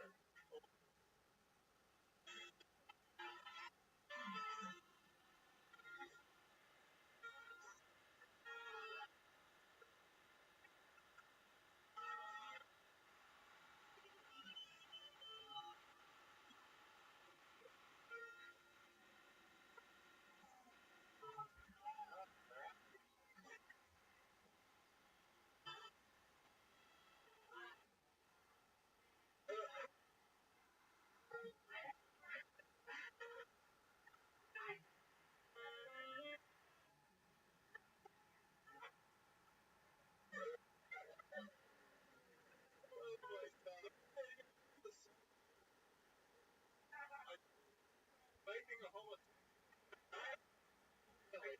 Who's on?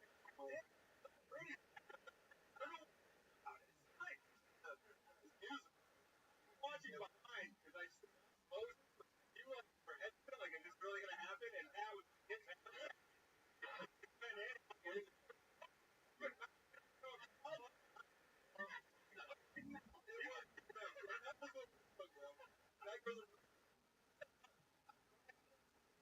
Decided with your improvising skills, pick the episode with Ryan knows not like her for that one or anything like that. Why do you totally. Thank goodness again that Prince died this week and not the episode of I wonder if Ryan think it's worth this thing though.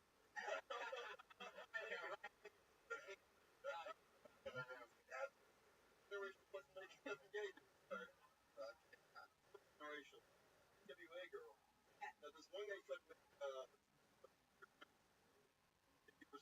Yeah, you're in the one black guy. I was in a prom camp. I didn't sleep with him. Oh no. Yeah. It was crazy. Yeah, damn. What kind of royalty things like happening around there, but I've never seen a fight in my life. There are a lot of angry fucking dead. His vote count is 3/4 though. Very much of a cat. That's 3/5. I'm sorry. Not very. Guys, it's actually pronounced man.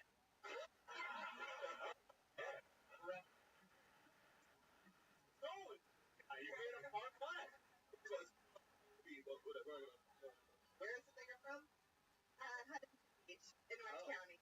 Oh yeah, that's definitely no blind. So, How long you been doing? September, so like I like how you kind of ripped a little bit off the cuff. You see that a lot. People were just a lot of people very rogue. In a 60 minutes or 10, whatever you're. Yeah. Yeah. Yeah, totally. go for it. It doesn't work, but figure out both. That's so fun. What else is happening going on in your life? Yeah. Boring. What are you studying? Political science. God, wait, have a back. You're an idiot. The guy that Comcast like the super everything. I don't think he's a really good looking, but he's a really good looking guy. Never landed it. Yeah. You want to kiss a black guy right now? First of all,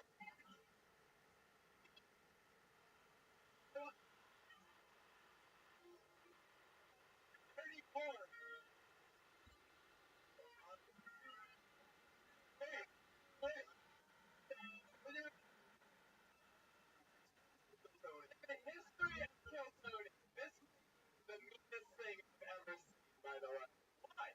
He's going stick to mouth with Pat Reagan and he's like, yeah, poor college girl. You're the guillotine. The dreams come true. Sorry about that. The next thing we do is find a black guy. You guys gonna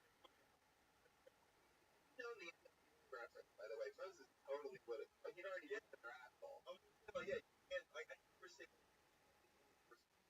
that. You know what I really like? Another You can always say, like,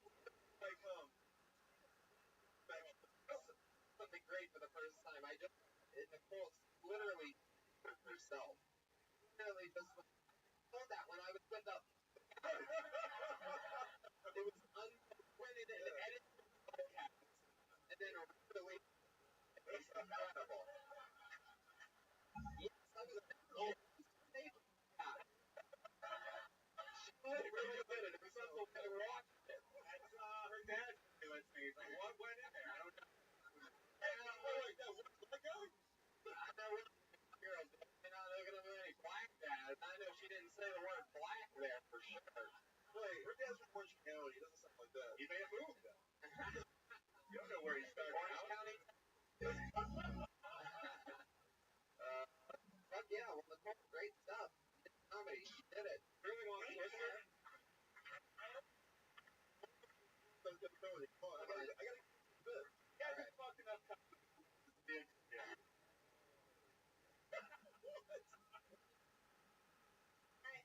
All right. There you go, Nicole Mechanic. Great. Let's give us everybody. Twitter.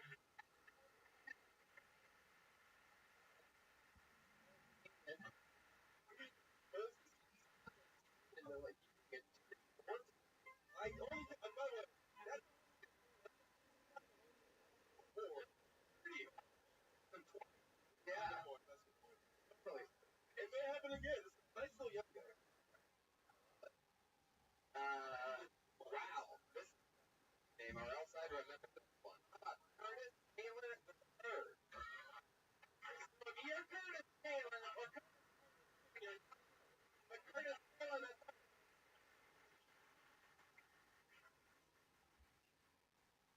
So you guys already met the first by my last name. I gotta get everybody else. So I'm at a point now. I get family. It's kind of cool. From the Bay, but nothing's better than being good cousins. I got cool names. I got King and Peter though. I didn't. And it's cool. I get inspirational speeches like,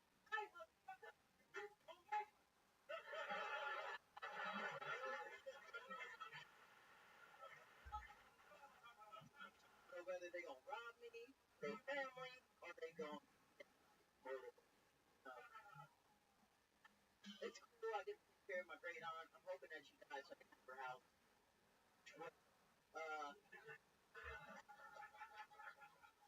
Every morning, yes, go get out. I'm driving to the left. That kind of messed my day up. I was like, of course, like, instead,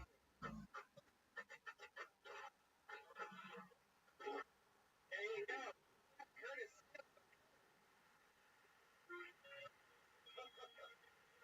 All right.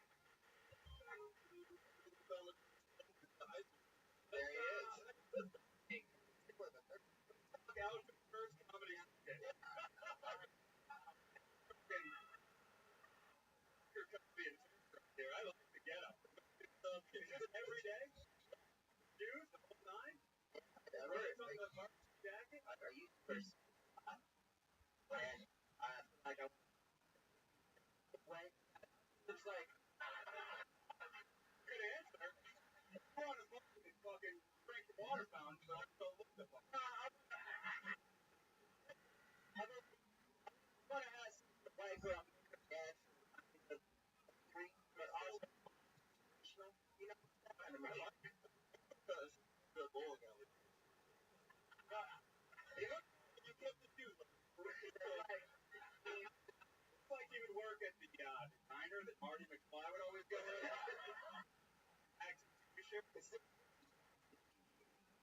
That's all go black ass. That's Brian Moses.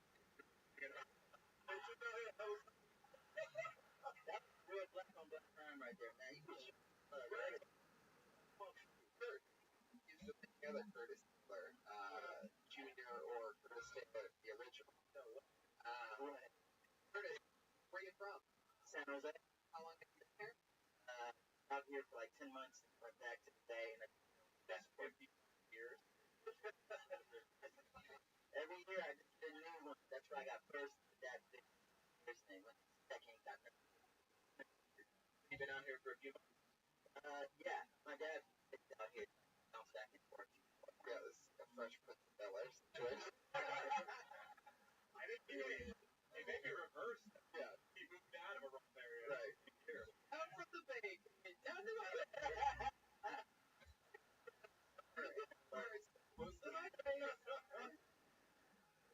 Address of the self doors. Imagine their son, it'd be unbelievable. My dad was a track coach for like kind of wearing a lot of like tight outfits. He doesn't fit him. Oh, Yeah. Dad's like a big track. Yeah, for like and under that division. He still likes that pedophilia shit, but he likes to mix it with. That's great.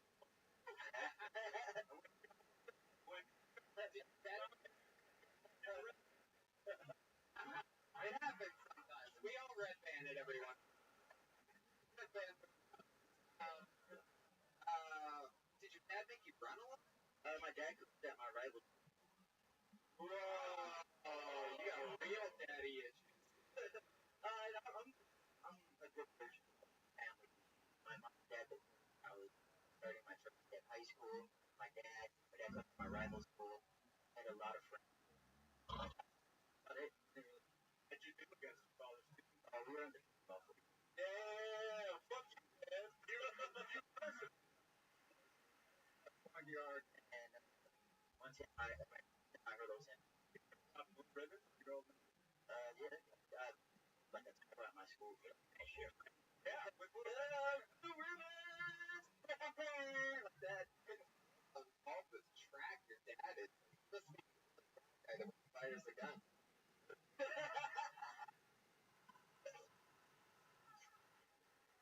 What's your acting? Coach, the fucking Well, I mean, it's easy.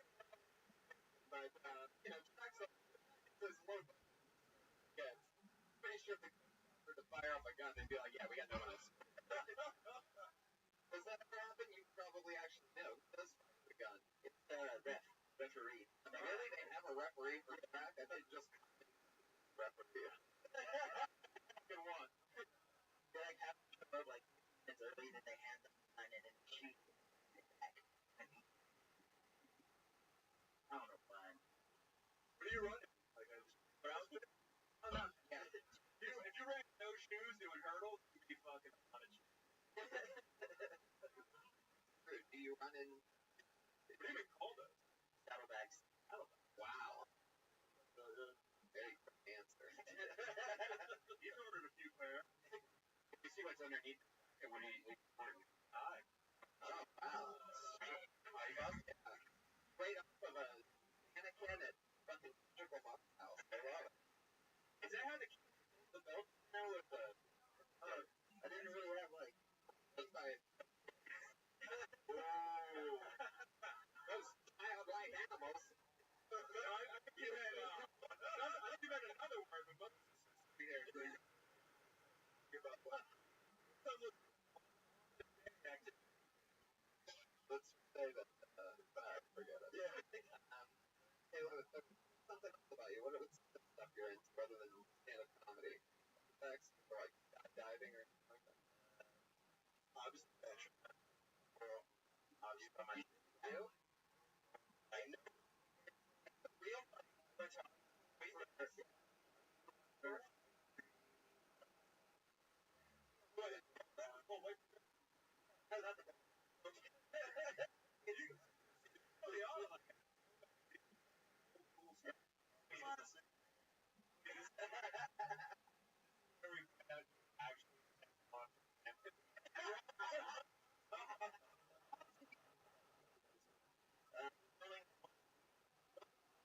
Yeah. I'm a handicap. Go like around my.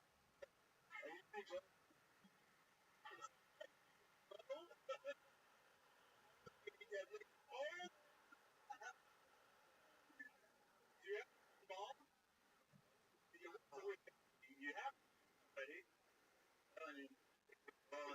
It is all about you. Yeah, I used to that's right in shoot ball. Yeah, right. Yeah, every time I throw a wild ball, that is probably like catch like every ball and then got it.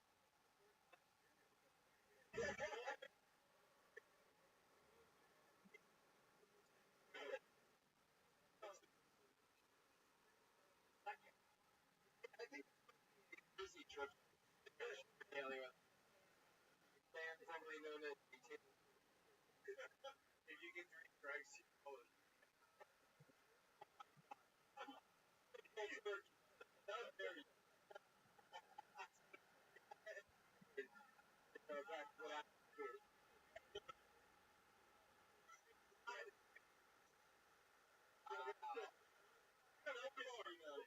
One more in you. You got one more.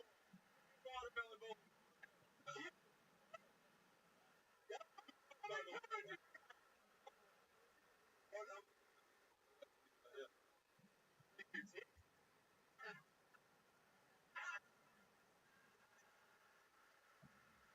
That's just everybody got always so fucking you're black, I'm Jewish, you're better than me, it's unfair. You know, yeah.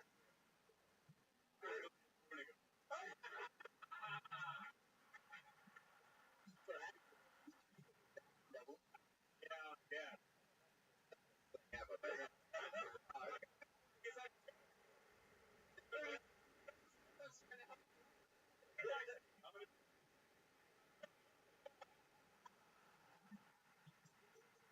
wow.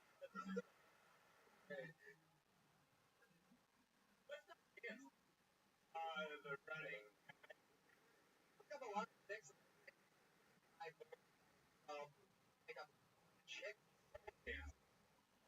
Yeah. Do you ever swing dance at the bowling alley? Because I got a dance. That's what Ryan's literally trying to more about the I mean San Jose. There's a track downtown where a weird noise drive by. Hit by it, middle of like, well, if anybody ever been, yeah, there's a light roast where walking down the street, a light roast right there, so you kind of have to pay attention, or you might get guys up. But that's San Jose already. Yeah, he took me to talk about anything, literally. You're talking about the year. You have to get your head up, eyes up. And now you know how white people are walking around a black neighborhood. It's all a light.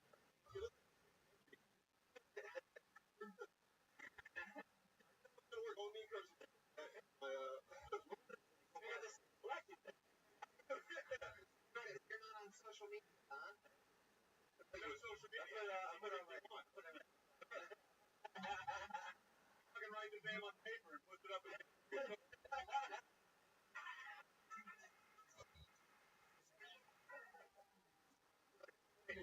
Put an email for your Twitter.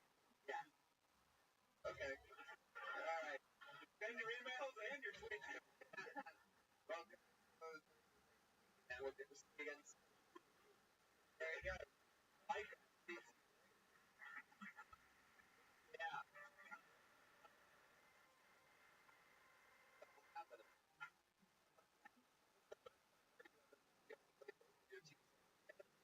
Still sitting on one?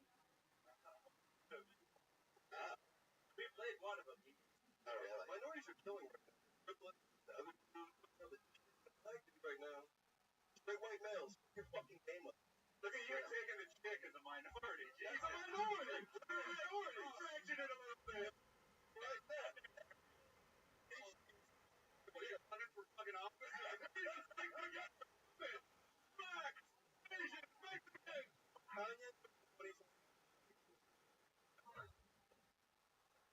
Pulled another name out of them.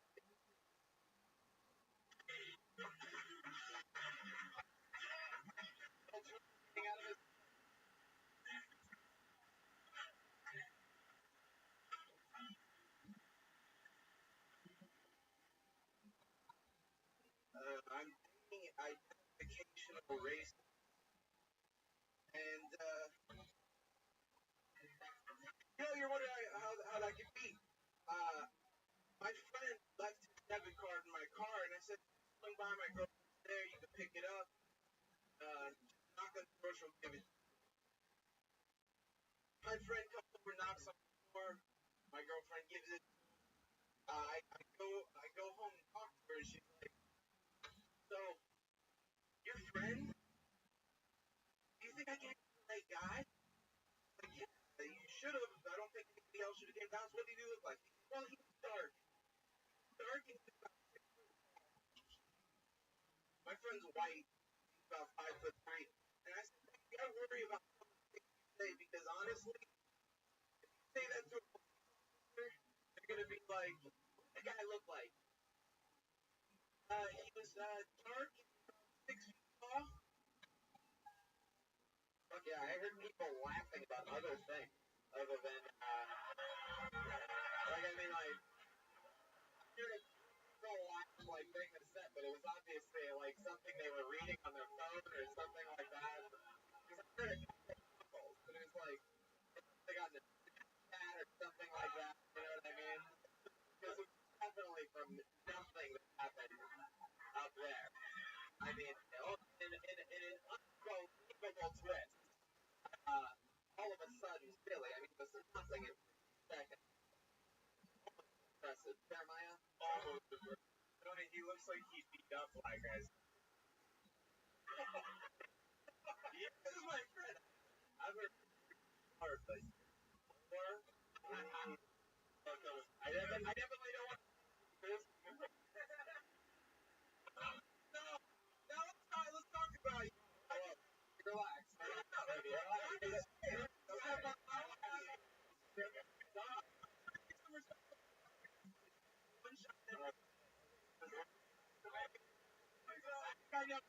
I see him there. Hold on. Oh my God. You have out of there guy with one eye and a fucking auto shot. Oh, hey. Talk to me with the confidence of a man with two eyes. Don't talk to people with the confidence of a body weight. I turned that off after 2 minutes because I had fuck yeah. My next question. Yeah, he's 2 stars. I don't have to make fun of him. That's the algorithm, my friend. Crazy. Stevie. Look what you've done. All right, Stevie. You want to be done? You want to go home? I'll let you go, Stevie. If anyone wants any evidence this list isn't rigged, look at the fact that Stevie got the last 7 chaos, and it's just getting better every time.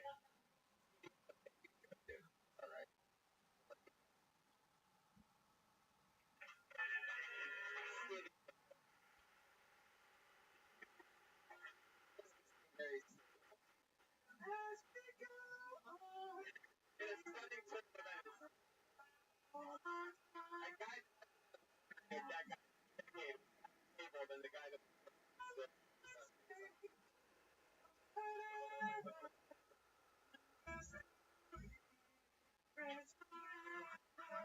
this is gonna be interesting. The first guy I ever had to is a comedian that's taken a very long time. His name is Eddie Head Jr.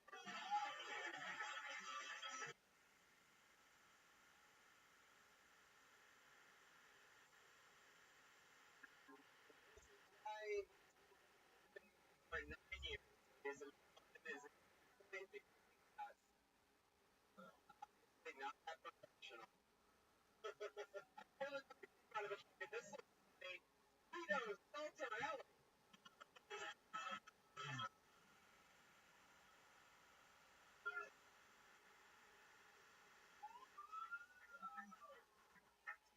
Hey, I got a Facebook message. My boyfriend, brother, read it. I read it.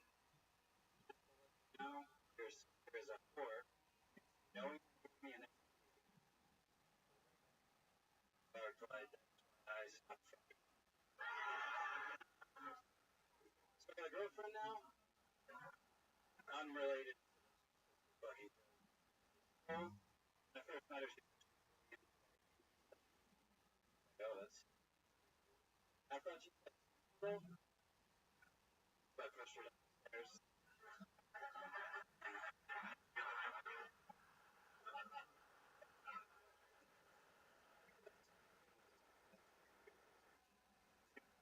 Unrelated.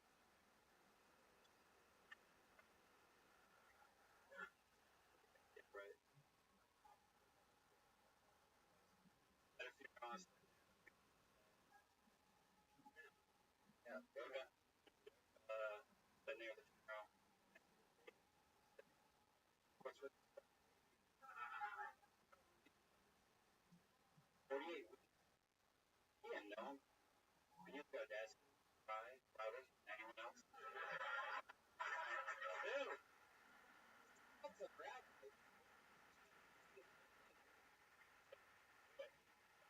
Give it. Style.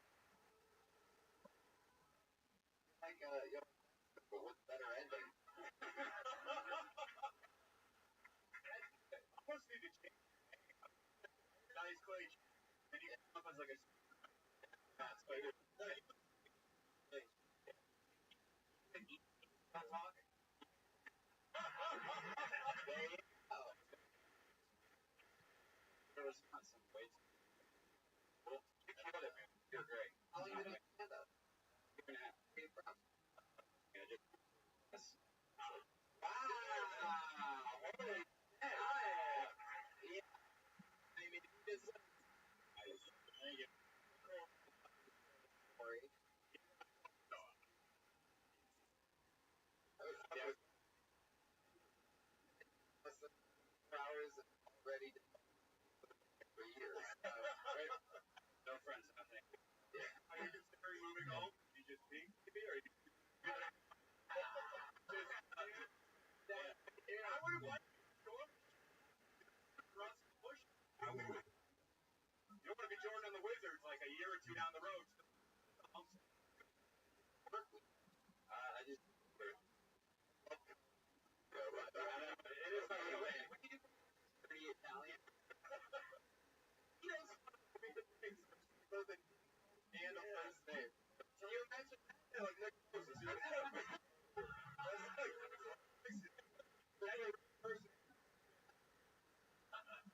For me.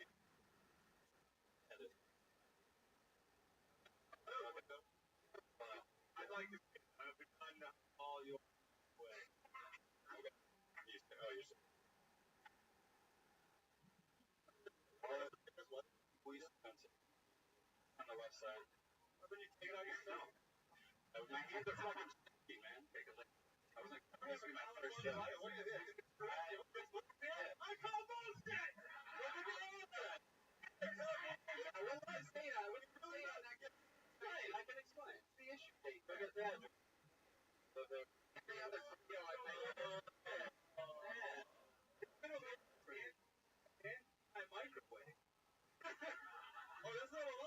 Actually, it took all one word.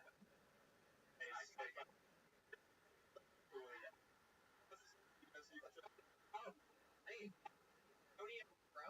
Yeah. Middle. You have a name.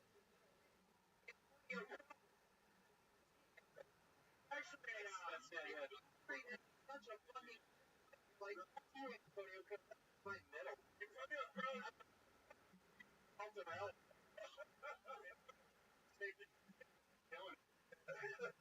Wow. Yeah. A lot younger in the other. Real age in those 7 years. My microwave to do. Yeah. That's it. That's a Antonio. You got it. Wow. Had to get out. Nice. And your mom had to get in. We'll shove it in the middle. Exactly. Is your mom Italian? She's growing. Yeah. Giving you all Italian. Give you one regular. Your dad, is he from the motherland? He's like 50%, I guess. That was my grandpa, so that's his name. My mom's maiden name. Your name was built. Now calling to the stand, Guido Antonio, Salto Valley. And on the relax. By the way, go by last name UD. A-OK. Ladies and gentlemen, here it is. Antonio Crow. You have a fucking boxer's name, too.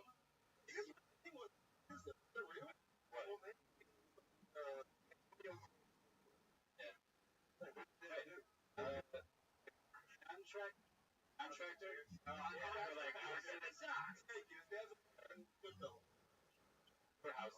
I love your comedy. For your fun. Thank you. Want to die. God, he's bigger. What's something about you, Guido? I feel like I should take offense to that, but you're showered with dirty, Guido. Alright. Christ. It's like the beginning of the porn, but we're out there. I'm about to look in the back. Great. What's something about you? Like skydiving?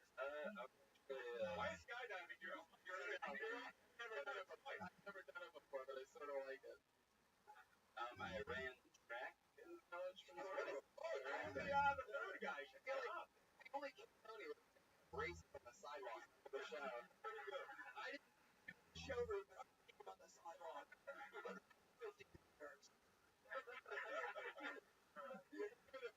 Meetings a thing? Probably not, right? Guido versus the black guy from the 1950s. Yeah. It's all over it. It's like Guido versus I like the comedy. Year and a half. Yeah. You're super solid. Guido. Super fun. Great stuff. Good writer. 24 hours. Sort of stole the show. So welcome to Los Angeles. Here now? Yep. Where you live in? Around Rachel. Jesus. On Drake level before, but cool. Just where you playing? Realize we're in LA. In LA. It was a place I there. Oh, God.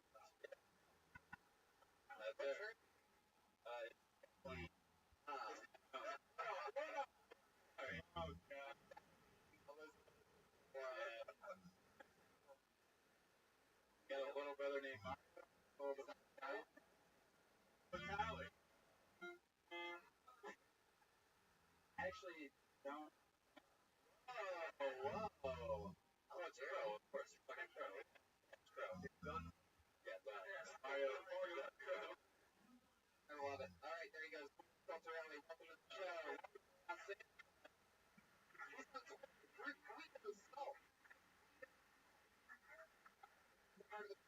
Have everybody perform and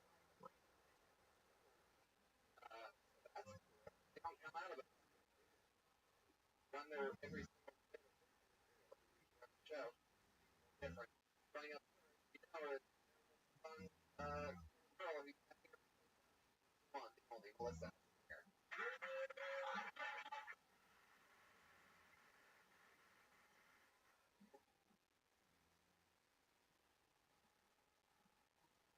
I've been working on my pacing.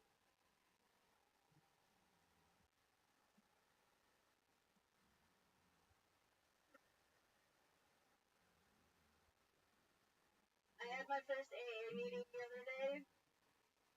Well, they held it, but I was hungover, so I missed it. I'm not an alcoholic, but when I say that into a microphone, it makes me think alcoholic.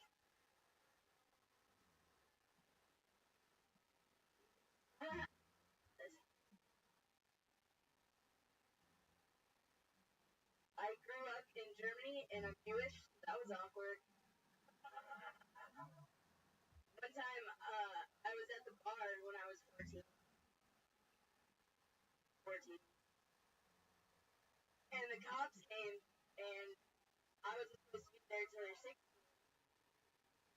So I ran into the bathroom, and I hid in the dark, and I thought to myself, now I know how Anne Frank felt.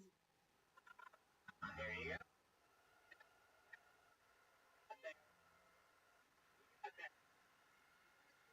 You were raised in Germany?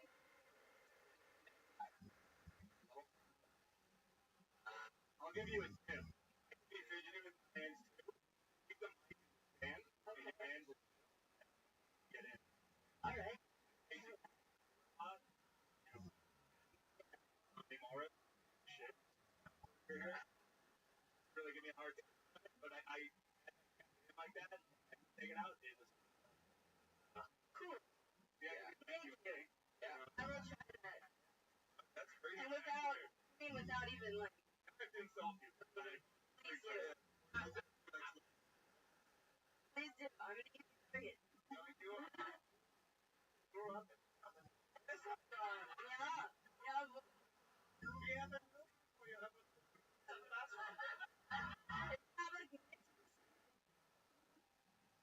It hurts to see a man with a large nose.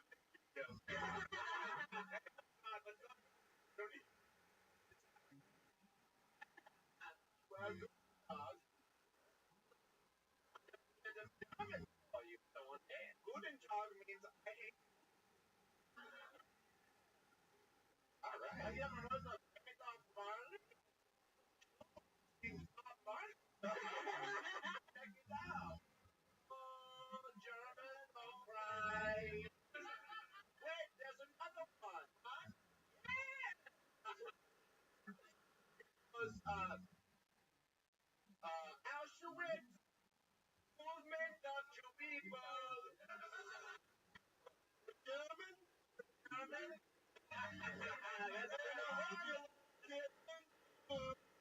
Yeah, great.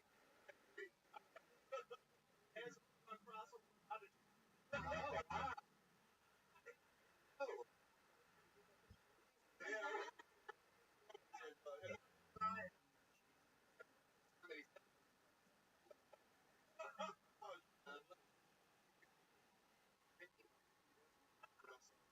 Yeah, waiting for the storm. Like, we've had all these awesome apps on Marley songs, but waiting to work out. Pre-written. German. Last time we've been working on it for a while. Yeah, it's called Black Street. To run the stuff and figure out what works and what doesn't on Protone.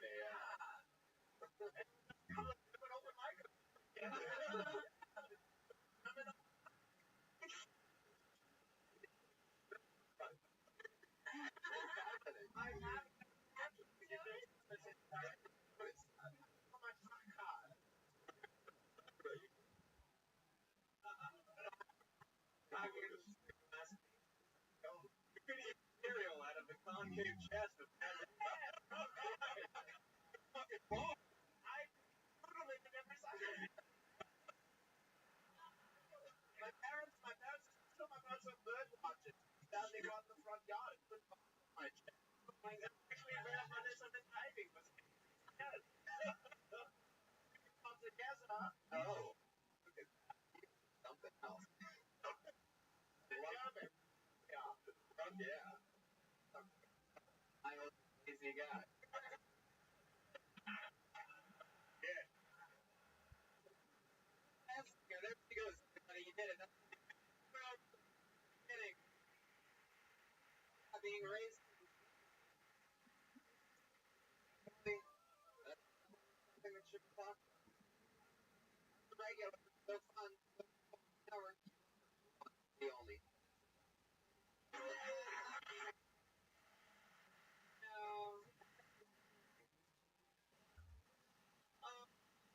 Because I don't know, internet man, I can't go on the internet anymore. It's a dark black wormhole.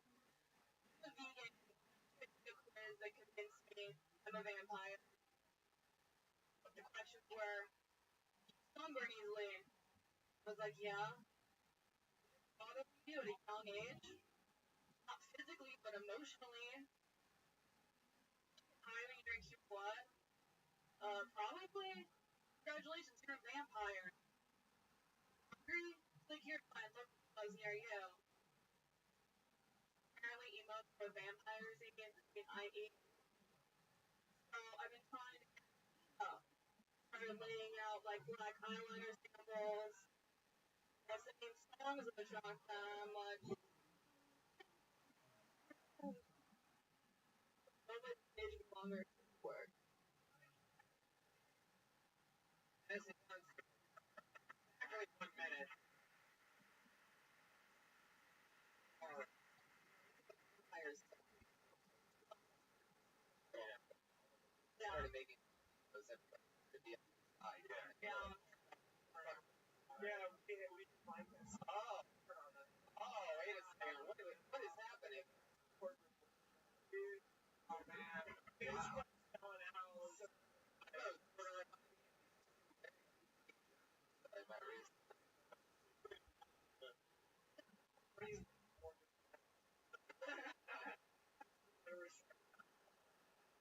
Most like friends.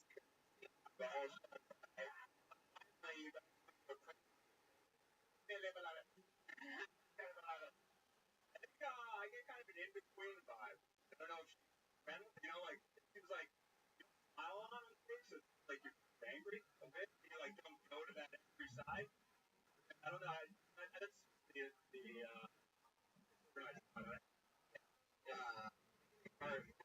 Like Tony said, cut that out. Then they act. It's really hard to act out with paying attention. He just said, I can't feel like you're not a voice.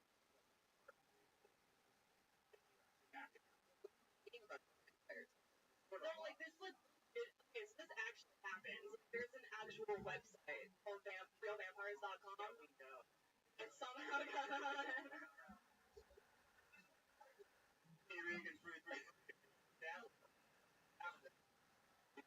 Available. I kind of like your natural voice. I like it talking. Yeah. So how'd you find this website? And what is The vampire for Halloween, so I was looking for to play some things, and then I came on this website. And they're like legitimate, they're vampires. I gotta put the fangs. Dice, no, dice? Check out my new show. It's on it. Oh. Give us another minute. That's the hardest job in comedy. Writing it. Podcast. So, Mr. Johnson, everybody. Roasting emos. Like that, everybody. That's why you have been.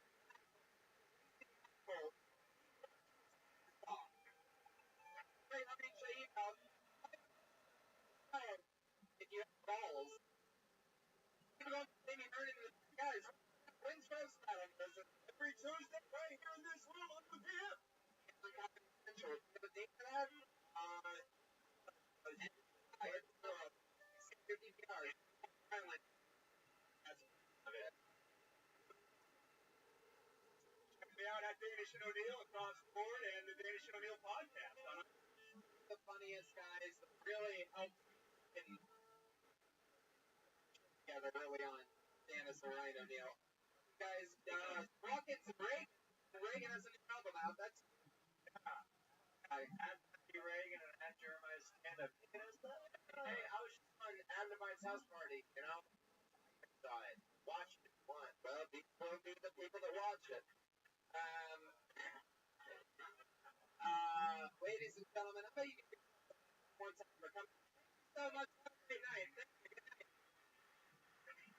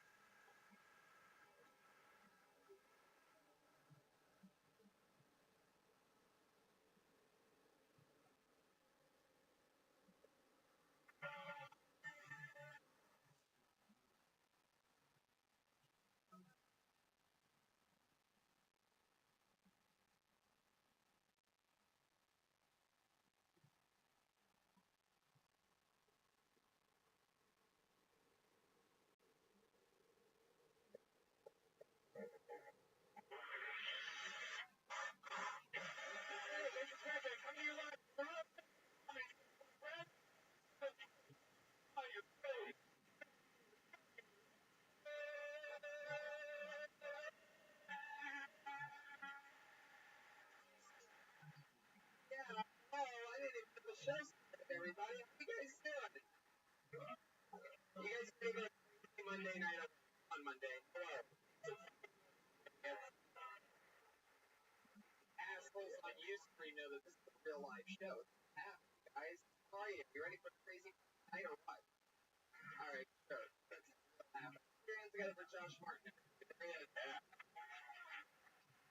Looks like an upstart. It's going to be for Reagan and Pat, the baby boy. Pat Reagan and the baby boy. Where did they go? Alright. The music down. Doing something? Hard to you guys produce for the show. Let's turn it down because it's definitely dead air right now. That's a little common sense here. Anyway, the show will go on. Maybe we'll try it again in a few seconds. Whatever unproduced show was. We have a plan here to work. Any second, let's just put the volume up on this podcast. People are listening. Yeah, hey, look, that's my older brother, Johnny. Plus, ladies and gentlemen, real guy. Real guy. Other. So what's up, Ryan? You ready to do this shit? Yeah, we're going to be in Nashville May 22nd for the shout-out Money Live Comedy. Yeah, the Wild West Comedy Show. For the Wilbur Theater October 8th. And we got Seattle. Yeah. So, nice. So the June 1st, we're moving to the main room here at the comedy. Yep.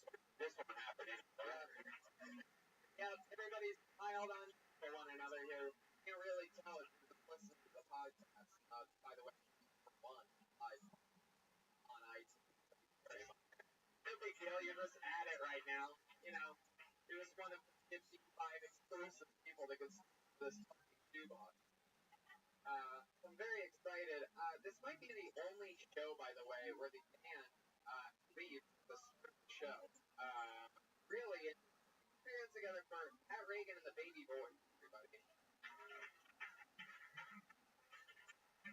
You really got to do better than this. Oh my god. Oh my god. You've got to be fucking kidding me.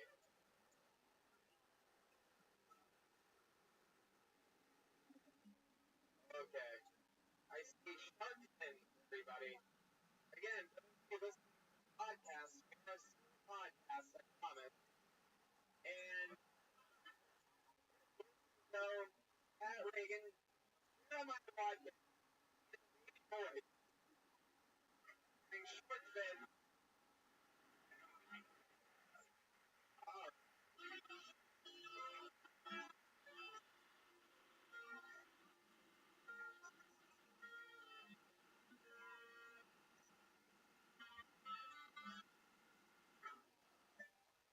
Fuck yeah. Wow, you guys in, and when is this going to finish? Oh shit. On the Black Summer.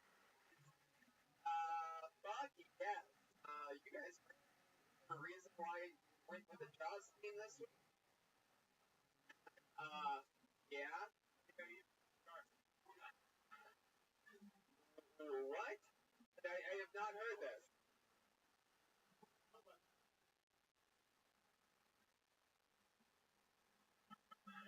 Pretty messy. Wow. Wow. We started a thread to comment. Started it? Yeah. You just admitted starting the thread? Yeah. Alright, well, a lot of people, I've never gotten more out of doing this show in 2 to 3 years. You guys know that I've never had more either love or absolute fucking for you guys. Sup, people? Asked me in person about my feelings for Reagan and Watkins. I would any of you. One of the most exciting parts of the evolution of the show. I think our unbelievable. But there are groups of tens of people that hit on Twitter. I get at least at least one tweet a day says Mainly retarded. yes. Sure. Okay. Well, let me just give an example of first before you inside. Once a day I get something like, I can't believe you love watching the end of your own show. Hey, they need to stack up and tag us on Twitter so we can battle these bitches. I think they want to see you guys on Twitter. So, you know, I don't even think they want to tag you. They just want to let me know that I'm ruining my own show. Really, the words ruining my own show comes from that. Welcome to the end, you idiot! I mean, come on. I just believe that, for guys using brilliant, topical, and Jaws entrance. How long did it take to make this? How long did it take us to fucking come out today? What was that? Yeah. Were you guys still making the back? And instead of coming out just holding the fucking thing on your head, you guys held up for 2 minutes, made us stall. Alright, fuck yeah. Maybe you guys can start practicing your things before Monday at 8:15. Alright, let's fucking you guys ready to start the show? I've been having so much fun with Reagan and Watkins that I can't even stop. I don't even want sometimes I don't even want to start the show. But every single week world is guests before you love them. They're the best. Your hands got it for Jesse Joyce and Byron Bowers. Yeah.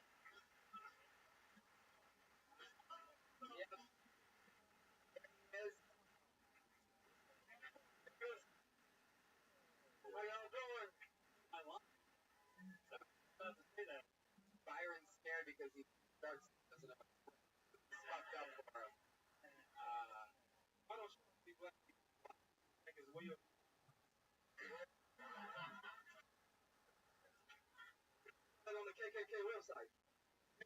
funniest fucking friends in the entire world. Byron and I are LA comics, done stand-up together for 9 years. Jesse and I have worked on roast writing for 5 years together, but he's written the last 10 comedy roast. The guy that I call my big brother in roasting. And my big brother is here for welcome back to the show, guys. What this band? You guys have been getting the show with the sidekick, people in a costume. Under the phone. I know. Yeah, I know. Let it happen. What do you? Hey, Jeremiah. Right there. Hey. Well, it's a little bit different when you have your friend broken fin on his head, and you're setting up the guy who's written for 10 comedy for roast. This, set up a comedian to flex their muscle.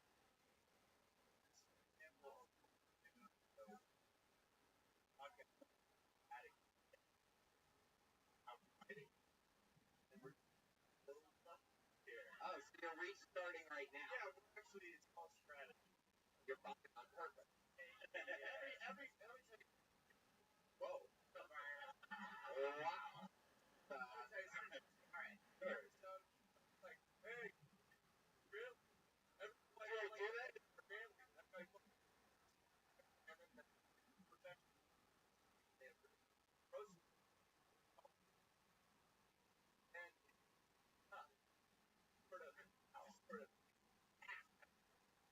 Is it all set up for that? Yeah. By the way, there's famous sharks. Not sharks. See, that one gives you a text right there. It's not everything else. Yes. It's like a nigga walking by the fucking they bored. It's like, there you go. We gotta get. I love the guest though. You guys look like computers in art class.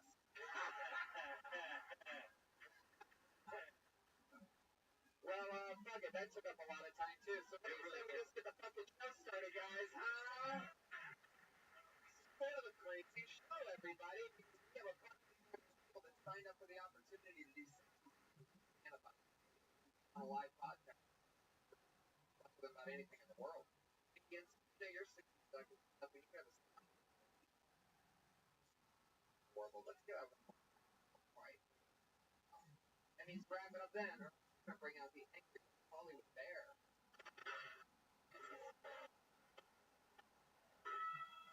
Yeah, it's all right. So one. You guys better strap on your fins right for this. So yeah, let's fucking do it, shall we? You guys ready to start the motherfucking show or what? Sweet. You're gonna interrupt 60 seconds in front of a drum player for the first time in Sony history goes by the name of Daniel Balshin.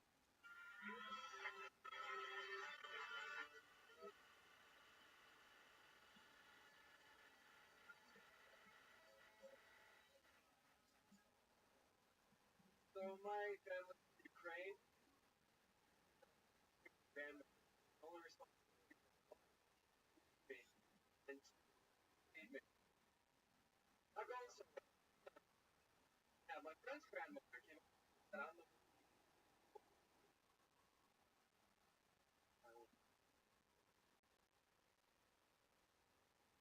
my parents should and I have a house should vai, cos'è il tecno? Just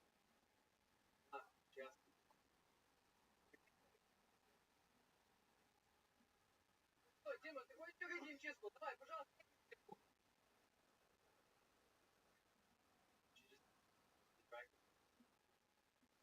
Прибью, сука, если будешь меня слушать. Давай, сейчас я зарежу корову.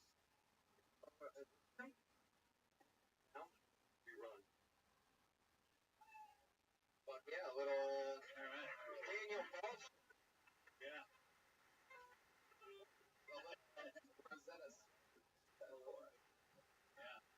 pretty much learned from Russia. Yeah. Whoa, Reagan.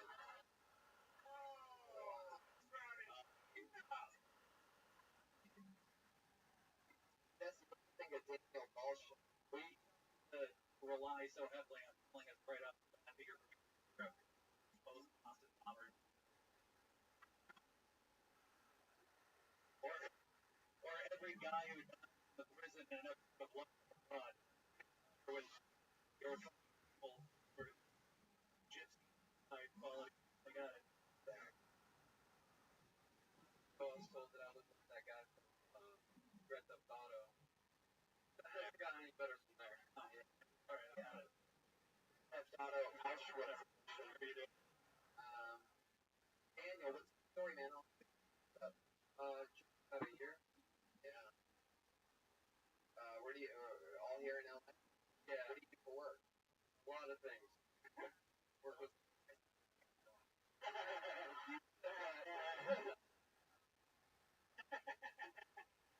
Yeah. Any of them do for work?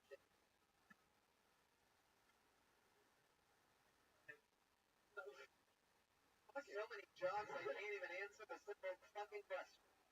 Work in a hockey shop. Hockey shop? Sounds part-time as fuck. Be a hockey shop. I countered that. No, I'm on the swim instructor. Okay. Is that true? True. The rate no. I drive a Mexico City. All the things that are suspect. Go ahead. Oh, yeah. What else do you do? I work with my dad. Calls audio system. You look like you could be both Auschwitz and culture and the Mexico. That's very interesting. You one of the few people that I think both well. Yeah, when they have girls, they get real curly.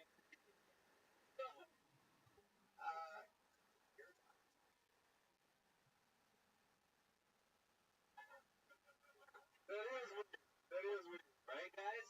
We were all right. Just picturing.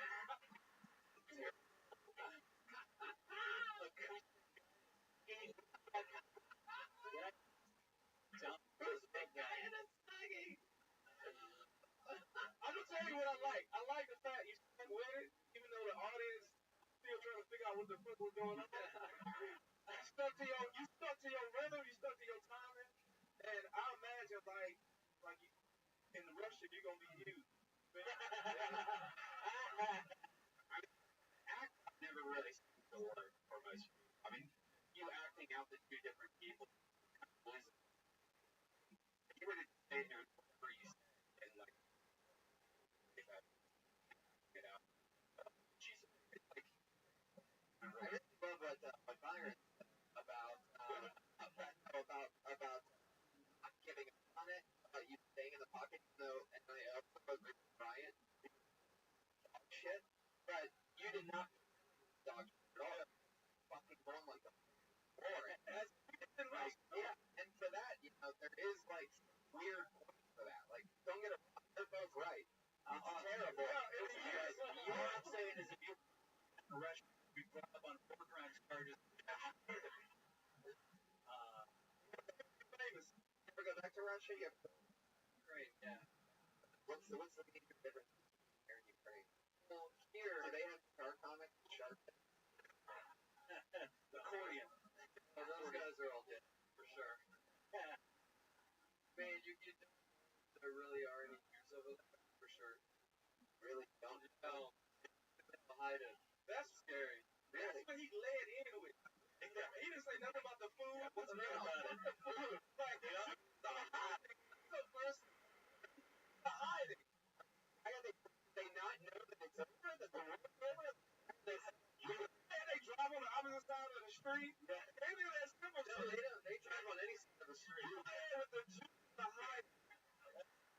Great tourism campaign. I mean, they still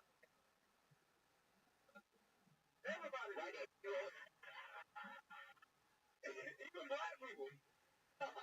When I'm Canada, I'm thinking staring at me like, black people. Yeah, those are both like white.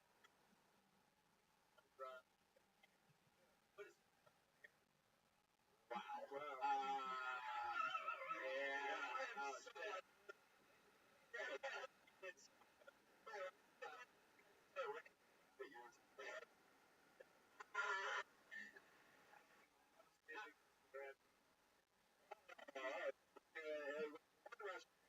Try it for yourself. okay, you can go. Daniel, what's the crazy parents do for Russia? Burger tools. I've seen my dad stick an electrical outlet. What? Just to show me not to do it. By the way, it's a funny thing. You have a new opener. Congratulations. You just did that. Just like that. First, and then you're talking about how he told you how to not. Right. Like, is the thing really? Wow. He used the same method. Yeah. Boys, instead of talking about your neighbors, do his. Like, for real though, like I've never seen anyone get much out of take some stand and just the joke should have been the thing. We all just going like, as soon as Ukrainian, I mean, that was it's a shit. My point up, like that just wasted. Like, no one here got like, if you're Eastern, you look like you crawled out of a bitch. Like, no one has trouble believing that you're.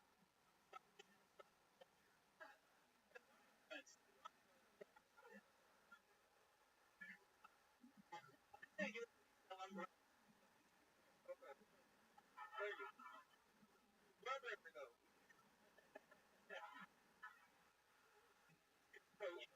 Pilot that it's like Ukrainian.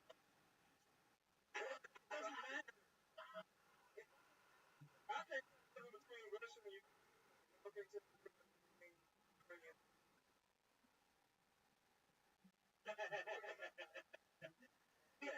That's all I'm saying.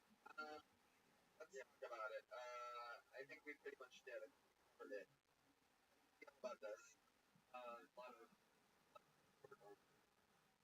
things. Always. Perfect. Like, for me, push up. Like, one. Like, make one day, just try to push yourself up with your fucking arms. I can't imagine what tiny things you don't do. Like, man, I'm 140 pounds of fierce fucking steel. Don't but you are so taller than me and you're lankier than me. Gross. Like, you have inspired me out there. I think that's what it was. For the first. Until you feel it regular. And you gain that enough. I was like you at 21. Look, get it out now, and I get pussy. Get better. I get yeah. We do, no lie. Yeah, blood push.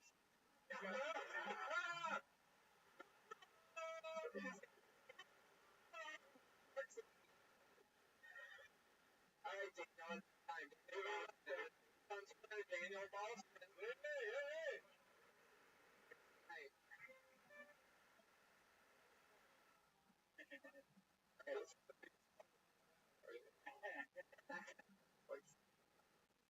Alright, you guys ready for your next meeting or what? Fucking noise Monday night, you. Alright, I don't have a name out of the it's Ryan Higgins, ladies and gentlemen, and here we go.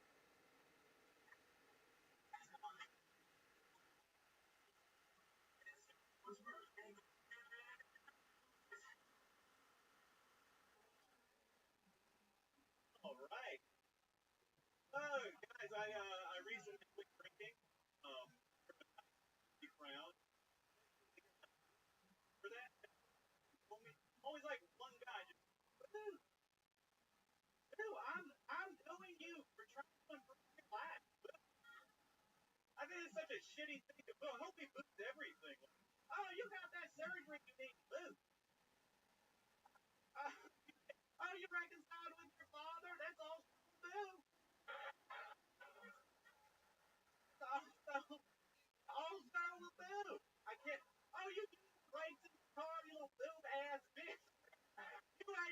break it. A little moon riff we can all have. It's fun. Sometimes people after shows they ask me, they're like, "Oh man, we can't have like one drink. You can't have like one drink." And I'm like, I could have a drink, but then I'll wind up smoking heroin behind a rattle. Wow, Ryan Higgins, ladies and gentlemen.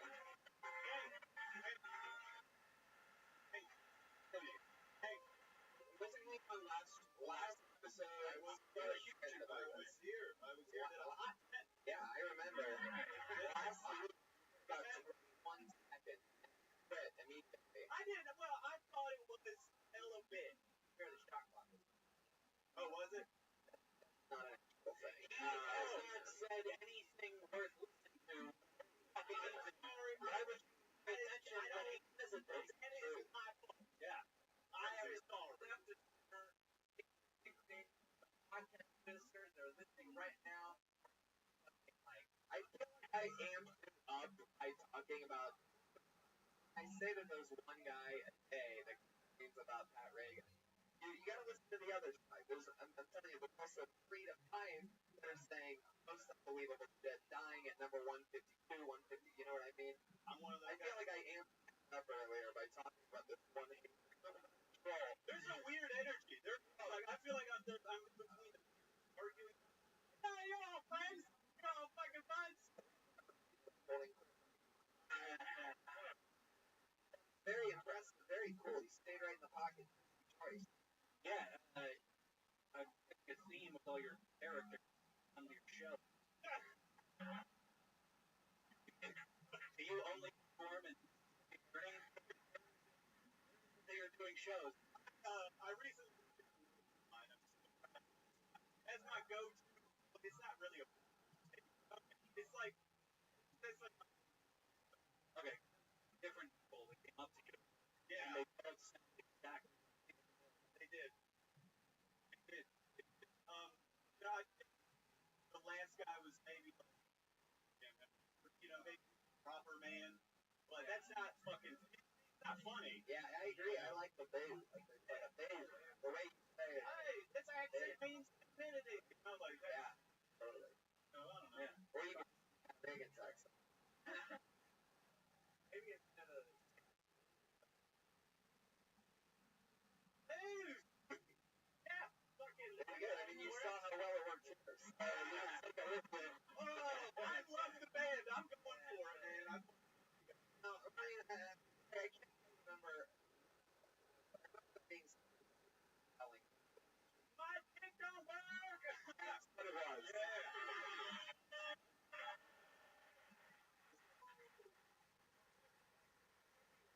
So much. You this Was it something else? thing is last. Remember? And his penis doesn't work. Yeah. Work. It don't work. Is that something to do with you been drinking? No, I actually, it doesn't make sense. On my antidepressant, and then my was having a great time, and then I got off my antidepressant, and he's happy about it. Here?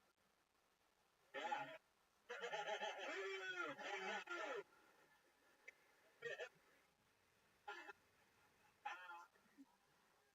Oh man. No, don't work. Yeah. Well, It's very honest with you. Say that. yeah, I've heard like drinking where you was at. Like, just come on, like, it don't work. You know, I quit drinking, like, that kind of. No. Like, You just say that and then go into the. You gotta. That's interesting. Like that. After the. Oh, sorry, go ahead. No, go ahead. After last week, I did like 10 but after that show, a lot of people were really concerned about that. They're like, "Hey, you were pretty funny, but I'm sorry about your dick." It makes Strangers. like you talking. You're in the clan makes you unlikable. Okay. The fact that your dick doesn't work, like, bounces out. Everybody's like, "Oh, this guy a rip." You're in the clan. You run across on someone else, and you like, I'm like,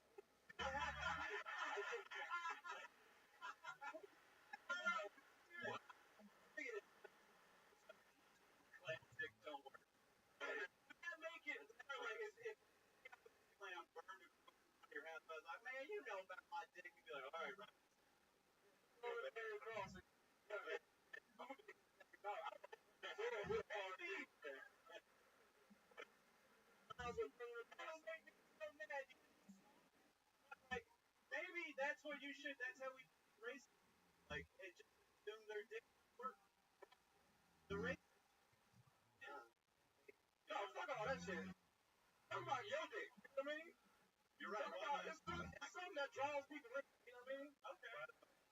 The iron is a huge dick. All the fucking. No, I know. You know. I got a regular dick. You do though. I got a regular dick. I ain't answer. You know what I mean?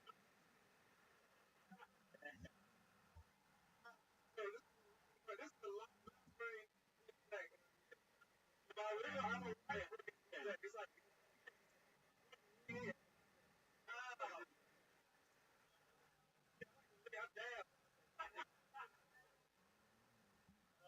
How long have you Yeah, it's fairly new? One right? Oh. Hey, Joe. Somehow that made sense. I was like, is it? Oh, that's right.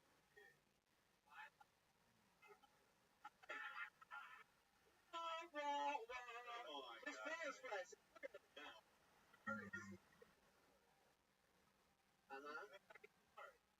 I don't like. I mean, I tried to talk that in Los Angeles. He got this. I don't know. Yeah, you. Brian, it's been a few months. Like, if you tried something different or watched porn, you think it's Like an Asian impossible? porn? What kind of Asian or Haitian? Okay. Asian porn. Yeah. I don't know. I have not tried. I it's a weird feeling to be watching and nothing happens. You're just. What I do with my day. Have you actually spoken to like a physician? Like, There's a lot of people ask me that. I mean, I made it trash. Those some. I made it weird.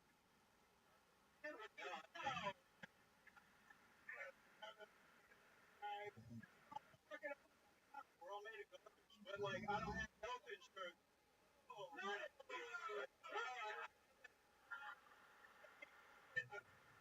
I got offended. No, I mean We just don't have health insurance. I know that's like the trash person. you should try it. I feel like most at it. You can come on. Oh, my dick doesn't work. No. I'm sorry. Like, where are you using your money for? What will you have? Yeah, every week I buy a bean right. I do.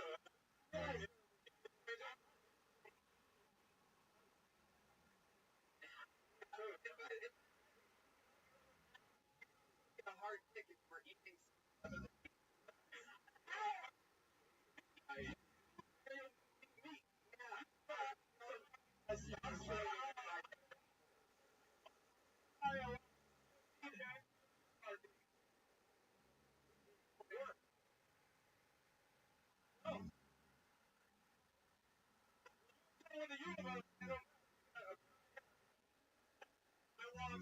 Dogs and I just don't have. You can't just go to the store and be like, You walk down the dog?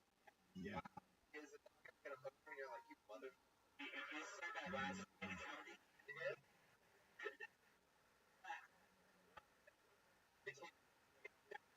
You get it like. There's nothing.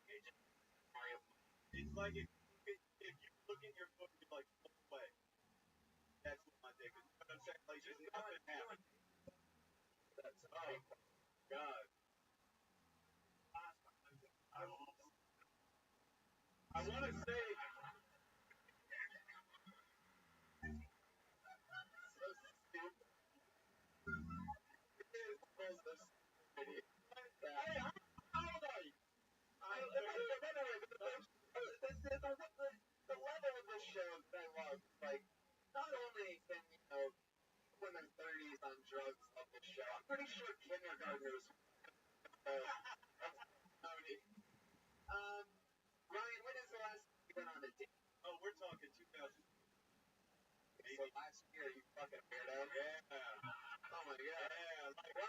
How do you date in 2000 feel like, bro? People that are next to you haven't been on a date. Yeah. Where was it? Where was it? It was at. God, it was like a free date. Oh, it hurts. It hurts. I was at a free show in Raleigh, North Carolina. A free show? Yeah. What show? It was at comedy club. To a comedy club for your that's like shit. That's why you was not. No, don't listen to them. Don't listen to them.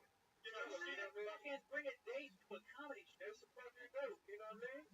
Have you been on a date market? Let me ask you something. No, I just 300 strangers a time. This is the time to date. You got no expectations. You talk back and interact. You know what I mean? By the time this chick actually fuck you, might actually Go to the 30. You know, you can laugh and have a good time. You know what I mean? and if it doesn't work again, you better learn the way out of it. It's gonna teach you right now how to do that.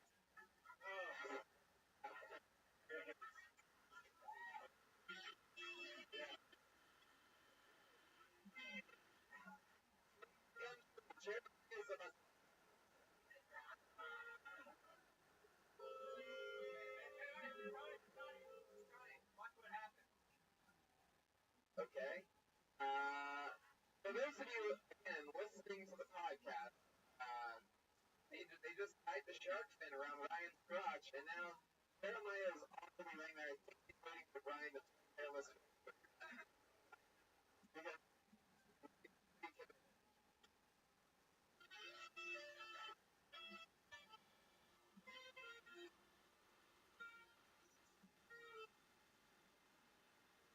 Well, we're watching. No, exactly. Good times. Tied it too tight. I think the pin.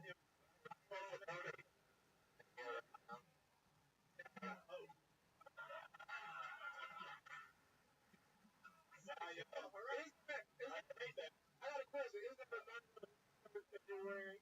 Yeah, it is. I love it. Yeah. What is that? Guy in Carolina, man, he got his t-shirt come out of his shed. It's called Nyla, N-Y-L-A with the name. He always brings in it. It has New York, L.A. Huh. Yeah. I wonder how he feels knowing that people that buy his shirt wear them on live podcast. Devin Dick that doesn't work. Yeah. So, I performed that town, right? The weekend he showed up. Like, whole thing. I was like, oh, weird. And then I went. I might have walked. No, he's a cool fucking dude. All that features. Great guy.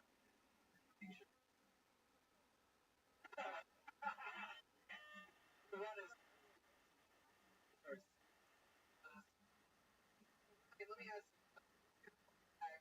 Are you going to talk about this? No, I don't know if something. Hey, don't say nothing. Stay tuned. My next show, and I'll talk about it. Stay tuned. Listen next week. Do you find out? There you go, Ryan. Woo! Ryan did it. Third week in a row. That is confidence that usually a guy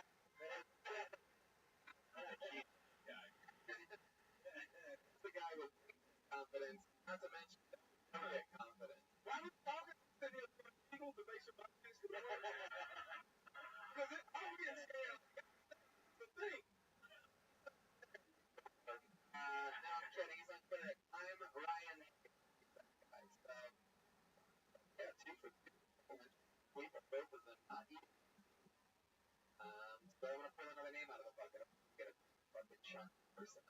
How about Sarah Afghani, everybody? Yeah.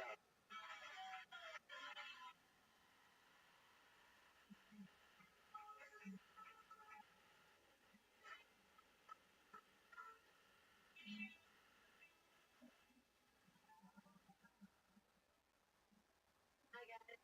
So I'm from Austin, Texas, and people always ask if it was hard growing up Persian in Texas. No, everyone just thought I was a Mexican breed. Alright, all you intellectual Mexicans out there. Heard you exist. You know, some things like you think they'll be like a great asset in your life, like my father's a here and you wouldn't need more. But here I am. Holy shit. I'm a little gay, unfortunately, and not like invite her to your hot tub with the girlfriend kind of gay. Angsty, self-loathing, like Kevin Spacey in Fair Life. Probably tried to touch your cock, let's be real. Pretty lady. No, you're saying no. Your essence is like your mind.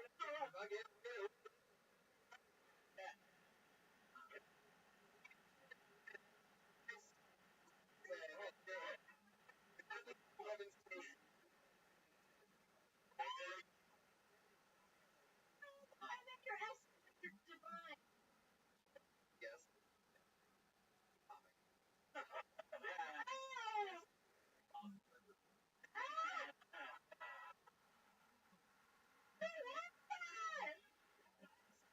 I remember you from Very Funny. You crushed the Oscars. Remember that, correct? The rose. I didn't go up. Show. She was on that. It wasn't acid, but that was a. It wasn't a shame. I got that. Sentencing. That's the only girl to ever get on her. That's all that. But I don't have the balls to use a strap on. Do you have a strap on? Yeah. True? And you've never used it? No, I'm the only person that didn't use their lips, right? God. Excited me to lose my own brain. Sometimes I'm like, am I good? You tell me, fucked me up. Thought it was promised, but never. So, it's not that bad. You fight with me.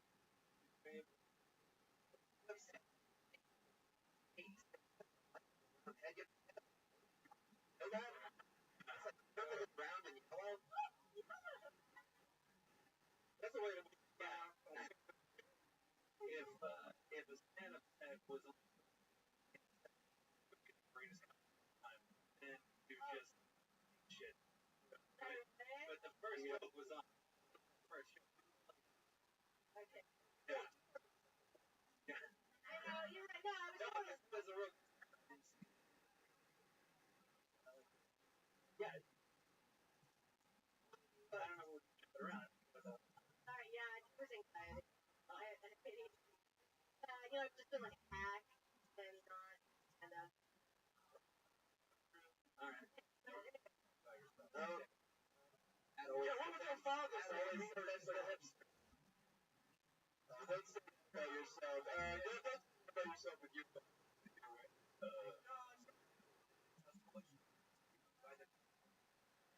yeah.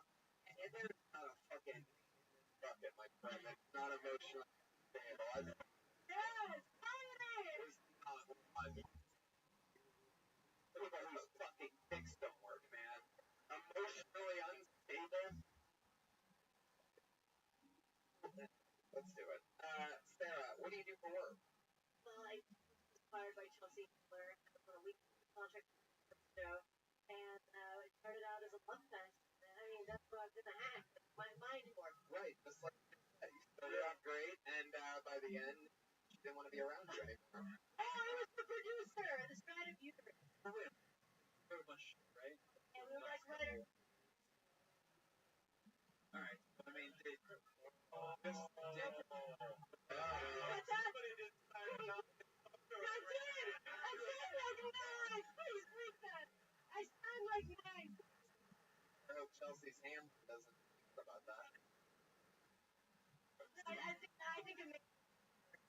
look, I'm not trying to get in trouble, but like, you had to write shit, right? Oh, well, you know, it's like a whole, like 9 departments. Those. Oh, no, it's all, you know, it's like a talk show format. Yeah, but you still have your premise, right? No, I honestly, the truth is, I came tonight, because Ari Shaffir's whole rant about podcasting empowerment. Like, and also Tony, my offer, Tony, his level of entitlement. So the truth is, I was kind of Tony on areas because I wanted to get turning dry like this. No, you don't want to hear it from me. You hear it from the audience react. Because when you point that tone and get in the face, get that person when you perform. Don't do that entirely. Just go in and give it. I agree with you. You are already likable. Wait. Okay. Yeah. I'm timid. Like a What? faggot. No, I'm a faggot. No, I'm a faggot. Well, Somebody I else just is got a fire. You remember that? You know what I mean? Yeah. Right. Check your in the room. So how long ago did fire you? Did she fire you directly? No. She found very hard. Right. Was it just hanging out in her house in Spain in the first few weeks when we were all planning the vision for it? She wasn't. Good luck on your next job. Right. Good luck on your next. That's the thing. I don't want to be a whore anymore. I want to be these. Look at them. They're just booty. All of them. I just laughed at a dude with a shark fin put on his dick.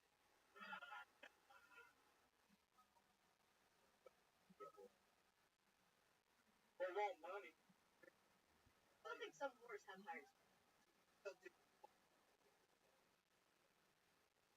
Yeah, but I'm just saying.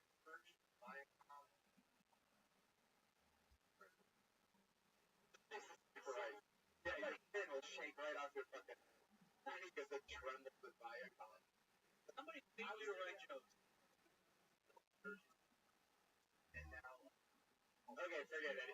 Don't explain. I hated that. It's say you can write jokes. Yeah. Paid specifically to kill. I know you're capable of writing jokes. The rest of them, they literally put it on a piece of paper. Actually, on paper. You're right. I kind of figure what like fine. Well, the Kevin Spacey. I don't like. Oh, fuck. No offense. You know. Fuck. Like, Because I lost the winning one and then it was done. yeah, this is hopping around shit. I didn't even know. That's pretty inside. That's a little inside. Kevin No Spacey. business. Yeah, it's a little inside. I just didn't know he crashed for like everyone's cock and tight. I really know. How did you ask you? How did you get on? Yeah, if you're pretty Indiana, they're not going to know what you're talking about.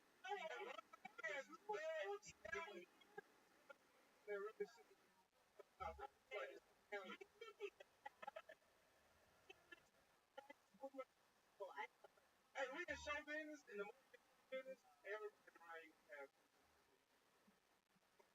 I work with this guy every single day. You have to understand that you have to keep it moving. I just don't. I don't understand why a man loving another man can't stand it or something. Why is man? All right.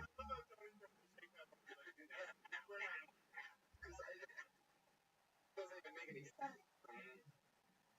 You're gonna hold on to my secret. Tony. You better. Yeah. Wait, you were the one sending her. Hey, but the mic can't go. The mic's electric. Got it. Yeah, it's nailed it on the head. Give him a stop bouncing around trying to be likable. You're be likable. Just put your shit down and look at it. Have your face. Makes sense. Stop burning.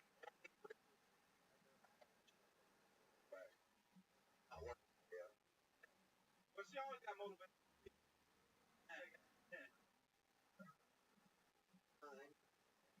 Like, all right. There she goes. There she's still gonna stare at the comment.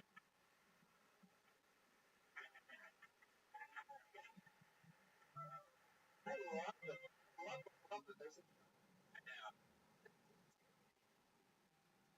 It's weird to have a microphone.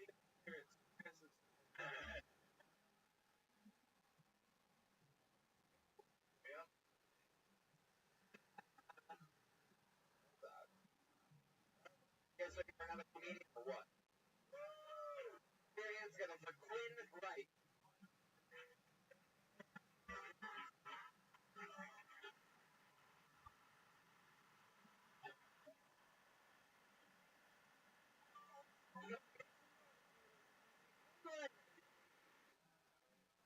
So I'm a virgin at 25. And I mean, I get it. Like, that's what sounds not very good look. But it's awesome. The last part's actually true. I am on the spectrum. The light came up, and I don't have a lot of sensitivity. You know, like crowds, sounds, lights, feelings. I don't pay attention to any of that shit. My uncle is a hearse driver, and he's losing vision. Recently, he lost his glasses. He needs to get a new pair, but it's just so good for him. Damn. That's my thought. Yeah. Right. In and out. 35 seconds.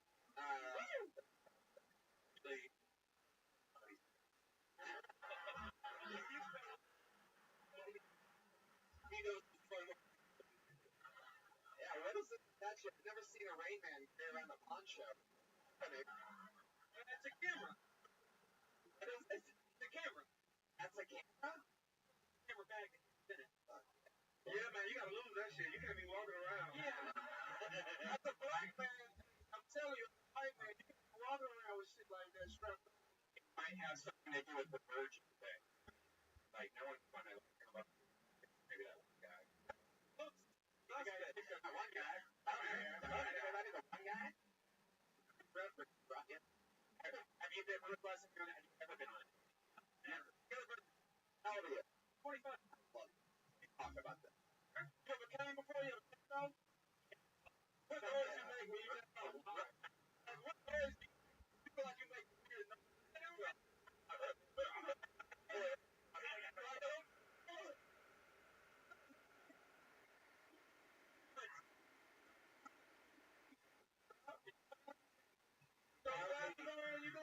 No, I don't. You don't mean take your glass off, you buy me a fire. Bounce off the. Have you ever talked to a girl like that? Feel like? Yeah, I've had some bad experience. Have you had a totally bad experience? Can you tell us about one? Not really come. Come on, you want to talk about the girls' party.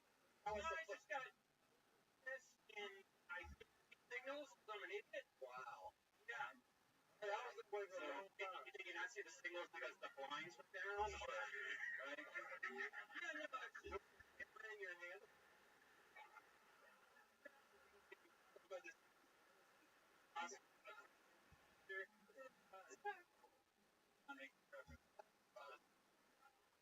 What are you into? You're on your wacky hobby. Wrestling, magic gathering. What are we talking about?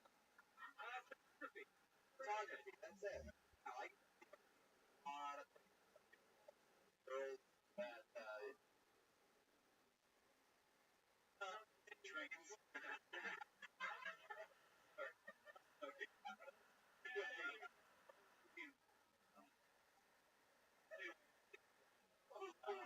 Are you? You're a genius. Yeah. I like this. Hey, Second time.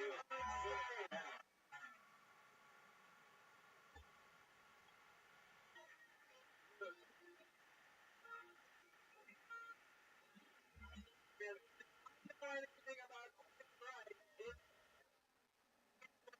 coming back whether he's invited or not. hey, that was good. You did. You been around, right? You don't get around with stuff. You don't do it. You don't do it. Bam.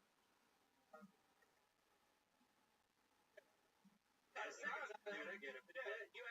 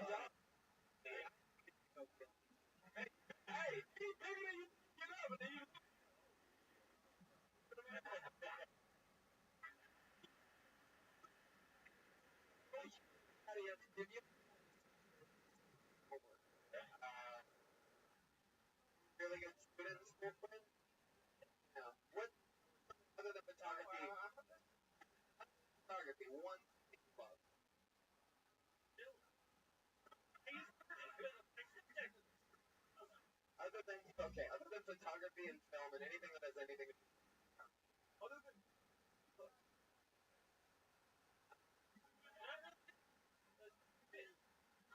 with your favorite kind of art.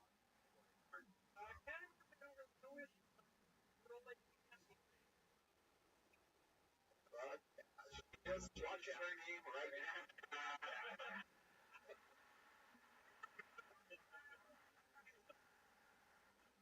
How big is the world?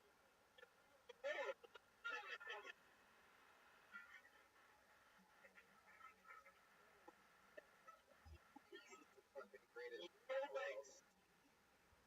Oh man. Oh god. Quinn. So fun. You're so honest. Yeah. I love that. For your second time on stage, everything I'm seeing right now. I mean, sorry, other fucking sad losers that didn't really jokes, but you were the standout so far tonight, and for 2 times on stage, your comfort level right now, and your awareness of being able to laugh, very fucking impressive. I have been on the camera in my underwear before, and that was before I was. Yeah, down a little bit. Very Christmas. Compared to that.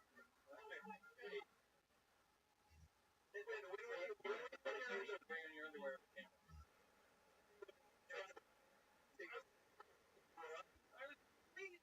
What kind of movie?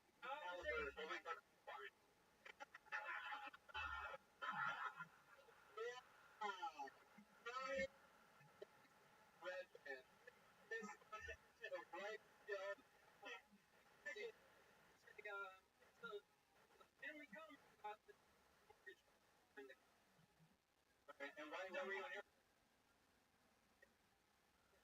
What do you? Did you audition for that? Tell my dad. Oh, no, I was like Ice Cube NWA. You know, my dad actually played my own. Oh, hey. It's not a great movie.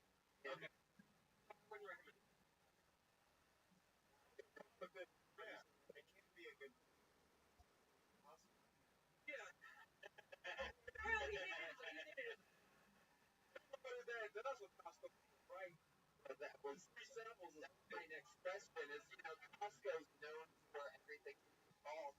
I'm sure you get some kind of an employee that you get that you love from Costco, jerky, or anybody would be guys. Anybody told you before? Be like, give us a couple of your favorites.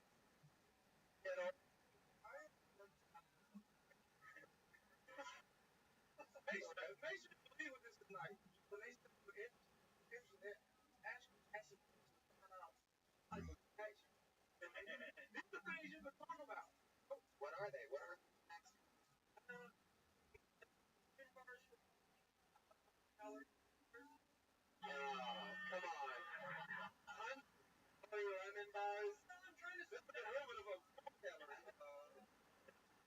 like 20 to 9. Good, damn. Dude, you realize that is some of the best joke of the night in the bar. Whatever, you go to see $100 money. Well, when you're 820, I'm sorry. The way you say that, you just, you're honest. No, you're really crazy quality. Fucking years. You gotta say something real. I still, you know, like, I'm just still thinking, like, you know what I mean? But when you say something, like,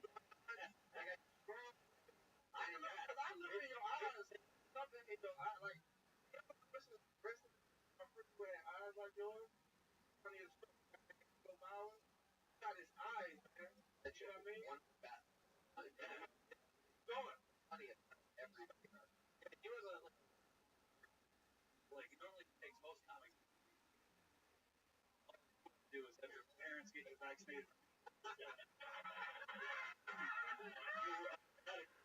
most confidence of what I've ever seen on the comedy stage. So. You know Joshua Myron? Also on something. You should go on road with him. Or maybe a couple miles. To the Laugh Factory. One of the bombs that we call Blondicker. Oh, that's for the people that know that Josh Meyerowitz' Twitter handle is autistic. Two people that got it didn't even laugh. So that is so awesome. And he's come back and sign up the show. He's back at home though. That's distracting to me. Yeah, you're not.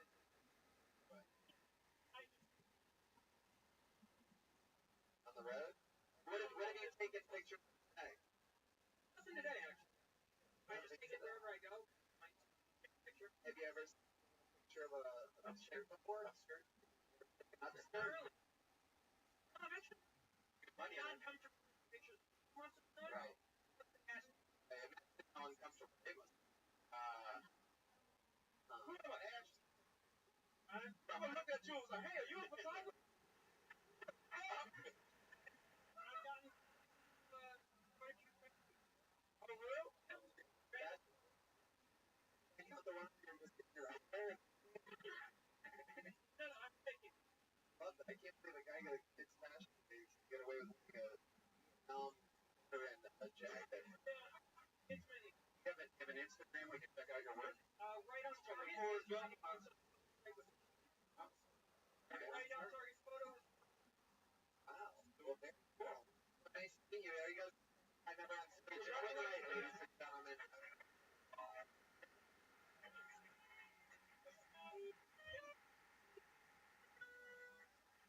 You know, it's so weird. In 3 years, I'll be working with him.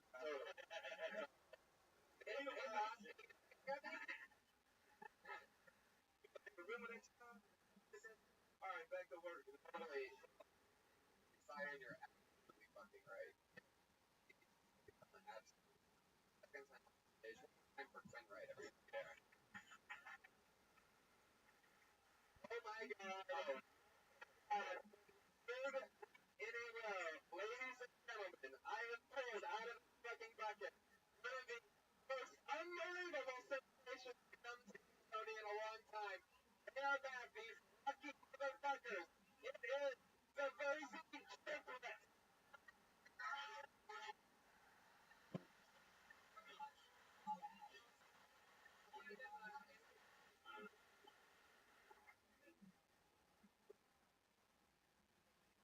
Thank you. Wow. Thank you. Everybody stop talking and relax for a second, right? Everybody podcast. Almost one more time for the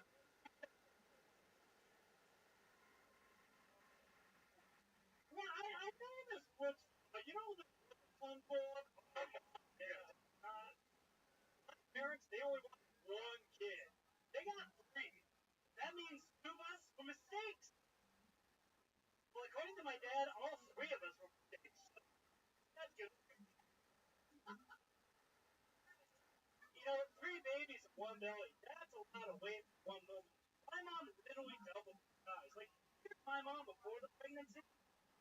my mom 9 months pregnant. And the labor was just horrific. She said it did not stop. For the doctors, it must have been like pulling on a magician's handkerchief. Going and going. And I'm like, yeah, there's more in here. Wow, this thing is never ending. I promised it.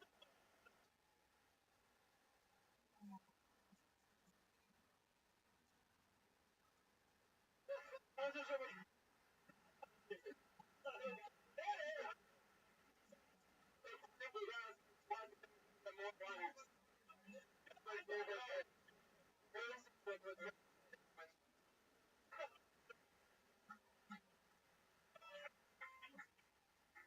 are you guys travelers?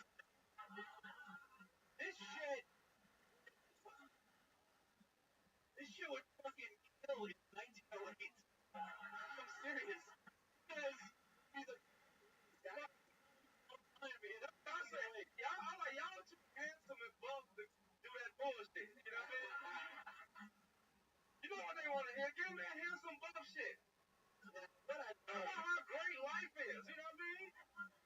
How y'all be running trains on bitches and they don't even know.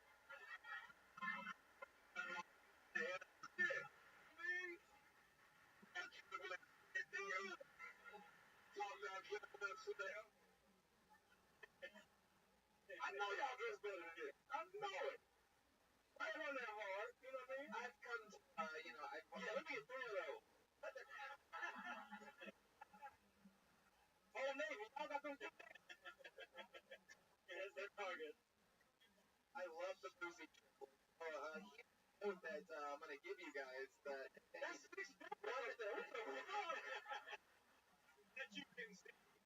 Of interesting about the boozy triple, if you guys notice, one of the most blatant things you have to know is that one of them has the best. Now, what I love is not only has this blatantly gotten worse over the last 3 weeks, but I also love the amount of the things that you guys can totally divvy up and assign and say different things. You have hit things so many Esper in a fucking risky ass voice.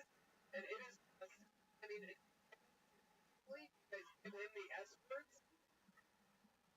No. He tries to like,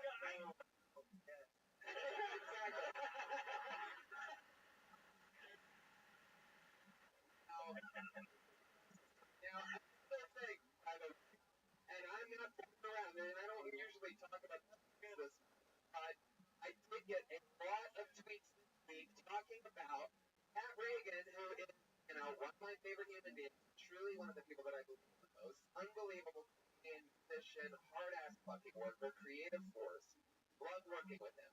And I have never seen him more fucking fired up because you guys are, you know what I mean? You're pure and you're clean and you're good people and you're taking don't forget handsome. You're taking an opposite approach than the grungy cult figure like, risk taker that is a Pat Reagan. And Pat went insane, ballistic, ranting, hatred, doing it last week. You've been down so far, Pat, the Jersey triplet over? No. How can everyone say audience. 1, 2, 3. The audience. You know what I see here? I like this. Hey, let that go. What the fuck were you just saying? Go ahead. Man. Guys, like, personal. Don't like, no. Oh, I like this, man. This is like, I'm not yard, man. I'm cool, kid. Like, you need to get it. They remind me of Grease. Curly Mary. No. You're like a barbershop quartet where the fourth guy killed himself. You seem like it's fun. No, I know I got I mean, friend. You know what? You hate your coffee with but do you what you are doing right now? All right, so Pat, there's 3 of you. Pat, 3 different brains. Pat, 3 opportunities. Stop making choices.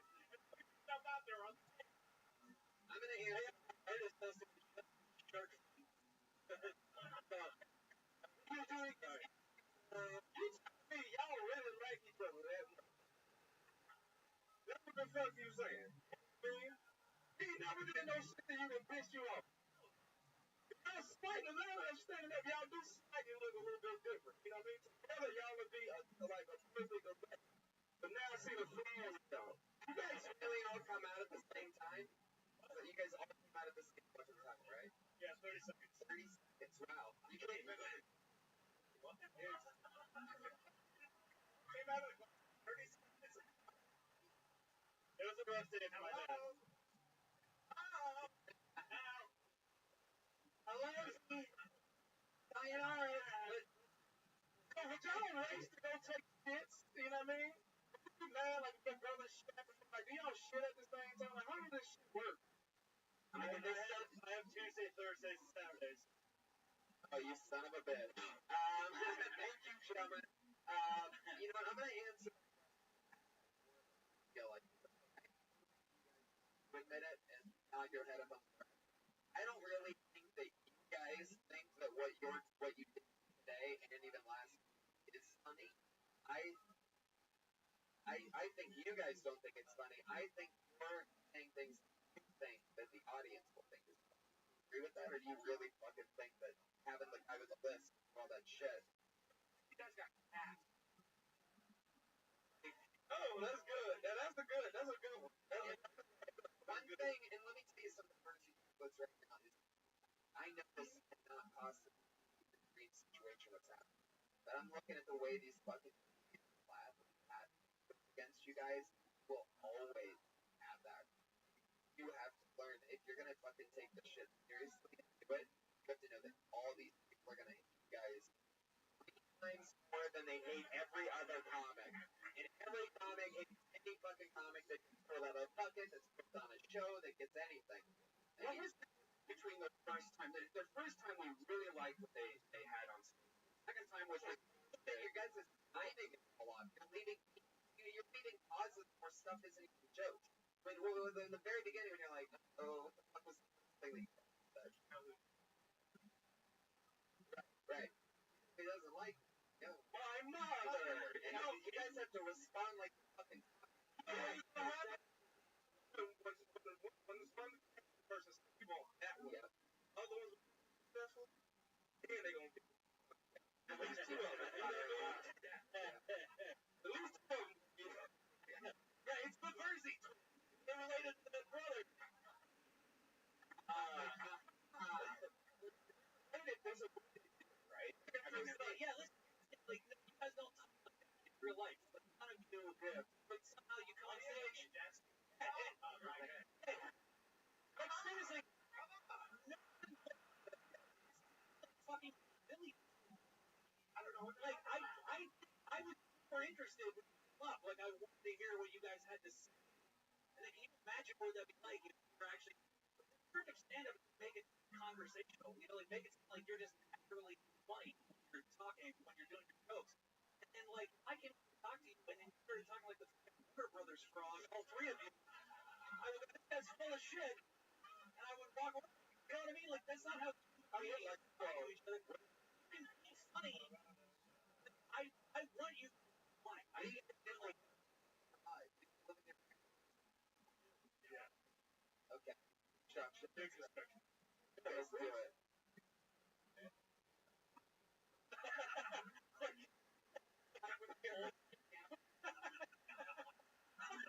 why would be in the next X-Men movie? It's like some weird superhero type. I don't know. I don't.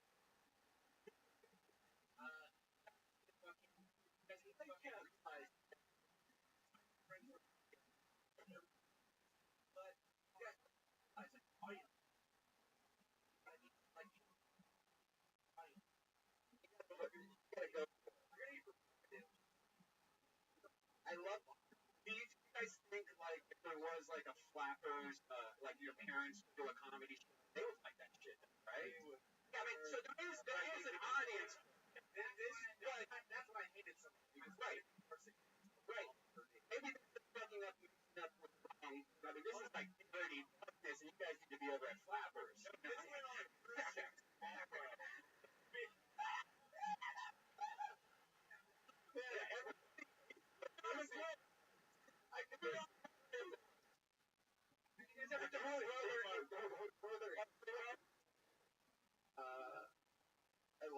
love that you three dress like off-duty Power Rangers. I know it.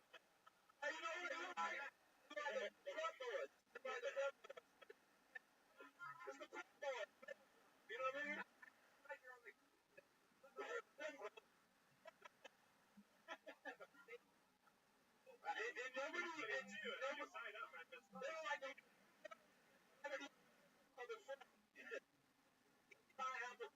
I feel like you guys would have been Amelia Earhart. That's hilarious. That's not like, you know what I mean? Like, that's because you're not looking at saying that comics don't like our mother. You know what I mean? Like, well, yeah, it's definitely a feeling out there. We're trying different ways to do it. Yes, but I mean, have you seen Nancy? But that's why. Have you ever heard of Nancy? I know about this. I am funny. I'm not even kidding.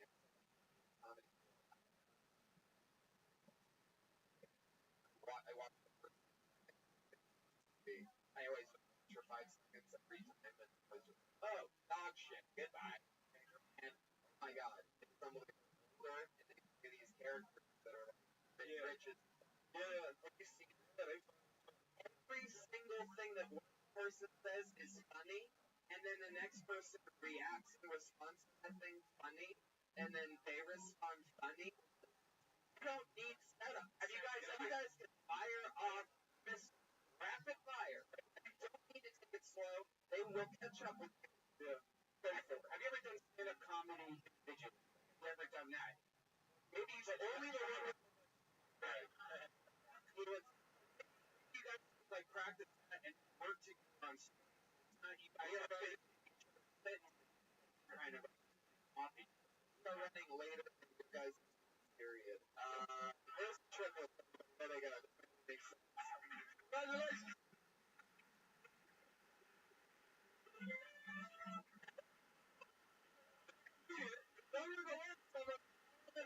The comedian. Man, I'm almost on that one. Jesus. What does it mean? I think the guys do is play and dating. Yeah, totally. Like the whole country is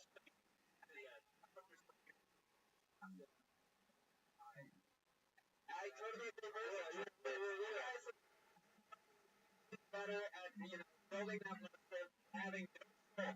You made these those when I said that they hate you 3 times more, they were crazy. The fucking reason why is because they fucking hate you. We all wish we had 2 other people to fucking help make us. Alright, so okay, so we got it. Clearing's gonna be the first regular, so we have 2 people to do a brand new 60 seconds every week other than the boost triplet. Your most regular, you know you love it, the always nervous stylings of Melissa Esslinger.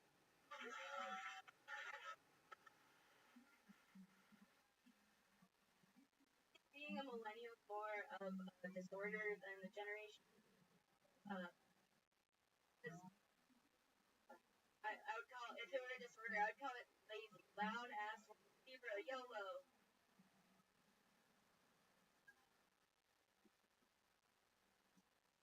We're just as fucked up as every generation before us. It's the internet. Yeah, I'm good. So now I get to watch porn and talk to strangers all day.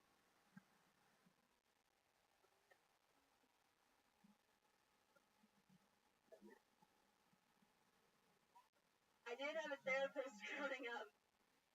Her name was AOL Instant Messenger. Taught me not to use all caps unless I'm yelling.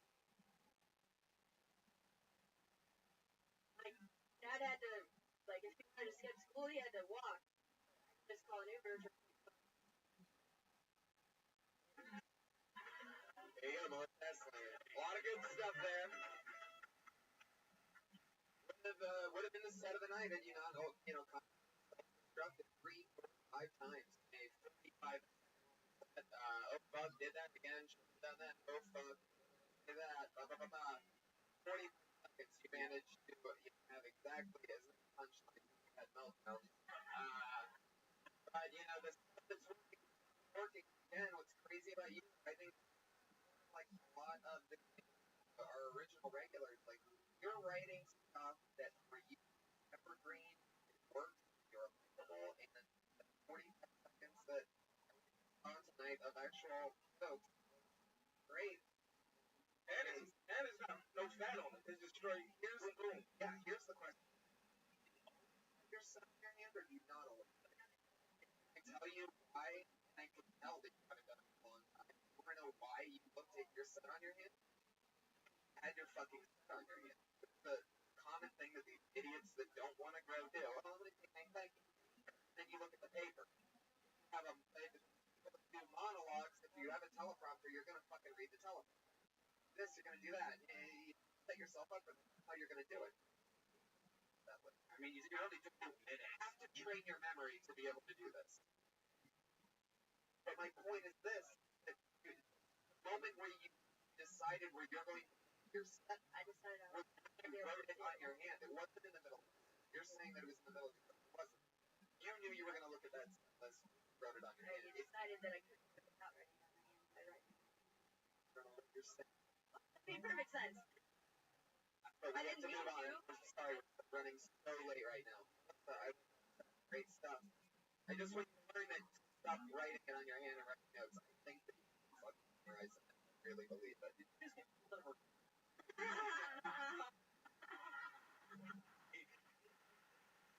I think your jokes are. You gotta move on. One and only.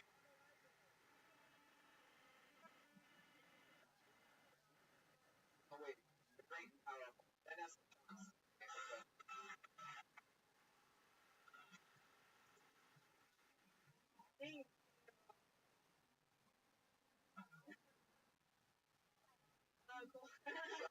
Show asshole. Ladies and gentlemen, one more time for Vanessa Johnson. Here you go.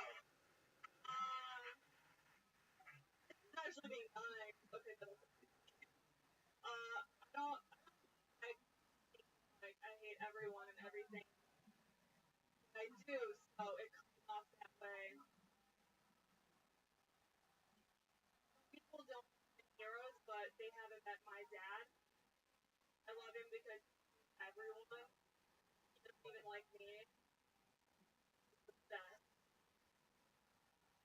People are so quiet, man. Like, they think they're so important, that they're so busy. Like, you don't do anything. You're going to die. Doesn't matter. That's what my dad would tell me when he dropped me off to preschool. So honest. My dad would talk to me at night and tell me, Vanessa, someday I'm going to divorce your mother. I can't right now because I have money. Good news is that your mom's health's not very good. I'm hoping she dies soon. Vanessa Johnson. Fuck yeah. New York? In New York, were you just with your dad? Actually, because you talk like Trump, look like combination.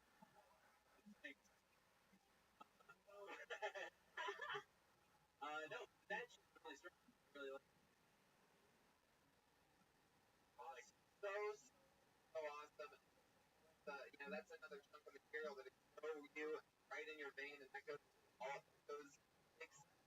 goes straight there. We are running so late. There's been Johnson. There's been a Johnson. What's the S on your? As I said, it's Brian, ladies and gentlemen. It's Brian. Who is outside of selling official after the show on the front tonight's episode? Joy, Iron Bombers. Anything coming up you guys want to promote? Whatever. I'll be in Athens. I'll be in Athens in June at the 40 Watt. Athens, Georgia? Yep, Athens, Georgia, 40 Watt. Manhandle Bonus. Around town. I'm at the comic strip in Edmonton, the House of Comedy in Minneapolis. Not bad. Reagan Watkins, everybody make some fucking noise. Stand down. I didn't Reagan